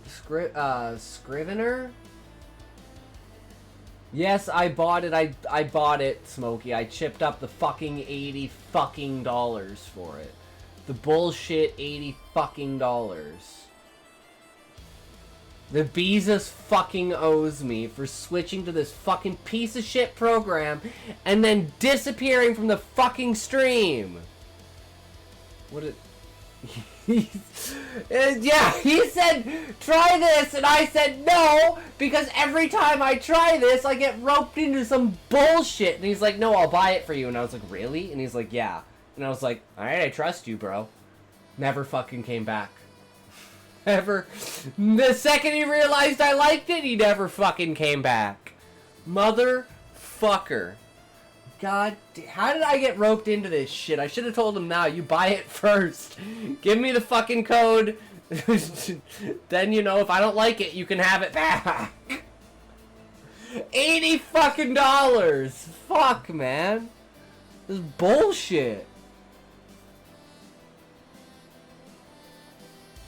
Fucking scam. That's what it is. He's working for them, guys. He must have gotten a commission or something. Oh, I'm sure there's a cracked version, but it's just too much. Like, I like it too much to have some bullshit like that fucking destroy all of my writing when there's an update or something like that, right? It is really important. So, it's not really that big of an issue. It's just the fact that it proves my point that that's the reason why I don't do new stuff that costs money. Or just new stuff in general. $80 is a lot of fucking money. Like, shit, that's 1/10 of my rent. How many bucks and $80? $42 and $80, okay? There's $42 in $82. Or sorry, there's $42 and $80. Sorry, there's $42 and $80. That's what it is. Okay, what is this sentence I need to say?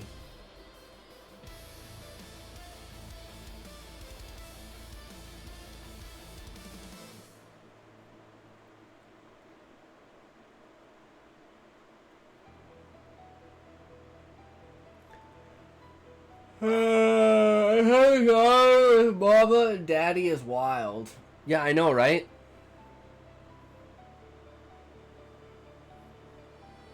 So, like, I could live here for, like, 11 years.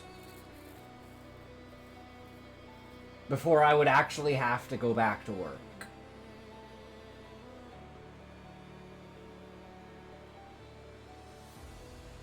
Because I'd have, like, $2 grand left.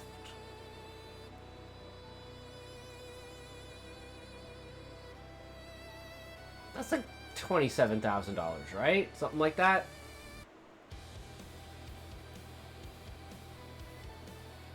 No, wait, it'd be less than that. It'd only be like 18,000, wouldn't it?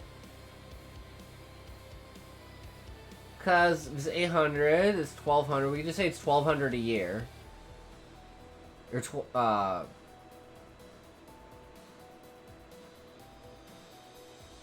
12,000 a year.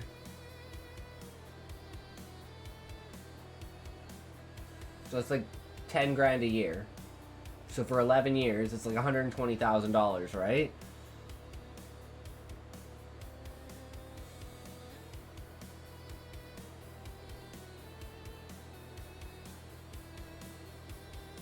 So yeah, about 11 years.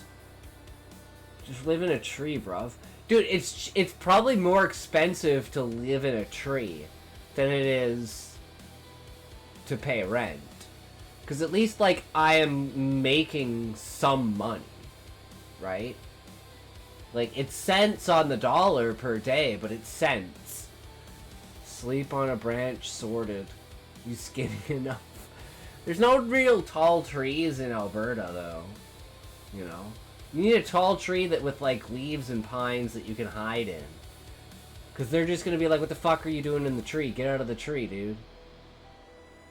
You can't just live in the tree. I'd be like, yeah, I can. And then, well, we're cutting the tree down. I'd be like, well, I'll go to another tree. And then we'll cut that one down, too. And I'm like, this is how I win. Cut every tree down in the world. Let's go. Single-handedly cut every tree down in the world because I just wanted to live in a tree.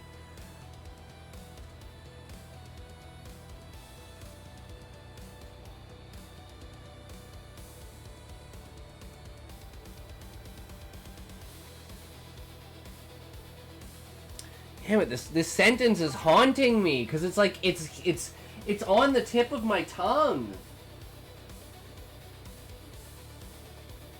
Cowboy country, true.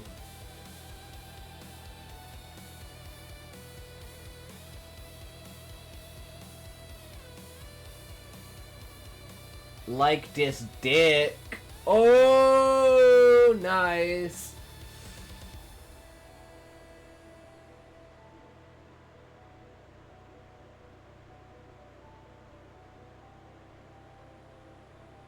Whoa, Queen, what the helicopter is going on? Queen will definitely helicopter her dick for you, Smokey. 100%.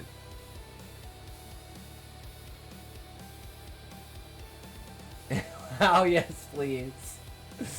Wait, here.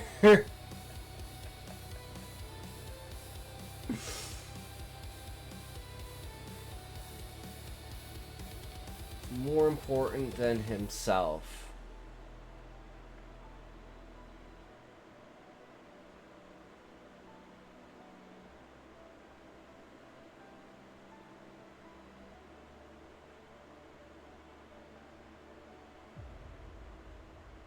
Here we go. Shouldering the weight of his people is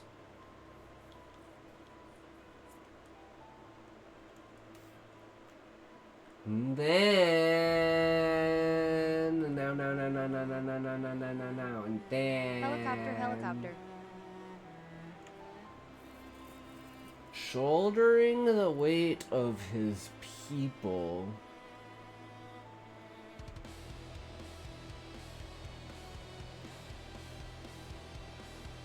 on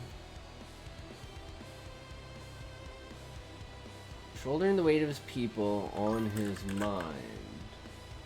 Wow, nice booty. Shake it, Queen, shake it. Shouldering the weight of his people on his mind.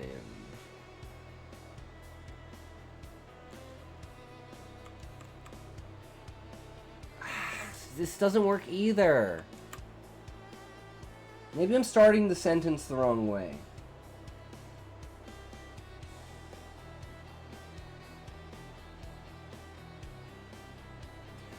Troubles of his people outweigh the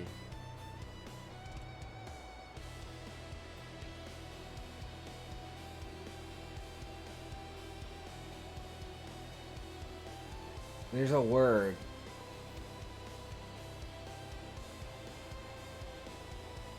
Of his flesh. Something of his flesh.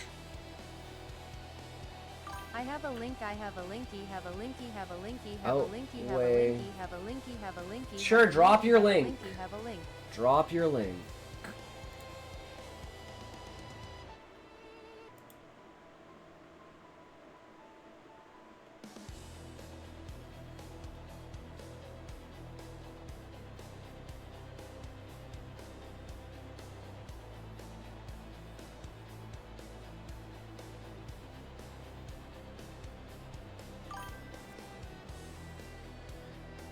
What the f- It's gonna be the Whitakers. I know it is. Oh, I see it. 700 septillion. Where's my toke? 700 septillion.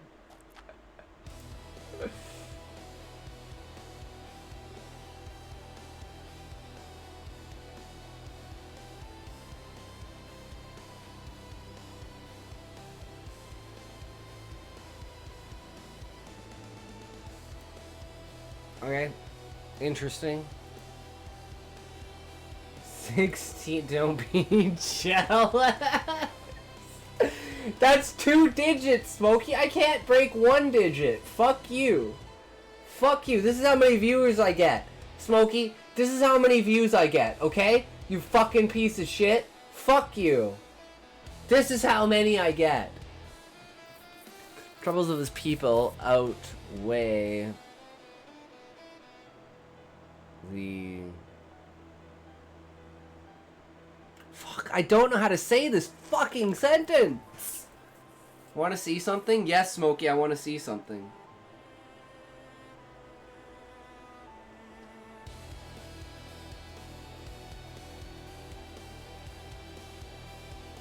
Nice! Coming, all over me. Show the great spirit that the village is more important than himself.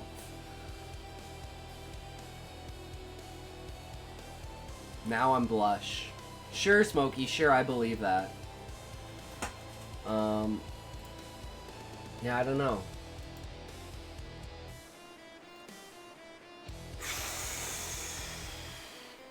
Village is more important than himself. Oh. The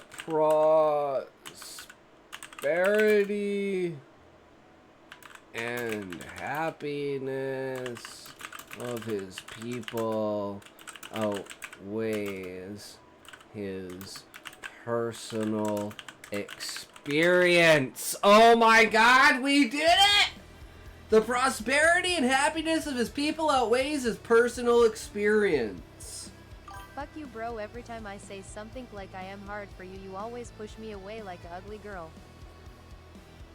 I'm trying to edge you, Smokey. Learn to be submissive. If you didn't bitch so much, maybe I'd let you finish.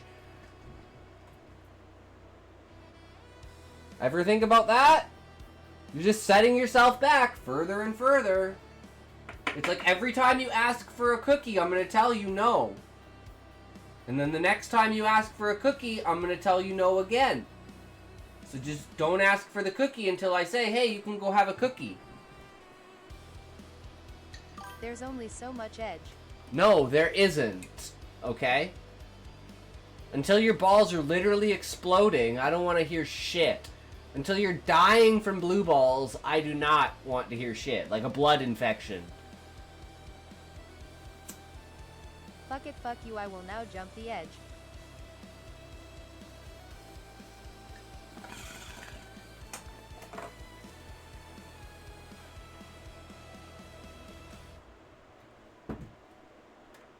You're not gonna get the $300,000 though, Smokey.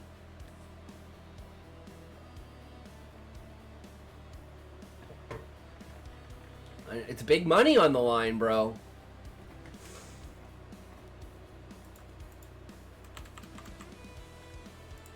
The words on the page begin to spin.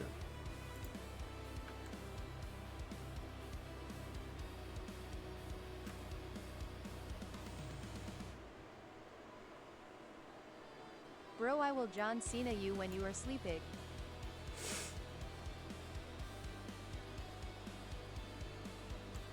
I must have passed out for a second. Blinked hard and caught myself. Okay. Yeah, see, we're gonna put this one after this, so it's like you don't really know what's going on, and then you're like, oh, okay, so you're just kind of passing out, and it's like you're just bringing yourself back. You're like, oh. I must have passed out for a bit. Should I look up the clock? It's not that late.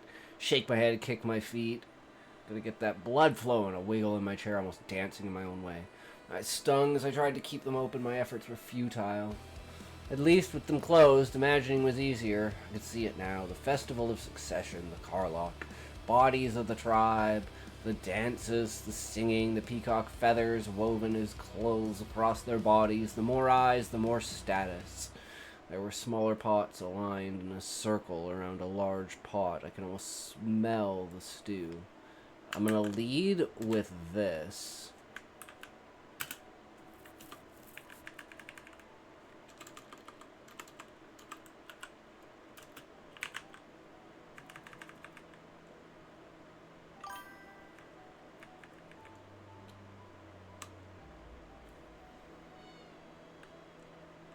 Smell the stew.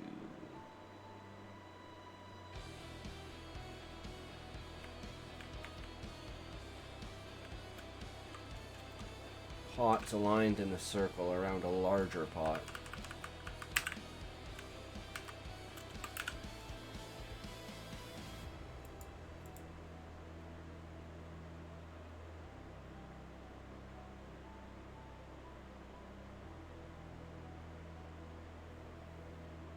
The chieftain. What is this? Of course. Of course it is, Smokey.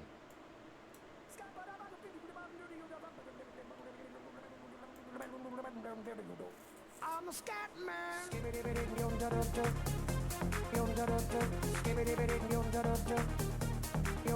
I'm a scat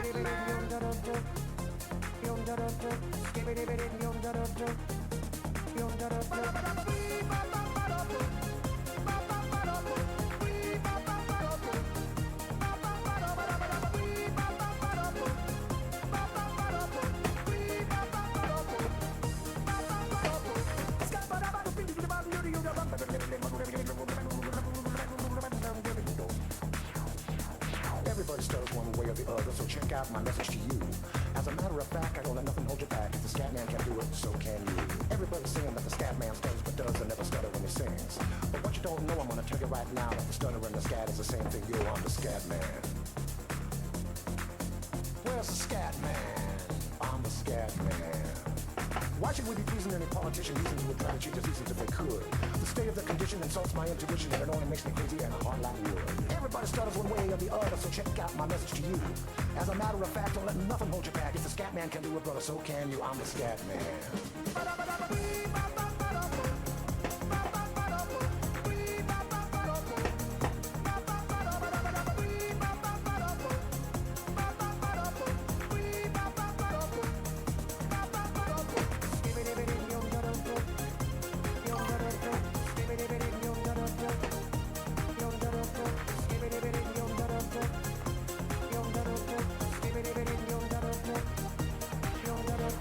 Everybody stutters one way or the other, so check out my message to you.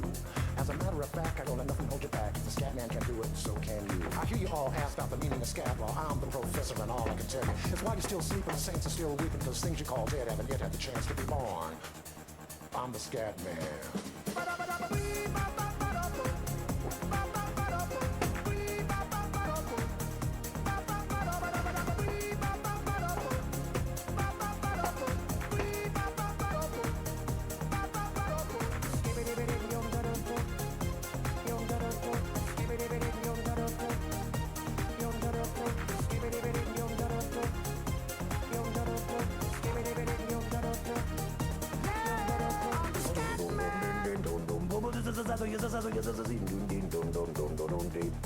Where's the scat man?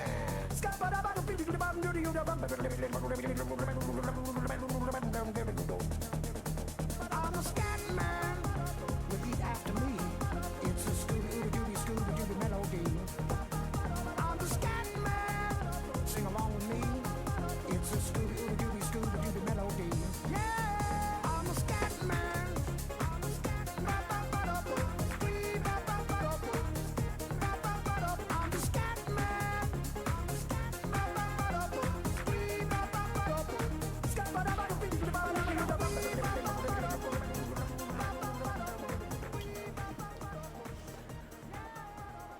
Thanks for that, Smokey.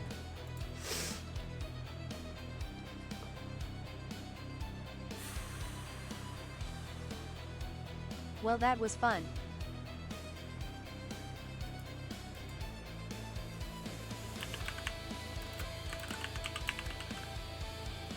The energy coming from you was amazing. Why, thank you. Well, the claw. I felt it in my butthole. Sitting in the center. Sitting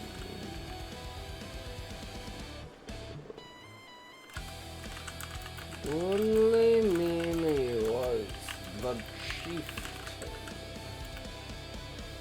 I don't Smell the stew.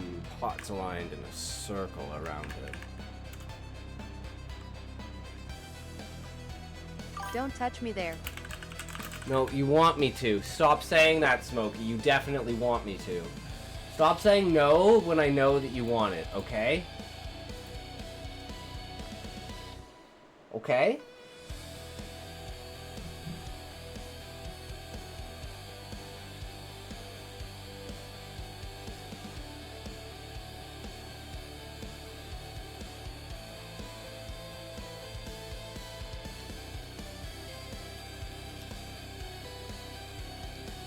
Alright.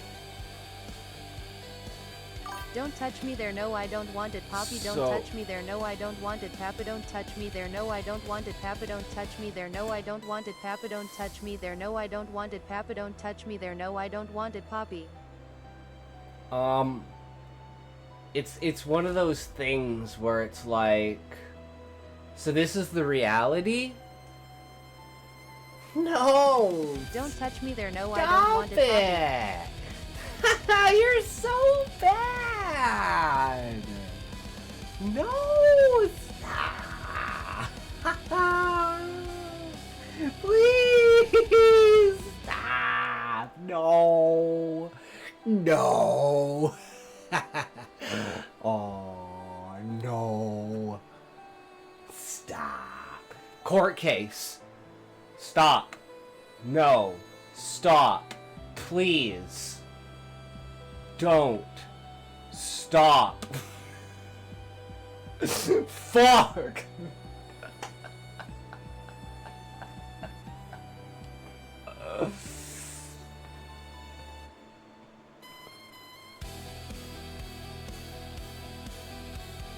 Bro loves to roleplay. Oh, I absolutely love to roleplay, dude. You have no idea, Smokey. You have no idea how much I love to roleplay.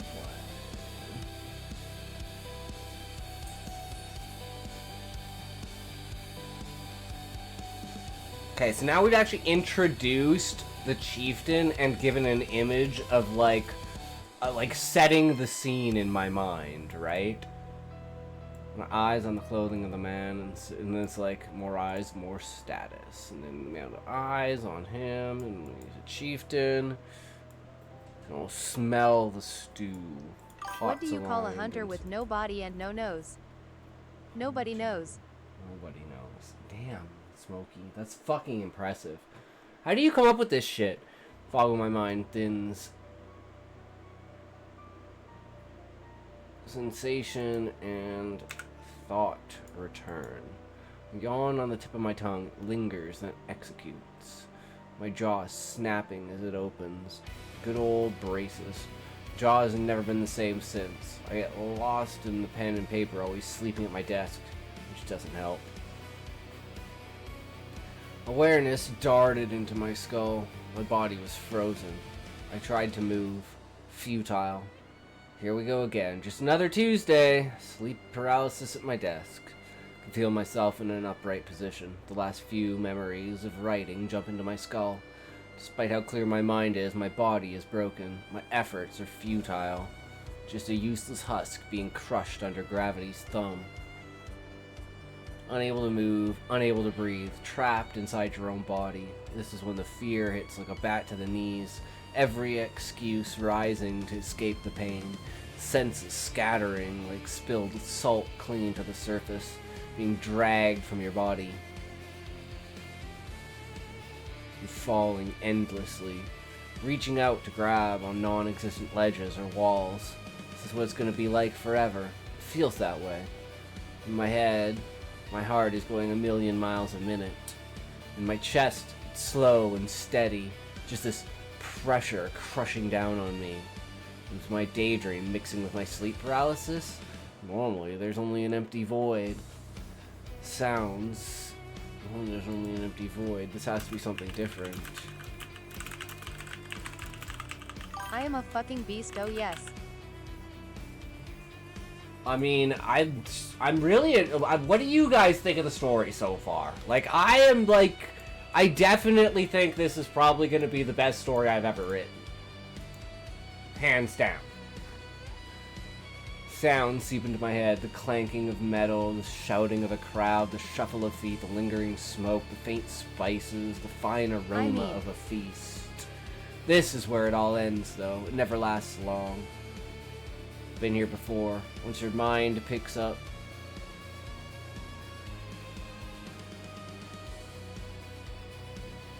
I feel like this needs to go earlier.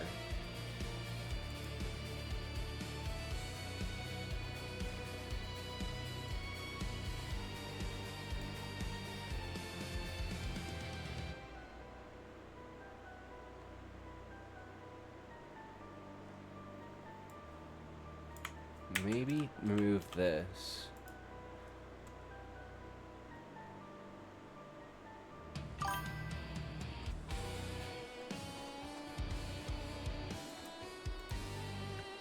I have a question. Yes, what's your question? Callie just tasted grape juice. Nice, Callie. Is that because you ate grape How juice? long to rewrite Harry Potter? I could rewrite each book into a short story. Sure. Itox, I hate my story. Why? No, Callie. Why do you hate your story? I like Harry Potter.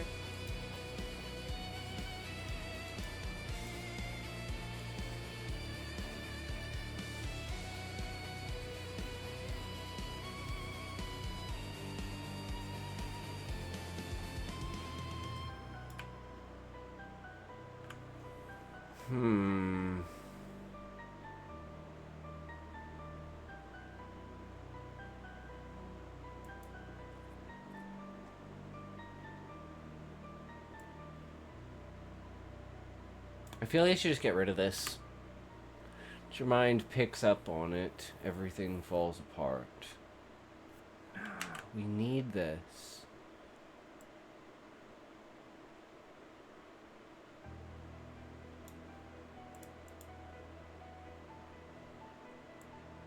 Okay. I know what I'm gonna do. Okay. Sleep paralysis. Normally there's only an empty void.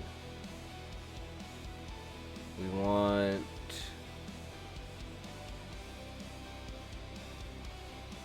this.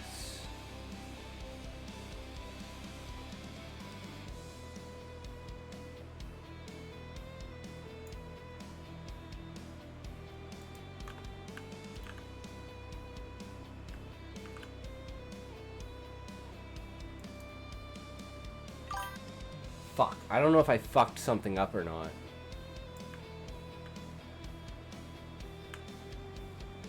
Damn it. How am I gonna do this?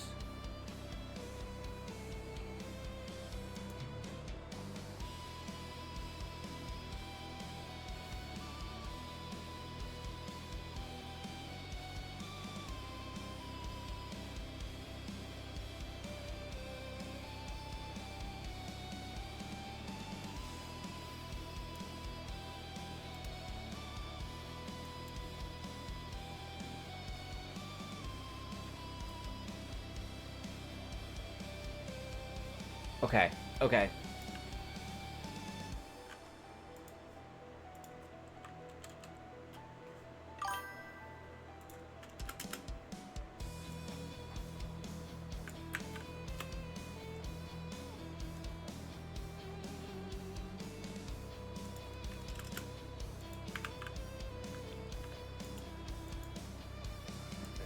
Void.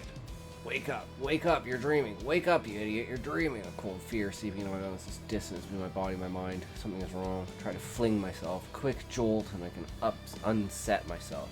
Just a quick motion, roll myself over.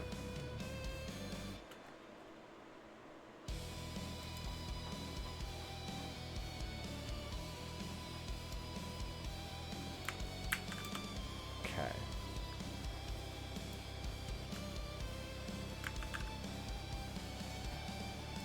Empty void.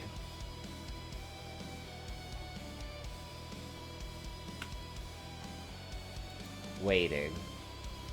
Sounds.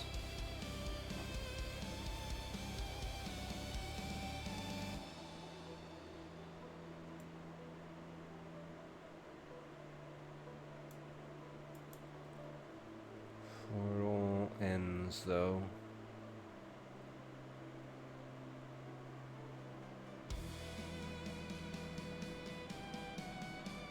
Try to move. It's no use.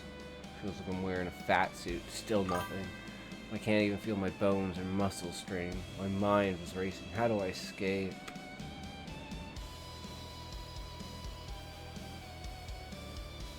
Okay. Okay. So. That. And then this. And then I need to add something here.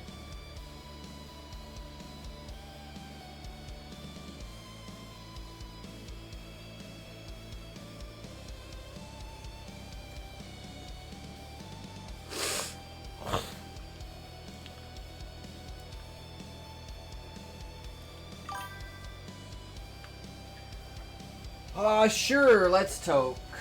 But I'm definitely not gonna be able to do the commentary. Like, I am just way too ingrained in editing. And I'm probably only gonna be editing. I'm probably, I don't know. I'm fucking tired.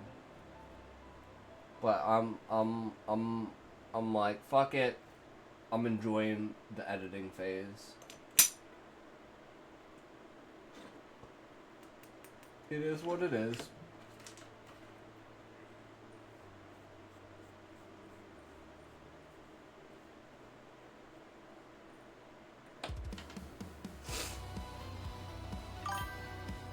Rip Smokey. True. He probably finished and passed out. He doesn't know how to hold his goon in. Hi, coming from TLC. Hope all is well. Hey, Kels. Yeah, everything's going great. Shut the fuck up. Okay, we'll take a toke, Smokey. On 3. 1. You better be fucking ready, bitch. 1, 2, 3.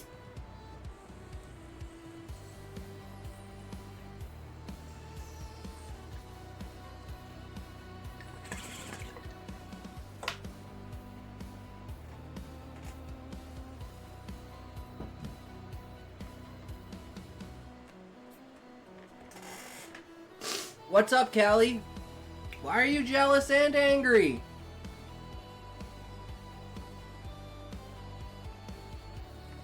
I agree with Queen.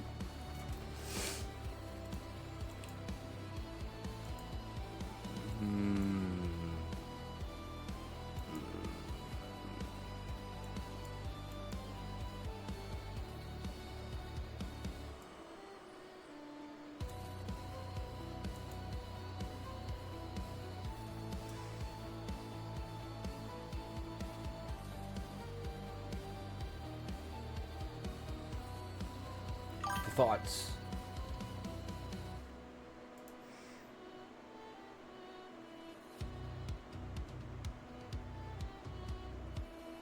Okay.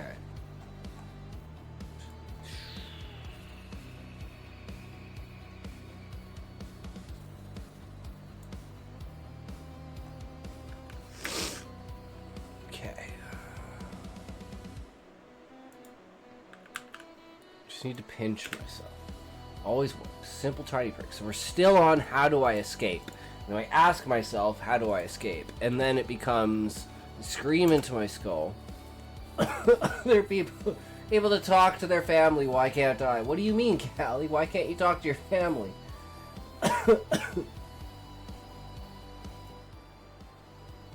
You just have difficulties talking to your family?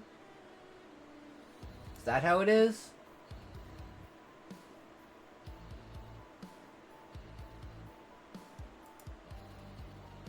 I'm sorry to hear that, Callie. I'm sorry. I don't know what to say.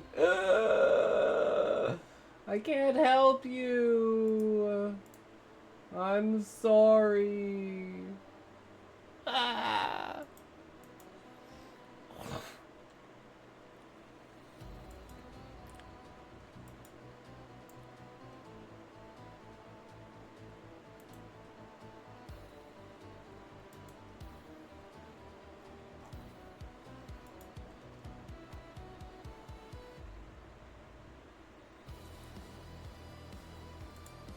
This was the moment.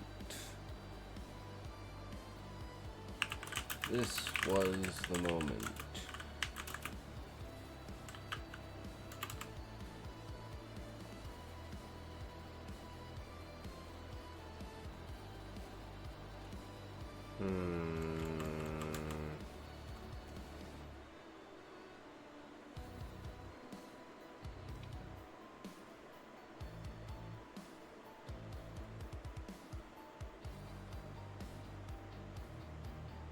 This was something new.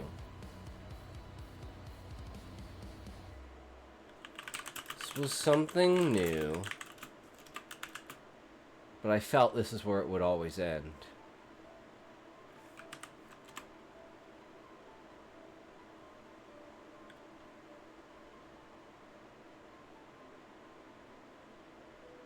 But this is where I would end it.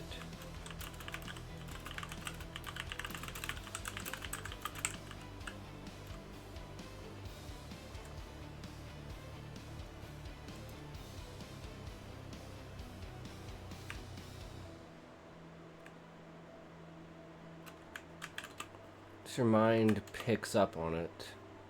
Everything falls apart. Never lasts long. Doesn't last long.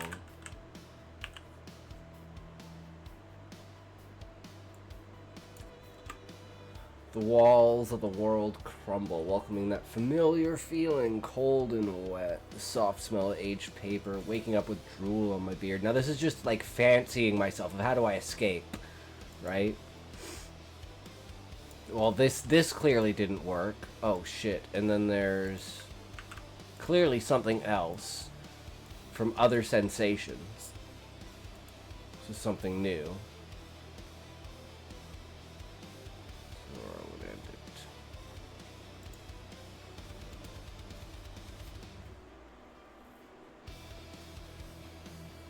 Badge of honor. Someone had to justify it. At least that's what I told myself.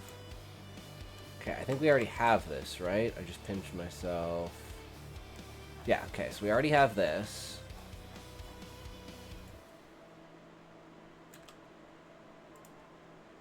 So then we need... Vampire just heard Cock and Ball Z Season 1 drops September 28th brew. Nice! Hell yeah! I'm all over that. Okay, we're getting rid of this. Tried to move.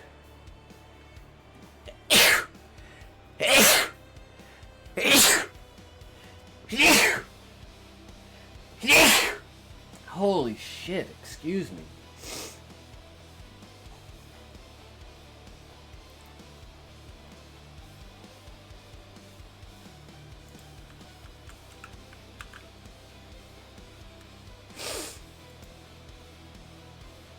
No, see, this has to go up there, and the other one has to go back down here. This just doesn't work.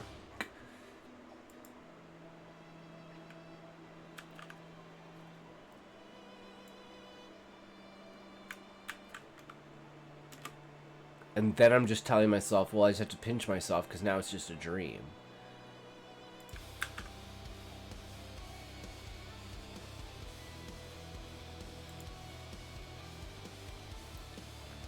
Quick motion, just roll myself back to reality. Sounds in my head. This is where I would end it. Everything falls apart, waking up, and then I just need to pinch myself. So I'm like just going through all this rambling in my head of what I'm gonna do.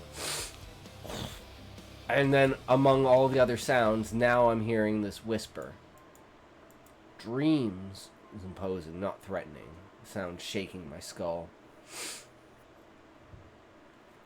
Panic welled in me. Never had there been such a clear voice in my head. Who was it that called to me? A reflection of myself, the darkness that I buried, an image of me that I wish didn't exist. Too many late nights at my brain is finally telling me to calm down. The voice responded, Afterlife be dreams. What are you, my alter ego? I blurted sarcastically, trying to mask the fear. Took a second to hit me. Afterlife. Am I actually dead? Can't be. It has to be a vivid dream. I can still feel in here. Oh dear chieftain, is Is the Great Spirit alive? Okay, where does this... like... Oh, this isn't supposed to be here, I'm pretty sure.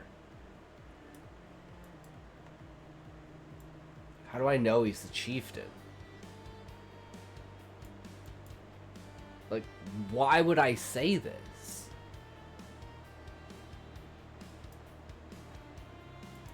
I'm so confused.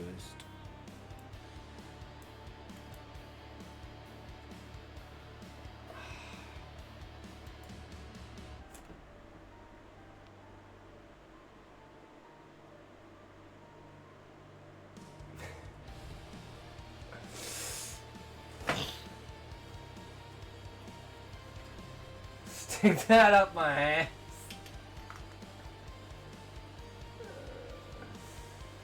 Oh man. What are we ever gonna do with you, Smokey?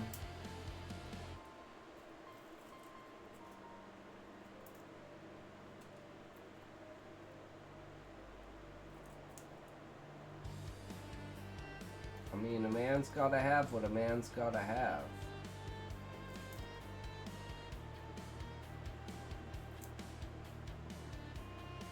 Like, I should be asking who this voice is. I don't know where this dialogue just immediately comes out of. Because I know I rewrote the dialogue.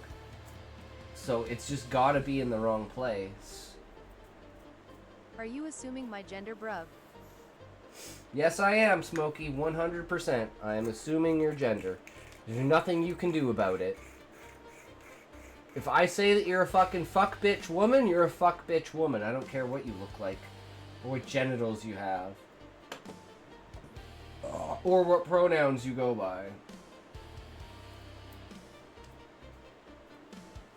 I identify as a mountain goat. You fuck one goat!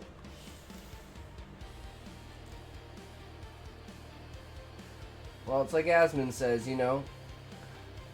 You build 100 bridges, but you suck one dick. You're not a bridge builder, you're a dick sucker. Alright, get sync toke ready, guys. Sync on 3. 1, 2, 12, 11. Could you just do it instead of thinking you were gonna do it?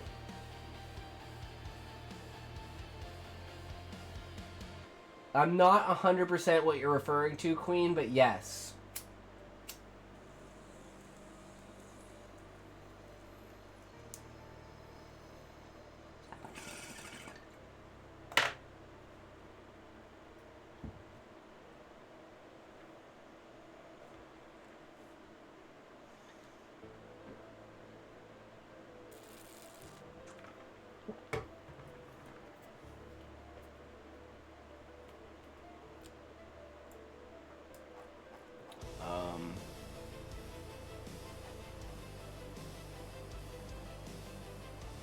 Why is this so weird?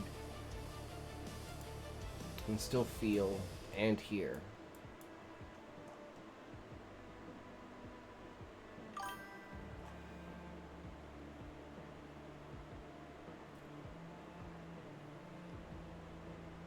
Okay, I really fucked something up here.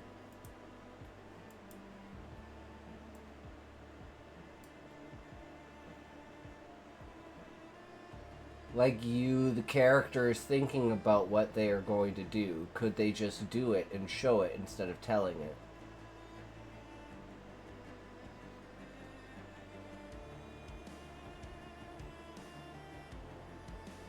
Oh, you mean the thinking in his head? But the problem is, Queen, that you can't show a character doing nothing. Right? Like, he can't move his body. So how do you show that he can't move his body? You just say, well, he can't move his body. But then it's like, well, why can't he move his body? So...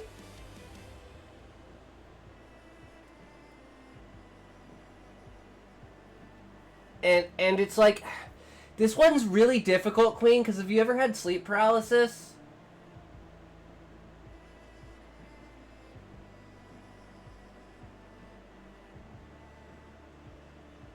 It's just a very weird state of mind that you're in that state.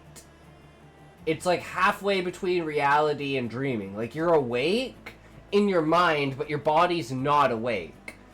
You show why he can't move his body, and then him trying to move and nothing responds. You show it by actions.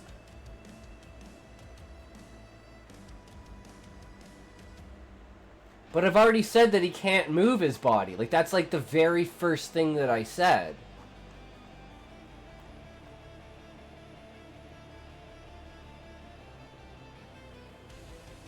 It's no use. Feel like I'm wearing a fat suit. Still nothing. It's like unable to move, unable to breathe. So I'm not 100% what you're trying. I don't.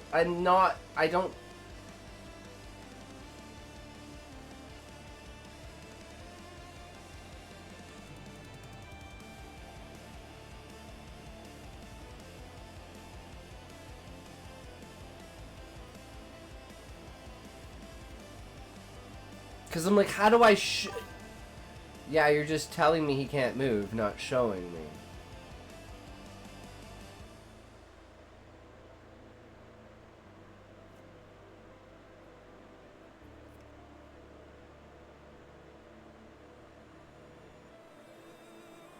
Okay, but, like... Okay, Queen, write out the sentence that would use action to tell you that you didn't do anything. Like, that's where I'm really confused.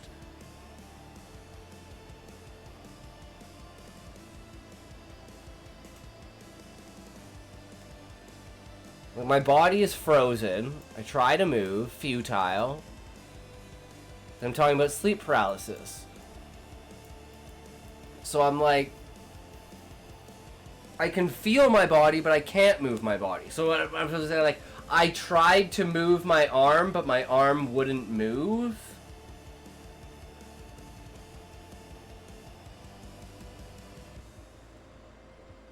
But it's like, I already say that I try to move. So, like, I'm just very confused how you would word that.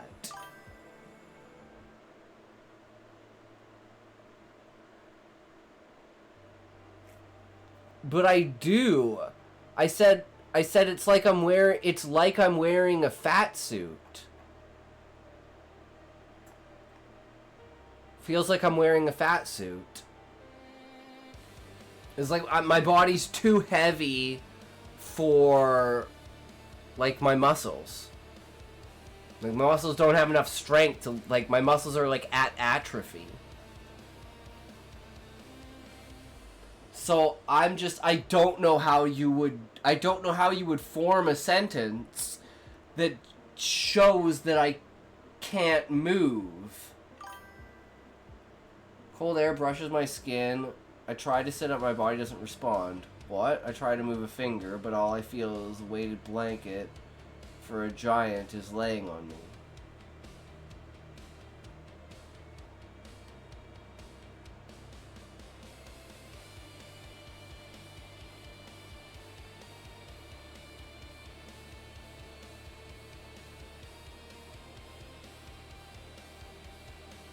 So that's, like, more specific, but I'm like, you wouldn't feel cold air because you can't technically, like, I showed you that I can't move without telling you, but I could still think it.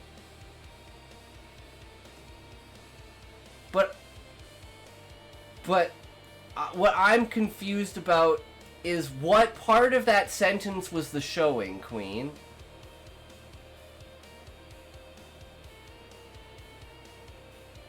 Because to me it's the I try to sit up, but my body doesn't respond, and then I try to move my finger.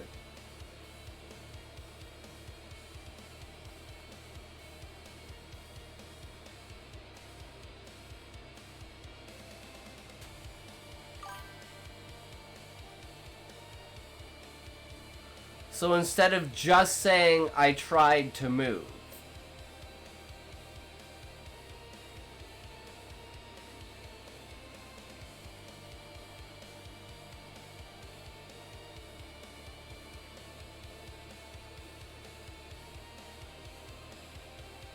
So, like, what you're saying is I tried to move isn't enough.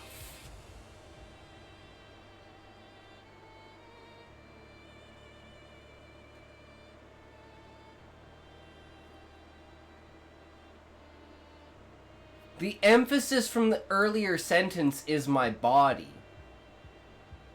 Like, my body was frozen. I tried to move. Because I want these, like, short... Notice how, like, every single sentence is only, like, 4 or 5 words? Like, I wanted all of the sentences to be, like, building. Like, it starts, like, small sentences, and then it gets longer and longer sentences as the realization comes into my head. I also just don't want to be told that I can't move. I want to try to move and can't.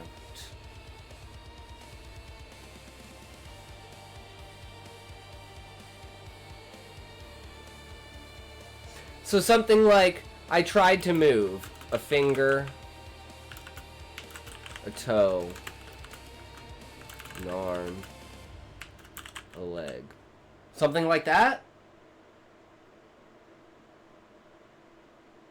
Because like I said, I want short, punchy, really fast sentences.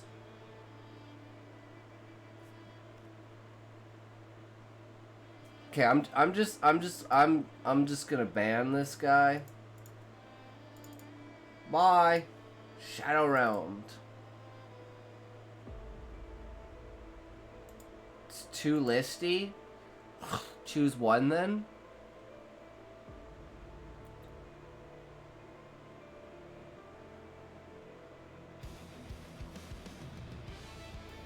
Can I choose 2? Can I just do an arm or a leg? First an arm,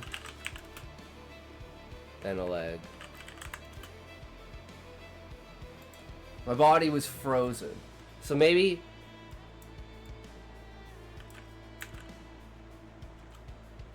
Okay, so there's this. I tried to move. Or we could do first an arm, then a leg. I tried to move. My body was frozen.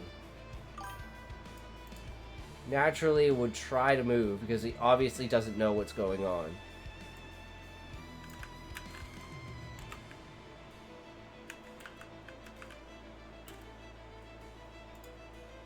Awareness darted into my skull. So it's like, I'm now, like, somewhat conscious. And then it's like, first an arm, then a leg. I tried to move, futile. Or should I do, I tried to move, first an arm, then a leg. I don't know.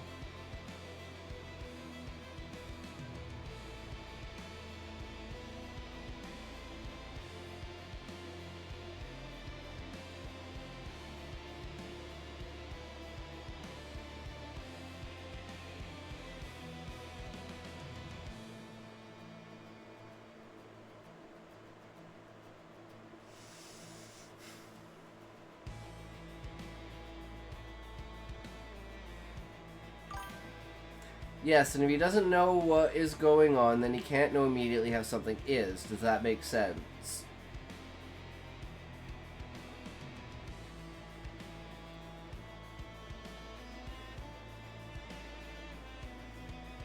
Yeah, but Queen, in my mind, it's like... So this is how I see it in my mind, right? In my mind... I did like 20% by saying I move.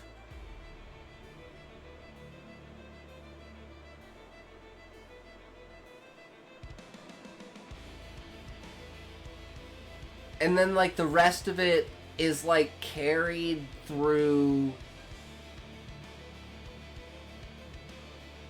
like my thought process.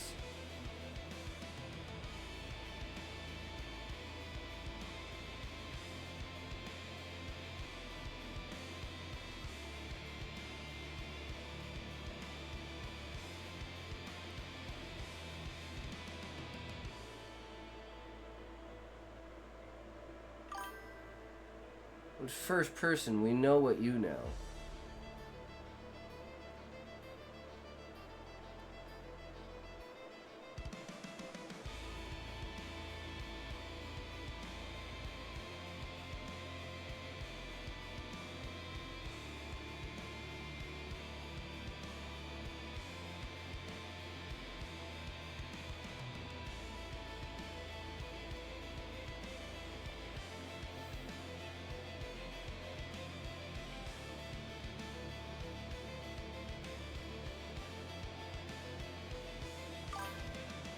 You just say I try to move. I no longer know what you tried to move.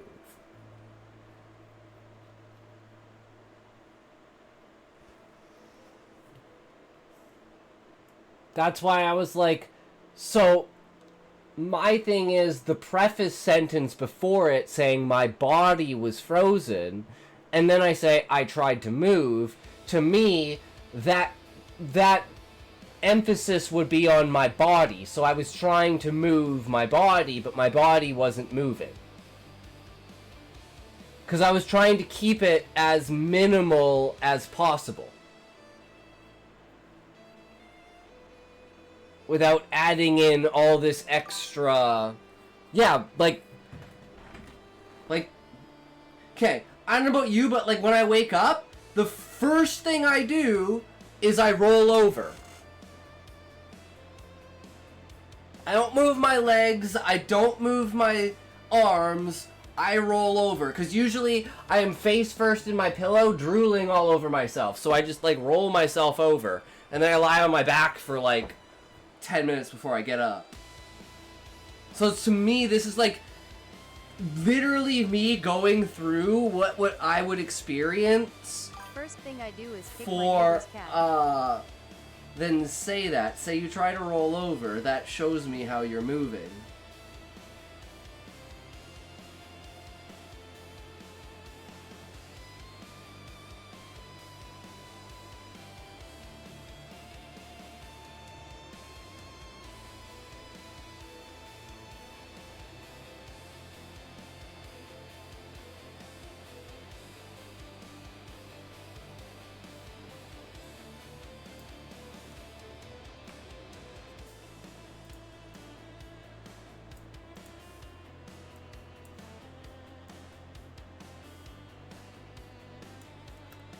So I tried to roll over.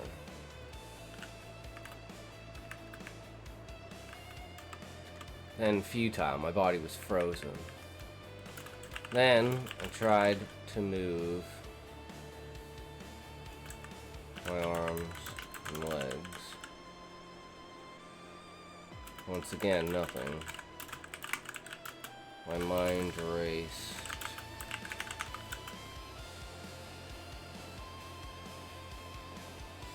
Oh, sensations clear.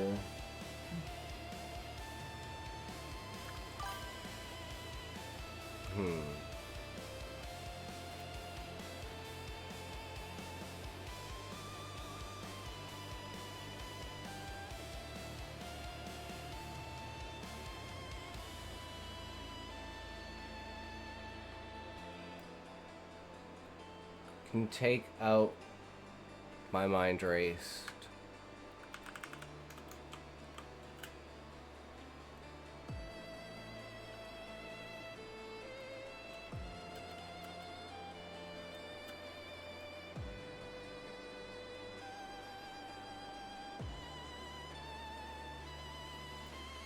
Okay, so there's two aspects. Second check is your confirmation.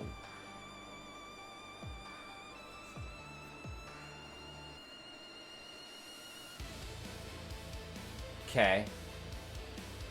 My limbs were branches that had fallen off the apple tree long ago. I could not move the twigs that sprouted from my palms, and the fruit I once bore had rollen too far from the dead field where I lay dry and cold.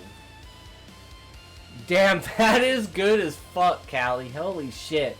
But that's your style of writing.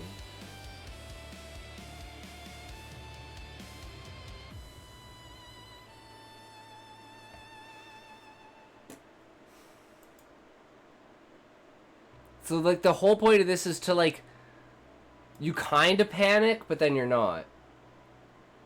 And then you're like, oh, well, maybe there's something else going on here.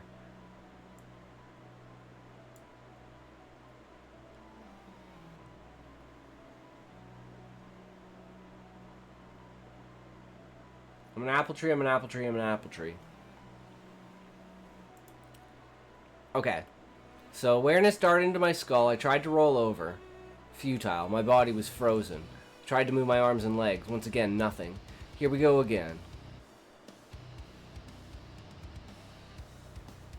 I'm not sure about these repeats, but, like, repeating things, like, for instance, we're going to repeat futile at the beginning. We're going to repeat futile at the end. That's purposeful. I want to use useless, but I'm not sure if I want to use it at the end. Or maybe effort. But then again, there's also body. So we have futile, then we have body. And we kind of want to move in, right? And then... well, we also have skull. You could take out the second again.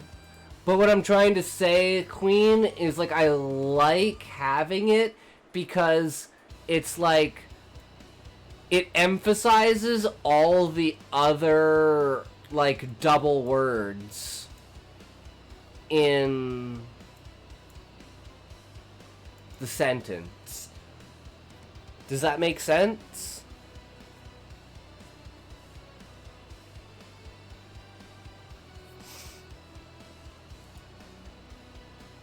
No? Okay. So I just say nothing. Here we go again. Just another Tuesday. Sleep paralysis on my desk. I can feel myself in an upright position. The last few memories of writing jump into my skull, despite how clear my mind and my body is broken. My efforts were futile.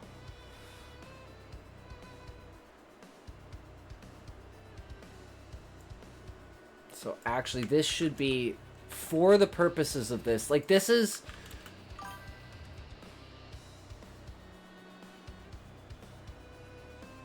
I don't need nothing. I can just say futile. Here we go again. Wait, I'm confused. Are you laying down or upright? I'm in the sitting position. So that's why I think I'm at my desk, because I feel that I'm in the sitting position. Because I'm sitting in a pot of fucking water. But I haven't, like, come to my senses enough to know anything other than, like, the immediate panic of not being able to move. That's the first thing that I pick up on. And then everything else dribbles into existence. So this is all happening in, like, 3 seconds. Like, almost the entire first half of the story happens in, like, less than 7 seconds.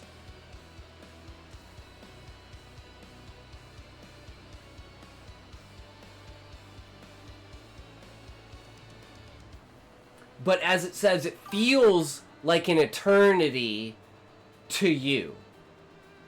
You know? Like, it feels like it's taking forever for this to happen. But it's just kind of just like you just slowly waking up.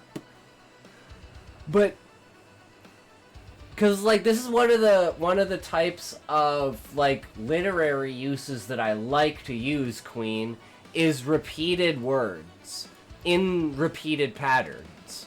So for instance, you start with skull, then you go body, then futile, and then you repeat it again with skull, body, and futile. I don't know why, that's just something that I like to do, that I latch onto. But does that make sense in any way? Does that feel like it works, or is that just retarded? Because there's things that I like, and then you have to figure out, do you like it, and does it work? Yeah, it's your rhythm. Okay, so that's kind of like how, like, I would say that is a way of me expressing my voice. So it's very purposeful, and you can tell that it's purposeful because of how how often the pattern happens, and when the pattern shifts, it will maintain that pattern until the pattern shifts again. So I like to kind of keep this tempo that I have. Like, that's how I imagine it when I'm, like, looking for specific words and how, like, a paragraph comes together specifically. And the same thing with, like, using, like, this style of sentence structure, of having short, short, short, short, and then as you get through the paragraph, you're getting longer and longer and longer sentences. And that gives you that like waking up feeling where it's like you kind of started off like whoa, and then you're like, okay, I've got it now. At least that's how I want it to perceive, because that's how I perceive it. And then unable to move, unable to breathe, trapped inside your own body. This is just me, you know, the wheels of my brain going. This is when the fear hits like a bat to the knees. Every excuse rising to escape the pain. Senses scattering like spilled salt and clinging to the surface, being dragged from your body. You're falling endlessly, reaching out to grab on non-existent ledges or walls. Is this what it's going to be like forever? Feels that way. In my head and heart. Yo, how are we? Deja! Hey, how's it going, brother? It's been a while. I know we haven't been on as late recently because we've been a little fucking bitch-ass fuckface, honestly. And just bitching out. And just saying, fuck it, I'm tired, I'm a little fuckface, I'm going to bed. In my chest, slow and steady. Just this pressure crushing down on me. It's my daydream mixing with my sleep paralysis. Normally, there is only an empty void.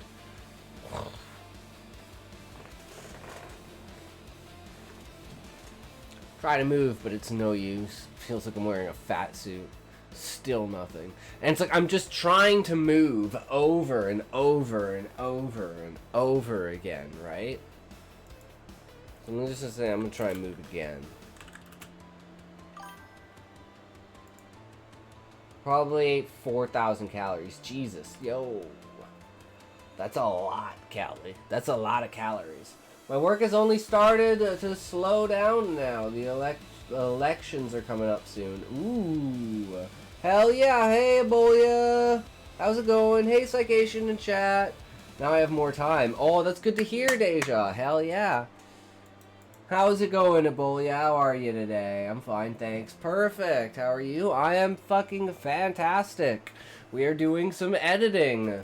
Feeling everything out. We've gotten some pretty good advice from Queen on how to present action within action.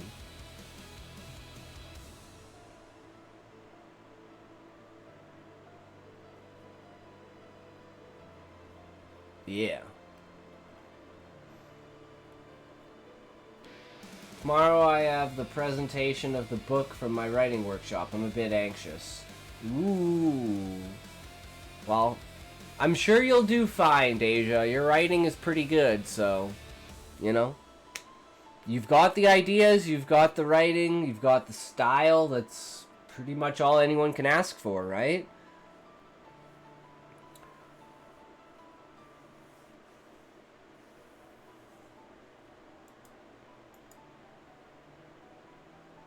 I don't want to use roll here, though. Just a quick motion and jolt myself back to reality. Quick. This should be roll.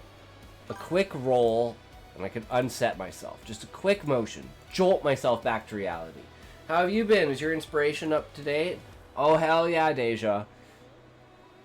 That's what it's all about. We're like this close from finishing the banquet.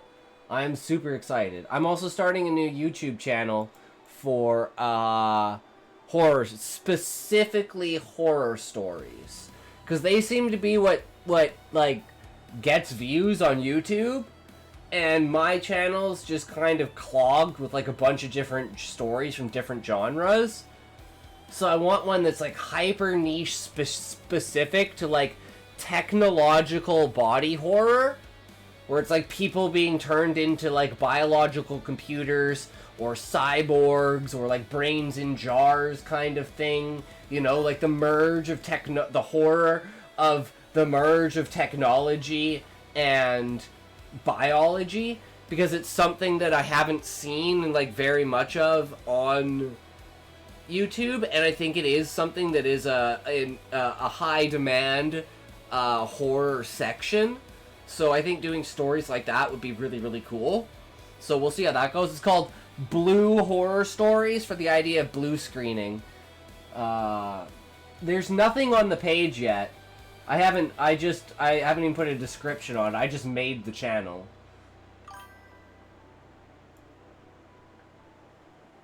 But are you going to create a kind of dystopia or several?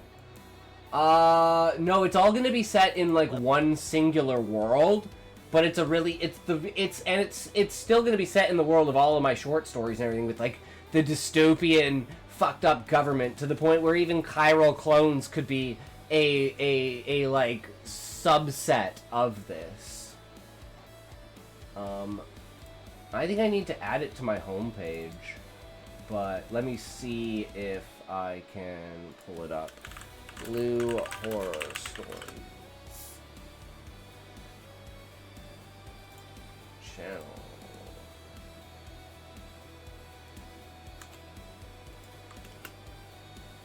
Okay, well, it's not even coming up, but we'll just change to mine.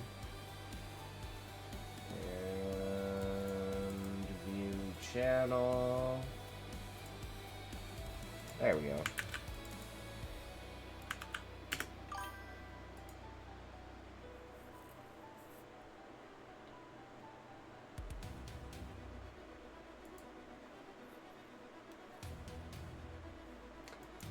But yeah, so that one will be our like horror kind of thing.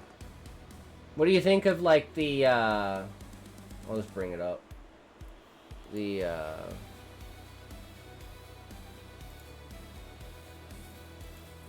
my first subscriber.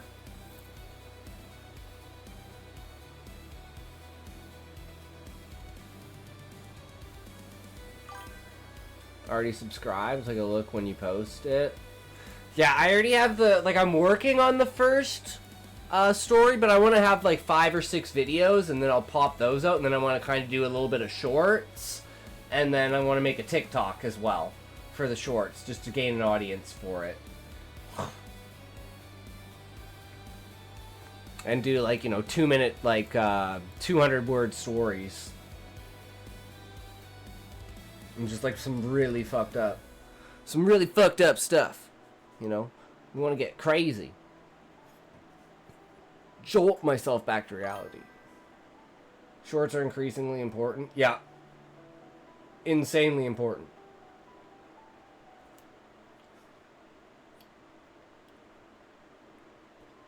So this would be like the main hook.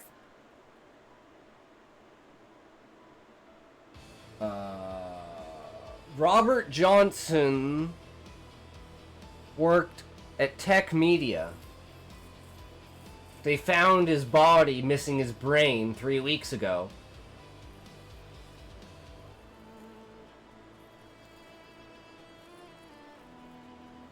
Now they're looking for a new intern.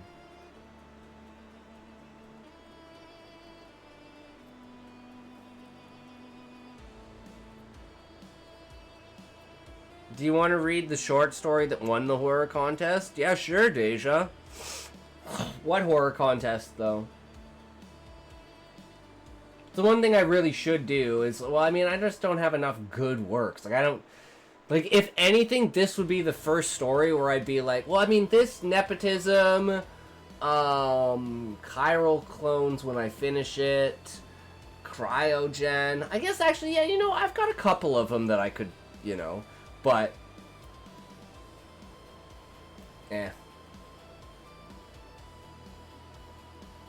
I want more. I want more good stories, right?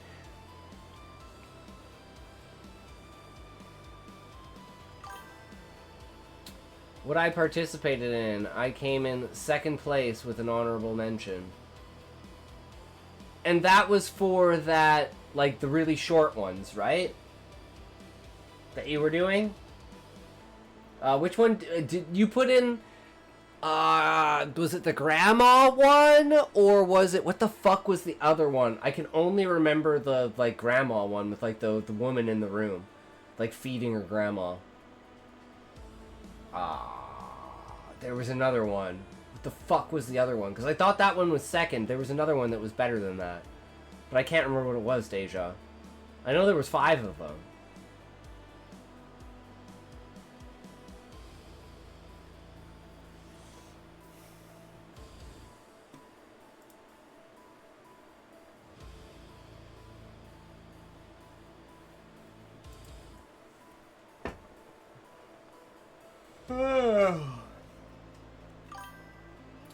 Exactly, the one that got the honorable mention was the grandmothers. Okay. Okay.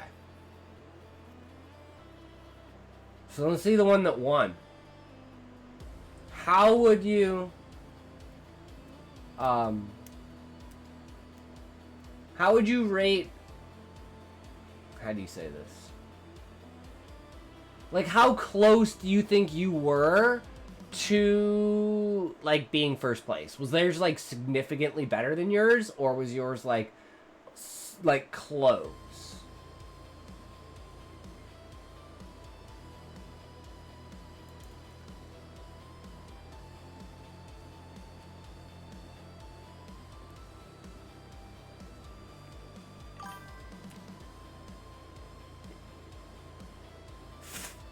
Winner was deserved. Alright.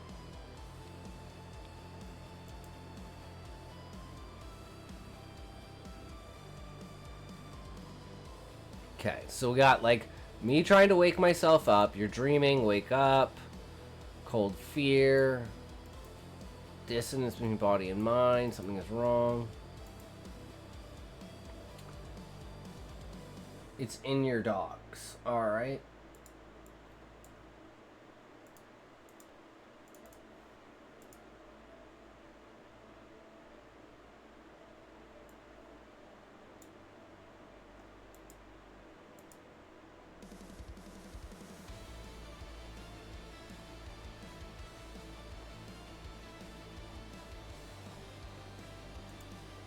Where did you put it? Oh, it's the top one?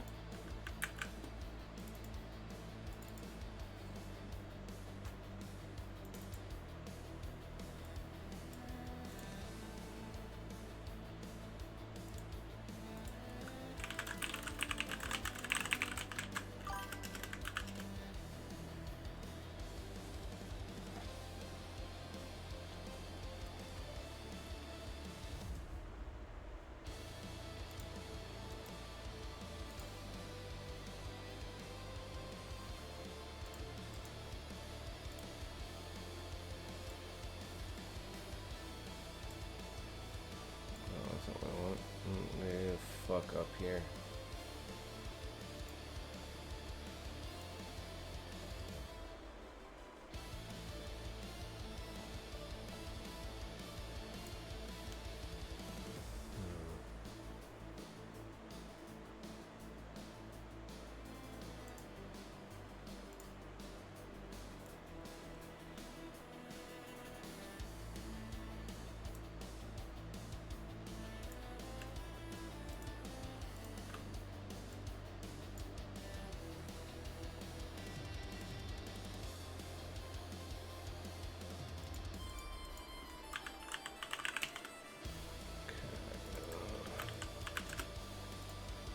Done. It is done. Whoops.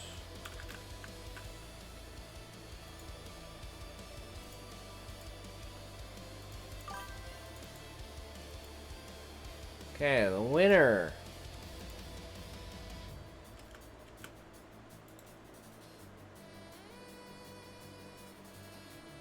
Oh, that's the eye. I was like, why does it say winner eye? So it doesn't really matter.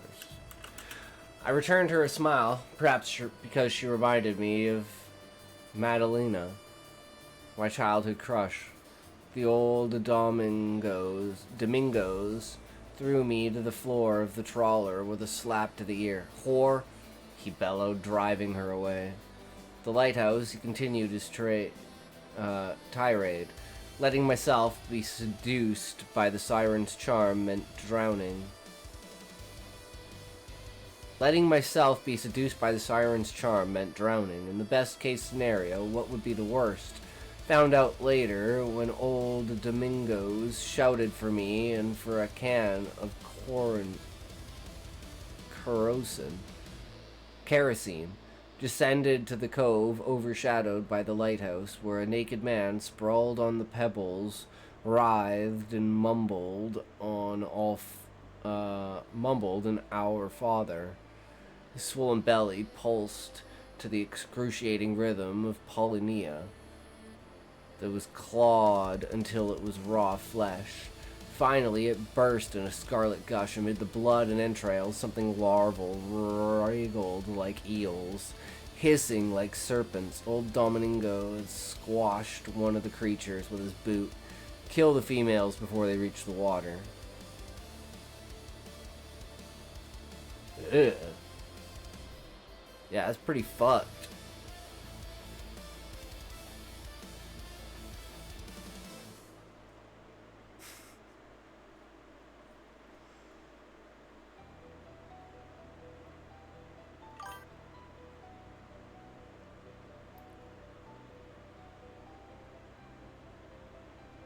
Well, all I know is it's got some alien vibes to it.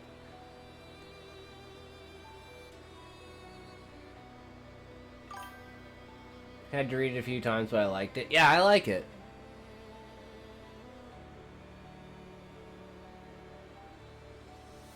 Because obviously it means, like, whatever happened to this person is going to happen to her, right? Think they're mermaids?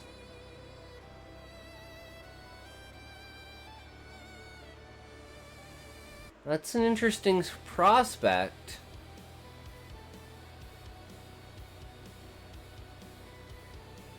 But yeah, this is usually how I write, pretty abstract like that. I like it though.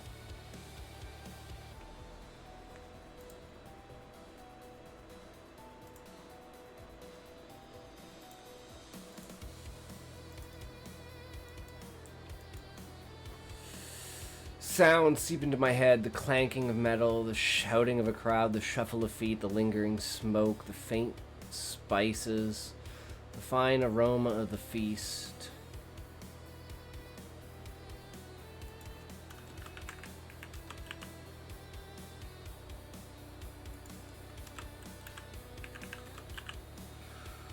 Sound seeps into my head. Clanking of metal, the shouting of a crowd, the shuffle of feet, the lingering smoke, the faint spices. Shuffling of feet. Okay. Here. Smells well with the lingering smoke.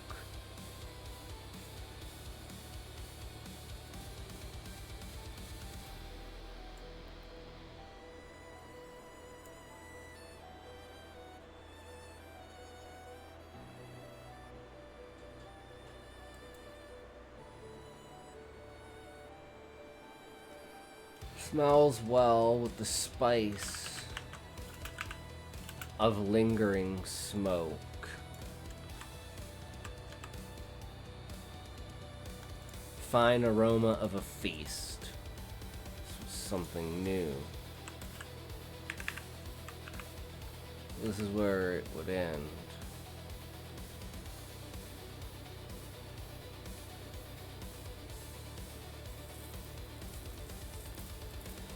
So sounds seep, smells well.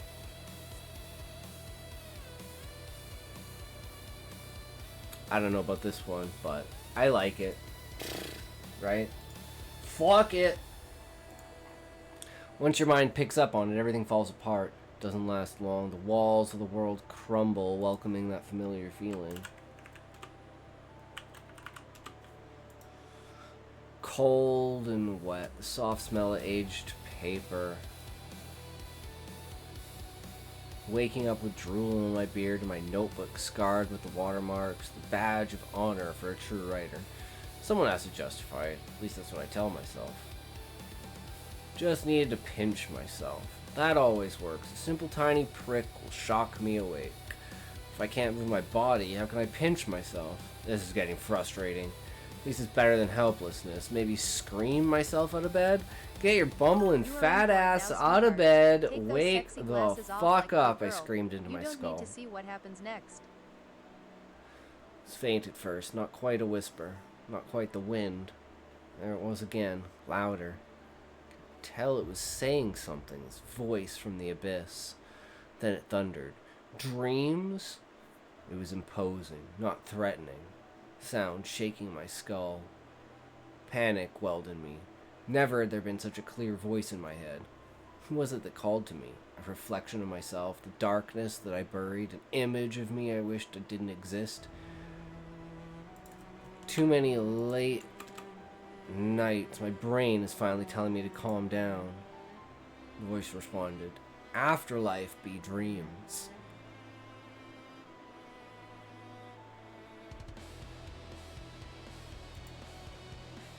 And this is just like me like freaking out. So it's like I just say something random. What are you, my alter ego? Took a second to hit me. Afterlife. Am I actually dead? Can't be. It has to be a vivid dream. I can still feel and hear. And then I fucking have no idea why this is here. Something got really fucked up here.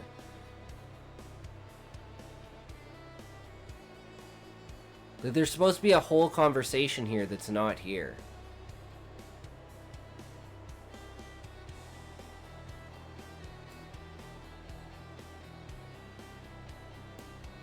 Yeah, and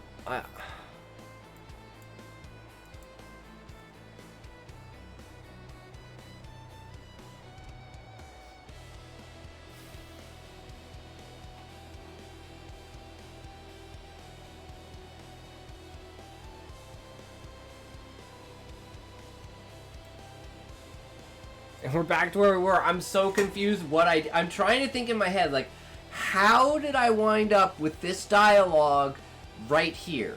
This has to be an editing mistake.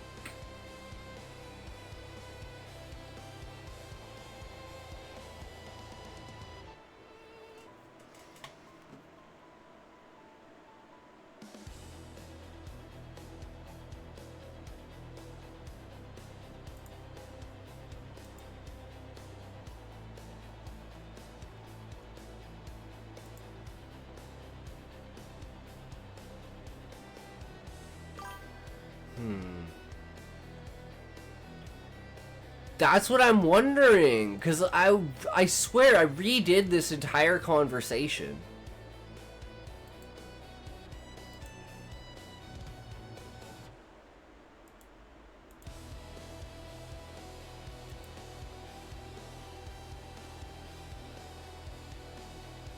And then this is like the final form of it, of the draft.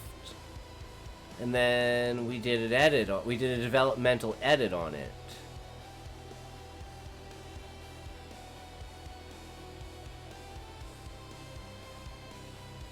So where is...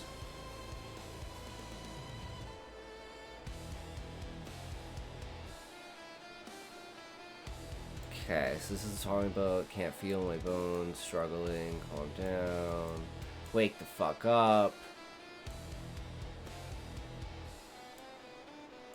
What are you? I'm a Kucha.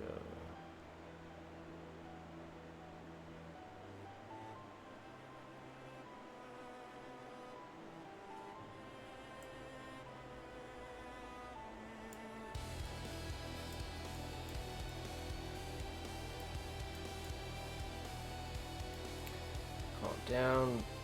On enough hours in the day.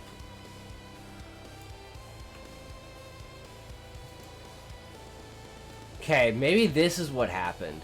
Not enough hours in, like, a writer's work is never done. Not enough hours in the day, so I'll play along for now.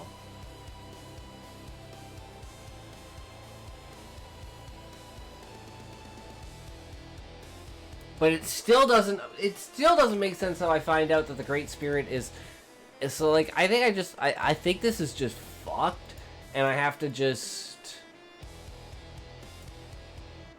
rethink this entire thing. I'm just gonna see what's here.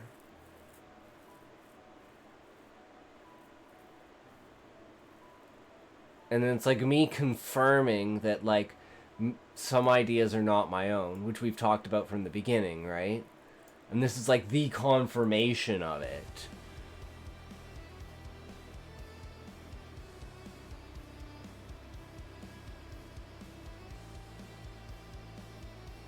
Okay. Okay, I'm seeing it now. If I was dead and joined the Great Spirit, it answers one question.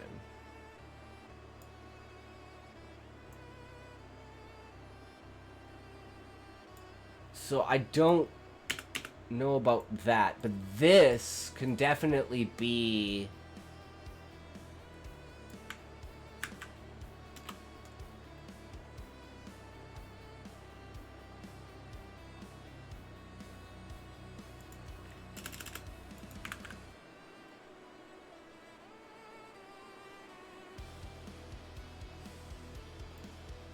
Okay, no. We want this... If I was dead and joined the Great Spirit, it answers one question, some of my ideas. And it's like, who is the Great Spirit? That's where we have to figure out, okay, how do we introduce the idea of the Great Spirit?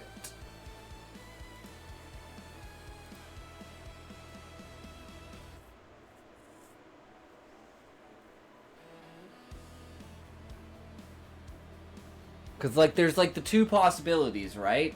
So it's like, I can explain what the Great Spirit is right now, or I can introduce it and a small idea to go along with it. Like...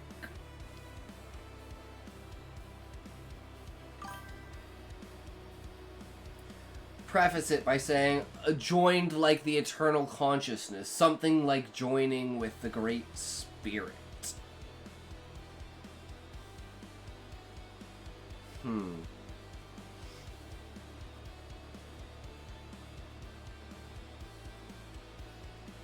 Because I'm like, it asks you the question about what is the Great Spirit? So how do we find out what the Great Spirit is?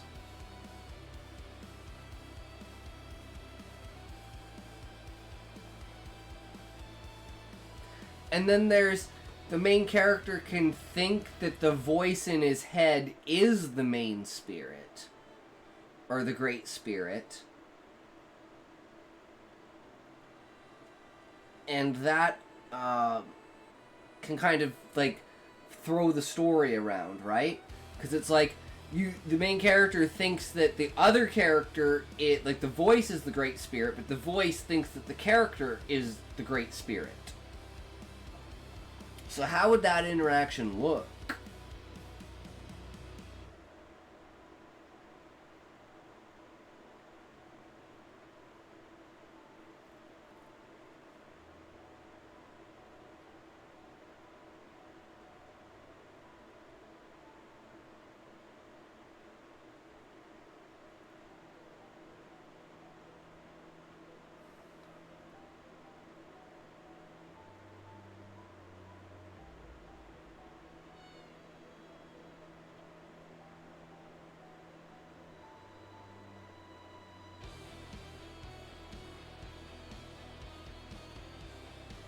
I was thinking of, like, morphing it around to, instead of saying if I was dead and joined the Great Spirit, to be like saying,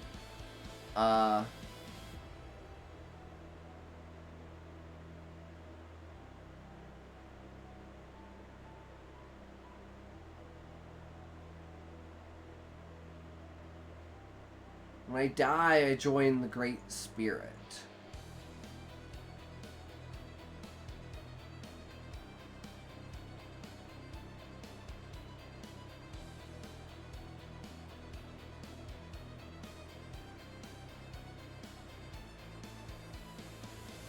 Because it's like, I want to ask that question about the ideas.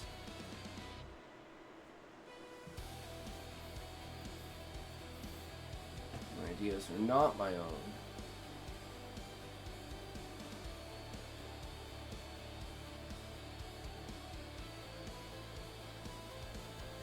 Nearly found them.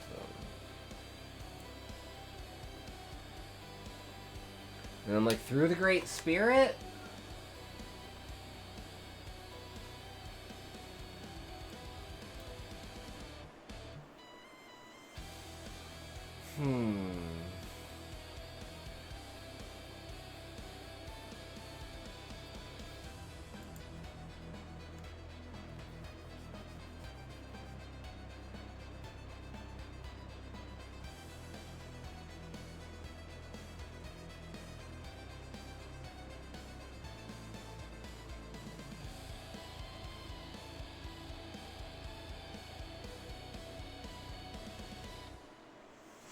I feel like he's just shaking it off.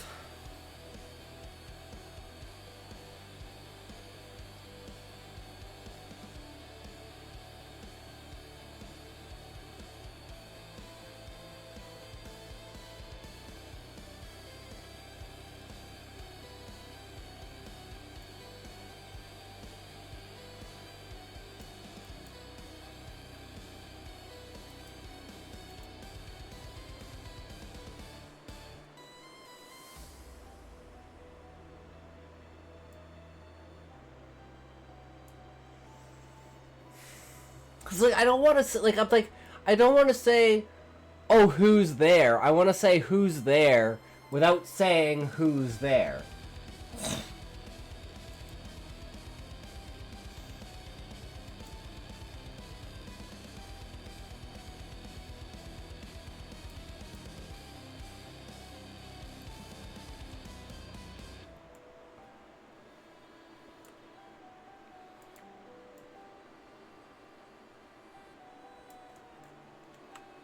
Can't be. It has to be a vivid dream. I can still feel and hear.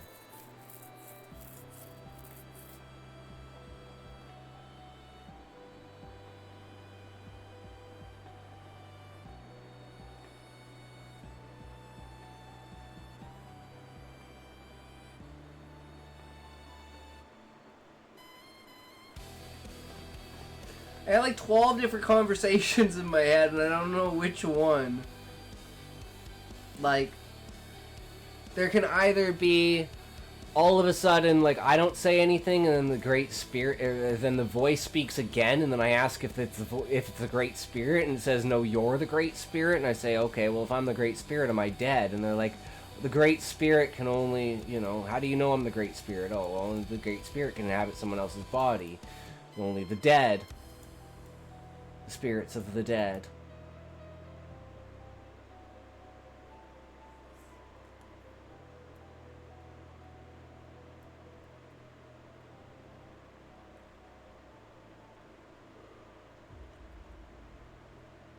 You've already asked, like, what are you? So now it's like, then the response could be just instantly,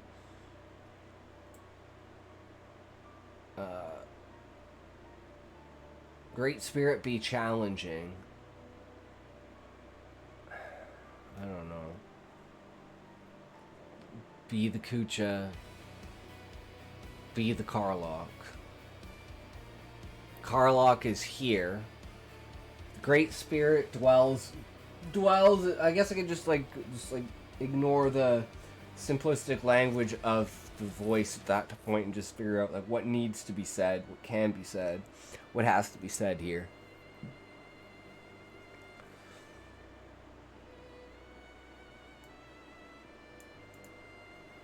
Because this is like important.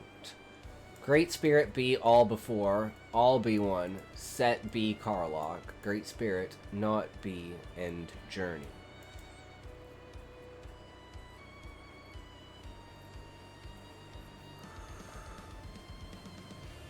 Okay, so this could be a response in the way that he knows now that we can, and then I could say, wait, you can hear my thoughts.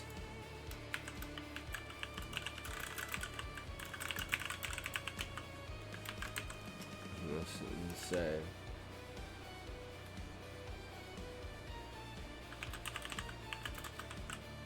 Great spirit be without hiding.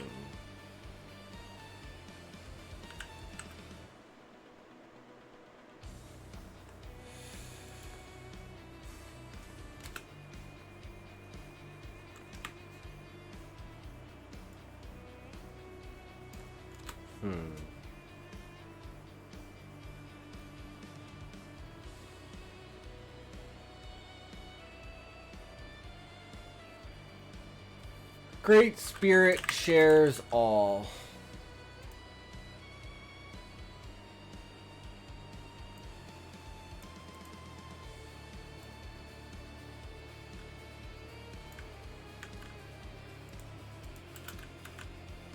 Great Spirit shares all. Great Spirit be all before. All be one. Set be Carlock. Great Spirit not be end journey. So the Great Spirit shares all of its knowledge. It's all of the people that came before. Everyone put into one person. Created by the Carlock. And it's not the final journey.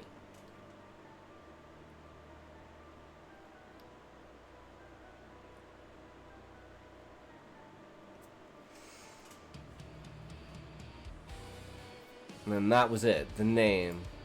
The ritual. What it all came down to. And then I ask, how do you know about the Carlock?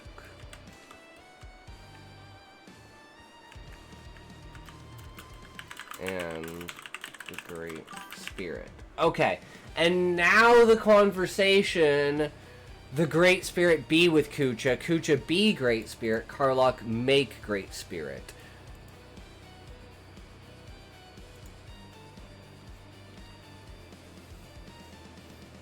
So now it feels like the conversation has kind of just naturally gone through, because I thought of the Great Spirit. I know the Great Spirit.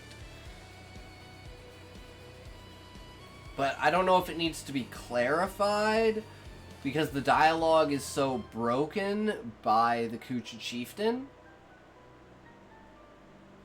So that would be like my main point of, is it too confusing? Should I summarize it afterwards and be like, oh, he's trying to say this? Or like, I think this is what he's trying to say.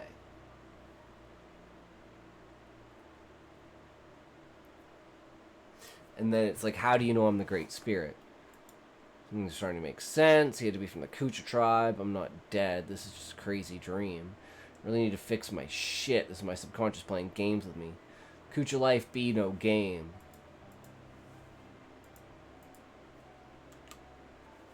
Feast make all one. Feast make Great Spirit. Be my flesh taken unto my people. Waver not, be me still, no in time until last breath be drawn. Be worthy of Great Spirit I will. Me be chieftain. All fall to me. Okay, yeah, so we just kind of missed like this transition at the beginning of like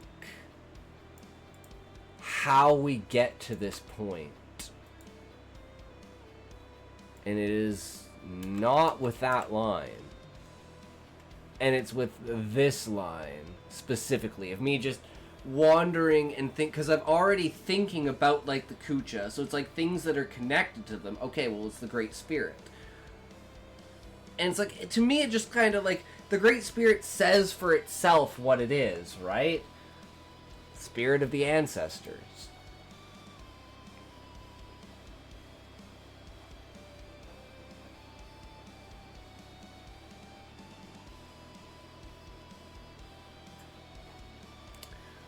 Game couldn't be. I knew of such things, but could I play the Great Spirit?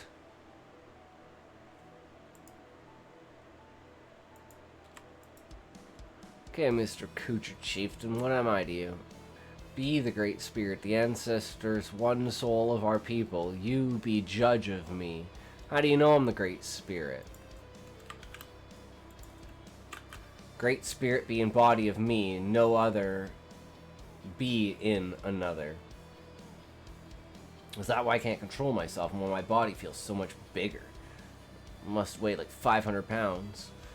If this mind belongs to that body and I'm only here to observe, should I say who I am or just be the Great Spirit? And this is kind of like, you know, should I reveal? Yeah, this is some bullshit. I don't know what's going on here. I made it all up.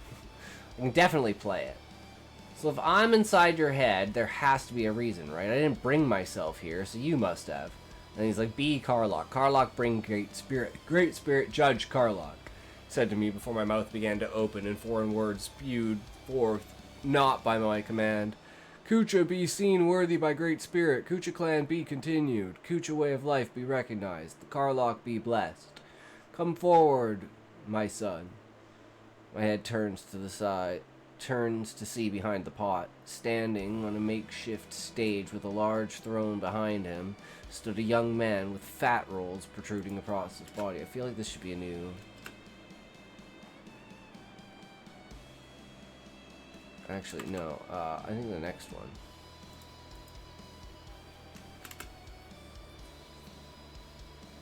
Pillsbury fucking Doughboy, except he made out of chocolate. Damn, it kind of makes me hungry. Hungry. Karlach. Sudden cold, dark, heart-stopping dread overcame me. The Karlach was beginning. And since we've already established that the Karlach is kind of you, like your people eating you, you know, this kind of escalates the tension just kind of a little bit, right? Man walked forward, placed his hand on my head. Me be as worthy, father, you taught me well. Uphold our ways forever, long live the Kucha. Through the Karlach we all become one. The man stepped back and sat down on the throne. My mouth moved on its own, words spouting from my maw once more. Come, brethren, take from my flesh, I am prepared. You must be prepared as well. The Great Spirit has spoken. And now this is like where shit starts to really hit the fan, right? Well, and you can't be serious. You're just gonna go through with this? In my presence alone enough to prove that you're worthy? A deep silence filled my head. Fire for breath in my chest, yet they remained even. Fire for breath in my...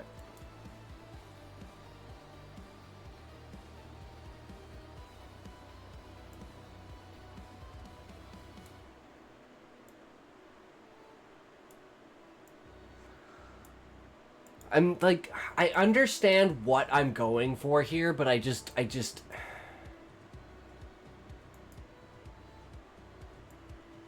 think this just needs to say lungs. Fire for breath in my lungs. Yet they remained even.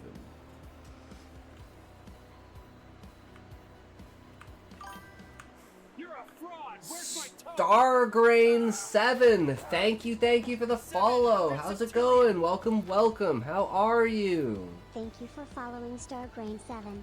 I hope you are enjoying the stream. Less than 4, less than 3 plus 1. True. We're just doing some editing. Yeah, see, I know what I was trying to do here.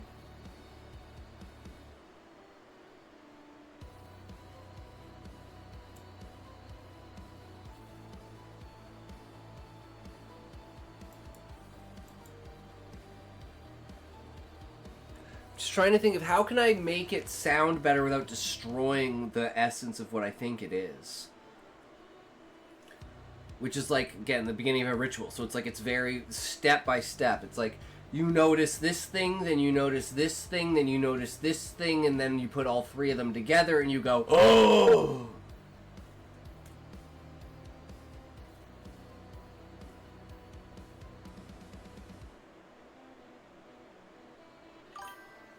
I'm good, thank you. Well, that's good to hear. Are you a writer? Are you a reader? Are you a purveyor of ideas?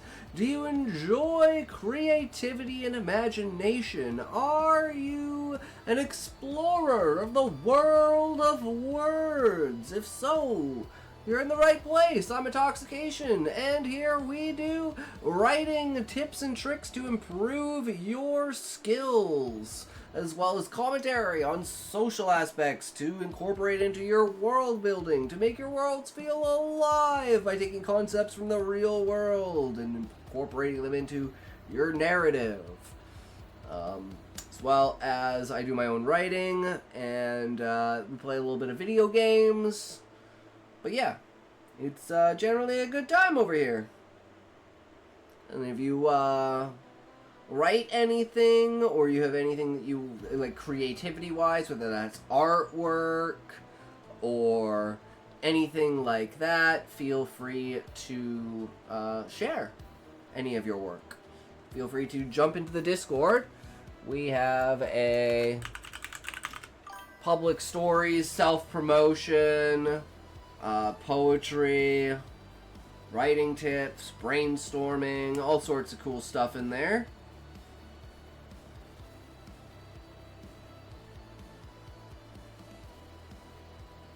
Okay, how about like something like my lungs burned? So, my lungs burned. Yearning.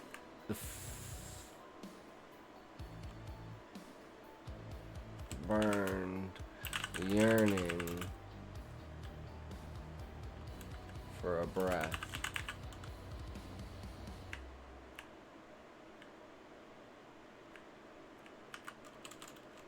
Yet it came slow, relaxed, and remained even.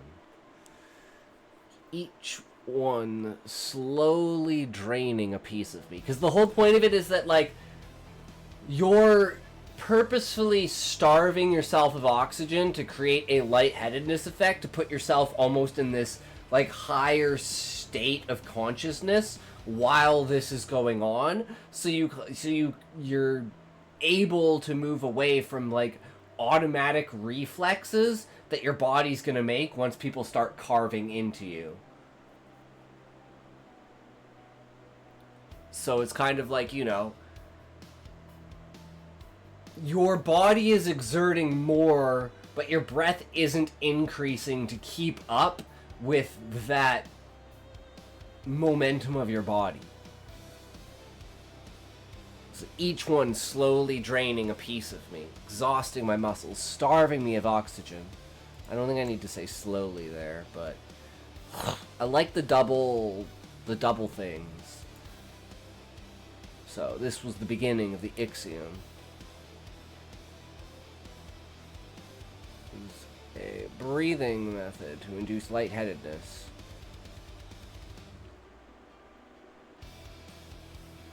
I was beginning to understand.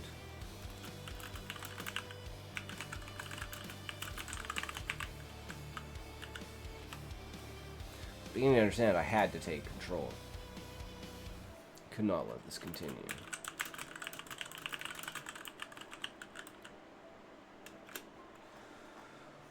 I made this up. None of this actually works. There's no great spirit. Will you not become one? You're sacrificing yourself for nothing. This doesn't make your people any stronger. There's no special spirit woven into your flesh.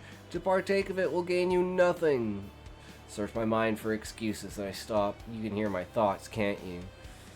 But do you know my memories? What vision of the Creator is imprinted on the creation? The more depth and form of a character, the more endowed with your soul it is. This was my soul coming to haunt me. It's subtle at first, but I notice and latch onto it. My breath passes the threshold and continues to inhale. Did I break him? Did he stop the Ixiom? I exhale. Was it my imagination? The wonder of pondering your imagination in a dream. Delusions of a madman. Or the crucible of a genius. This breath was different. Not steadily pulled through gritted teeth, but a deep nasal inhale. Spice of the feast outside flares to life. Smell potent and forceful, tickling the depths of my nose. Feeling rose instantly. In my mind, I could see my arm moving to cover my face. I swear I felt it too.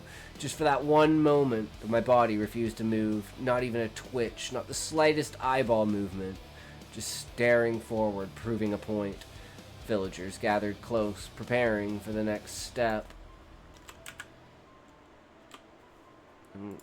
I think that can be just one sentence. There's some of these where I'm like really debating, should this be one sentence or not? Like this, like just for a moment. But I'm like, the short punchy sentences to make the pacing go super fast, because you're in this like panic mode of like, I don't know what to choose next. Do I do this? Do I do that? Do I do this? Do I do that? Tried my hardest consistently. I tried my hardest consciously, and now I had tried unconsciously. The dread that I might not wake up was building. My mind would break before the ritual was done.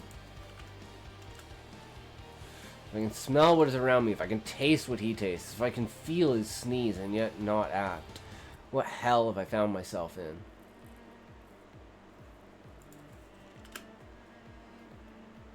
I think this can actually just go there.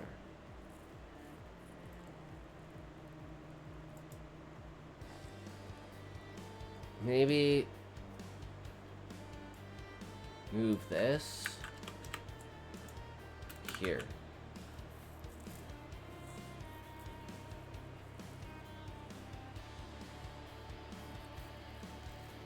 My mind would break before the ritual was even done.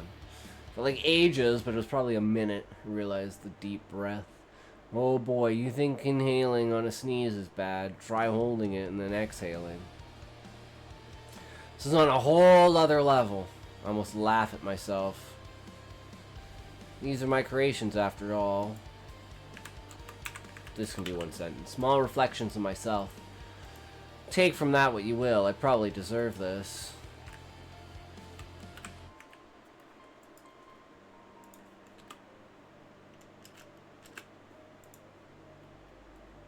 The rhythmed breathing begins once more. The feeling to sneeze fades. My eyes burn from not blinking during this fucking sneeze fest. And then they slowly close. You know, not rushed at all. Just breathe out with eyes closed and inhale with eyes open. With open ones. Trying to align the body and the mind. Think you can get through the second step with me here. I can ramble all day. You'll never get your silence. I know it was foolish. I know it was foolish to think simple words could stop it. He was committed to far worse. Think some simple meditation mind trick is going to save you from the pain? Told you the whole thing is bullshit. What was the point? Even I couldn't deny the shaking in my voice. I had lost all substance. Not that I had any to begin with. This is where all shame falls apart, where you're willing to do anything, say anything, just to escape.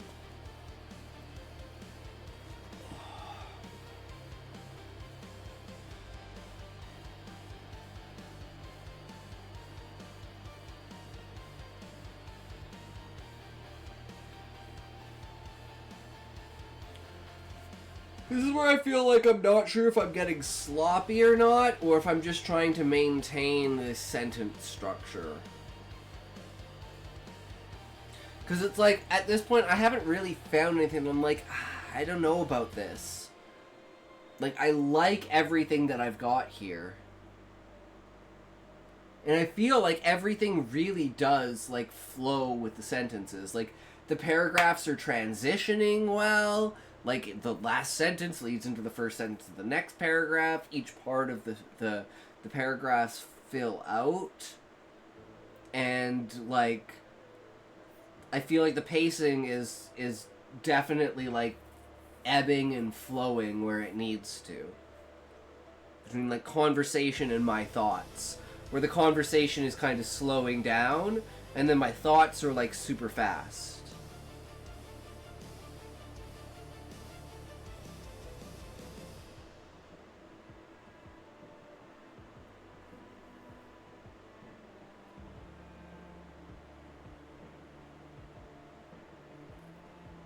And then this is like the bargaining section where I'm that all of a sudden just made me wonder if I could rework in here very specifically like the stages of grief. Guys, since we haven't seen it in forever, let's stop here and let's use this as an example of where we should be going with this. Welcome to a talk.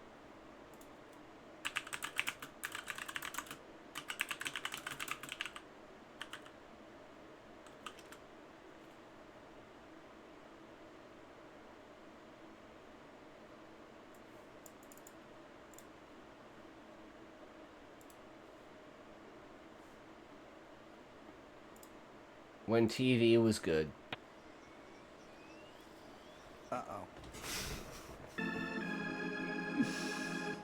It's no big deal. It's probably not even quicksand. I'm gonna have a good laugh about this tonight with the guys.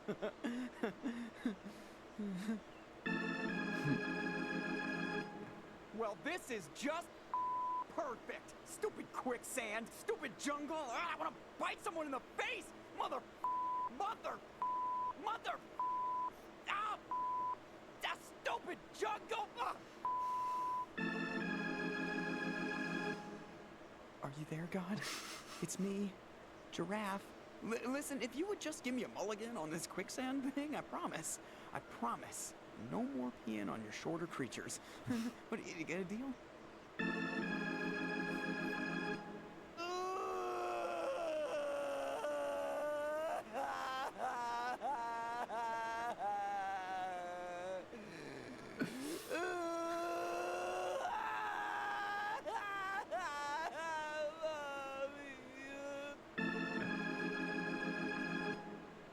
You know something?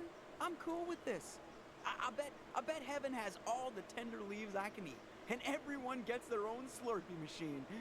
Yeah, take me, sweet death. I await your loving embrace. What? I think I hit the bottom.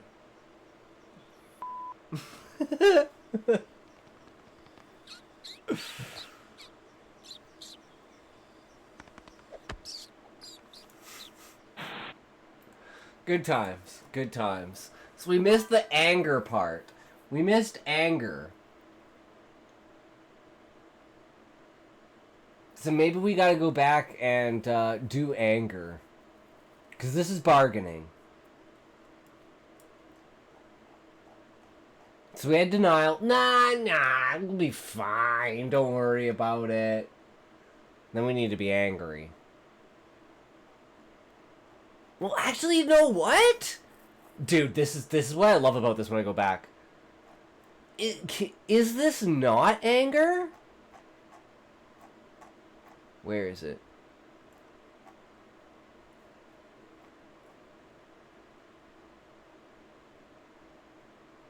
Yeah. Trying to align the body and the mind. Think you can get through the second step with me here? I can ramble all day. You'll never get your silence.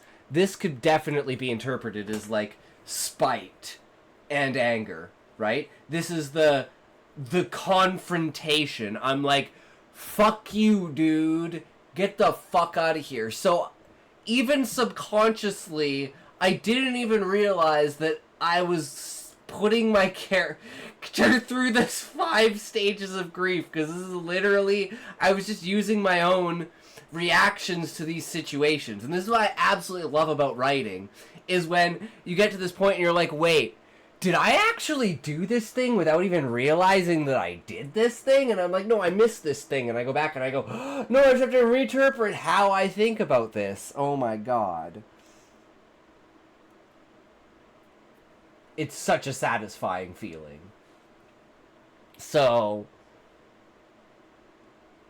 and then he gets, so like we had anger, and then we're gonna get bargaining, and then we're gonna get sad.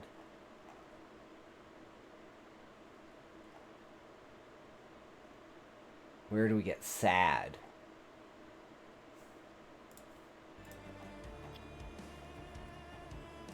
Third stage. And it's even kind of... Maybe we could equal those out with the stages of the Ixiom. Oh, that would be an to line them up? That would be very interesting, because each one is like the progression of the next stage of the Ixiom, adding up to like the final moment whenever he stops, pulls out of it, and says, no, fuck you, dude. Get the fuck out of here. Because, challenging him. Or is that more anger? I don't know. Maybe we go back to it?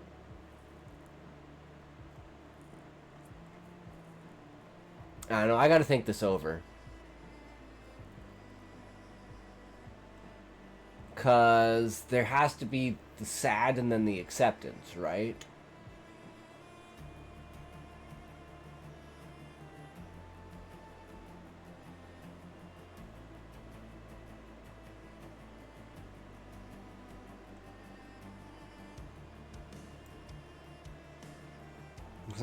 Yeah, see, and this is me being, again, this is like anger. Whole thing is bullshit. Shaking in my voice.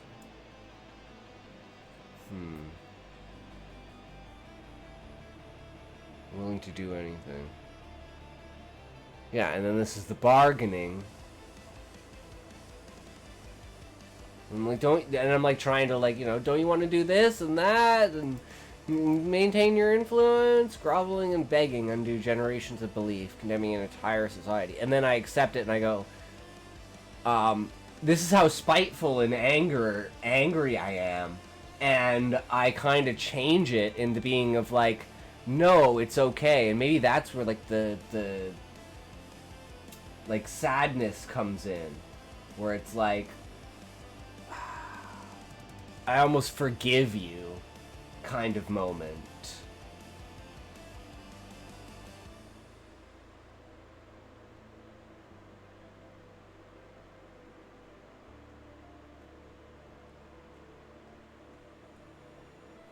I don't know. Either way, I think we're gonna call it here. Oh, we've had a fucking great day today. We actually got down to editing, and I feel like we've gotten past, like, the hardest part of the story. I think everything else is, like, pretty solid. We just need to get past the Ixiom, and that's, like, basically it. So I think maybe going back to the drawing board and looking at the stages of grief and how my interaction with them goes, to see where that's going to lead in order to make it feel like more reasonable, right? Maybe even like comment on like, is this me going through the stages of grief? What is this, Smokey?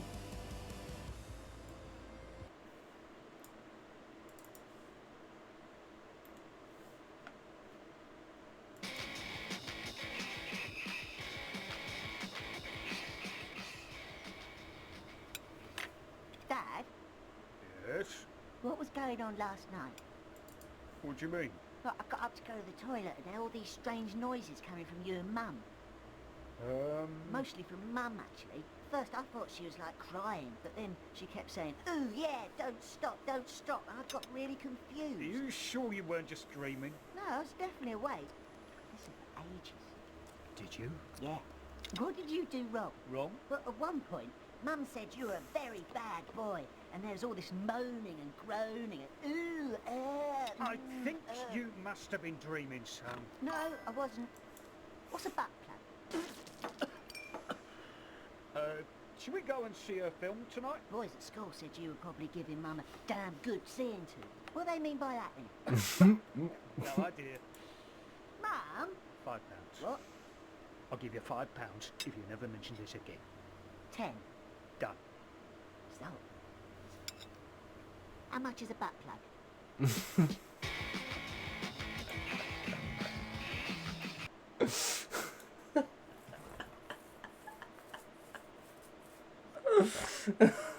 Listening for ages.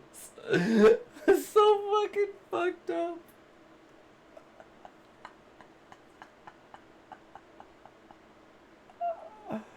Oh my god. Where do you find this shit, Smokey? Alright, guys. Thanks for watching. Thanks for coming out. Thanks for hanging out. You guys are fucking awesome. As always, we'll be back again tomorrow. So, remember, Smokey's a fucking douche. But hey, he has lots of funny stuff that he shows me. So, he's the comic entertainment, right? On top of everything. So, I fucking love you guys. You guys are fucking amazing. Keep being you, being amazing, being creative. And remember, if you can't say fuck you to your friends, who can you say fuck you to? Fuck you.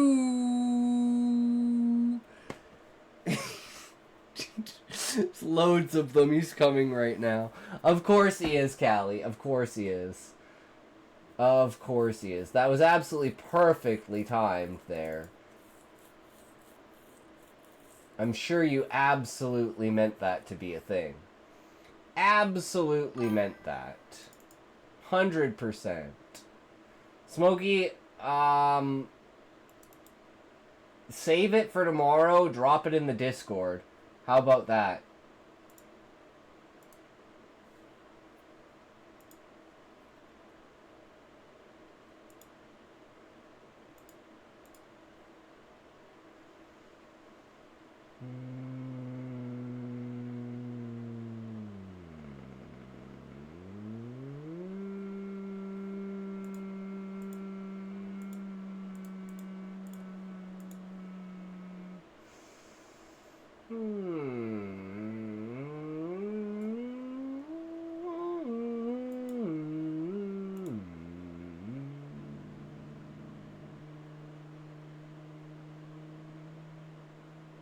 Get your Wii U's ready.